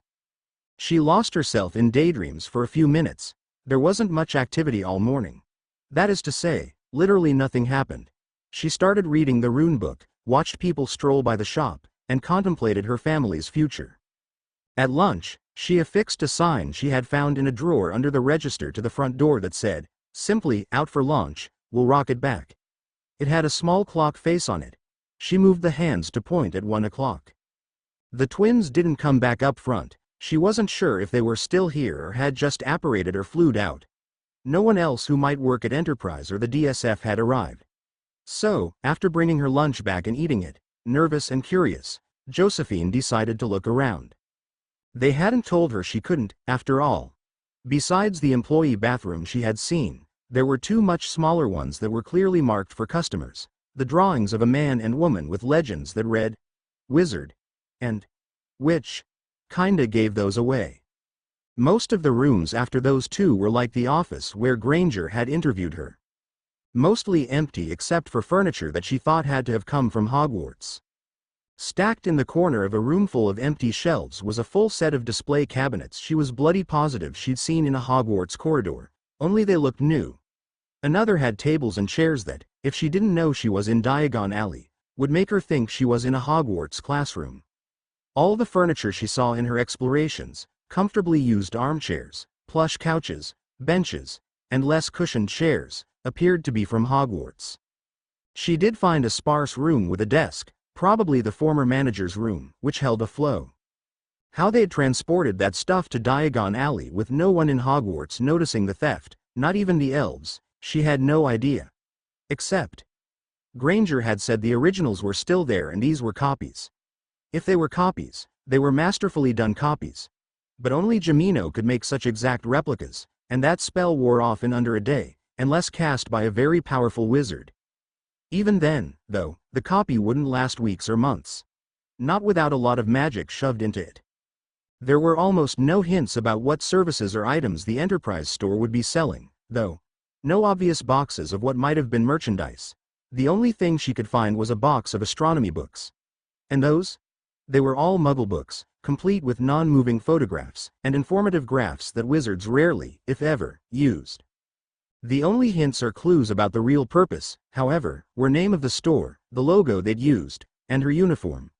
Only certain astute Muggle-borns and half-bloods would ever notice those subtle hints. A pure blood could search the premises from top to bottom and front to back and leave with absolutely no idea what Enterprise did as a business. She, on the other hand, had more clues in their vague references, the astronomy books, the photo Granger had shown her. She knew what those pointed at. What she didn't know was the how of it, nor how the gold bars, and the Enterprise store, really fit into it all. A sudden influx of interest in magical space exploration was one thing, but what she had seen seemed to imply more than just a really rich sponsor. At the far back of the building, the corridor stopped at a door which didn't open when she tried it. If it was locked, she reasoned, there had to be a reason for it. She left it alone and headed back to the front. She was almost there when she heard, "Oh, good morning," from behind her. She whirled around in alarm. There was a blonde girl standing there, smiling absently up at her. "Are you the sales switch? I heard Marietta's mother had been hired. Are you her?" "You startled me," Josephine said, hand on her chest, then she took a breath. Yes, I am. I'm Josephine Edgecombe." She nodded politely. The girl held a large, framed picture of some sort, almost as big as she was, in both hands. If it weren't for the distorted Ophila rune on her chest, Josephine never would have been able to separate her from any other witch in Diagon Alley. Only, her rune wasn't embroidered or a patch. It appeared to be a stone stuck to her robe. The girl interrupted her thoughts. "I brought a thing for the store." "Oh," Josephine answered hesitantly. Right, what did you bring?" she asked, curious. The painting was amazing as the photograph Granger had shown her. It was a magical, moving painting of a planet in space. The top of an enormous, luminous blue planet stretched across the canvas. Arcs of darker and lighter blue shifted slowly as they watched, as if they were looking down on part of the top of the planet. There were spots, Josephine noticed, of darker blue amidst the bands. Gigantic storms. Occasionally, tiny bits of lightning seemed to flash deep inside the banks of clouds. Uranus, the blonde girl said, almost affectionately. She pronounced it, Uranus, instead of the more popular way that referred to a person's rear. She held the magical painting up against one of the open walls at the front of the shop. Would you mind attaching this? It's beautiful, Josephine said honestly, as she used her wand to spell the painting to stay on the wall. The top part is pretty desolate though. That's how space is, the girl said, and shrugged. She stepped back and admired the painting. Empty and desolate. Wait a couple of days and you'll see Miranda pass through. Miranda? The smallest of her 5 big moons. Miranda orbits every 1.4 days. So, she pops in rather frequently, the girl said with a smile. The other 5 take up to 13 days to orbit. And there are 13 smaller ones, too. You can see them more by their shadows on the planet, mostly. Some of them are quite small. She sighed. There are 9 others, but they take too long to orbit, so I didn't include them. Josephine nodded slowly and stared at the painting. Like the photograph of Jupiter, it looked as if the artist had been there, right on top of the planet. And the things she said about all those smaller moons, too, they sounded accurate. It looked less like an artist's representation and more like an artist's lifelike depiction. Josephine swallowed dryly and looked at the girl. You're part of the crew, then? She wanted to make sure. I'll be a combat officer once the captain settles on a rank system, the girl said. I don't mind. Lieutenant Lovegood has a nice ring to it, I think. Combat officer? She thought Granger had said they weren't looking to make an army? Oh, yes. We're bound to meet someone out there. The ship proves that. Heliopaths won't be a problem, but we need to be ready in case someone isn't nice, she said airily. A trace of a frown seemed to flit across her face. Some people aren't nice at all, no matter how hard you try. Josephine stared. The girl just smiled at her. Josephine said finally and held out a hand. Nice to meet you, Lieutenant Lovegood. Josephine Edgecombe, at your service. The girl almost glowed as they shook hands. That evening, Marietta missed dinner. Josephine spent the evening discussing with her George what he wanted to do now that he really didn't have to work. They decided he would give his 2-week notice at his current job, then take a little time off to consider what to do next, and read up on astronomy and runes. It sounded like they were becoming rather important. Lieutenant Lovegood wasn't the only one who brought things into the Enterprise store. The next day, a dark-skinned boy came in carrying a model of the galaxy. It didn't look like much, being barely hand-sized, until he removed the reducio charm. The oblate glass ball was almost half as tall as he was, and the intricately carved pedestal brought the whole thing to eye level. He set it up to one side, where it could easily be seen from outside through the front windows. He attached a sticking spell to the floor so that it wouldn't be knocked over. Then he stepped back and surveyed the large, shining orb, and its position, with satisfaction. There, he said firmly and approvingly. I think that'll do nicely. He nodded for emphasis. It's very nice, Josephine said faintly. It was also probably worth its size in gold, or more. Glass and wood weren't very heavy compared to gold, after all. And astronomical models were expensive, especially these types. How much is that going to be? The boy turned to her with a grin and offered a hand. So, you're our new sales switch? I'm Lee Jordan, how do you do? Josephine Edgecombe, she answered automatically, and shook his hand. You're one of the people who own the store, right? She raised an eyebrow inquisitively. It is in our names, Jordan agreed amiably, but only because we've graduated. It would be really odd for someone in Hogwarts to launch a business when they couldn't be here in Diagon Alley to run it, after all. Fortunately, it's not too weird for Hogwarts graduates to try their hand at an enterprise. He grinned widely at his own joke. But it's the captain who calls the shots, really. So I've heard, Josephine said. She looked between the boy, because, really, he was still a boy, and the Galaxy model. I suppose you'd know what we're actually selling here? She asked hopefully. We haven't fixed it, yet. Lee shrugged. The twins are working on stuff they want to sell here, space-themed candies and stuff, I think. And people are coming up with things that we'll probably sell, too. He glanced at Lieutenant Lovegood's painting of Uranus. But all we have right now, he shrugged, is a general theme, really. Space, Josephine guessed. Yes, the boy agreed with a grin. He looked back at his galaxy. It moves, you know, he said. If you pick a star at the very edge and then look away, when you look back it's moved. It's set to do 1 revolution per week, right now. That's adjustable, too. The real thing takes 200 million years, you know. He grinned at her awestruck expression. Do you think that 100 galleons is too much to ask? She goggled at him, gobsmacked. They'll think it's fake, she managed to squeak out. His expression fell a bit. 1,000, he said hesitantly. She stared at him a moment, then slowly shook her head. He sighed and rubbed his forehead over his right eye. Well, let's try 500, anyway. After all, you can tell them it's not a one of a kind. He reached into his other pocket and handed her the box he took out. There are 12 more in here, in boxes. Just tap them with a wand to cancel the reducio. He looked at the counter. You can put it in a drawer for right now, until we decided which room to use as a storeroom. She took the head-sized, fist-thick box with shaking hands. He gave her a sympathetic look. I know you're not yet in on all of this stuff, he said ruefully as he shook his head. It must be so weird, sorry about that. But we can't really bring you in, yet. He paused. There are things in the way. Not before your captain says so? She ventured carefully. Not exactly. It's more that we need to figure out a new method of transportation, Jordan said sheepishly.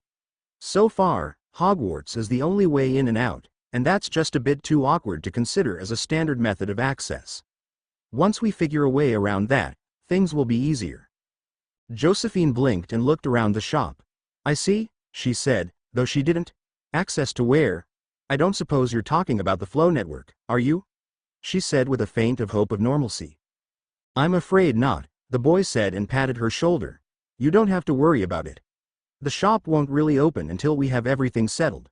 You don't have to deal with any of it, yet. We'll just drop things off as we think of stuff people might like, for those few people who do wander in. He grinned at her brightly.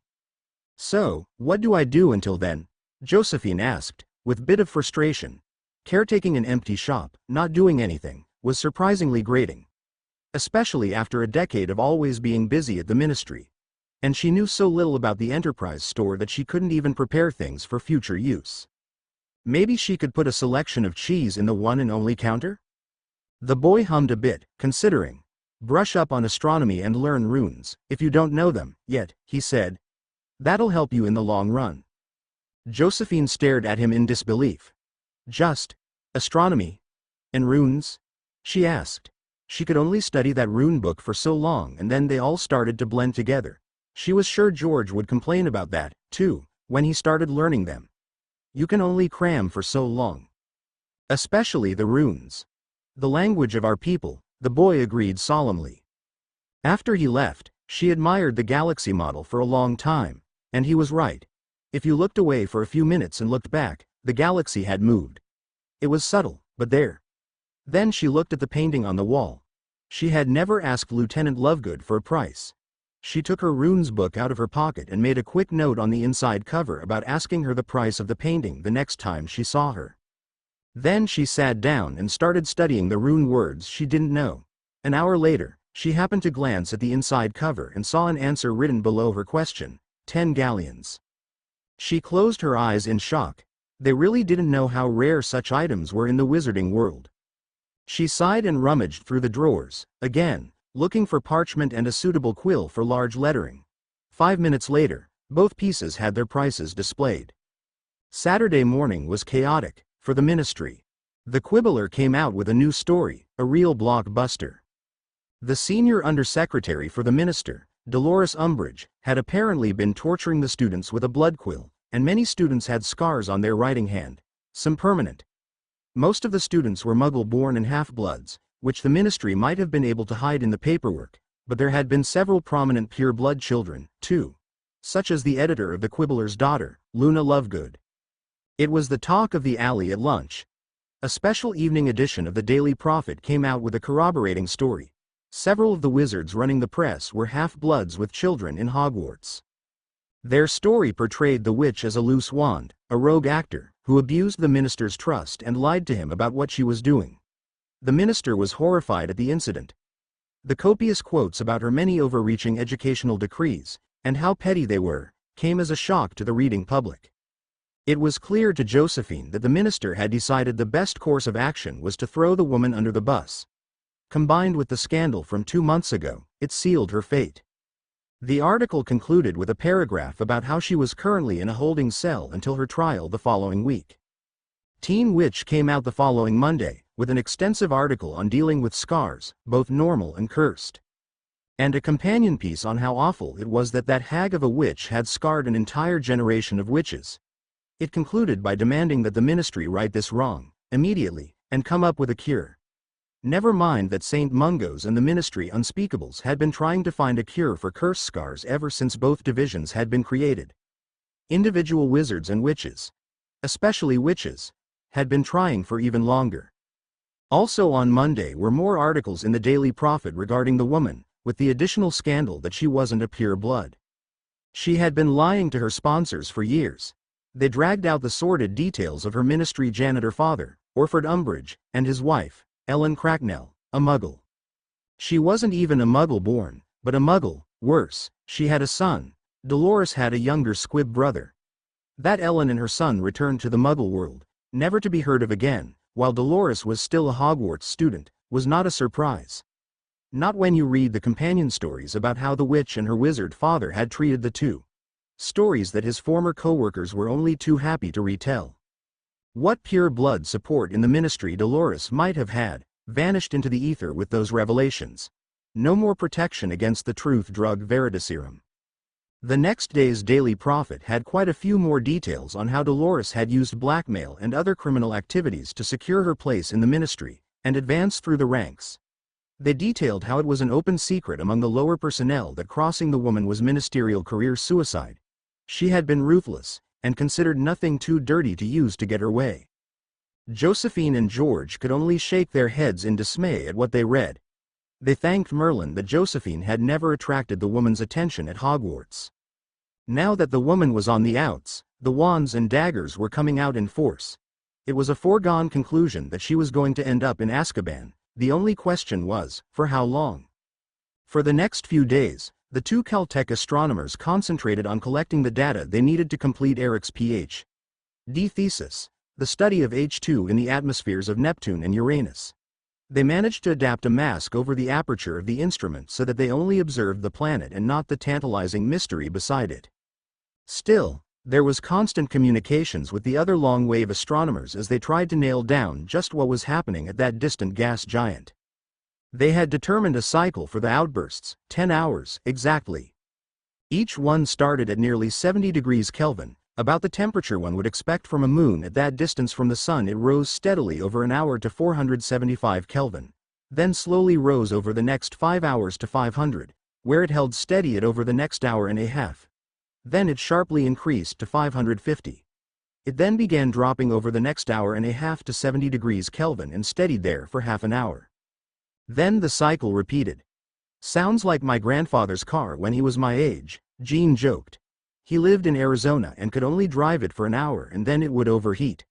He'd have to park at the side of the road for half an hour and wait for it to cool down enough to drive again. Eric shook his head. Sounds like a pain. It was all he could afford at the time, he told me. The European Space Agency had used their infrared space observatory's long-wave spectrometer to take a look, and quite a few ground-based telescopes had joined the search. Whatever it was clearly orbiting Uranus, but it was far too small to be directly observed by visual telescopes. Which was quite a quandary. Only internal thermal events could produce natural, massive, temperature outflows. A moon had to be at least 500 kilometers in size before volcanic-style activity could occur, where it was driven by internal heating via gravitational tides from the gas giant it orbited. Such a moon would be easily detected. Which presented a problem. The Hubble telescope could find no such moon in the orbit indicated. In fact, from Earth, the smallest object that could be imaged at Uranus would have to be 14 or 15 kilometers in size. Nothing even that small could be detected in that orbit, at present. What could possibly be smaller than that and generate such heat at such regular intervals?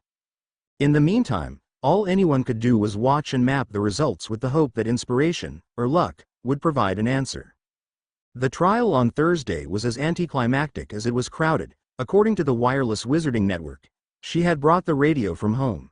They read the charges to a large and booing crowd. The prosecutor read the evidence, which took several hours. The crowd shouted over the lone solicitor's vain attempt at a defense, and the Wizengamot voted her guilty. That the ministry condemned her to a month in Azkaban for owning and using a dark artifact, the actual minimum sentence, stunned the audience when it was read out. Before a riot broke out, though, the judges had elaborated that that sentence was for each use of a blood quill on a child. The Veritaserum had forced her to reveal that she had used the vile things hundreds of times. Then there were the other sentences, to be served consecutively, for bribery, extortion, and malfeasance. Those, too, were relatively short, but culminated in a longer, much longer, time in Azkaban. She wouldn't get out before she died of old age, if she survived that long.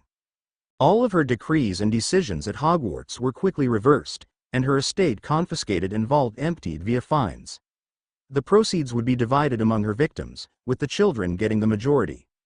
Minister Fudge, for all his protests of not knowing what his undersecretary was doing, was operating under a cloud of suspicion.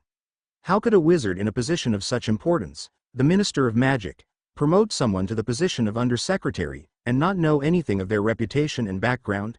He had selected her for the post. It just rang false. Which meant he was incompetent, or extremely corrupt. It wouldn't take much more to get him removed. Marietta came in on Friday, in the mid-afternoon, with Cho Chong and a couple of boys. All had their school rucksacks with them. "Hi, Mum." Marietta greeted her with a bright, proud smile that made Josephine's heart clench a bit. "Hey, Mrs. Edgecombe," Cho greeted her, too, with slightly more subdued smile. "Hello, Marietta, Cho, boys," Josephine said, looking between them thoughtfully. Were they in any other setting, she might have thought the kids were on a double date, or something similar. She would have been suspicious about the boys, especially as she didn't know them. She would want to know more about what they were doing together, what they had been doing, what they were planning to do, and whatever other details she could pry from them about her daughter's social life. But this was Enterprise. They were crew, all of them. She hadn't seen that many crew members, truthfully, Weasley's aside, but she'd begun to recognize the signs. They stood a bit straighter. Without it being obvious, they were aware of what was around them. They all took a quick glance around the shop when they entered and knew where everything was and who was there. They moved on the balls of their feet, not clunking around, half stomping their feet as they walked, as other teenagers tended to do. They were always balanced. They were aware of what was around them. She had the oddest feeling that if a wizard walked in and started to throw curses around, they might be caught unaware, but would react instantly, and not kindly. Watching them move together was enlightening. She wasn't sure exactly what it was, or how to word it, but there was a familiarity between the crew members. The way they knew what the others were going to do from moment to moment, where they were going, and they adjusted themselves accordingly. These kids were something more than just friends. They were comrades. They reminded her of the way she had seen Aurors move when several were together. They didn't clump together, but stood watching each other's backs without making it obvious. It was all automatic, too. They didn't think about it, they just did it. These kids were part of something much bigger than a mere club. A ship. A warship. It was all very disturbing. What kind of enemy were they preparing to fight? "What do you have there?" Josephine asked curiously, and looked at the rucksacks they had dropped to the floor. Rucksacks that she knew had to be full of stuff. "Just books, seeds, pots, some potions, and so on," one of the boys said. "Things to send back to the send back once we can." He looked away awkwardly for a moment. Then he sighed, smiled, and offered his hand to Josephine. He had on light gold-colored gloves they all seemed to affect. Neville Longbottom. "Pleasure to meet you, ma'am," he said crisply, with a slight bow. He took her hand and mock key. "Ed the back of it." Longbottom? The heir to the Longbottom line? He was involved? And send things back to where? She wondered. The mysterious ship? Hogwarts? It was all still so confusing. Not to mention how flustered she was at him actually mock key. Dotting her hand in greeting. Michael Corner, the other boy said, and extended his hand, which was in a blue glove. Welcome to the DSF, he added proudly. Thank you, Josephine said faintly. Marietta shifted and looked around the room, slightly embarrassed. Is that Luna's painting? Cho asked, breaking the brief silence that had descended on them. Oh, she managed to make it move, too, she said, and walked closer. Did she paint that on the... Longbottom hesitated, glanced at Josephine and then away again. At Hogwarts? He finally settled on asking. Yeah, I saw her work on it on the bridge, Cho said distractedly, leaning close to the painting. It wasn't finished the last time I saw it though. It came out really nice, though, she said as she straightened. Wish I could do so well. Keeping track of visual details is very important in her job, Corner said, and shrugged. We all have our specialities. Visual details would be important to a combat specialist, Josephine thought. Being able to recognize a threat before it was a threat would be a requirement. The kids studied and admired the painting for a moment before moving over to the model galaxy. The prices for both they apparently found funny, as they snorted and chuckled. None of them were surprised to see the items, though. They'd all known they were there, somehow. The crew was surprisingly well informed about the happenings in the Enterprise shop. They must have a very efficient gossip mill. Or the entire group met on a very close and regular basis. It was discouraging to hear that they knew more about the place than Josephine. She was the one who was supposed to be working here. Josephine watched them, and eyed their rucksacks. I guess you know where to put those, then? She eventually said, nodding at the rucksacks piled where they had left them. Yeah, we'll just put them in one of the back rooms, Cho said casually. She glanced at the rucksacks and walked over to pick one up. She looked at Marietta, and a silent message was passed as Marietta nodded slightly.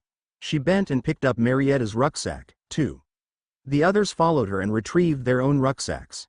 She led them to the back rooms, leaving Josephine alone with her daughter. So? Marietta asked, a little awkwardly. How is it going? She finished, excitement creeping into her voice. Honestly, Josephine said and folded her arms. So far, not much has happened. She looked around them. Aside from the impressive galaxy model and the Uranus painting, the shop was almost totally empty. She stopped and sighed. Truthfully, Marietta, I don't have a clue what I'm doing here, she concluded, a bit dejectedly. Yeah, Marietta quietly agreed. It's all still a bit open. They both stared outside at the pedestrians. Captain is still. Well, we don't know when we'll see him this summer, and we're kind of waiting on him. And some other things, she wagged her head back and forth once, we're trying to figure out. Lee Jordan spoke about transport too. Somewhere, Josephine suggested and arched her eyebrows at her daughter. Yeah, that's one of those things, Marietta agreed. Our only way in is through Hogwarts, which is kinda limiting, you know. We want another here. She looked at the door to the back rooms, and probably some other places too, just in case, you know. She sighed, we just haven't figured out how, yet. She stared at the floor, lost in thought.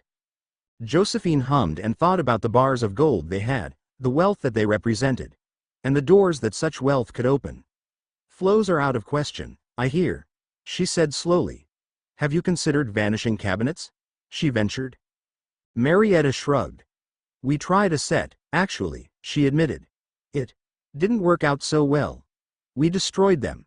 They sort of exploded and imploded all at the same time. It was rather impressive to see in the pensieve, actually. We haven't been able to find another pair since, she finished sheepishly. Josephine blinked. She could think of several ways to blow something up, but to make it collapse at the same time, that was unusual. And to destroy them by simply using the cabinets for their intended purpose, to go somewhere, was impossible. Or it should be. The cabinets reportedly could reach everywhere on Earth. Just how far? She stopped that train of thought before it could go on any further. Was anyone hurt? She asked worriedly. No, we just lost a command stone, Marietta shrugged. Josephine filed away that nugget. A command stone. What could it command? What did it do? Captain forbade anyone actually using it before we knew it would work safely, no matter how well they worked on the ground. She grimaced. Good thing, it turns out. Josephine nodded slowly. Well, at least their captain had some common sense. If it destroyed the cabinets, she said slowly, why do you want another pair? Those things aren't cheap, you know. A pair had to cost more than 1,000 galleons.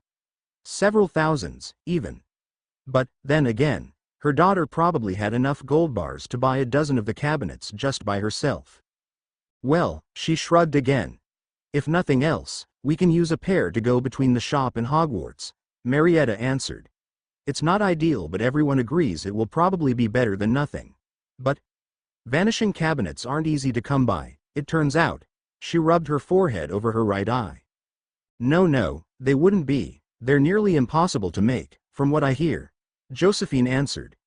It was her turn to stare at the floor and frown as she thought. I've heard rumor, she said slowly, that a shop in Nocturne Alley has a vanishing cabinet. She paused. But I'm not sure how reliable that is. Which shop? Marietta asked eagerly. Borgin and Burke's, Josephine said, and then looked at her sharply. You're not going. Mum. Marietta, her mother interrupted sternly. You are not going. And whoever goes had better not go alone. Marietta made a face, but sighed resignedly. Then she flipped her robe collar to reveal one of the ubiquitous Ophilia-shaped stones Josephine was now seeing on all of the crew. She tapped it and said, Captain? And then waited patiently. The reply was rapid. I'm clear. What is it? Said a male voice. Josephine was impressed. The voice was so distinct he sounded as if he were standing right beside them. Mum says there might be a vanishing cabinet in Nocturne Alley, Captain, Marietta said. In a shop by the name of Borgin and Burke's. She's not sure how accurate her information is, but it's probably worth checking out. I know the place, the male answered. I'll let the twins know, they can handle Nocturne Alley. Good job, Marietta. Is that all? Marietta smiled happily. Yes, sir, she said brightly. Okay then. Captain over and out. Marietta, out, she said, and tapped the stone again. Josephine arched her eyebrows, and stared at the stone. The over and out stuff was unexpected, but she remembered the old war movies she watched as a kid with her muggle friends. It made sense then, as the other person in the radio conversation could never see the visual clues that the conversation was finished. Were the stones two-way radios? Well, now she knew how everyone in the crew was so well and quickly informed about everything happening in Enterprise. So, that was Harry Potter? She asked, arched an eyebrow, and looked at her daughter. Yeah, Marietta said, looking at the stone and then up at her. You'll probably get one of these stones soon enough. Let me show you how it works. Josephine nodded, quietly wondering when Marietta had grown so tall and whether their lives would ever start making sense again. An additional plus to hiring an adult so soon, Harry discovered, was that Marietta gave him a call not even a week later. Captain? It was a welcome break in his arithmancy studies. I'm clear. What is it? He said, putting down his pencil and stretching. Mum says there might be a vanishing cabinet in Nocturne Alley, Captain, Marietta said. In a shop by the name of Borgin and Burke's. She's not sure how accurate her information is, but it's probably worth checking out. I know the place, he answered. He shuddered. Had he hidden from the Malfoys in that cabinet the summer before second year? If he had closed the door, would he have ended up trapped like Graham Montague when the twins had shoved him in that cabinet later that same year? He hadn't known apparition, so he couldn't have escaped as the Slytherin had. Would he still be stuck?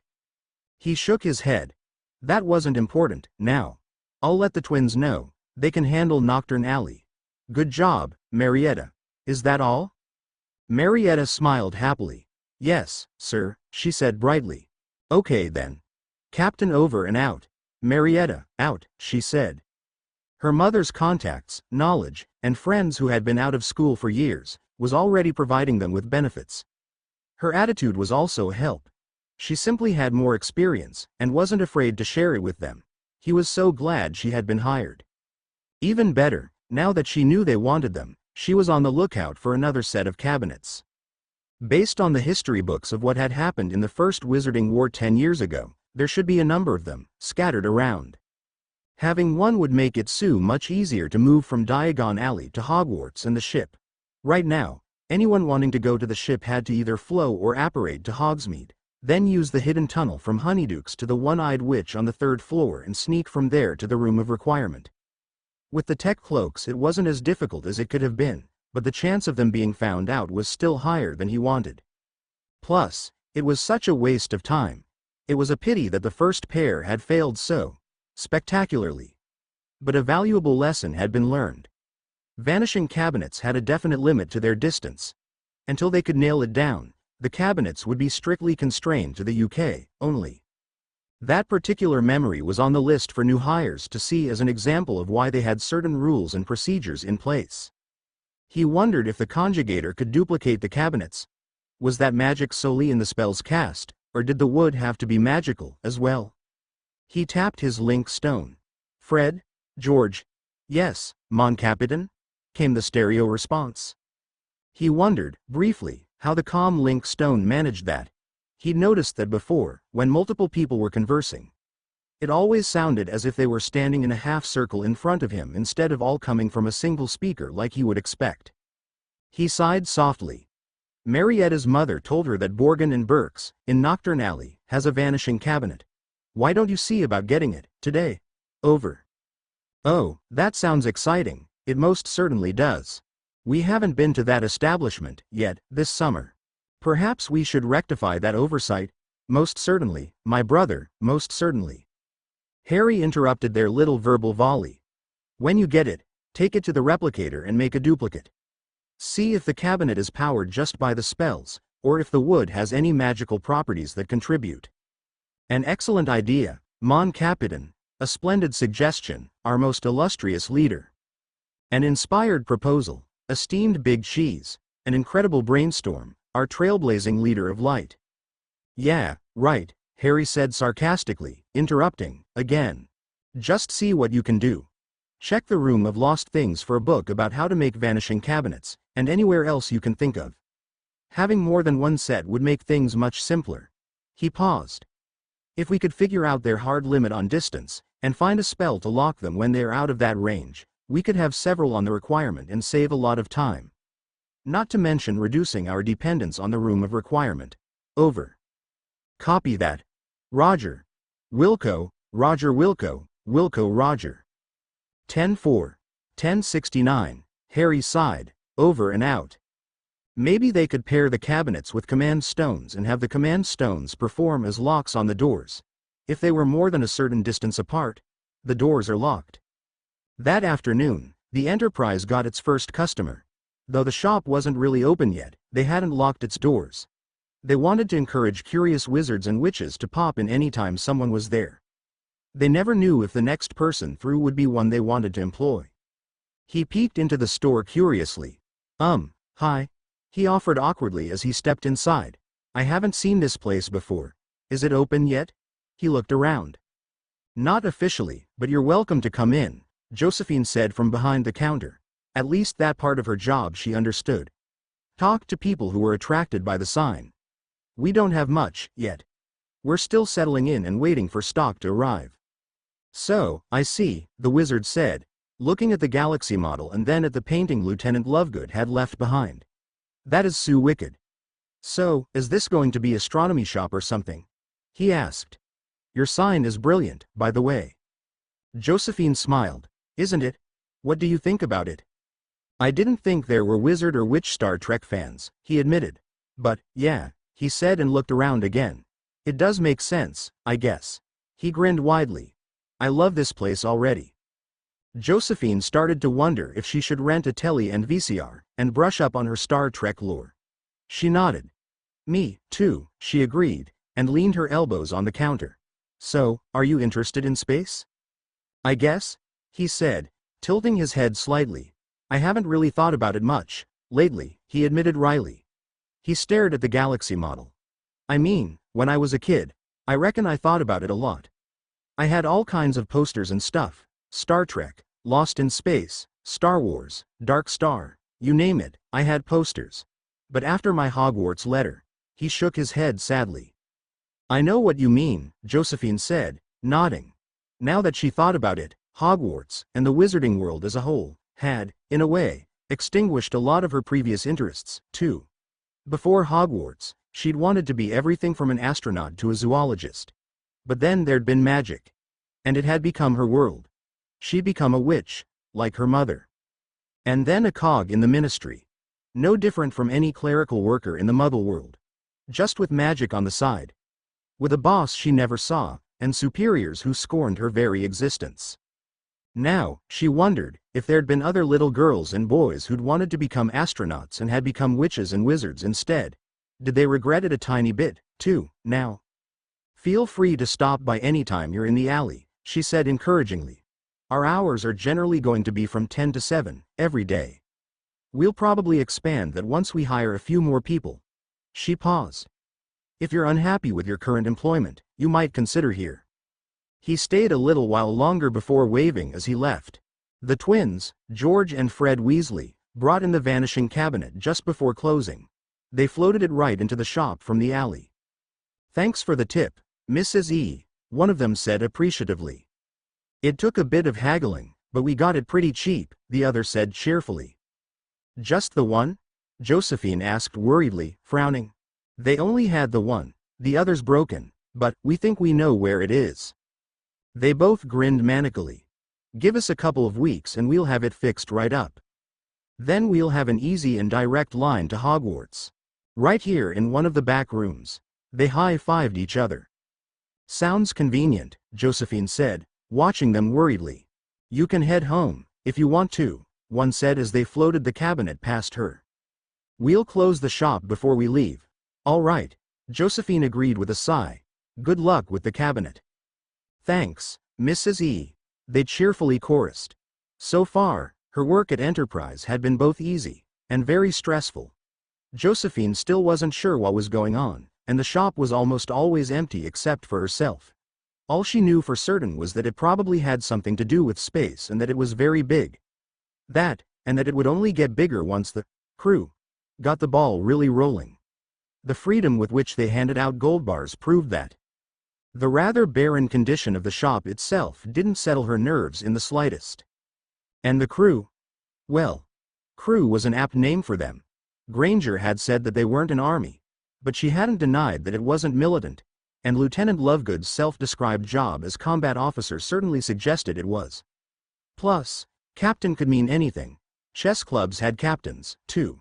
But when you added a lieutenant combat officer into the mix, well, that militant became more than just a suggestion to her. Then there was the way they moved and stood. They all had the same posture, straight and proud, shoulders level. It was the sort of thing she had seen with Quidditch teams. They didn't just hang out together. They practiced together, they defended each other, they spent hours upon hours working towards a common goal. They weren't individuals, they were team members, not just friends, but more. There was also the fact that she was pretty sure they all wore some sort of protective padding under their robes, just like the Quidditch players did. Although, she suspected, it wasn't just padding, but actual armor. The brief looks at home she had had of her daughter's outfit certainly suggested it was real armor. Armor, military standing, and all this talk about space. Funny how magic could be such a settled and commonplace part of reality, but space travel seemed so utterly fantastical. A complete turn around from what she had thought as a child. She knew it wasn't. She knew Muggles had landed on the moon, multiple times, before she even went to Hogwarts. But now it seemed so impossible, so far away. And yet, somehow, in Hogwarts, it was becoming a reality. Josephine took a breath and slowly released it. The ministry was becoming darker and darker. There were rumors of Death Eaters and Dark Lords. But, somehow, amidst this all, her daughter had become part of a space crew. Her concept of normal was undergoing another dramatic shift, just as it had all those years ago when she got her Hogwarts acceptance letter. The first time Josephine accepted a piece of candy from the twins was the last time. She decided, on the spot, right then and there, that she would never accept anything edible from the two Weasleys, again. Crew or not. "Wah, what is this? What did you do?" she screeched from the ceiling as they grinned up at her. "Our newest product, weightless wedges," Fred said proudly. He grinned and popped the lime green wedge in his mouth. Moments later, he, too, was floating slightly above the floor, With a slight, lazy kick, he was floating up at her. "Easy there, Mrs. E, it's just a weightless charm," said George. "Nothing harmful in the slightest," Fred assured her as he floated beside her. You can't, this isn't," Josephine tried to say, even as she banged her head on the ceiling beams. Except, she didn't. It didn't hurt. She grabbed hold of the beam, frowning, and stared at it. Then at the grinning lunatic beside her. "Cushion charms, too?" she asked incredulously. "And it ends in a featherlight," the boy agreed, nodding serenely. "So, no matter how far you float, you land softly," the other twin said. He had joined them in the air.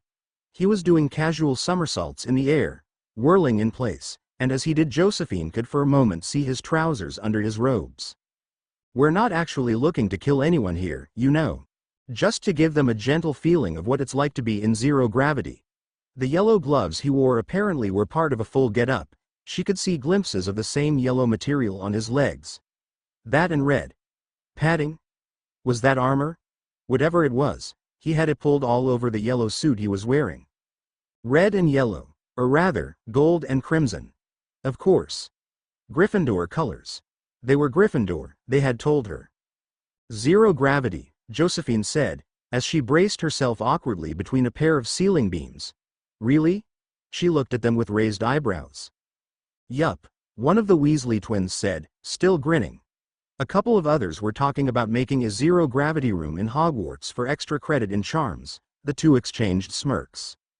"But we thought this would be easier, and bit more accessible." Josephine stared at them, and then glanced at the floor that felt so far away below them. She took a breath and, very cautiously, she let go of the ceiling.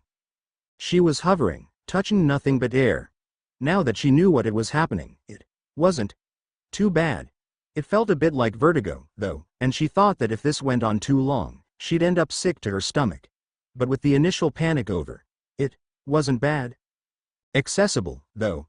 There was another clue. "Are we going to sell these in the shop?" she asked. "Yup," the twins answered. "We've also got low-gravity versions, Lee's idea. They make it feel like you're walking around on less gravity. It's very bouncy, it turns out. You're really light on your feet. Great for dancing. Doesn't hurt as much when your partner steps on your foot." Josephine rolled her eyes, and then thought of the moon landing. The old videos of astronauts bouncing around, despite those heavy and bulky suits, with a background or white ground and black sky came to mind. She eyed the twins and had to wonder if they'd actually been to the moon, somehow. Then her stomach began to complain. How long does this last?" she asked, gulping and bracing herself on the ceiling beams again. 5 minutes, one of the twins said. "Why, I think I'm going to be sick," she said unsteadily, with one hand on her stomach. It wasn't pleasant to discover that ejecting material from the mouth brought about an opposite and equal reaction in the other direction, which left one spinning in the air because of the off-center position of the mouth with regards to the rest of the body, which made it far more likely there would be several repeats. It was, as a result, inordinately messy, too. She'd never had to remove the results of a stomach revolt from the ceiling before. No one was happy about that. The twins decided on 2 versions. One that lasted a bare minute and the current version for veterans. Adding a stomach soother to the formula was added to the list, too. Josephine insisted they include a warning to put small children on a leash before giving them a piece, and not to eat the candies outside. Chasing after someone carried off by a breeze would not make for a happy customer. Especially on a really windy day. You could end up in Paris before the candy wore off, or, more darkly, in the middle of the channel. Never mind what the ministry would say when the muggles saw you apparently flying. To Harry, listening to the conversations over the next few weeks, Josephine seemed like a very good choice as a first employee. She was stable, not prone to panic, and put a lot of thought into any suggestions she made. Even better, she didn't pry into their affairs. She was willing to let them set the pace, and she didn't resent being on the outside, as some might have been, temporary though it might be. More importantly, she didn't seem overly upset, nervous, or about to turn them into the ministry. Finally getting taken to number 12 Grimmauld Place was the highlight of his day. No, the whole month, he decided.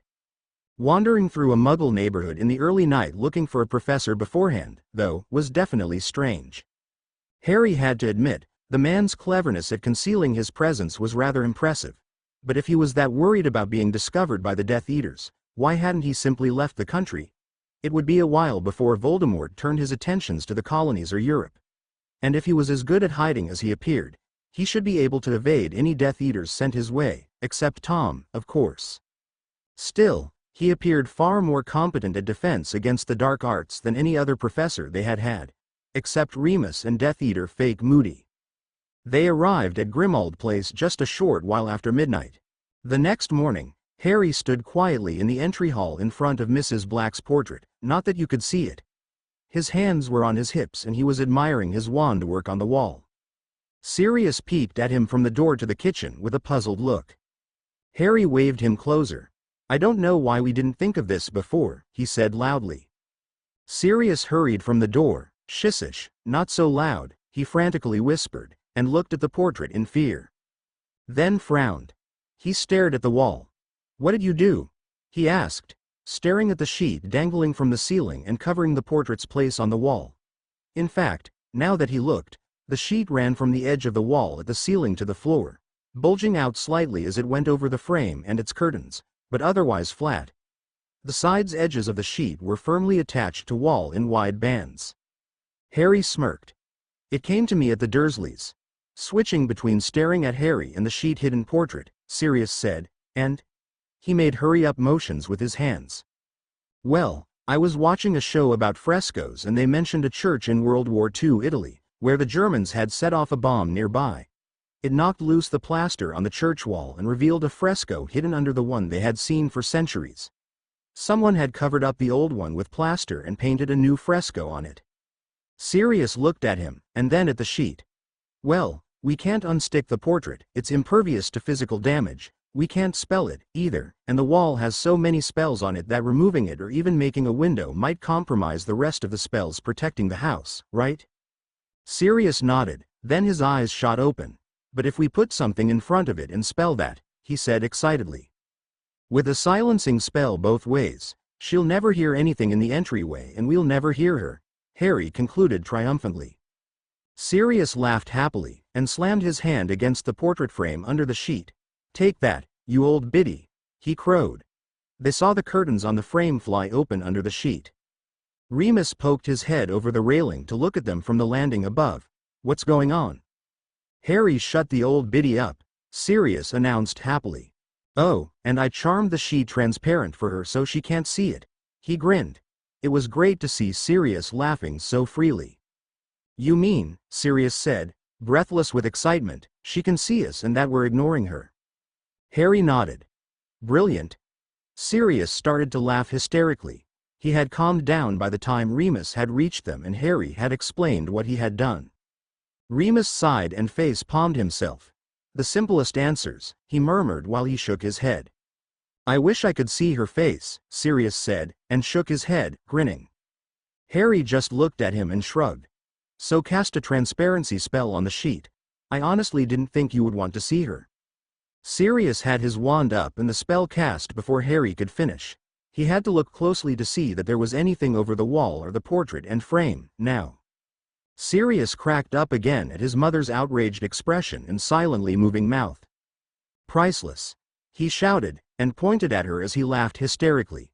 "Take off the silencing spell and I'll put up a one-way so she can hear me," he ordered gleefully.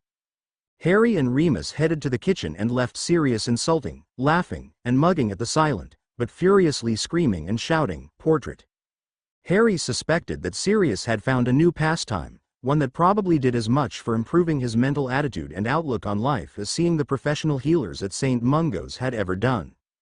"Marietta," Josephine said on one of the few occasions her daughter was with them for breakfast. It just happened to be the same day that the OWL results were mailed. Marietta had received her OWL's results last summer. She had marked her calendar for it as a reminder. It was as good a day as any for the discussion. Her George looked over at her questioningly, followed by Marietta. "You're starting your last year at Hogwarts, and you need to seriously start thinking about what you want as a career." She stopped and looked at her daughter severely, to let her know she was serious. "When you took your OWLs you easily qualified for a position in the ministry. However, the way things are now, you'll need to do extremely well on your newts to have any hope of actually getting a job there. She paused and sighed. I'm afraid about the only places that might hire you, now, are all non-ministry. Marietta looked at her a moment as though surprised at the topic. Then she frowned, snorted, and rolled her eyes. Mum, I already have my dream job. She left the kitchen. Her parents just stared at each other. Oh, right, she had forgotten. Marietta came back in and slid a gold bar on the table. With 6 of these, she said smugly, I don't think I'll be desperate for galleons anytime soon. Josephine felt her face turn red. Right. She was still thinking like a witch. Her daughter was a member of Enterprise, a crew member. They were more concerned with space. Marietta sighed. I know how things are going in the ministry, Mum. I'm not blind. Even the private businesses are changing. She shook her head. There's nothing here for me. For any of us, really, except our families.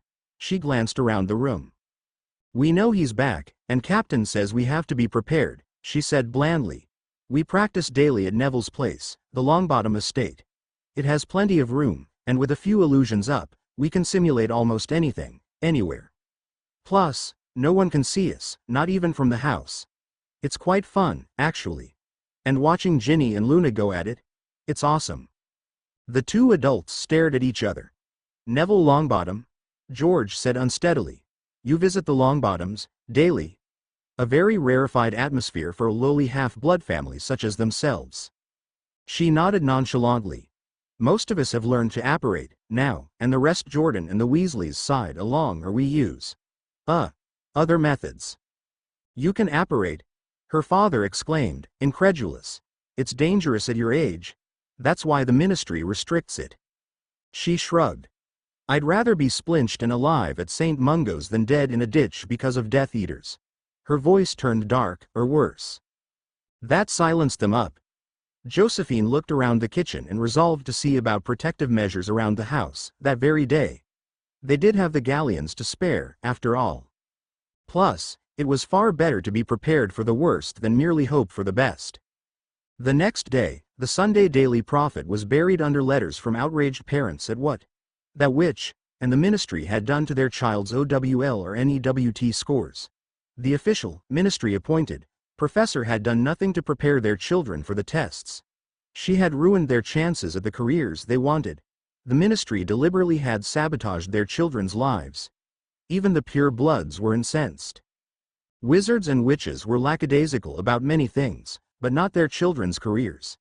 So, when the Daily Prophet printed the results of the exams, and that out of all the students who took those tests, only 17 fifth years and 6 seventh years passed DADA, the bottom fell out for the ministry.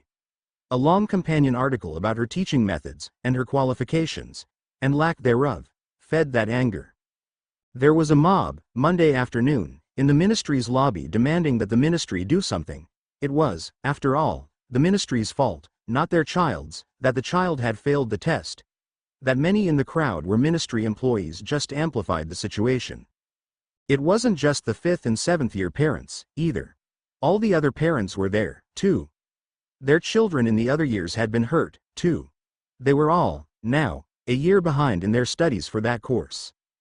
They wanted, demanded, to know what the ministry was going to do about it. The alley was remarkably empty, that Monday. Minister Fudge knew he was hanging on by a thread and that only quick action would save his job. By evening, he announced a plan that special summer defense against the dark arts classes would be held for the 5th and 7th year students to bring them up to the standard required before school started in the autumn. The classes would be taught by the 4 best aurors in the department, to allow for more individual attention. And that the first classes would start on Monday, at 9 in the morning. When someone angrily pointed out that there were usually 4 classes of DADA for each student year, anyway, he quickly changed that to the 8 best aurors in the department would be teaching the summer courses. Plus, they could retake their OWLs and NEWTs the week before the Hogwarts Express left for the new term on September 1st. Their first test results would be tossed out as long as they retook the test. As for those students returning to Hogwarts, he promised to work with the headmaster to select a series of highly qualified aurors to teach defense against the dark arts for the foreseeable future, 2 per year. and that they would cover all the material the non-fifth year children had missed in the previous year, in addition to the regular material for the current year. The 5th and 7th year students were, for the most part, happy to hear that. A few, who had little interest in the subject, were not so happy. All the other students groaned at the workload they would see next year. Wednesday. Josephine was looking over her old ancient runes textbooks and comparing them to the book the twins had given her.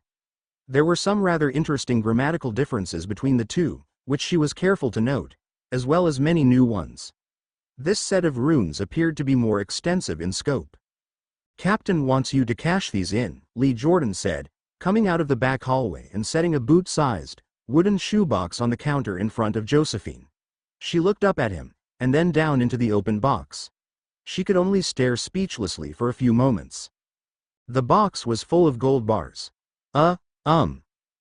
She finally managed to squeak out. "They're funds for the store," Jordan said, folded his arms, and glared at the box the way she used to stare at Marietta after she had been into her jewelry box instead of like she would expect him to stare at, well, a box full of gold bars. Hermione pointed out, and rightly, he rolled his eyes, people might think it a bit weird if the store didn't have a vault for funds and deposits, and stuff. He sighed. "So, for appearance's sake, we decided to set up a vault for the Enterprise shop." Josephine stared at him, then at the box full of gold, and then up again. He wasn't joking, unlike what she would have expected if the twins had brought this box into the shop, for appearance's sakes. She asked faintly, Do you have any idea how much money this is?" At a glance, she could see at 2 rows of 5 so, at least 10 gold bars. And there had to be at least 2 layers in the box. At 1,200 galleons per bar, if that price was still accurate at Gringotts, that was at least 24,000 galleons. At least. Just looking at it made her feel faint. "It's a lot, I guess," Jordan said hesitantly, and then shrugged. "Money kind of stops meaning much when there's nothing you want to buy though. Well, that and you can always afford what you do want to buy without worrying if you'll have any left over." He sighed and rubbed over his right eye. "Maybe you'll figure out something the shop might need. Just take them to Gringotts for now and open a vault for Enterprise. Okay." He looked around the shop and frowned. "I'll be here for a bit so I can watch the store while you're gone." Josephine waited for him to add something that might make sense to her. She nodded her head slowly, stood, and started for the door with the box. It reminded her of a story her mother had told her while she was still in Hogwarts. A new Muggle camera had come out and the maker only had a limited amount of film, as yet. So, Harrod's department store had limited film sales only to purchasers of the camera, and only 2 packs at that. A rich oil sheik had wanted the camera and lots of film. When told of the film limit, he had shrugged, bought every camera they had in the store, taken the film cartridges, and dumped the extra cameras in the trash bin when he left. He had his camera and the film. Why would he want the other cameras? He had so much money, he simply didn't care. She was almost at the door before she thought to cover the wooden box with her scarf to hide the bars. Merlin forbid. Someone might notice the glint of the gold. It felt ridiculous, surreal, actually downright mental, to just walk nonchalantly down the alley to Gringotts with a box of gold. How had this become her life? It was nerve-wracking to pretend to calmly stand in a line waiting for a clerk, worried to death that everyone around could see she was carrying a fortune in gold in a common wooden shoebox. "Yes?" the goblin teller asked her rudely as she got to the head of the line. He eyeballed the scarf-draped box suspiciously. I'm here to open a vault for the shop I work in, Enterprise?" Josephine asked. "It's just down a ways in the alley? Perhaps you've seen it. We're getting ready to open, you see, but the shelves are mostly empty, and nothing is ready yet." She let her voice trail off as she realized she was babbling. She felt like her head was full of wool. She gave the scowling goblin a weak, pale-faced smile. "I have, She hoisted the box up on the goblin's high desk, making the creature lean back with disgust. Thank Merlin. There had been a featherlight charm on the box. She didn't think she could have carried the box all that way and lifted it up here if it weren't at a manageable weight. The goblin froze, however, when she pulled her scarf off the box and he saw the gold. "I want these exchanged for galleons, and the galleons placed in the vault," Josephine said faintly as the goblin stared at the gold. if that's not any trouble. Please. Or would it be better to exchange just 1 bar and put the rest in the vault? The goblin leaned over the counter, closer to her, and gave her a long look.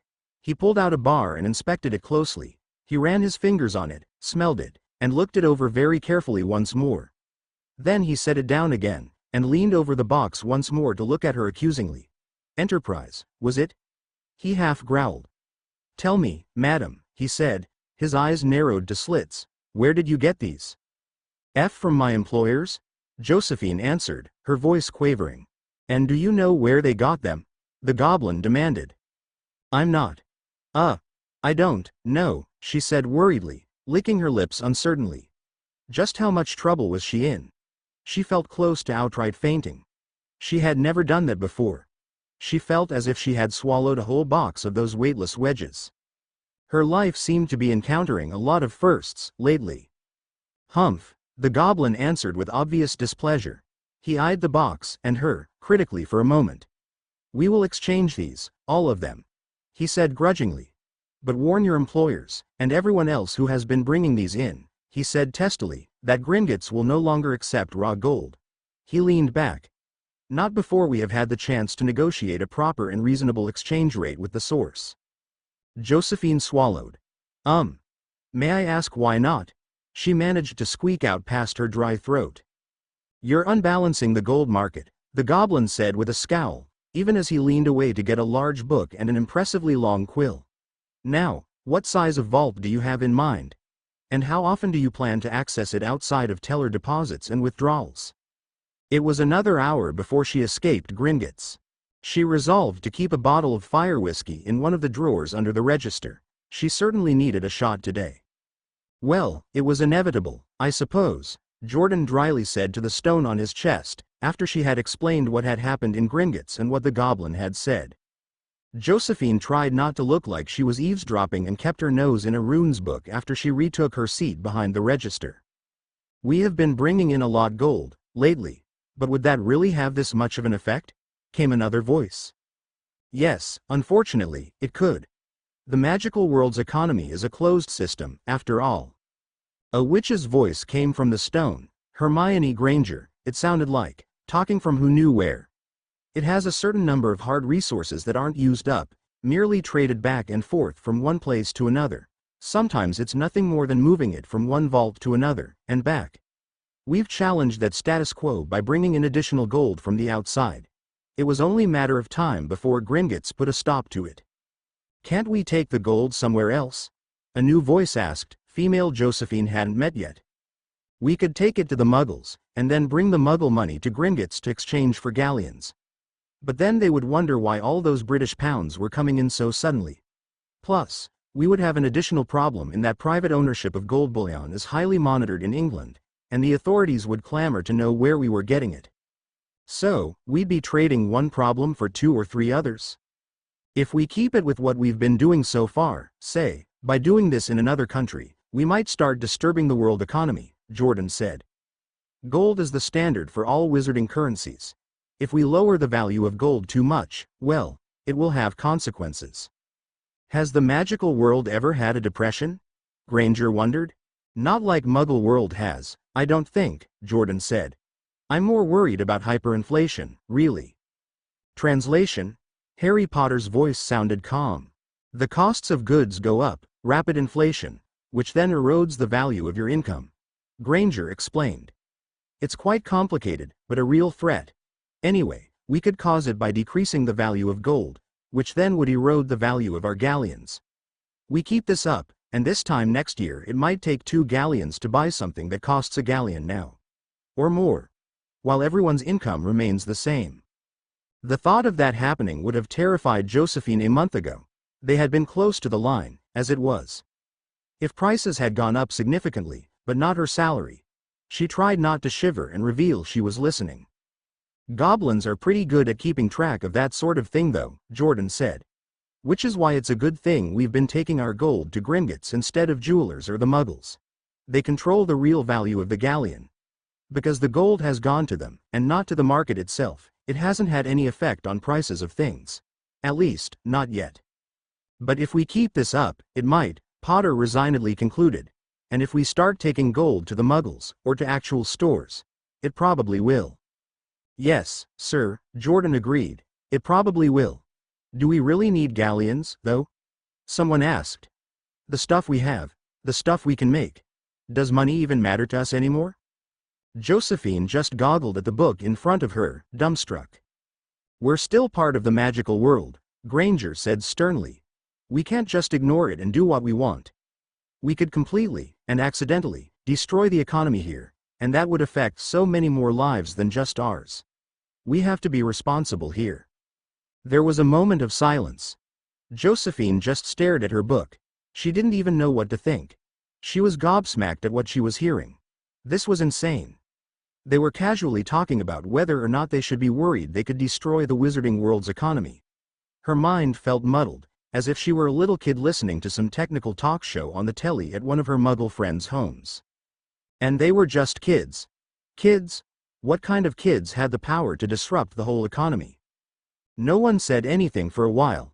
Captain, Jordan finally said into the white stone, it's your call. There were a few more moments of silence as Potter didn't answer immediately. But then she heard his sigh through the stone. The goblins want to meet me, is that right? They want to meet the source, Jordan said. He glanced pointedly at Josephine. She could see from the corners of her eyes. She tried not to blush as she stared at her book. That could be anyone, he finished. It could. But lying now won't win us any friends in the future, Potter said grimly. And I really think we don't want to make the goblins our enemies. There was another pause. Right. I'll see if I can get away from here long enough to meet up with them. Lee, Hermione, I trust you can accompany me? Yes, of course, Granger answered. Whenever you want, Captain, Jordan agreed. All right, Potter said. With any luck, I'll see you soon, then. The crew said their goodbyes and Jordan hid the stone under the lapels of his robe. He sighed, looked at Josephine, and gave her a crooked smile. Well, looks like you'll be meeting Captain soon. Josephine nodded feebly. Just kids, she thought. Which did nothing to reassure her. Instead, it made her feel small. Kids who could bring the wizarding economy to its knees in a matter of hours. Maybe even the whole world's economy. And, right now, the Edgecombs were in the middle of it.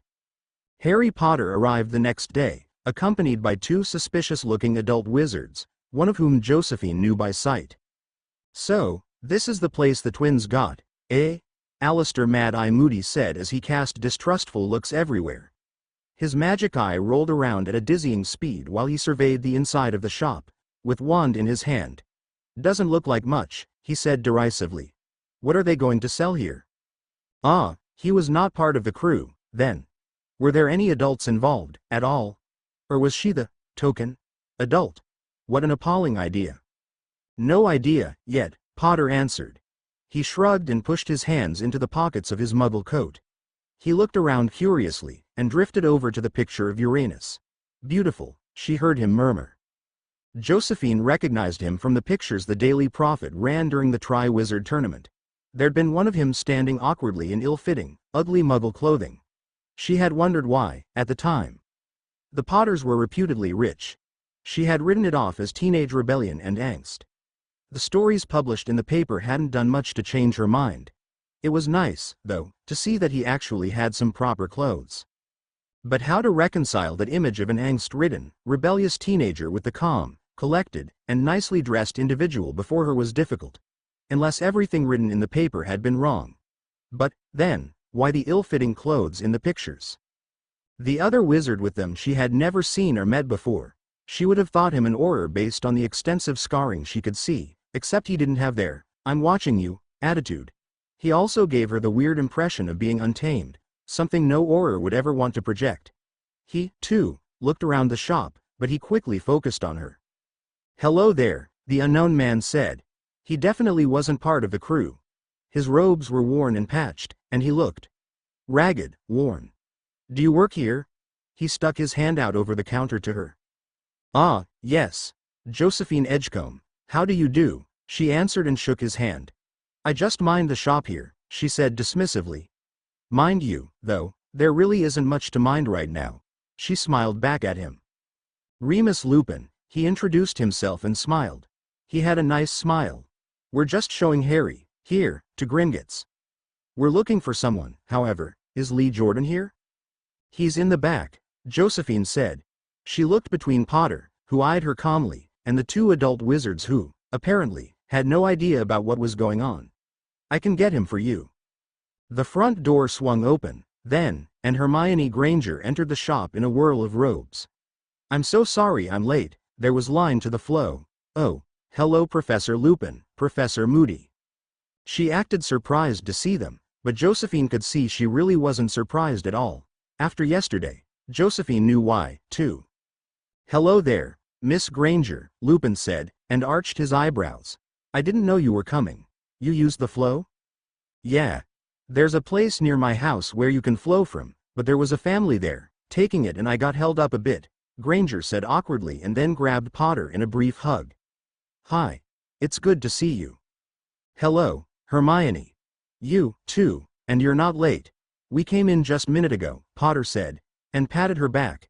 Then he looked at Josephine and tilted his head slightly and gave her a crooked smile. Could you please get Lee for us, so that we can get going? Hermione let go and stepped back. She studied him intently. Right, yes, of course, Josephine said, and blushed at being caught out. She stood. I'll be right back, she said quickly and headed for the backroom's door. Just what did Gringotts summon you for that you need both Jordan and Granger with you? She heard Moody suspiciously ask. Something to do with the Enterprise shop. Potter answered and waved an arm at the shop around them as she left the room. I funded them, he concluded with an almost audible shrug. The door closing behind Josephine cut off any further conversation for her to hear. Josephine hurried to find Jordan, wondering about it all. Granger had called the two men professors, and she thought she'd heard something about Moody just after the Tri-Wizard tournament had ended.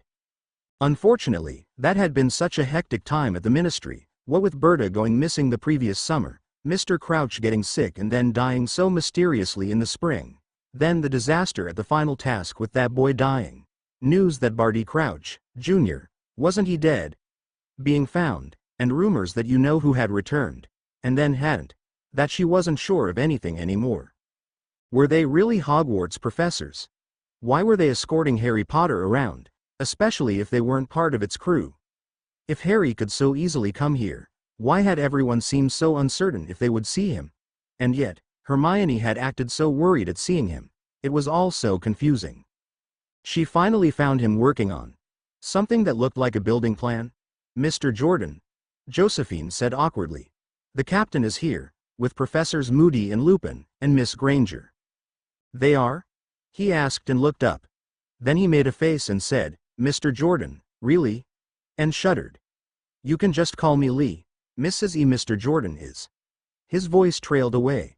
Actually, I guess it does have a ring to it. Mr. Jordan. Mr. Spock. His eyes got a faraway look in them and he gazed at the wall blankly, and slowly started to grin.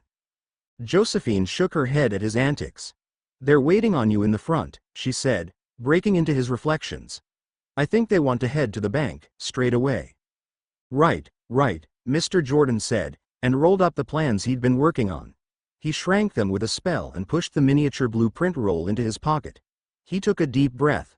I guess it's time to face the music. Josephine trailed after him nervously, and thought about all the ways this could go horribly wrong. A bunch of teenagers. Negotiating the future of the wizarding economy. With the goblins. She repressed a shudder.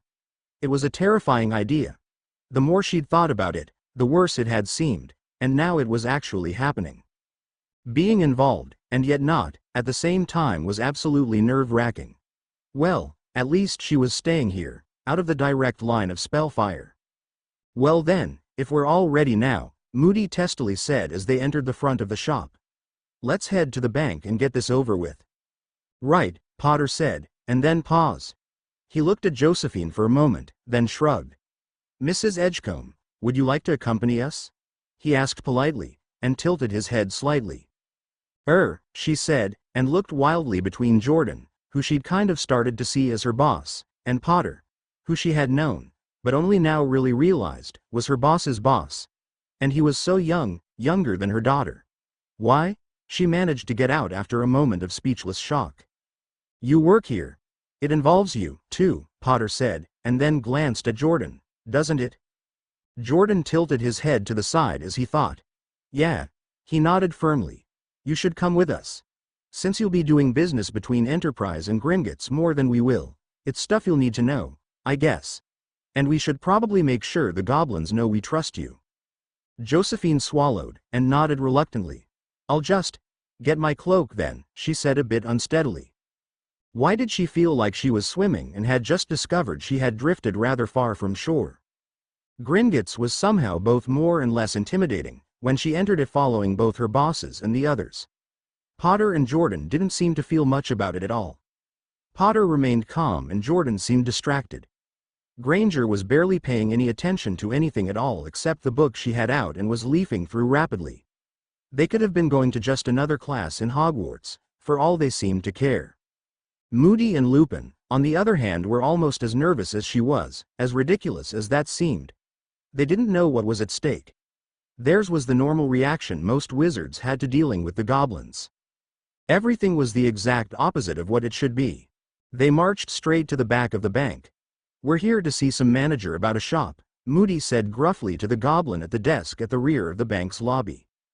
It's about the Enterprise shop and our funding, Potter said. He rubbed his forehead over his right eye. Right where his scar was, Josephine couldn't help but notice. Gringotts had some concerns, he continued, and dropped his hand to his side. The goblin studied the two carefully, and then stood. Wait, he ordered, and hurried from his desk through the door beside it. Potter shrugged and stood with his hands in his pockets. Moody scowled after the goblin. Lupin looked nervous. Jordan and Granger looked as if they just wished this was finished so they could go do something that was far more important. I guess we're waiting, the captain said and looked at Jordan and Granger. So how have you guys been? He asked, as if they didn't talk all the time through the stones. Working, Jordan shrugged and sighed, still trying to figure out merchandise to sell. I thought it was going to be a joke shop, Moody said with a frown. Lupin looked around the lobby, but was listening. It's a fun idea, Jordan said and grinned. But our target clientele are kind of away most of the year, Jordan admitted sheepishly, rubbing his forehead over his right eye. Turns out, prank shops don't do that well when their customers are away at a boarding school for 10 months out of 12. He shook his head. Did you know, he said, and raised his eyebrows inquisitively, that Zonko's is only open when Hogwarts has a Hogsmeade weekend? Moody and Lupin blinked, surprised. I hadn't even thought about that, Lupin admitted. Moody nodded his agreement. Yeah. Neither had we. Jordan shrugged. So, we're working on other stuff, he said. There's still going to be a shelf full of prank stuff once we've got everything sorted, though, he reassured them. I've been reading, Granger said to Potter. She ignored Lupin's small smile and Jordan rolling his eyes. I found this old rune book that I really need to show some people. I think it'll help a lot with their studies. It has everything laid out so clearly, it's really handy. Really? Potter asked in genuine interest. Sounds good. I probably should get a copy. I'll make sure you do, she said happily. When did you switch classes to runes, Harry? Lupin said, sounding surprised. I thought you were taking divination with Ron. I didn't switch, I just recently developed an interest, Potter said, as he shrugged. Turns out, divination isn't as interesting as we thought it would be. He sighed and looked down for a moment. By the way, speaking of boring subjects, he said, and then glanced at the professors. You two don't mind waiting here, do you?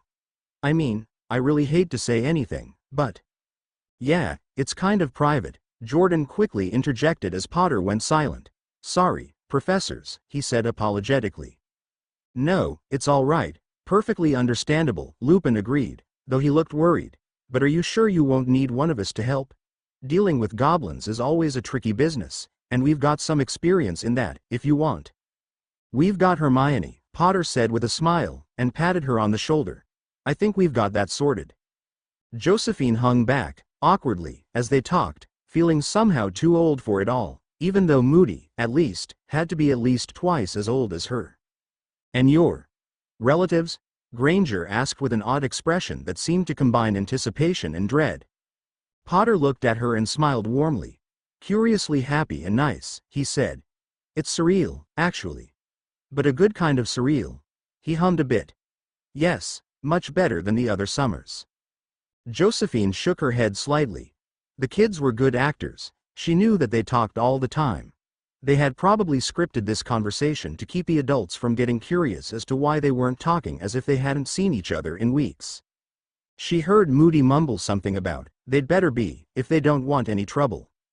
When the goblin finally returned, it was almost a relief, even if he did have a dark scowl on his face. Which, actually, seemed to be the default expression for goblins. Follow me, the goblin ordered, and immediately stalked off again. Of course, Potter said with a nod as the 3 crew members followed the goblin deeper into the bank, towards the offices. Josephine trailed after them and felt particularly useless. She couldn't help but take a last glance backwards at Moody and Lupin.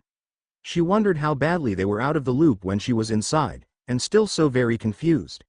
Did they even realize that the kids were working closely together on everything they did?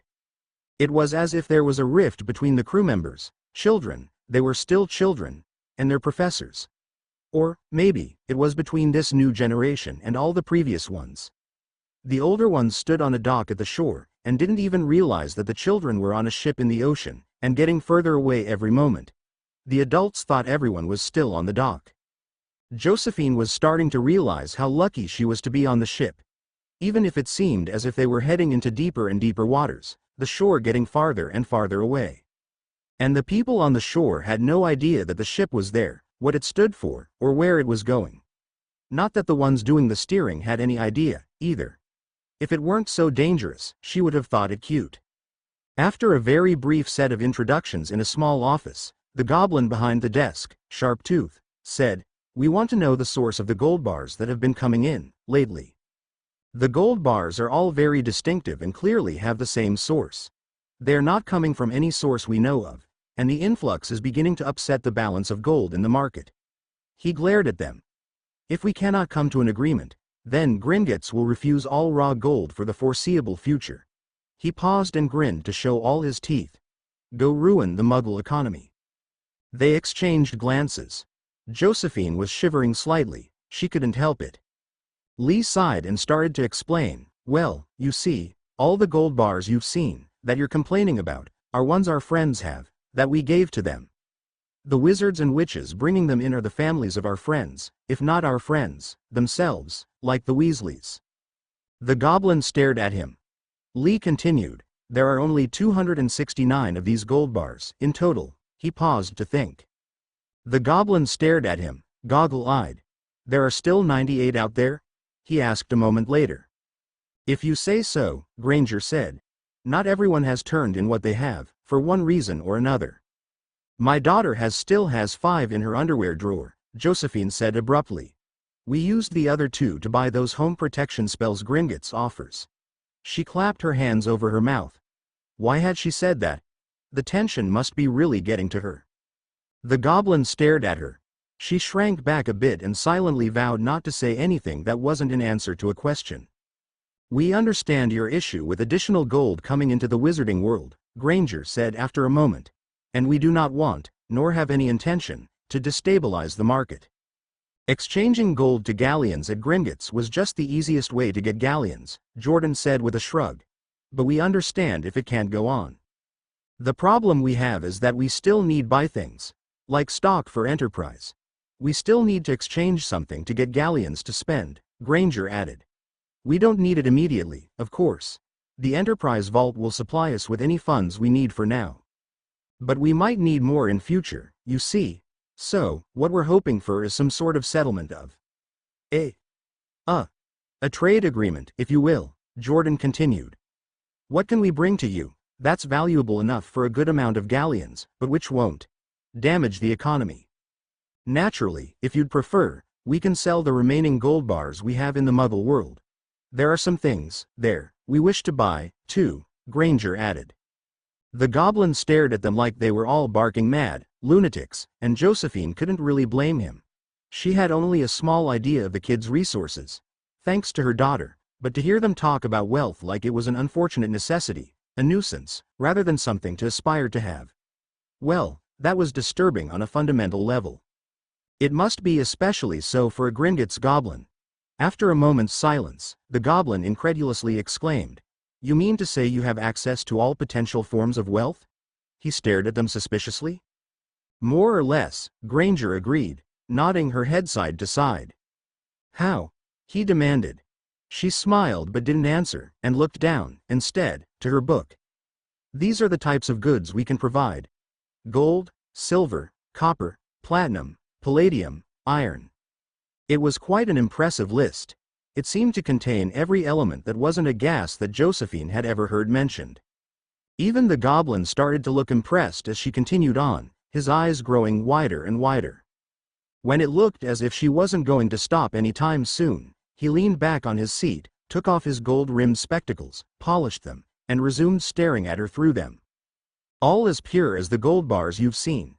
Minerals, gemstones, and so forth aren't a problem either, and we can alloy metals, of course." Granger finally appeared to run out of things to list. She looked up at the goblin from her book, her finger marking her place. "So, we can also provide things like steel, bronze, brass, and so on. Or any other alloy, if you provide a sample." "Sample?" the goblin said in astonishment. He latched onto that. He stood and pointed a finger at Granger, his face red. "You produce these things?" he angrily half-shouted. "You have the capability of producing elements." He stared at them, furious at the thought.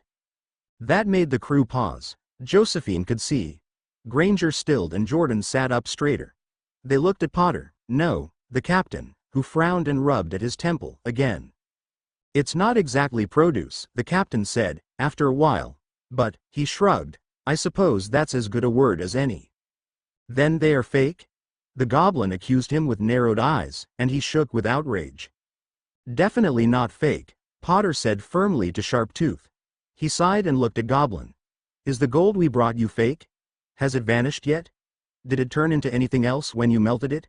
Did anything happen when you cast the most powerful finite you could manage? Can you even detect any spells on it? If it doesn't have any magic in it, it can't be fake." The goblin scowled and sat down again. "Wizard magic is involved," he said accusingly, still extremely unhappy, but unable to refute anything the captain had said. "Things produced by wizard magic are of lesser quality." Potter said nothing to that, just closed his eyes and dug his knuckles into his temple. He looked like he had mother of all headaches. "Hermione, tell him about Muggle diamonds, and rubies." "Diamonds? Rubies?" the goblin snapped, turning to her. She sighed deeply. "In the Muggle world," she started lecturing, "scientists, I guess you'd call them alchemists, grow diamonds and rubies in factories." She said, "They are called synthetic diamonds and synthetic rubies." The goblin leaned back and looked quite skeptical. Granger plowed on. "They start with a seed, a tiny, almost microscopic, diamond, and then add carbon particles to it under high pressure and high temperature. They almost literally grow a diamond. And, being Muggle, it is entirely non-magical in the process." She opened her purse and rummaged inside for a moment. She drew out an earring, a ruby stud. "Here," she said, and laid the earring on his desk. "This is a synthetic ruby gem. Aluminium oxide with chromium, no inclusions or faults." He picked up the earring and examined it closely. He opened a drawer and pulled out a magnifying glass and resumed his examination. "The only way you can tell it is synthetic is because it doesn't have inclusions. Made entirely by Muggles, using no magic whatsoever. Just high heat, high pressure, raw aluminium oxide, and raw chromium." She paused. "They discovered how to do it in the early 1900s, she smirked. Sharptooth looked up at her with narrowed eyes, and set the earring and magnifying glass down. "What we do is similar," she concluded. "The result is still real. A perfect ruby. It just wasn't created by nature and mined the old-fashioned way." She leaned back a bit in her chair and closed her book. The goblin drummed his desk with his fingers for a while and then leaned in, staring at Potter. "And you can produce any element this way?" "More or less," Potter said, and opened his eyes. "Just nothing containing magic. In almost any quantity. So, galleons are starting to be less a necessity and more a nuisance to us. But we still need them to deal with the wizarding world." The goblin stared at him, hard. "You talk as if you're not part of that world, anymore," he said accusingly. Harry shrugged. The goblin sat back, a finger to his chin. He had a look of distaste and shrewdness. Gringotts will consider what you have to offer. There are materials we might be interested purchasing, even if they are synthesized. We will contact you at a later date. And that was it, apparently. The remaining gold bars? Granger said. Shall we take them to the Muggle world? Sharptooth scowled at her. Her expression of mild interest didn't change. You may continue to bring in gold bars. He scowled at her. But only individuals, and at a 10% discount. She nodded. Potter stood up, with a slight sway, and started for the door. Jordan and Granger were close on his heels as he left the room. Josephine followed them, glad to be away from the goblin and discussions of manufacturing rare gems as easily as baking a cake, just in hotter ovens. Harry? Granger asked once they were all in the hall and the door closed behind them. Are you all right? She sounded very worried. They started slowly to follow their goblin guide back to the lobby. You're looking kind of pale there, Captain, Jordan agreed, just as worried. My head is killing me, Potter answered, pressing his forehead with his palms, head tilted back as if looking at the ceiling. Voldemort must be really pissed about something. Josephine couldn't help but miss a step at hearing that name. She almost tripped. He knew what that evil monster was feeling. The captain took a deep breath and straightened. You think that was right, telling him what we did? He said uncertainly. Well, it was the truth, Granger said firmly. And you're right, we'll only make enemies if we start out lying to them. If we bring things here, someone's eventually going to look deeper, and notice he didn't deny any of your counter-arguments, so we know they were already suspicious.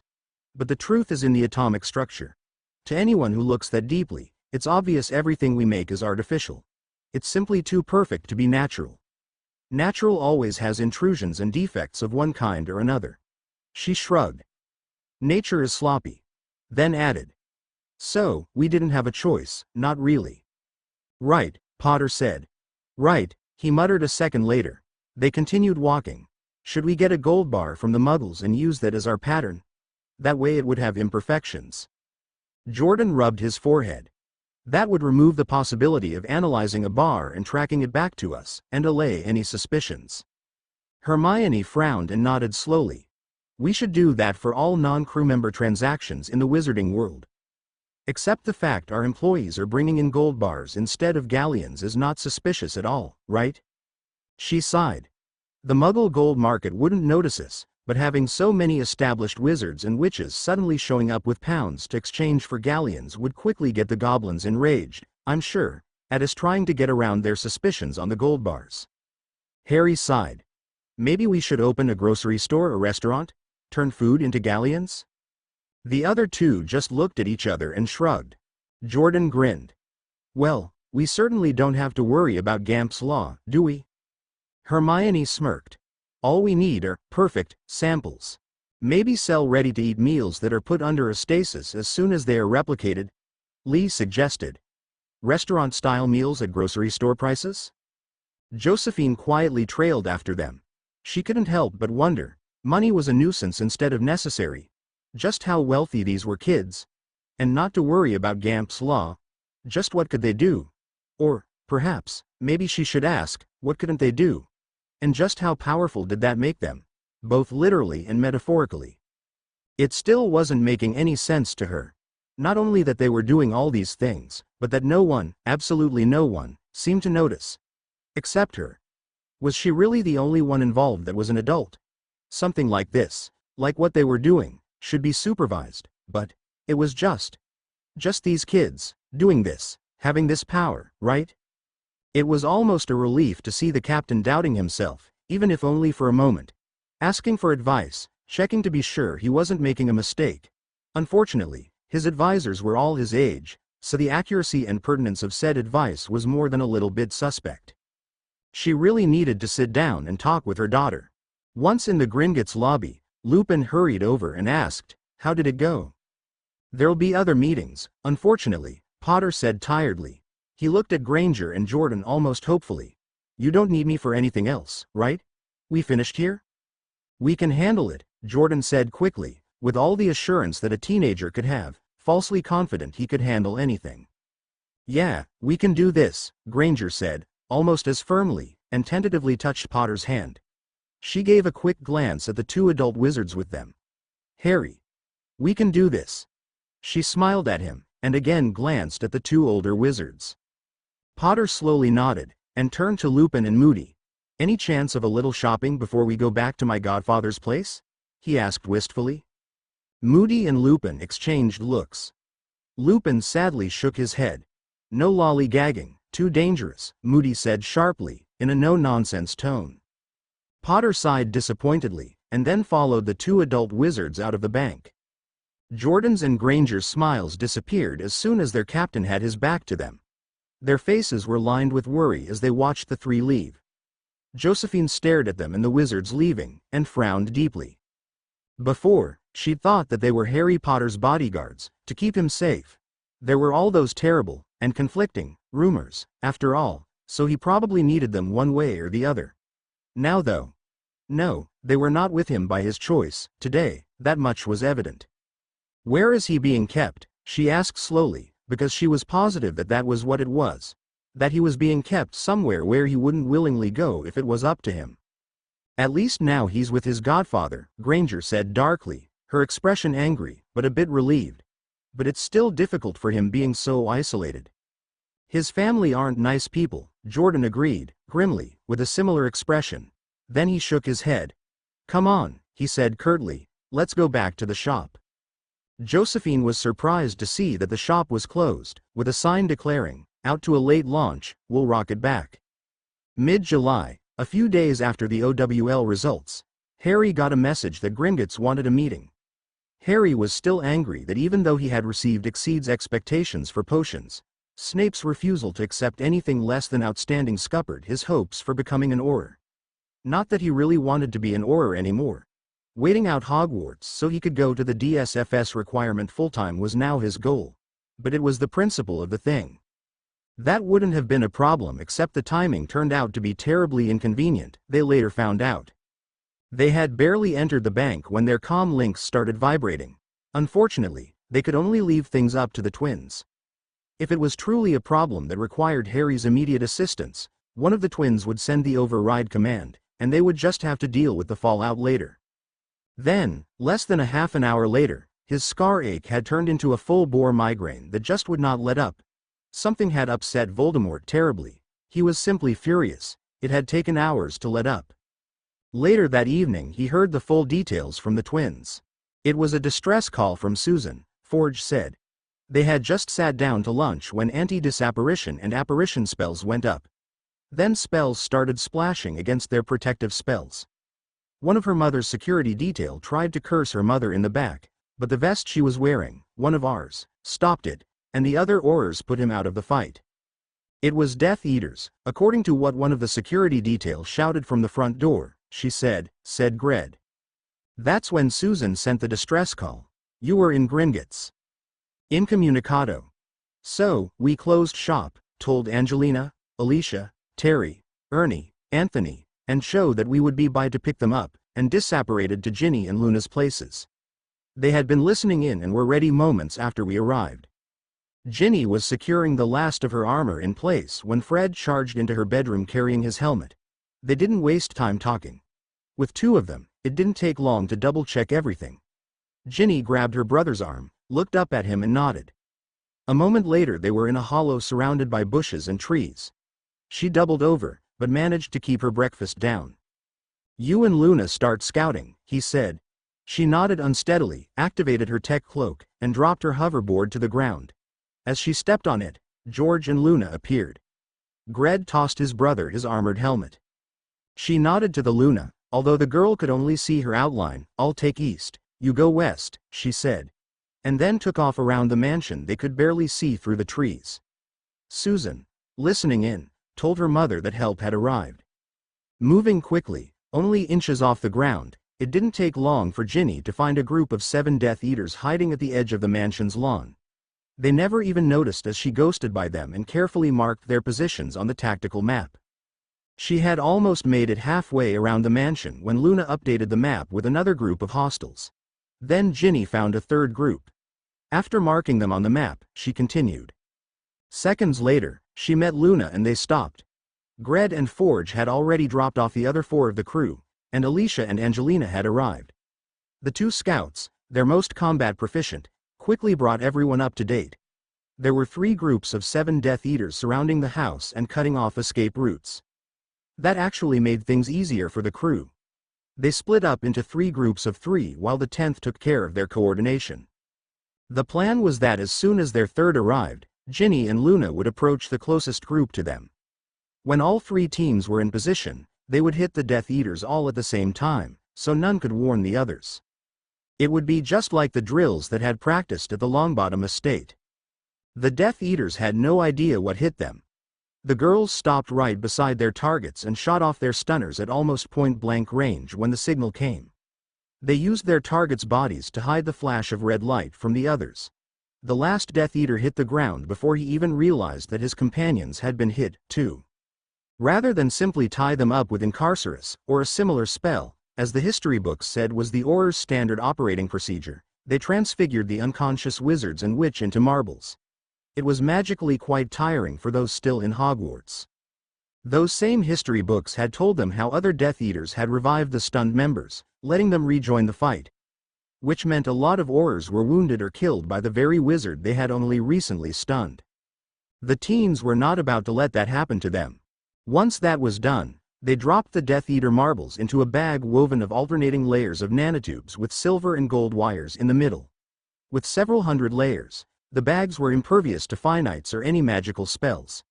And the bag's material was still only as thick as normal parchment and as flexible as silk. By the time they were finished, so were the other 2 groups. The girls had to hurry.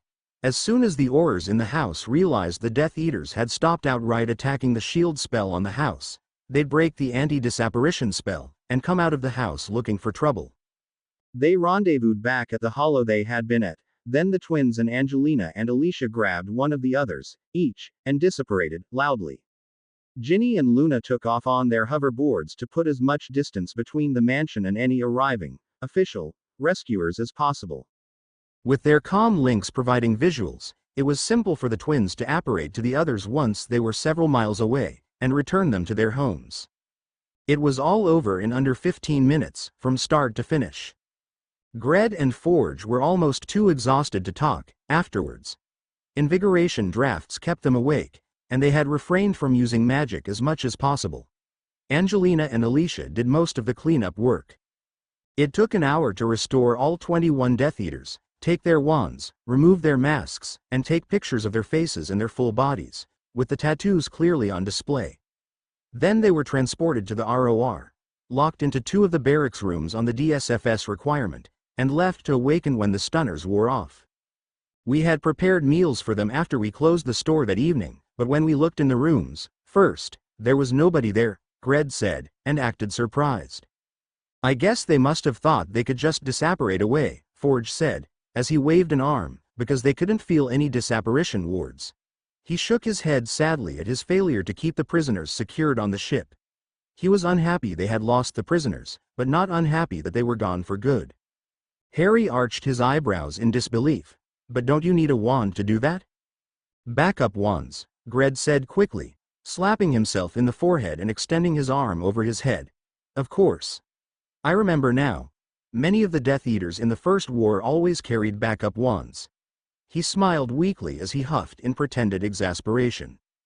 Right, Harry said dryly. They twins weren't dumb, they had figured this all out earlier when they first discovered the brig was empty. All of them? Portkeys? They must have had portkeys, Forge said, as if just thinking of the possibility. They did that, too, in the First War. The 2 stood, hands on hips, and shook their heads, synchronized, in opposite directions. The twins always went over the top with their acting skills. It was how you knew they were acting. Harry sighed and looked at the hologram of the 2 standing in his room. They knew from the purchase of a few international portkeys that those might be able to go to the other side of the world, but they just didn't have the necessary oomph in magic to carry anything 2.5 billion miles. If they could, then the crew wouldn't need the room of requirement to access the requirement. Plus, he doubted anyone had the magic, themselves, to apparate such a distance, either. In fact, according to the books they had read, not even Dumbledore or Riddle could apparate to much more than 1,000 miles, the length of Britain, never mind a million or billion miles. That's why the vanishing cabinets had blown up, blown in, destroyed themselves. They simply weren't designed for such huge distances. So, today, Uranus had briefly gained 21 microsatellites that had then plunged into its atmosphere. In view of what had happened to the twins' father, he supposed he should be glad they simply hadn't tossed the marbles out the airlocks. This way, they could keep their consciences clean. They hadn't deliberately killed the wizards. The wizards had killed themselves through ignorance. If the arrogant idiots hadn't acted preemptively, this wouldn't have happened. And there had been no way to warn them beforehand, either.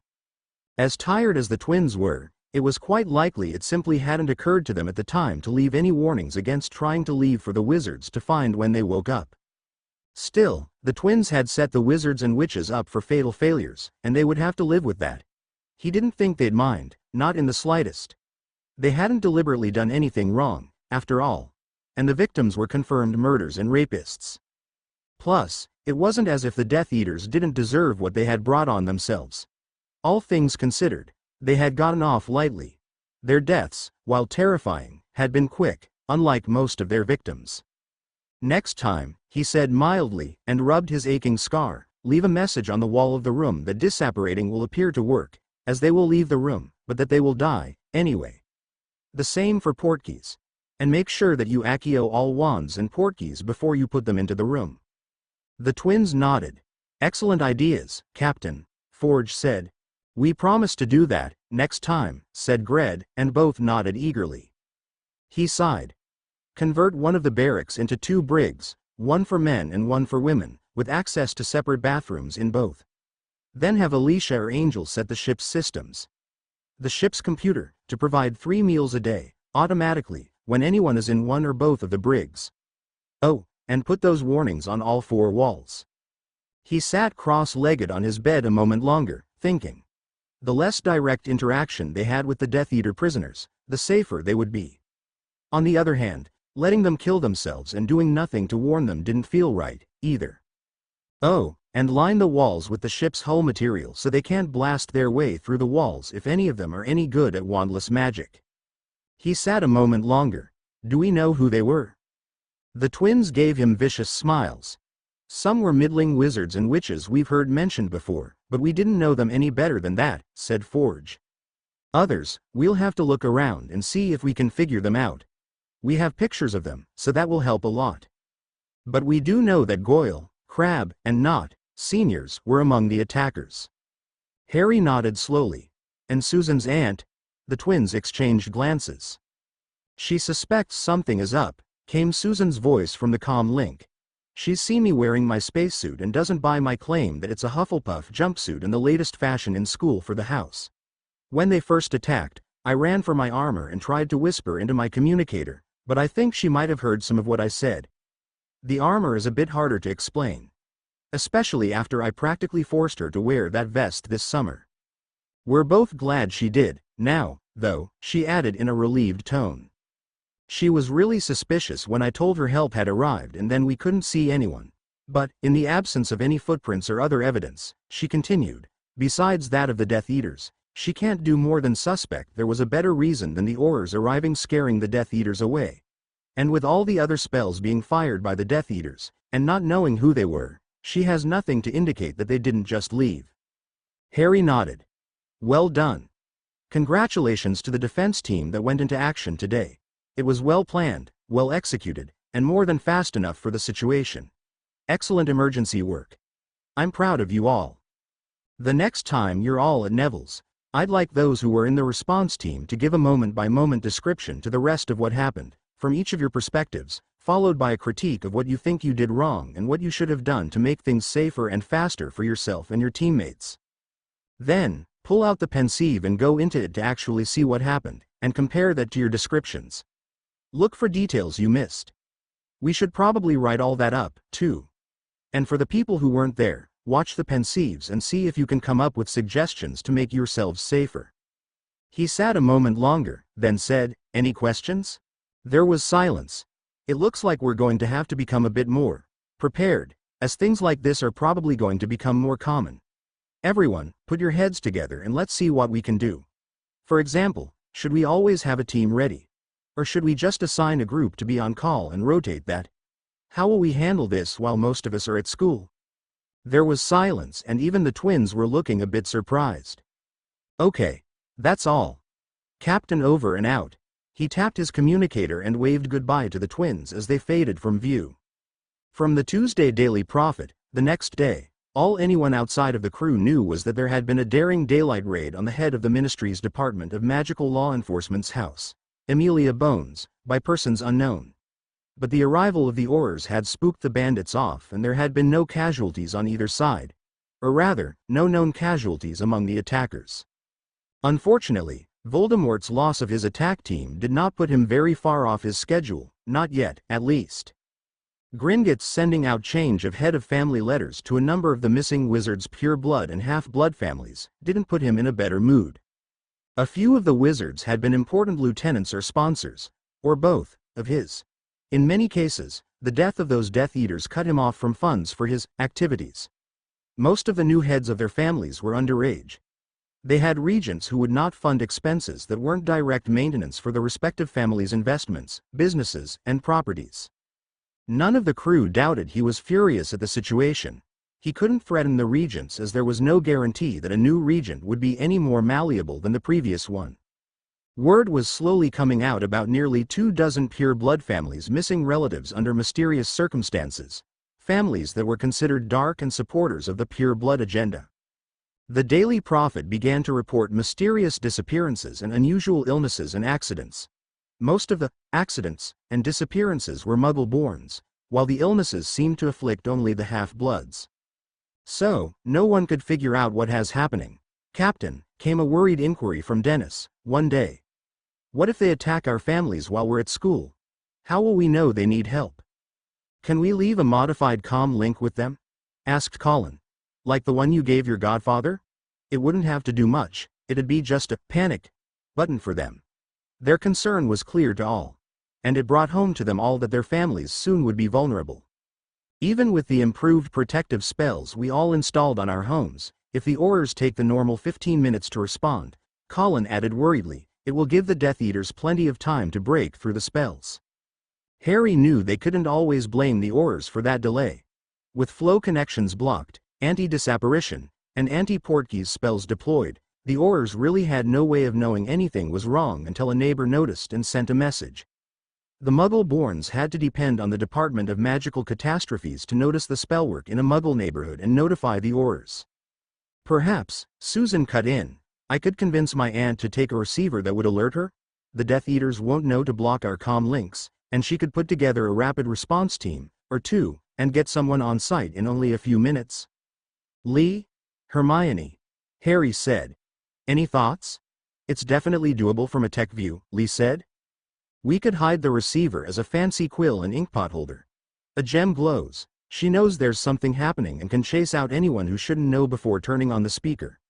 We could even have several gems in case he tries simultaneous attacks. There was a momentary pause. Make it a pocket watch, with a directional voice spell for the one holding the watch. The gems could denote the hours, came someone's voice. That way she could always have it with her and no one would ever suspect she wasn't merely checking the time. Merlin. Came one of the twins' voices, make them all pocket watches, one for everyone, then if someone was attacked somewhere other than their home, they could always call for help. They discussed the matter for a bit longer.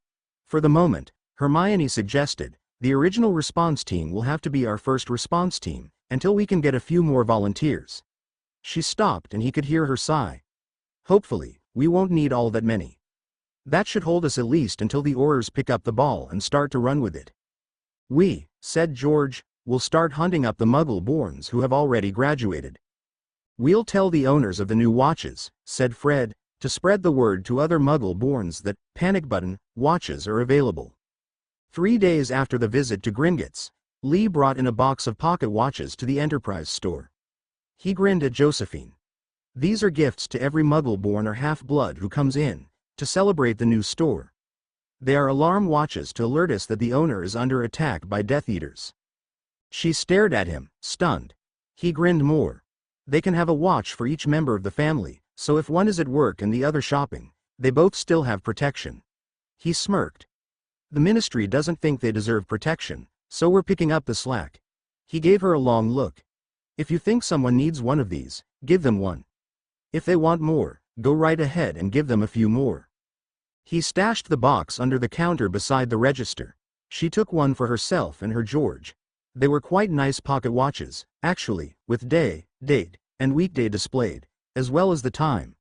Setting off the alarm was difficult enough that it would not happen by accident. The business with the crew, the Enterprise shop, Harry Potter, Gringotts, and panic watches kept Josephine's mind whirling for days. There were layers and layers to this that she had no idea how to untangle, or even where to start. She kept returning to Harry Potter, the captain of his crew, being ushered away. As if he were a prisoner being escorted, rather than celebrity being protected. Or a captain with his crew. Of everything that had happened so far this summer, that was what took over her spare time, of which she had plenty. Harry Potter was. He was a lot of things. Savior of wizard kind from Voldemort. Just thinking the name made her shudder. But her daughter said his name, and so did the rest of the crew. So, Voldemort. She shuddered. The original rumors and newspapers said he was a hero returning to the wizarding world from years of special training. Then they said he was a badly behaved liar. Someone who spurned all offers of friendship. He dressed badly, as a muggle, and ignored conventions. He was always getting into trouble. But Marietta had told her he had fought a troll in first year to save a witch's life, and Slytherin's monster in second year, again to save a witch's life. An escaped murderer broke into Hogwarts to get at him. He'd faced Dementors multiple times. He had been in the Triwizard Tournament, the victim of a plot to kill him that had almost succeeded. Or he was an attention-seeking, mentally unstable brat who had broken the rules to get into the tournament, according to the prophet. Marietta said he had seen the return of Voldemort, fought him, and escaped alive. A remarkable achievement for a fully grown wizard, much less a 14-year-old teenager. According to the papers, he had lied about the whole thing. Except that poor Cho's boyfriend had died. If the ministry thought he had killed the other boy, as rumors insisted, why hadn't he been arrested and charged? But if he hadn't killed the other boy, who had? A tangled web of contradictions with the truth buried in them somewhere. But those of his crew she had met admired him, including her daughter, and she considered her daughter a good judge of character. Complicating things was that he had acted nothing like the newspapers had said he had or would. The reports of his behavior did not match real life, it seemed. She'd never really thought about all of that before this. He was a celebrity. Every wizard and witch over the age of 3 knew his name. That probably meant a lot of things she couldn't begin to understand. Fame brought a lot of attention and expectations, after all. But he was also the ministry's #1 target for sneers and slander, and they had been at it for a year and a half, now. It had started during that stupid tournament last year, and it continued even now. She didn't read the Daily Prophet closely, she used it mainly to just get a feel for what was happening in general. But even so, she saw the jabs, jokes, and even outright slander aimed at Harry Potter. He was the boy who had tried to bring to bogeyman out of the dark, and the news parchment constantly found ways to punish him for that. She was ashamed to say that, for the most part, she believed the lies in the Daily Prophet. Marietta, Josephine asked one morning at breakfast, one of the few times she saw her daughter. Could you tell me a bit about your captain? What he's like? She asked softly. Marietta hesitated, and looked at her. Then she frowned, and looked away before she looked back at her mother. He's a fantastic teacher. Always calm, always collected, rarely flustered, loads of patience, she said. I can learn more about casting a spell in 5 minutes with him than an hour with anyone else. Otherwise, he's quiet, supportive, decisive, nice, firm when he has to be. Kind of indulgent a lot of the time. Mostly quiet these days when he's not teaching. Indulgent? Josephine asked. That was a most curious way to describe someone. Back there, Marietta said. You know, where we're a real crew, everything's so different there, she said softly. Everyone is always excited. It's like, we have room to be, more than we can be here, you know. We don't have to pretend to be less than we really are. She looked at her mother searchingly. We can just spread out and do the things we find interesting. And the captain is like, he's indulgent with us. He lets us be. He offers suggestions every now and then, but that's all they are, suggestions. Good suggestions, too. So, he isn't excited? Josephine said with a slight frown. Marietta looked down for a moment and thought. I suppose, she said slowly, he gets more than enough excitement at Hogwarts. Every year a fight for his life, or others. She paused. He's mostly just quiet there. It's peaceful for him, I guess. I think he likes that, after all the drama he's subjected to in the wizarding world. Josephine thought about the boy, younger than Marietta, walking stiff, and yet oddly worn down, between the two professors, as they took him back to wherever their society kept their heroes when they weren't needed. Or wanted. She wondered just what the real truth was behind Harry Potter. I think I really want to see this ship of yours, Josephine mused. Marietta smiled brightly. I really want you to see it too, Mum. It's beyond anything you can imagine. Which was saying something considering that the whole family had seen Star Wars, Star Trek, and a host of other science fiction space movies. The crew finally started filling the store with things. The Weasley twins set up a, frankly, flamboyant section full of joke candies and toys. The space-themed candies were limited to the weightless wedges, gravity grapes, and spacewalk S. Curs. The rest were more of what she would expect in a wizarding joke shop, but far more outlandish. There were canary creams that turned you into a bird, extendable ears to let you listen in on things you shouldn't, headless hats that made the wearer's head and hat disappear, electric shock shakes, a reusable hangman, fake wands, and a score of other items. The two had apparently been very busy this summer. Josephine grimaced. Many young shoppers would stop by that section before summer hauls ended, she knew. The twins also brought in several boxes of shirts and robes made of the same fabric as her work uniform. The shirts had space-themed images. Jupiter, Uranus, Saturn, one even seemed to be an opening into space itself, the image was so realistic. The two quickly set up a rack for the shirts and a taller one for the robes. They're actually protective, Fred explained, like your uniform. He rubbed a sample of the material between his fingers. It's woven with small amounts of gold and silver, so they're rather spell resistant, said George. Sweet Merlin, they even lined their clothes with gold. They can take an average cutting curse rather well. You have to go with something stronger before anything gets through. Josephine stared at the robes. They were gaudy, in a weirdly artistic way. An image of a purple and red galaxy was plastered all over the robes. They were, well, very tacky looking. She could easily see the headmaster wearing one of them. They were heavy though, heavier than most robes. Not as heavy as a winter set, however. If you want, you can wear one of these instead of the uniform we first gave you, Fred said cajolingly. It would help advertise them, you know, George added. Plus, they would give you a bit more protection. We'd like that, so please. She looked at the robes and sighed. They were rather smartly styled. Could I get one with just the Milky Way as seen from Earth? She asked hopefully, and Fred grinned widely. She got her new robes the next day. The Milky Way started from the hem in the back, ran around to the front at an angle, and ended just at the shoulder. It was still tacky, but it wasn't as bad as the full galaxy one. And, she had to admit, it did satisfy that little bit of a geek she used to be. Her name was still embroidered in the front, and the store logo was on the opposite shoulder. You don't wear robes like these, Josephine noted to Lee Jordan, later, who had brought in some space-themed items. Extremely accurate models of the planets, solar system models, all mechanical and inside glass spheres. We wear armor, he said. And our robes are similar, just bit more high-tech. High-tech, Josephine repeated, confused. Jordan shrugged. They need an actual power source. Can't exactly sell those here. And so, the shop slowly filled up. Someone brought in selection of moving pictures and posters. One was the picture Granger had shown Josephine of Jupiter's great red spot. They joined Lieutenant Lovegood's painting on the wall, and they worked fairly well together. A box of shrunken spares went behind the counter. Soon, the shop looked like an actual shop.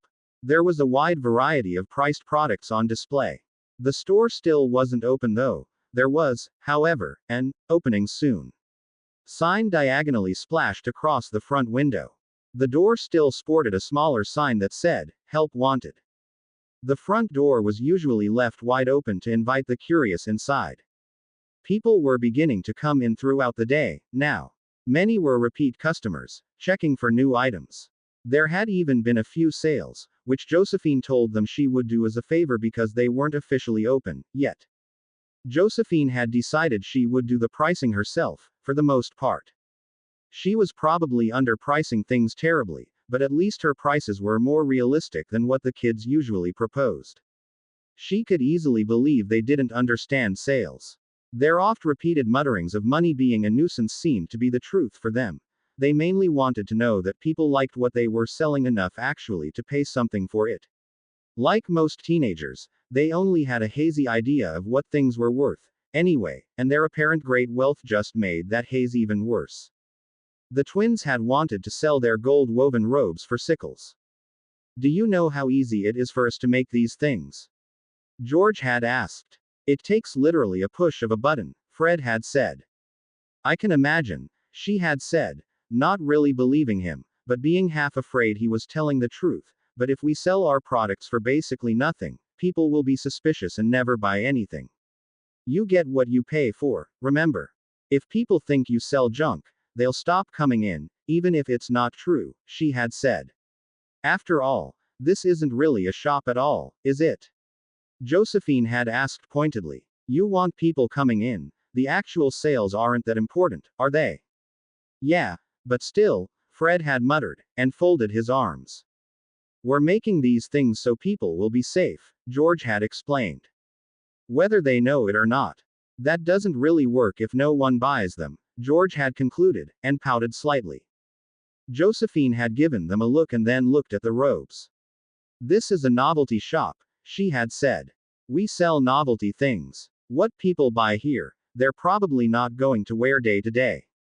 Especially not since we're plastering stars and planets all them. Besides, they're all cut like Hogwarts robes and that's not the pinnacle of fashion in anyone's book." Their shoulders had slumped. "Padma is a bit of a fashionista," Fred had ventured thoughtfully. "Her sister's no slouch, either," George had said, and his expression had brightened. Josephine had shaken her head and said, "Riley, or, you could just make traveling cloaks. Those are easy. They pretty much all look the same, and most everyone wears them." She had paused, then added, "And don't put the galaxy on them. I know it's pretty, but no one is going to wear that every day." They brought in a new rack the next day, with signs that said any size was available for the asking, at no extra price. The more merchandise the store accumulated, the more it prompted curious wizards and witches to come into the store after looking in through the front window. That, and their friends, who had already looked around inside, had spread the word of the unusual shop. The Muggle-borns were the easiest to recognize, primarily because they recognized the sign. It was almost always the first thing they commented on when they came in. "I didn't think any wizards even knew what Star Trek was," a young witch said with a grin.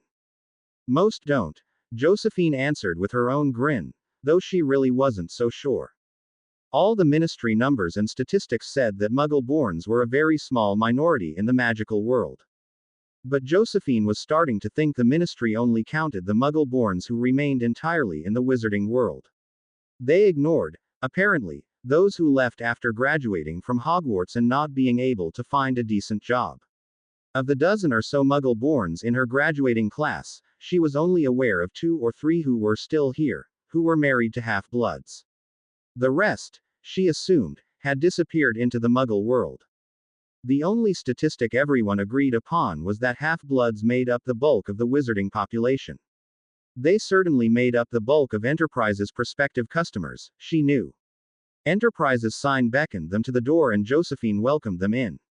Then she chatted with them about Muggle science fiction, space, and occasionally Star Trek, though she could remember very little of it, now. Now that Harry was at his godfather's house, Harry could see his friends. Unfortunately, though, his extracurricular activities were still quite curtailed.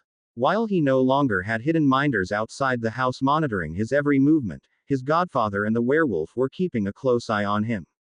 Having someone awake at all hours and wandering around the house as security meant that him escaping to the requirement for a restful night's sleep was simply impossible.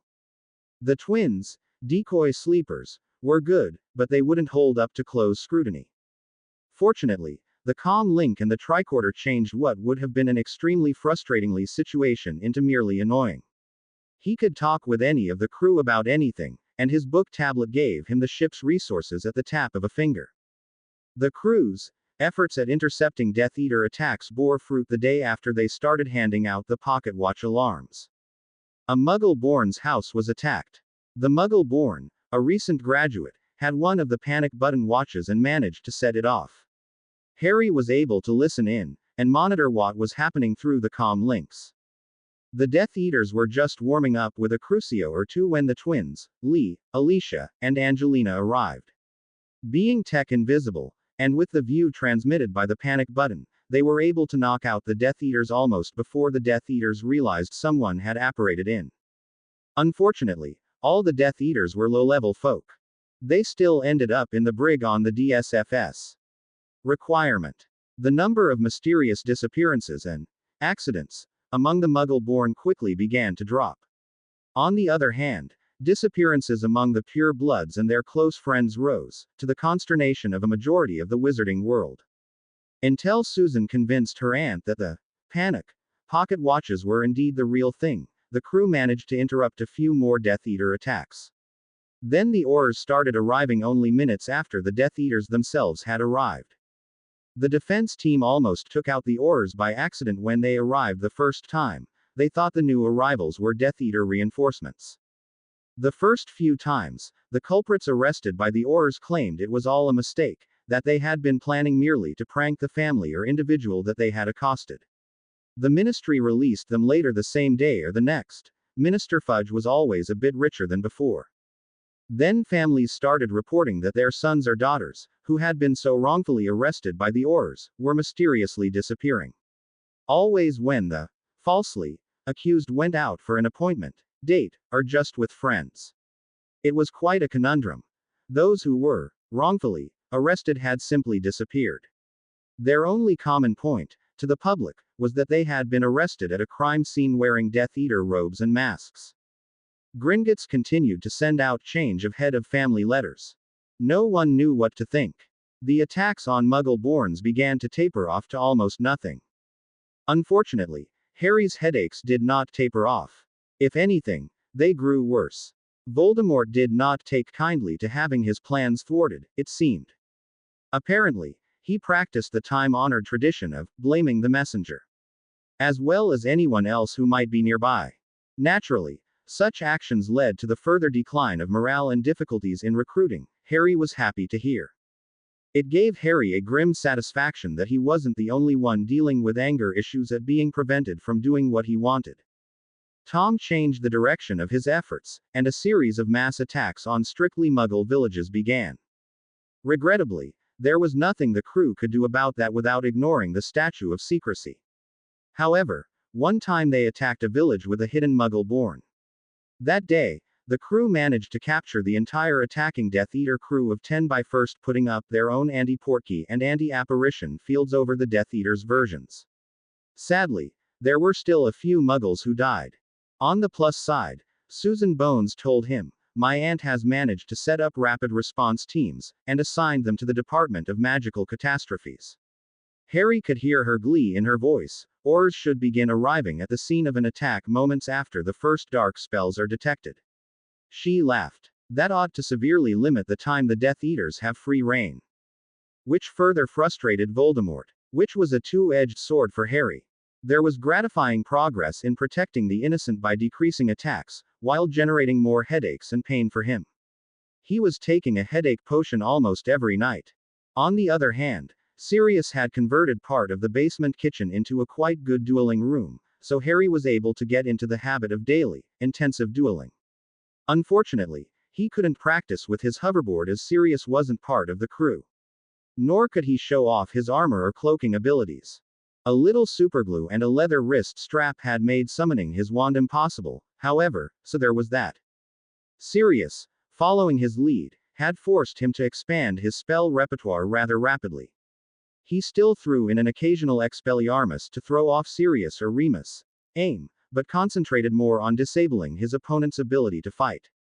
When not assisting crew members to the Room of Requirement, or other destinations, Dobby and Winky had concentrated most of their efforts to number 12 Grimald Place, and it showed. The grimy carpets were gone, and the bare wood floors fairly gleamed under the polishing the two had given them.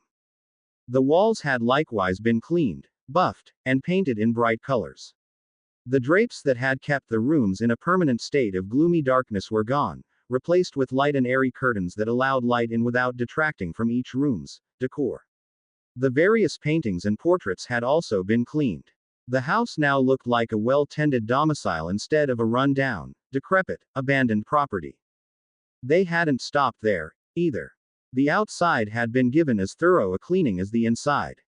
Instead of appearing on the verge of being condemned, it was the cleanest and brightest on the block. Not that the non-wizards could see that. To them, number 12 was as mysteriously missing as it had always been. The Black's house's new cheerful appearance was a mood booster for those that could see it as they arrived. It certainly helped improve his godfather's mood to remove such a depressing atmosphere. That and taunting his mother's portrait. Of course, being able to leave whenever he felt like it didn't hurt, either. I tell you, Harry, Sirius said sincerely at the breakfast table, those two elves have done more cleaning in a month than that useless rubbish creature managed in 14 years. He shook his head. I'm so glad you let them work for me. Harry grinned. I didn't. They volunteered when they heard I'd be staying here. Sirius stared at him. You didn't. Nope. They simply told me that Dog Wizard's house wasn't good enough for me and that they would fix that. And when I asked them to do something, they just did it. He asked incredulously. Harry nodded, because they wanted to do it. Your family. The older wizard shook his head, obviously thinking of his adversarial relationship with Creature. Amazing. He stood. Well, unfortunately, I have a Wizengamot meeting to attend. He sighed. It's a hard slog against Lucy, though. With all the turmoil at the ministry, we've managed to stop, or at least, slow down, his agenda. Sirius grinned, and added, and having some of his supporters in the Wizengamot go missing hasn't helped him, as he headed for the hall stairs. Harry heard him call from the hall, Hey, Moony, I'm off to Wizenhell. Then Harry heard footsteps down the hall stairs, and a moment later Remus wandered in and started making himself a sandwich. That never failed to annoy Winky, who popped in and immediately started scolding him. That be's Winky's job. You sit down, and let Winky do her job. She pointed at a chair at the table. Shaking his head, he meekly backed from the counter and sat down. Surprisingly, or maybe not, when Josephine thought about it, the Muggle-borns and half-bloods who peeked into the shop were of all ages, not just Hogwarts students or recent graduates. It took a few experiments for her to get the knack of asking about their employment status without being too obvious. I'm kind of between jobs, one answered with a shrug. I do a little of this and a little of that, whenever I can, said another. I'm thinking about looking into some simple jobs in the Muggle world, said a third. It was pretty much the same story with all of them. Some of them were bitter, most of them were resigned, none of them were blind to the reasons. Almost all had had jobs in the wizarding world, then they'd been recently let off and replaced by a pure blood. Or a half-blood with a pure blood patron. For the Muggle-born and half-bloods, there was no such thing as job security. And the only thing, seniority, meant was that someone's senior wanted their son, or daughter, in your job. The ministry's new, more traditional stance towards employment was slowly and insidiously spreading through the whole magical world. Skill at a job was quickly being replaced by who you knew, or the provenance of your last name. It was carried further on the wings of the Daily Prophet, which was, in Granger's words, nothing more than the propaganda machine for the ministry. The newspaper headquarters was almost completely filled with pure bloods or half-bloods with all the right connections. The number of spelling and grammatical errors in every issue was steadily climbing. I mean, I do understand where Fudge is coming from, Granger said. He's an idiot, but he became the Minister of Magic for a reason. It's a shaky position. Now, too many scandals. So, he's doing what he thinks he has to keep his position. Right now, the safest bet he has is with the people with money. That meant the pure bloods, who pushed for the traditional values agenda. So, Fudge was quietly clearing the ministry of those who didn't fit his sponsor's agenda. Unfortunately, the agenda was spreading as others saw what the ministry was doing, and decided the safest course for them was to do the same. Josephine saw the results on the face of almost every lone customer who walked in. The older the customer, the clearer that understanding became. It was like going back in time, except back then she'd been lucky enough still to be in Hogwarts when the pure bloods had made their move. Still close enough to her parents to stay with them for several years, hidden, when the war got hot. Now, though, things were different now. To her dismay, she believed their lies when they'd said Harry Potter and Albus Dumbledore were lying about the Dark Lord returning. With her eyes open to that, now, they opened to other things too, things she'd been willfully blind to, unfortunately. There were a lot of things she'd gotten terribly wrong about magic and the mundane, and she thought, grimly, that perhaps she'd been meant to. I mean, I thought I couldn't get a telly or anything, magic would just make them blow up, one half-blood explained with a shrug. It was just something I got at my dad's place, watching the telly and all. He's a muggle, he has all the muggle things.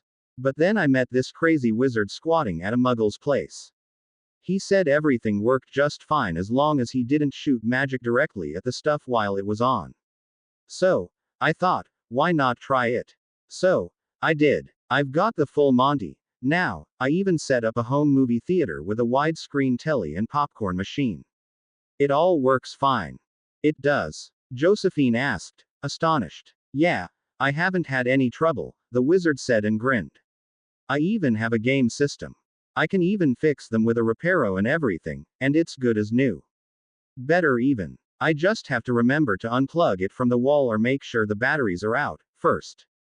It was probably because everyone at Hogwarts said that magic and electronics didn't mix, Josephine realized later.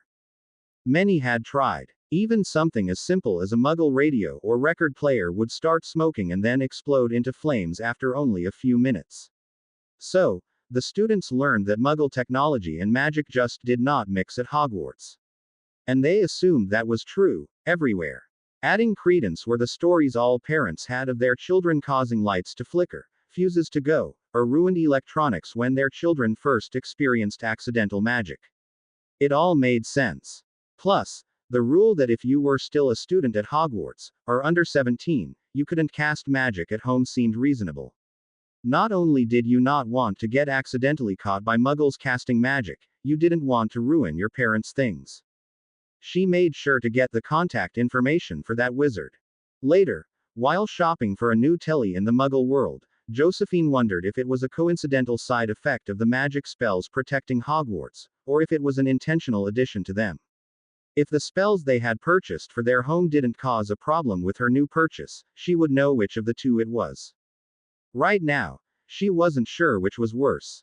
On the other hand, she had to smirk. If it worked, she would have Hermione interview the wizard and hire him. He'd help her put together a handout for customers, and then install the customers' purchases. Wouldn't that be a real thorn in the side of the pure bloods? The soap operas would get the stay-at-home half-blood wives and mothers quickly addicted. An easy way to sneak modernity into the pure bloods' lives that way. Harry had to admit that his birthday this year, without reservation, was one of the best he had ever had. The entire Weasley family arrived, including Charlie and Bill, only Percy didn't show. Percy still hadn't come to terms with the revelations that kept rocking the ministry. The sudden spat of Wizengamot members being no-shows, or their families receiving change of head of family letters, has left everyone puzzled, Sirius said. No one knows why, either, not even their families. He paused a moment. Or if the families do know, they're keeping quiet about it. He shook his head, grinning. Everyone was quick to blame discontented elements in society, Muggle-borns, primarily. At first, he continued, but while almost all of the ones who have disappeared are known as supporters of pure blood politics, that doesn't explain how they were enticed into traps or killed. The reports all say they were meeting friends or colleagues when they disappeared. It's all so baffling. Plus, many of the new, young, family heads, Sirius added, require regents.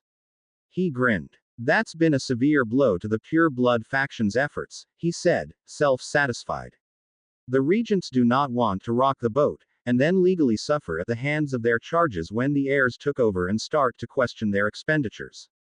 Not to mention, for some, they never agreed with the head of family's choice in supporting old Voldy. Unsaid was that Riddle couldn't exert too much pressure on the regent, or potentially lose the family as a sponsor when the heir reached majority and retaliated for his regent being harassed. Or, worse, if he tried to threaten them, have them decide, the enemy of my enemy is my friend, and join forces with Dumbledore. If he couldn't entice them to support him, being neutral was much preferred to the alternative, active hostility. Hermione, Neville, and the Quidditch team made an appearance, and several other of the crew members joined the party as well. Mrs. Weasley's cake was well up to her wonderful standard, but she was quiet and reserved, unlike her usual bustling self. That she wasn't outright weeping was a small improvement. A very satisfying day, all around, even if he did have a headache for most of it. The real rush, if you could call it that, of curious wizards and witches coming into the Enterprise store would start when the book lists for Hogwarts came out on Thursday, August 1st. Fortunately, the twins decided that they should both be there to help her handle the expected crowds. While Friday saw some interest in the store, the Muggle-born and Muggle-raised half-blood students flooded into the store as soon as they saw the sign, on Saturday. Surprisingly, their parents immediately started making purchases of more than just the trinkets for the kids. They had quickly come up with a sales pitch for the cloaks. The twins were quite insistent that they wanted people to buy them and be protected. And these cloaks are spell-resistant, they said when anyone began to browse them. Then they demonstrated by casting a color change spell at the garment. The spot where their spell hit sparkled prettily, but nothing else happened. Anything that hits the cloak simply disperses, they explained.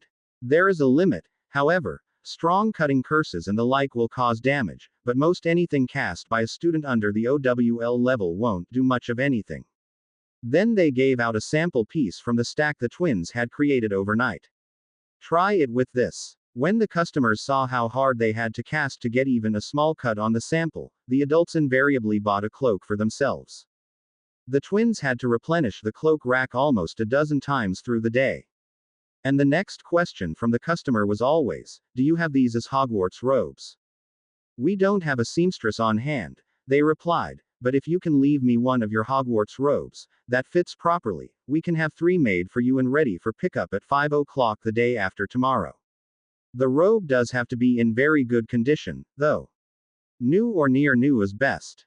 The twins had wanted to deliver the robes the next day, but Josephine had been able to convince them that no one would believe a custom-fitted robe could be prepared overnight.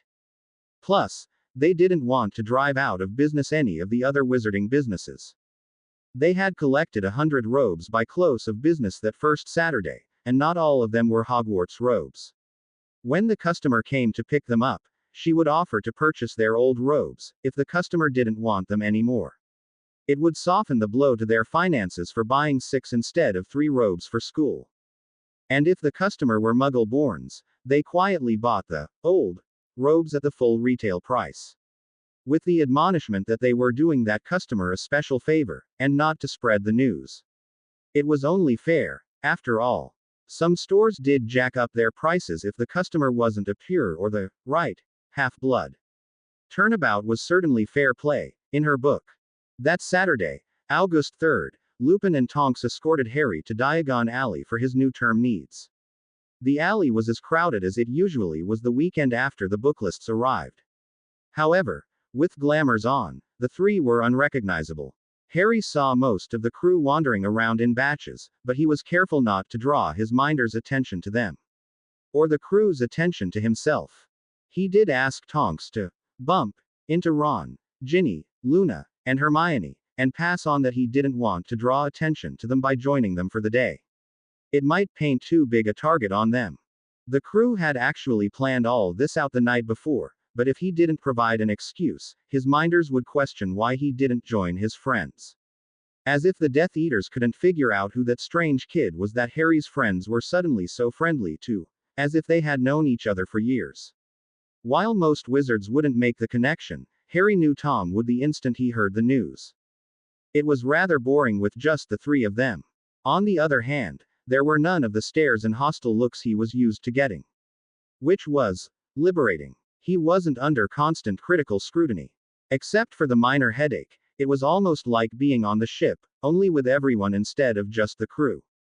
It was different, but a good different. And Enterprise was doing a great business, when he briefly looked in the front window past the display. He declined visiting the shop again, as he didn't want to draw attention to it.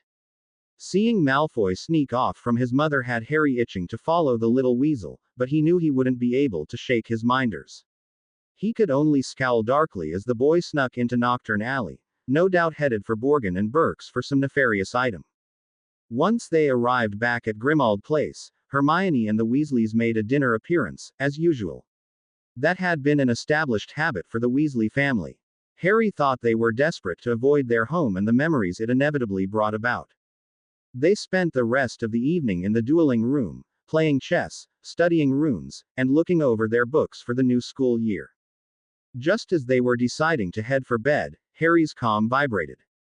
"We've got 15 prisoners in the brig, now, Captain," Lee said, over the link. 15. Harry looked over at the twins in the upstairs hall with him.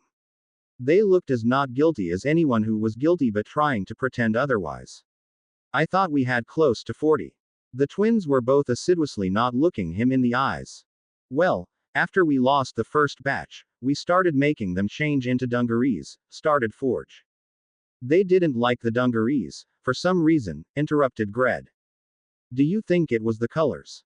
asked Forge. "Couldn't be. They were Gryffindor colors, after all," put in Gred, with a grin. Harry rolled his eyes, and pointed into his room. It would be better for this discussion not to be public. "So, we knew they couldn't use any wands or portkeys hidden in their clothes that might have had anti-summoning charms on them," continued Forge. "And we confiscated any jewelry. We put those in a box in the Forbidden Forest. If any were portkeys, they'd disappear back to where they belonged without giving away anything important if someone backtracked them. We put the boxes in the Acromantula colony. We didn't want anyone to accidentally find them and steal them before they activated. Or steal the jewelry if they were harmless. We figured the spiders would prevent any interest in that. And if they had locator beacons in them?" Harry asked dryly. The twins shrugged. "If they were fast, they'd be able to escape." Harry sighed. "But if the boxes holding the jewelry were stuck on the edge of a web, between several webs, or even had part of a web draped artistically over them, no one was bloody likely to escape that." Harry found it difficult to feel sorry for the prisoners or their friends. He had read the accounts in the history books and, more recently, the Daily Prophet, of what the Death Eaters did to their victims before killing them. If the Acromantulas managed an extra meal or two, he wouldn't lose any sleep over that fact, just so long as he didn't have to watch or knew who it was. "Anyway," Lee continued, "when I reviewed the ship's recordings of the prisoners, I discovered that the ones who escaped were all wearing their portkeys under a disillusionment or notice me not charm with anti-summoning charms on top of those." "Why do we even have any prisoners?" Harry asked. "They could have shared portkeys and all escaped." I asked. "First, the ones that stayed believed the warnings on the walls. Second, they were eating better here than they were at home. I blame the beef Wellington dinners with the pints of fire whiskey, myself," said Forge, interrupting. Harry snorted. He didn't doubt that many wizards and witches, such as Mundungus Fletcher, would stay pissed 24 hours a day, if they could. On the ship, they could. "The steak and kidney pie with cider is nothing to sneeze at, either," put in Gred. "Third," Lee continued, ignoring the twins through long practice, "they didn't wish to be punished for failing in their mission." "Smart Death Eaters," said Forge. "Who woulda thunk it?" said Gred. They exchanged wondering looks at each other as they shrugged in tandem. "Maybe we're doing away with the dumb ones. Weeding the witless. Eliminating the empty-headed. Liquidating the lack-witted. Banishing the brainless. A combination, actually," Lee interrupted. "About half are just common criminals, out for what they can steal. The others." Rookwood, he was one of the Azkaban escapees, explained that prior to his own capture, two of his friends, Dolohov and Travers, disappeared while on a raid the week before. They each had one of those notice me not portkeys, and would have used them to escape. He said that he hadn't seen or heard from them since, which seemed to him to mean the warnings on the walls are accurate. So, he wasn't about to take a chance that the warnings weren't real. I asked for the names of any others he knew who had disappeared, and was able to confirm we had picked them up. They had been in one of the first groups to escape that way. I'm sure he has one of the portkeys. He said he doesn't. I think he does, but isn't about to use it. And searching him would probably be futile. He probably hid it somewhere in the brig, so I didn't bother. I think my obvious disinterest in searching for it has him worried. Harry sat quietly, and mulled over the information. Should we put up anti-portkey and anti-disapparition spells, just to keep them from trying to escape? Lee sighed. Yeah, I think so. We'll have to put a facade over the current walls so the spells will stick. I'll get started on that the next time the replicator finishes its cooling cycle. Good. Anything else? Lee laughed. Yeah, it's funny how what we thought was a problem became an advantage. Planting tiny tracker stones on all the arrested Death Eaters who were released was really brill. Thank you, said Hermione, sitting beside him. It's also nice to know that the Ministry spells can't detect the tech cloaks, Gred put in. At least in the atrium, that is, cautioned Forge. We lost about half the trackers for various reasons, Lee said. Brushed off, not securely attached, removed during cleaning by a house elf, explained Hermione. But the ship has put together a map of their movements for the rest, or before they lost the target. Lee continued. There are several places that aren't public places or their homes where they tend to meet up. Harry could hear the glee in his voice. Based on the conversations we heard and saw, I think we know their headquarters. Lucius Malfoy's place. Then he gave a disappointed sigh and his shoulders slumped. Unfortunately, it seems to be unplottable. Every time I try to get a map, the location of the trackers flicker all over the place. I can't narrow it down to anything smaller than half a county wide. Doesn't the Ministry know where Malfoy Manor is? I remember someone mentioning the Ministry sending ores there at least once. Harry asked. Not anymore. Susan's voice joined them. Mr. Malfoy told Aunt Amelia that with the latest unrest and disappearances, he has made their home unplottable. My aunt says that the Ministry can only access through the flow, and they would need a specific search warrant to do so. She sighed. So, until that changes, the Ministry can't find them, either. On the other hand, we did cut off one source of information for the Death Eaters, Susan said. She listened. Lee said, sounding surprised. She didn't want to. At first, Susan said sourly. But then she had 3 ores she trusted go through the logs of the Accidental Magic Reversal Squad, backtracking all the incidents involving underage Muggle-borns without older magical siblings. Turned out that all the more recently involved families were gone. Several homes were destroyed by gas explosions, the other families just disappeared. Susan continued grimly, then she had the squad questioned under Veritaserum.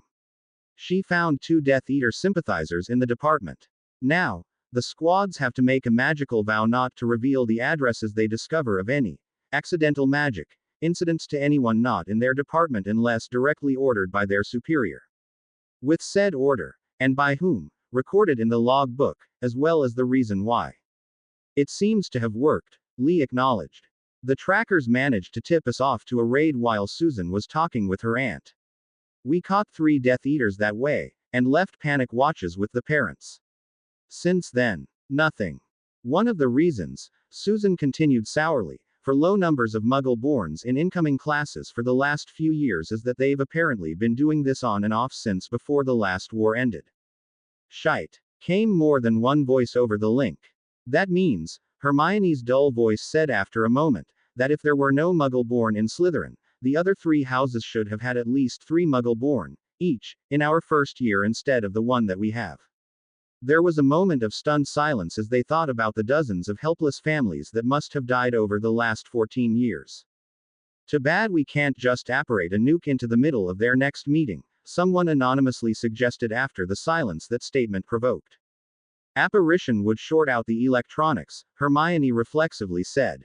Harry, Ron, Ginny, and the twins stared at each other. Hermione. Harry carefully asked, what would happen if you shorted out one of those batteries you made for the tech cloaks? Well, there are so many fail-safes in one that you'd really have to work at it. It's more likely to just fizzle and get really, really hot. And do that for a long time. If there was anything flammable around, you'd start a fire, for sure. A disappointed silence descended on the group. But, she mused softly, murmuring more to herself than the others, if you were to disable that fail-safe, and remove that one entirely, her voice dropped into mumbling.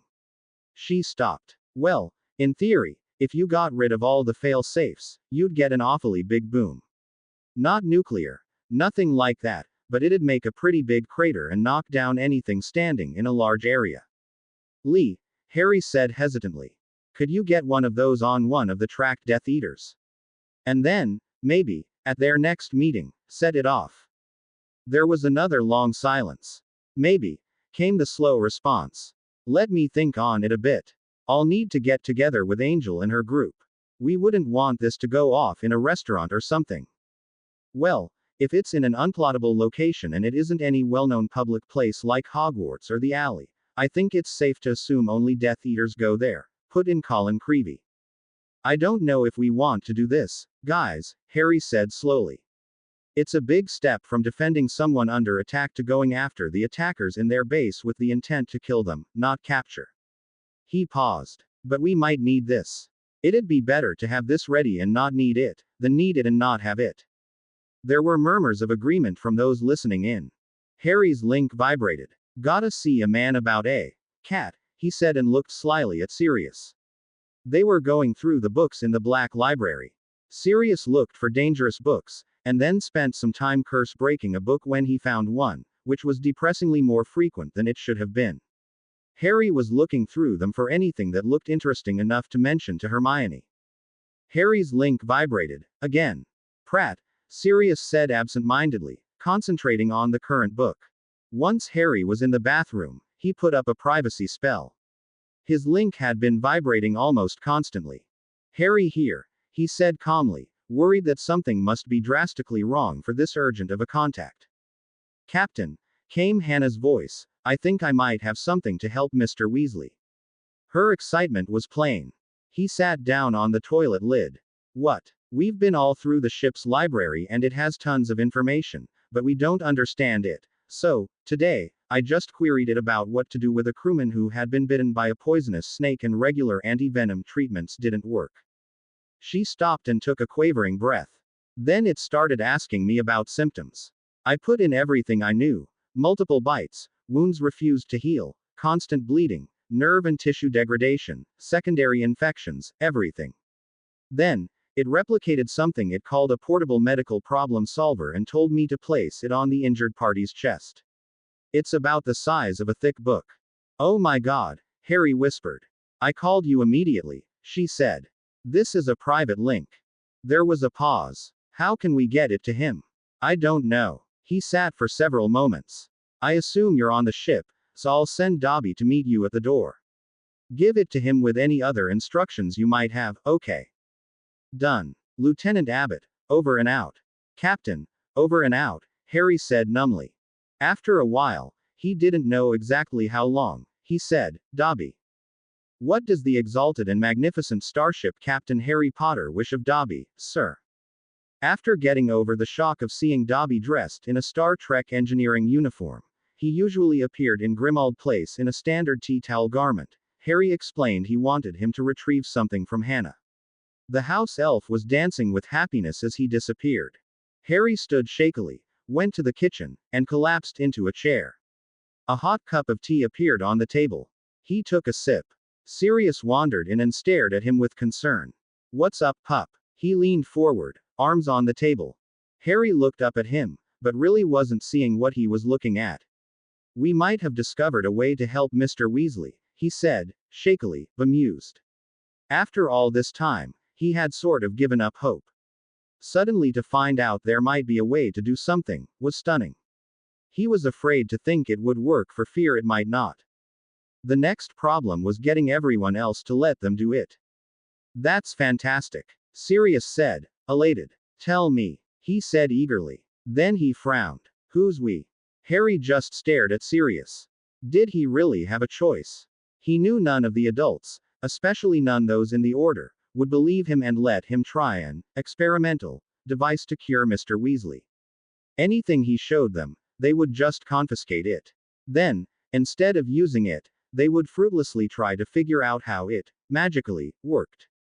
But should he show his godfather? Staying in Azkaban had suspended Sirius's mental development, and even regressed it somewhat. Sirius was an adult only in appearance. He acted and sounded like someone in Hogwarts, someone between third year and Newt's, depending on the current topic. Someone not even as old as Harry, at times. Although, at times, he could put up a facade of him being a responsible adult. But he did wield a lot of power with his position in the Wizengamot. He did know far more about the wizarding world than anyone currently in the crew. He might be able to guide them through the dangerous waters as they build up the defensive space force. Plus, given his slightly retarded emotional growth, he would be more likely to actually listen to Harry and the others instead of dismissing them out of hand. The other adults would probably be more inclined to listen to his opinions because he could, and did, at times, come across as a competent adult. He could probably convince the other adults that Harry's cure wasn't a wild flight of fantasy. Finally, he said, "Sirius, I need your help." He paused and stared at the wizard as intently as possible, trying to convey how sincere he was.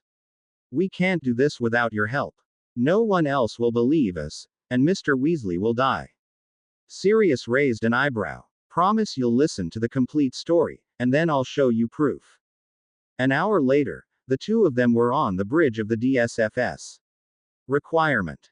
"And this is real," Sirius said for what had to be the 10th time, gobsmacked. He stared at Uranus outside the window, the nearly complete space station, and the 3 mountain-sized asteroids drifting not far away. "As real as London, Diagon Alley, Hogsmeade, or the moon," Harry assured him earnestly. "And this is where you got the vests and cloaks you've given the Order." Sirius gave a quick questioning glance before returning to staring out the window. "Yes. And you haven't shown it to anyone in the Order." Harry snorted. "Can you imagine Dumbledore not trying to take this over and run it as he does the Order?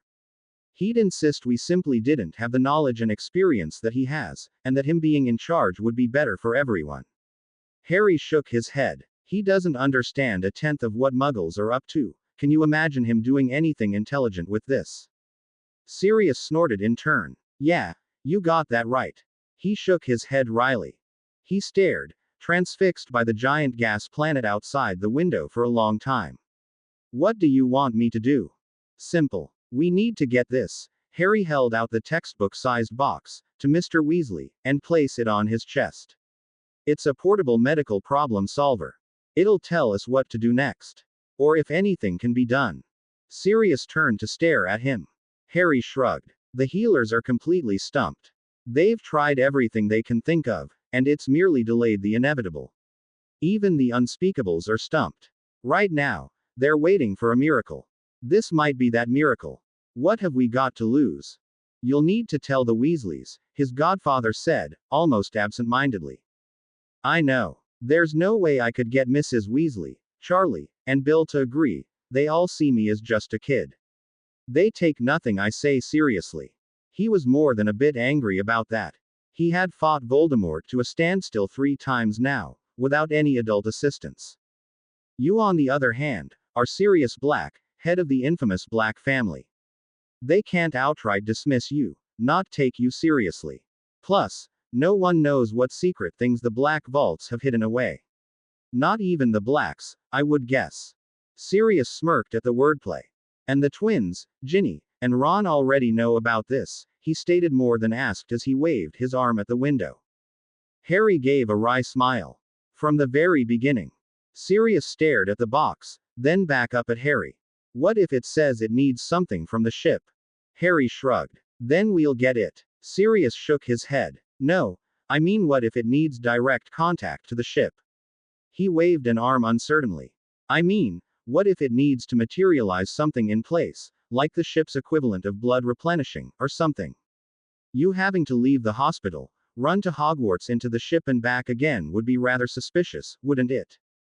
Harry frowned. "Oh." He He sighed. You mean move the ship? Sirius nodded. You did say the replicator had a range of about 10,000 miles, didn't you? Harry nodded, then tapped his comm link. Lee, Hermione, Marietta, Cho, Angel, Hannah. After they acknowledged the call, he said, Hannah thinks she may have found something to help Mr. Weasley, but Sirius has brought up the point that we should move the ship to Earth, to within replicator range, just in case. Lee, can we pause the space station? Or will it finish soon? Cho, Marietta, how long to plot a course, if we need it? Hannah, you can explain more to Angel later, but you'll need to find out everything you can about this medical problem solver the ship provided, and what it might need from the ship. Well, Lee said slowly, gathering his thoughts, the station is almost finished. All the important parts are complete and it can probably finish building itself without a problem. The next time we enter a rest cycle, I'll power up the space station, double check that it's complete enough, and if it is, switch the operation over to it. It'll take over the work as soon as it finishes fault searching, physical integrity checking, and data integrity verification. So, maybe about an hour after the ship enters cool down. He paused a second. So, we can safely leave orbit in 3 hours. Maybe 4 at the most. The course for Earth is already laid in place. All the major planets, moons, and asteroids in the solar system are, too, Cho said, smug amusement lacing her voice. We did that weeks ago for practice. So, anytime you want, we're there. From anywhere to anywhere. We're not in a hurry, Lee, we still haven't told the Weasleys, yet. And it'll take some time, I'm sure, to convince Mrs. Weasley and the staff at St. Mungo's to let us try. That's why I brought in Sirius. They'll listen to him. Sirius shrugged. Making a large donation wouldn't hurt. Harry continued, are there any issues with us going that close to Earth? Will the Muggles spot us? I don't think so, Lee said. The tech cloak for the ship is really good. Basically, anything that might detect us somehow goes around us. So, X-rays, light, infrared, ultraviolet, all that just passes us by as if we weren't here. What about light we generate? Or heat? Hermione piped up. Those aren't reflections of energy off the ship. Just like our tech cloaks on the armor don't stop sounds we make. There was silence. I don't know, Lee said. Let me check my notes. 5 days later, the Weasleys, Harry, Hermione, Sirius, and a dozen healers were gathered outside Mr. Weasley's treatment room. I must protest, said the head healer for that floor said for the umpteenth time. Harry had stopped counting at 10. We don't know anything about this box, or what magic it uses. It might change the way our potions react, and slow or negate their ability to counter the venom. I know, whispered Mrs. Weasley, and held Bill's and Charlie's hands in a white-knuckle grip. And I've told you, Sirius said serenely, that it comes from the Black family vault, that's all you need to know. Plus, he looked over at the Weasleys. I'm really sorry, he said to them regretfully, before turning back to the healer. You've had Mr. Weasley in here for 8 months and the only thing you can say is, he hasn't died, yet.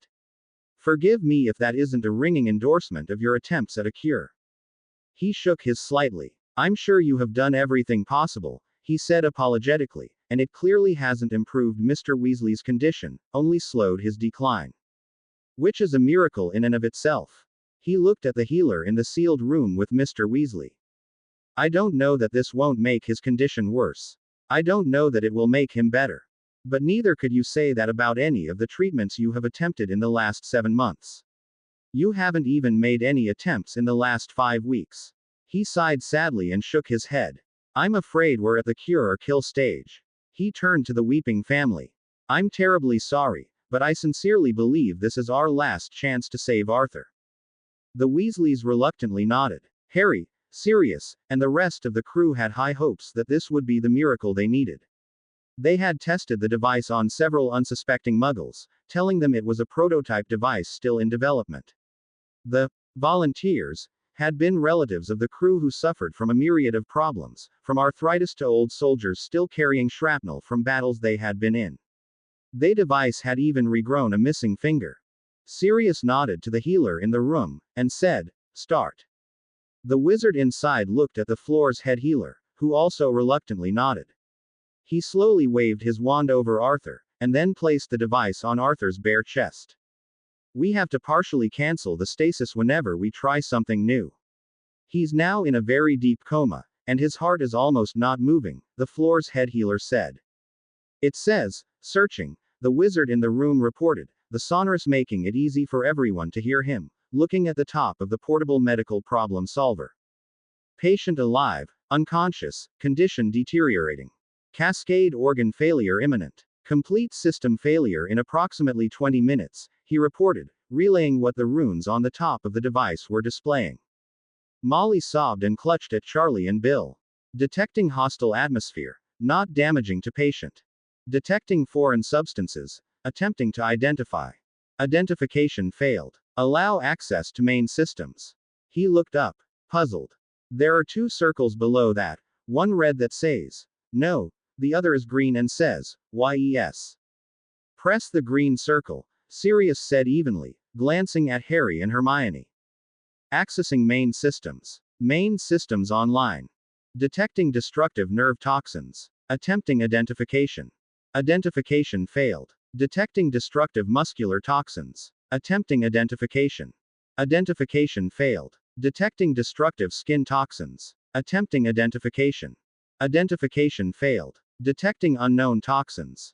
Detecting unknown substances. Comparing to normative baselines. Patient genetically related to Ginny Weasley, Ron Weasley, Fred Weasley, or George Weasley. It has 3 circles this time, yes, all, yes, some, and no, the healer reported.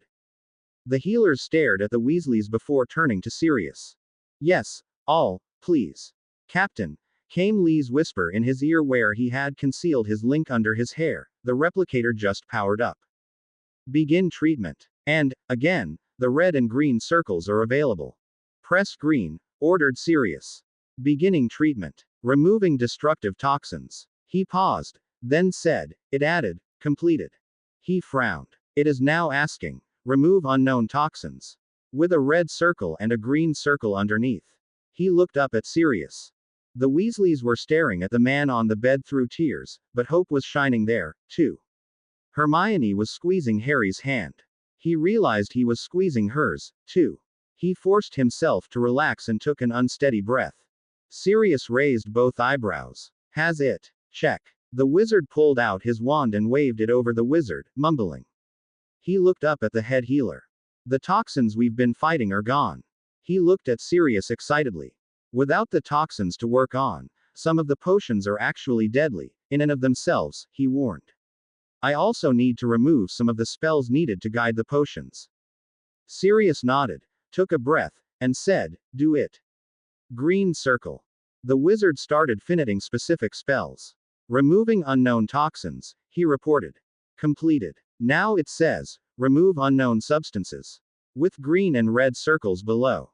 Green. Removing unknown substances, the man reported. Completed. Removing damaged tissue. The bandages across the man's body slumped. Removing extraneous protective materials. The bandages abruptly vanished. Seeing the formerly hidden damage that had ravaged Arthur's body was heartbreaking, and Harry heard Mrs. Weasley wail in anguish. Repairing damaged tissue. Repairing damaged organs. They watched as muscles, bones, nerves, and blood vessels seemed to grow from the edges of the undamaged sections at breathtaking speed. Harry had had skeleton grow to replace bones, and here he could actually see the missing bone appear. Patient now reacting negatively to hostile atmosphere, isolating. They watched, stunned as a black coating seemed to come out of Arthur's skin until he was completely covered. It took only a second, if that. Oxygen supply insufficient, supplying oxygen. Hostile atmosphere limited to room, remove and replace with standard. Yes, no. The healers and Sirius exchanged looks, then the head healer nodded. Almost immediately, the black covering on Arthur seemed to melt away. The healer in the room gasped as the faintly foggy atmosphere disappeared. Treatment completed. Patient unconscious. Wake patient. Yes, no. Let him sleep, Sirius said. Give his body time to adjust. In the next few moments, the healers swarmed the room, apparating in, and immediately began waving their wands and consulting on what the spells they cast revealed. If her sons hadn't held on to her, Molly would have fallen to the floor the moment she realized her Arthur was apparently cured.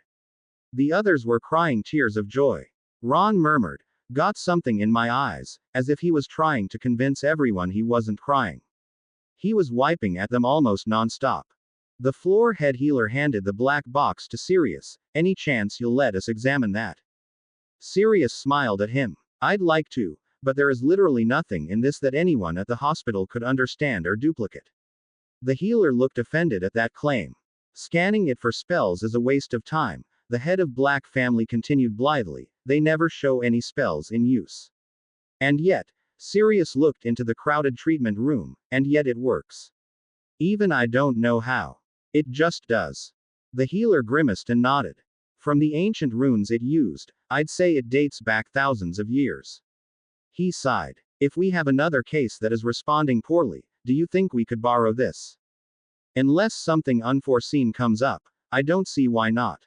You have my flow address." That was what the wizard had hoped to hear, and they left him smiling as the three slipped out of the ward and headed for the elevator. The Weasleys would catch up to them later. They had no sooner stepped into the elevator when Neville's voice came on in Harry's link. "Captain," he said hesitantly. "We're on our way." "Neville," Harry interrupted as the elevator doors closed. "I don't know if this will help, but we haven't anything to lose." Sirius handed the black box to Harry. "I'll chat up the healer while you're busy." Neville greeted them at the doors to the ward. Sirius peeled off from Harry and Hermione as he introduced himself to the healer and started asking questions. He stood so that the healer's back was to the ward. The three crew members walked quickly to the two beds that held Neville's parents. Harry didn't waste time. He just placed the device on Neville's dad's chest and waited. The first display was the same as before: searching. Patient semi-conscious, poor health, stable condition. Allow access to main systems. Harry pressed the green circle. Accessing main systems. Main systems online. Detecting systemic damage to nervous system. Detecting deteriorated musculature. Comparing to normative baselines. Patient related to Neville Longbottom. Harry took a breath, looked at Neville, and motioned him to push the yes circle. Begin treatment. Neville again pressed the green circle. Beginning treatment. Repairing nerve damage. Repairing muscle deterioration. Treatment completed. Patient semi-conscious. Wake patient. Yes, no. Neville stared at his father. His eyes were open, but his entire appearance looked different. His skin color was the same pasty white, but he somehow looked healthier. Neville looked up at Harry and wet his lips, and looked at the black box as if he expected it to bite him. Stimulating brain cortex. The man startled, blinked, and then frowned. The frown slowly faded and his eyes closed. Treatment completed. Patient asleep. Wake patient. Yes, no. Neville looked on the verge of crying. Harry rested his hand on the boy's shoulder. "Maybe he needs a little time to realize something is different," Hermione suggested. "We should try your mother next. Maybe she'll have a better reaction," Harry suggested softly. Unfortunately, her reaction wasn't much of an improvement. She did look around the hospital room, and almost seemed to understand that something had happened, but soon, she, too, was asleep. "I'm so sorry," Harry said. "Hannah did say that the instructions that were available said the machine could only fix physical damage, not psychological."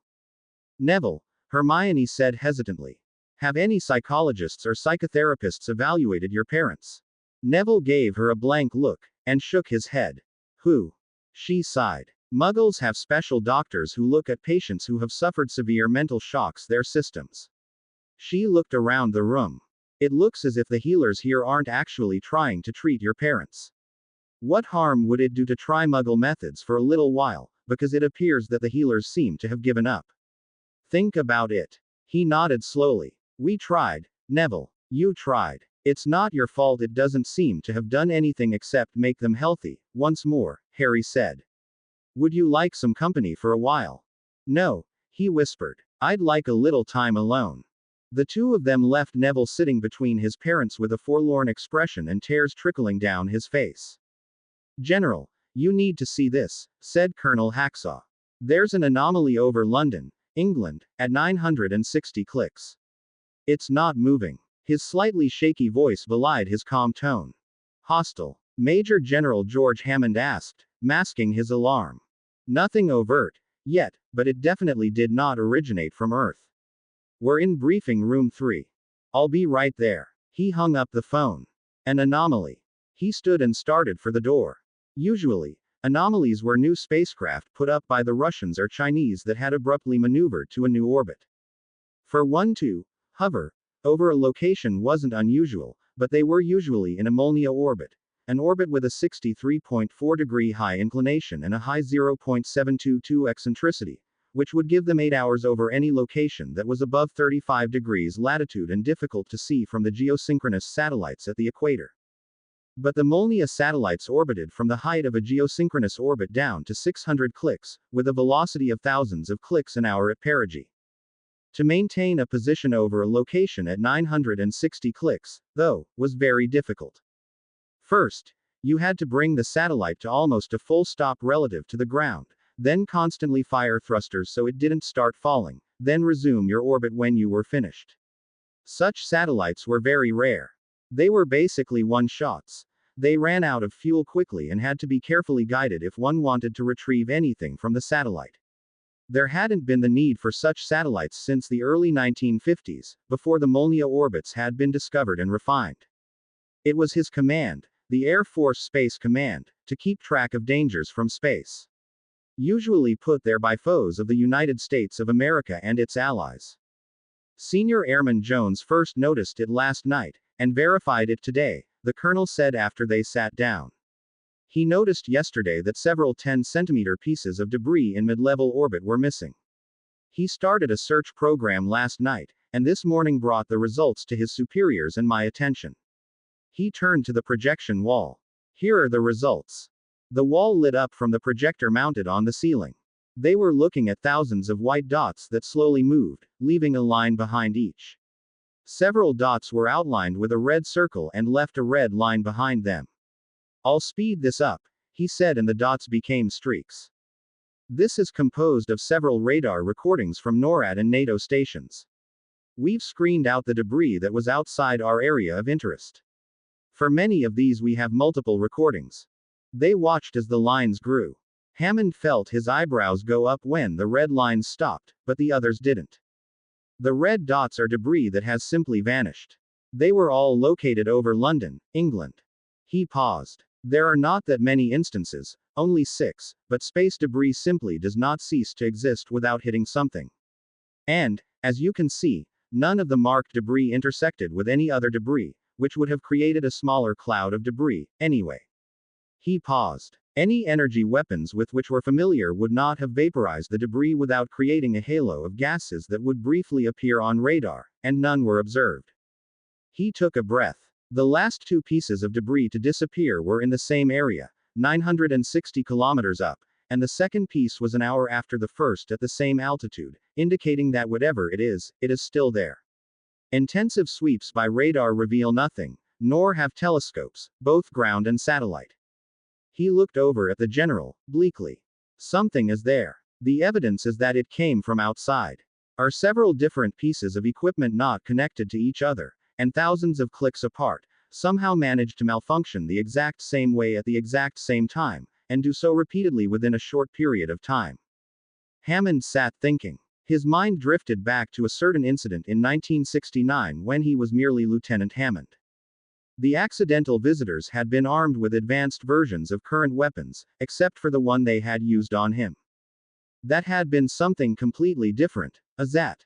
And he hadn't even heard of any such weapon in development, and he had been looking for it for the last 26 years. He had seen prototypes, and then working models, and finally production models of the other weapons. There had been nothing, though, of anything with the name ZAT or any project with initials that could have been the source of the name he had heard. Which, disturbingly, implied that that lone weapon wasn't anything developed here. However, he had recently heard rumors of something called a gate. Was this the beginning of that? Maintain observations. Notify European Command to raise status to DEFCON 4. Notify the British High Command of what you suspect, and your evidence. See if they've picked up anything we've missed. He gave a long look at Colonel Hacksaw. Inform everyone else involved to consider this top secret until told otherwise by me. And he would begin writing up a report for the chief of staff to give to the president. The Daily Prophet still reported the occasional disappearance or sudden illness striking a half-blood, but attacks on Muggle-borns had almost disappeared. Harry was happy to see. The pure bloods weren't so lucky. Both Fortescue and Ollivander had gone missing, as had several of Riddle's supporters. No one knew what to make of what was happening. Except the requirements crew. Thanks to the DSF teams, who now insisted they be called Marines, they had managed to intercept a few more raids. As a result, they had added a number of Death Eaters to the brig. Unfortunately, or fortunately, depending on your point of view, some of the Death Eaters still insisted on trying to escape. With Mrs. Edgecombe's help, they had 29 new employees. Gred, Forge, and Lee no longer had to man the Enterprise store when Josephine was off. They had also opened a pub, Quarks, on the second floor of the second-hand robes shop beside Gamble and Japes. It served breakfast, lunch, and dinner, with their speciality being the home-cooked stasis meals available for take-home, both individual and family. The unmarried wizards and witches were especially appreciative of the grocery store-like pricing for the take-home meals. The in-pub versions were priced a bit higher than the Leaky Cauldron. They didn't want to hurt a thriving business and draw the attention of the pure bloods, which paid for the employees quite nicely. Astonishingly enough, the in-pub and home meals were both popular, and Quarks was turning a handy profit, which decreased their dependence on Gringotts for cash by a surprising amount. Harry had to smirk at that. Turning a profit really wasn't that surprising considering their costs for the meals were as close to zero as you could get. Their only expenses were in getting the original meals. They had a professional prepare a meal, then they cast a stasis charm on it and took it to the ship to get its pattern. With the pattern in place, they could replicate it. The stasis didn't replicate, but the meal appeared just as if had been taken off the grill seconds ago, piping hot with a mouth-watering smell. Then they put it under stasis, again, and took it to the store where it waited for the customer to buy and unstasis it when they wanted to eat it. They were thinking of opening a second pub, also space-themed, Gus's Galaxy Grill, in London, proper. It would provide another nice front for the constant traffic they expected. Plus, maybe, get them a few muggles for their crew. If it worked, they had plans for a 10 Forward, Crashdown Cafe, Mos Eisley Cantina, Chalman's Cantina, and Callahan's Place for other locations. The muggles wouldn't get the stasis take-home meals, of course, but would have perfect gourmet meals to eat at bargain basement prices because pubs weren't competing with pure bloods. They had distributed hundreds of the Panic Watches to past Muggle-born Hogwarts graduates, going back decades. Many of them had dropped out of the wizarding world to find new jobs, but still occasionally kept in touch with friends. Most of those Muggle-born were skeptical, with their only contacts being irregular meetings with friends. Almost all didn't subscribe to the Daily Prophet and had no idea of the changes pure bloods were trying to push through. Surprisingly, the take-home wizarding stasis meals were enticing a few of the Muggle-borns back into the wizarding world just for the convenience of it all. Quarks took both pounds and galleons. As a result, the crew had grown significantly. To be continued. I hope you enjoyed this story. Also remember to subscribe and like this video. See you in the next video.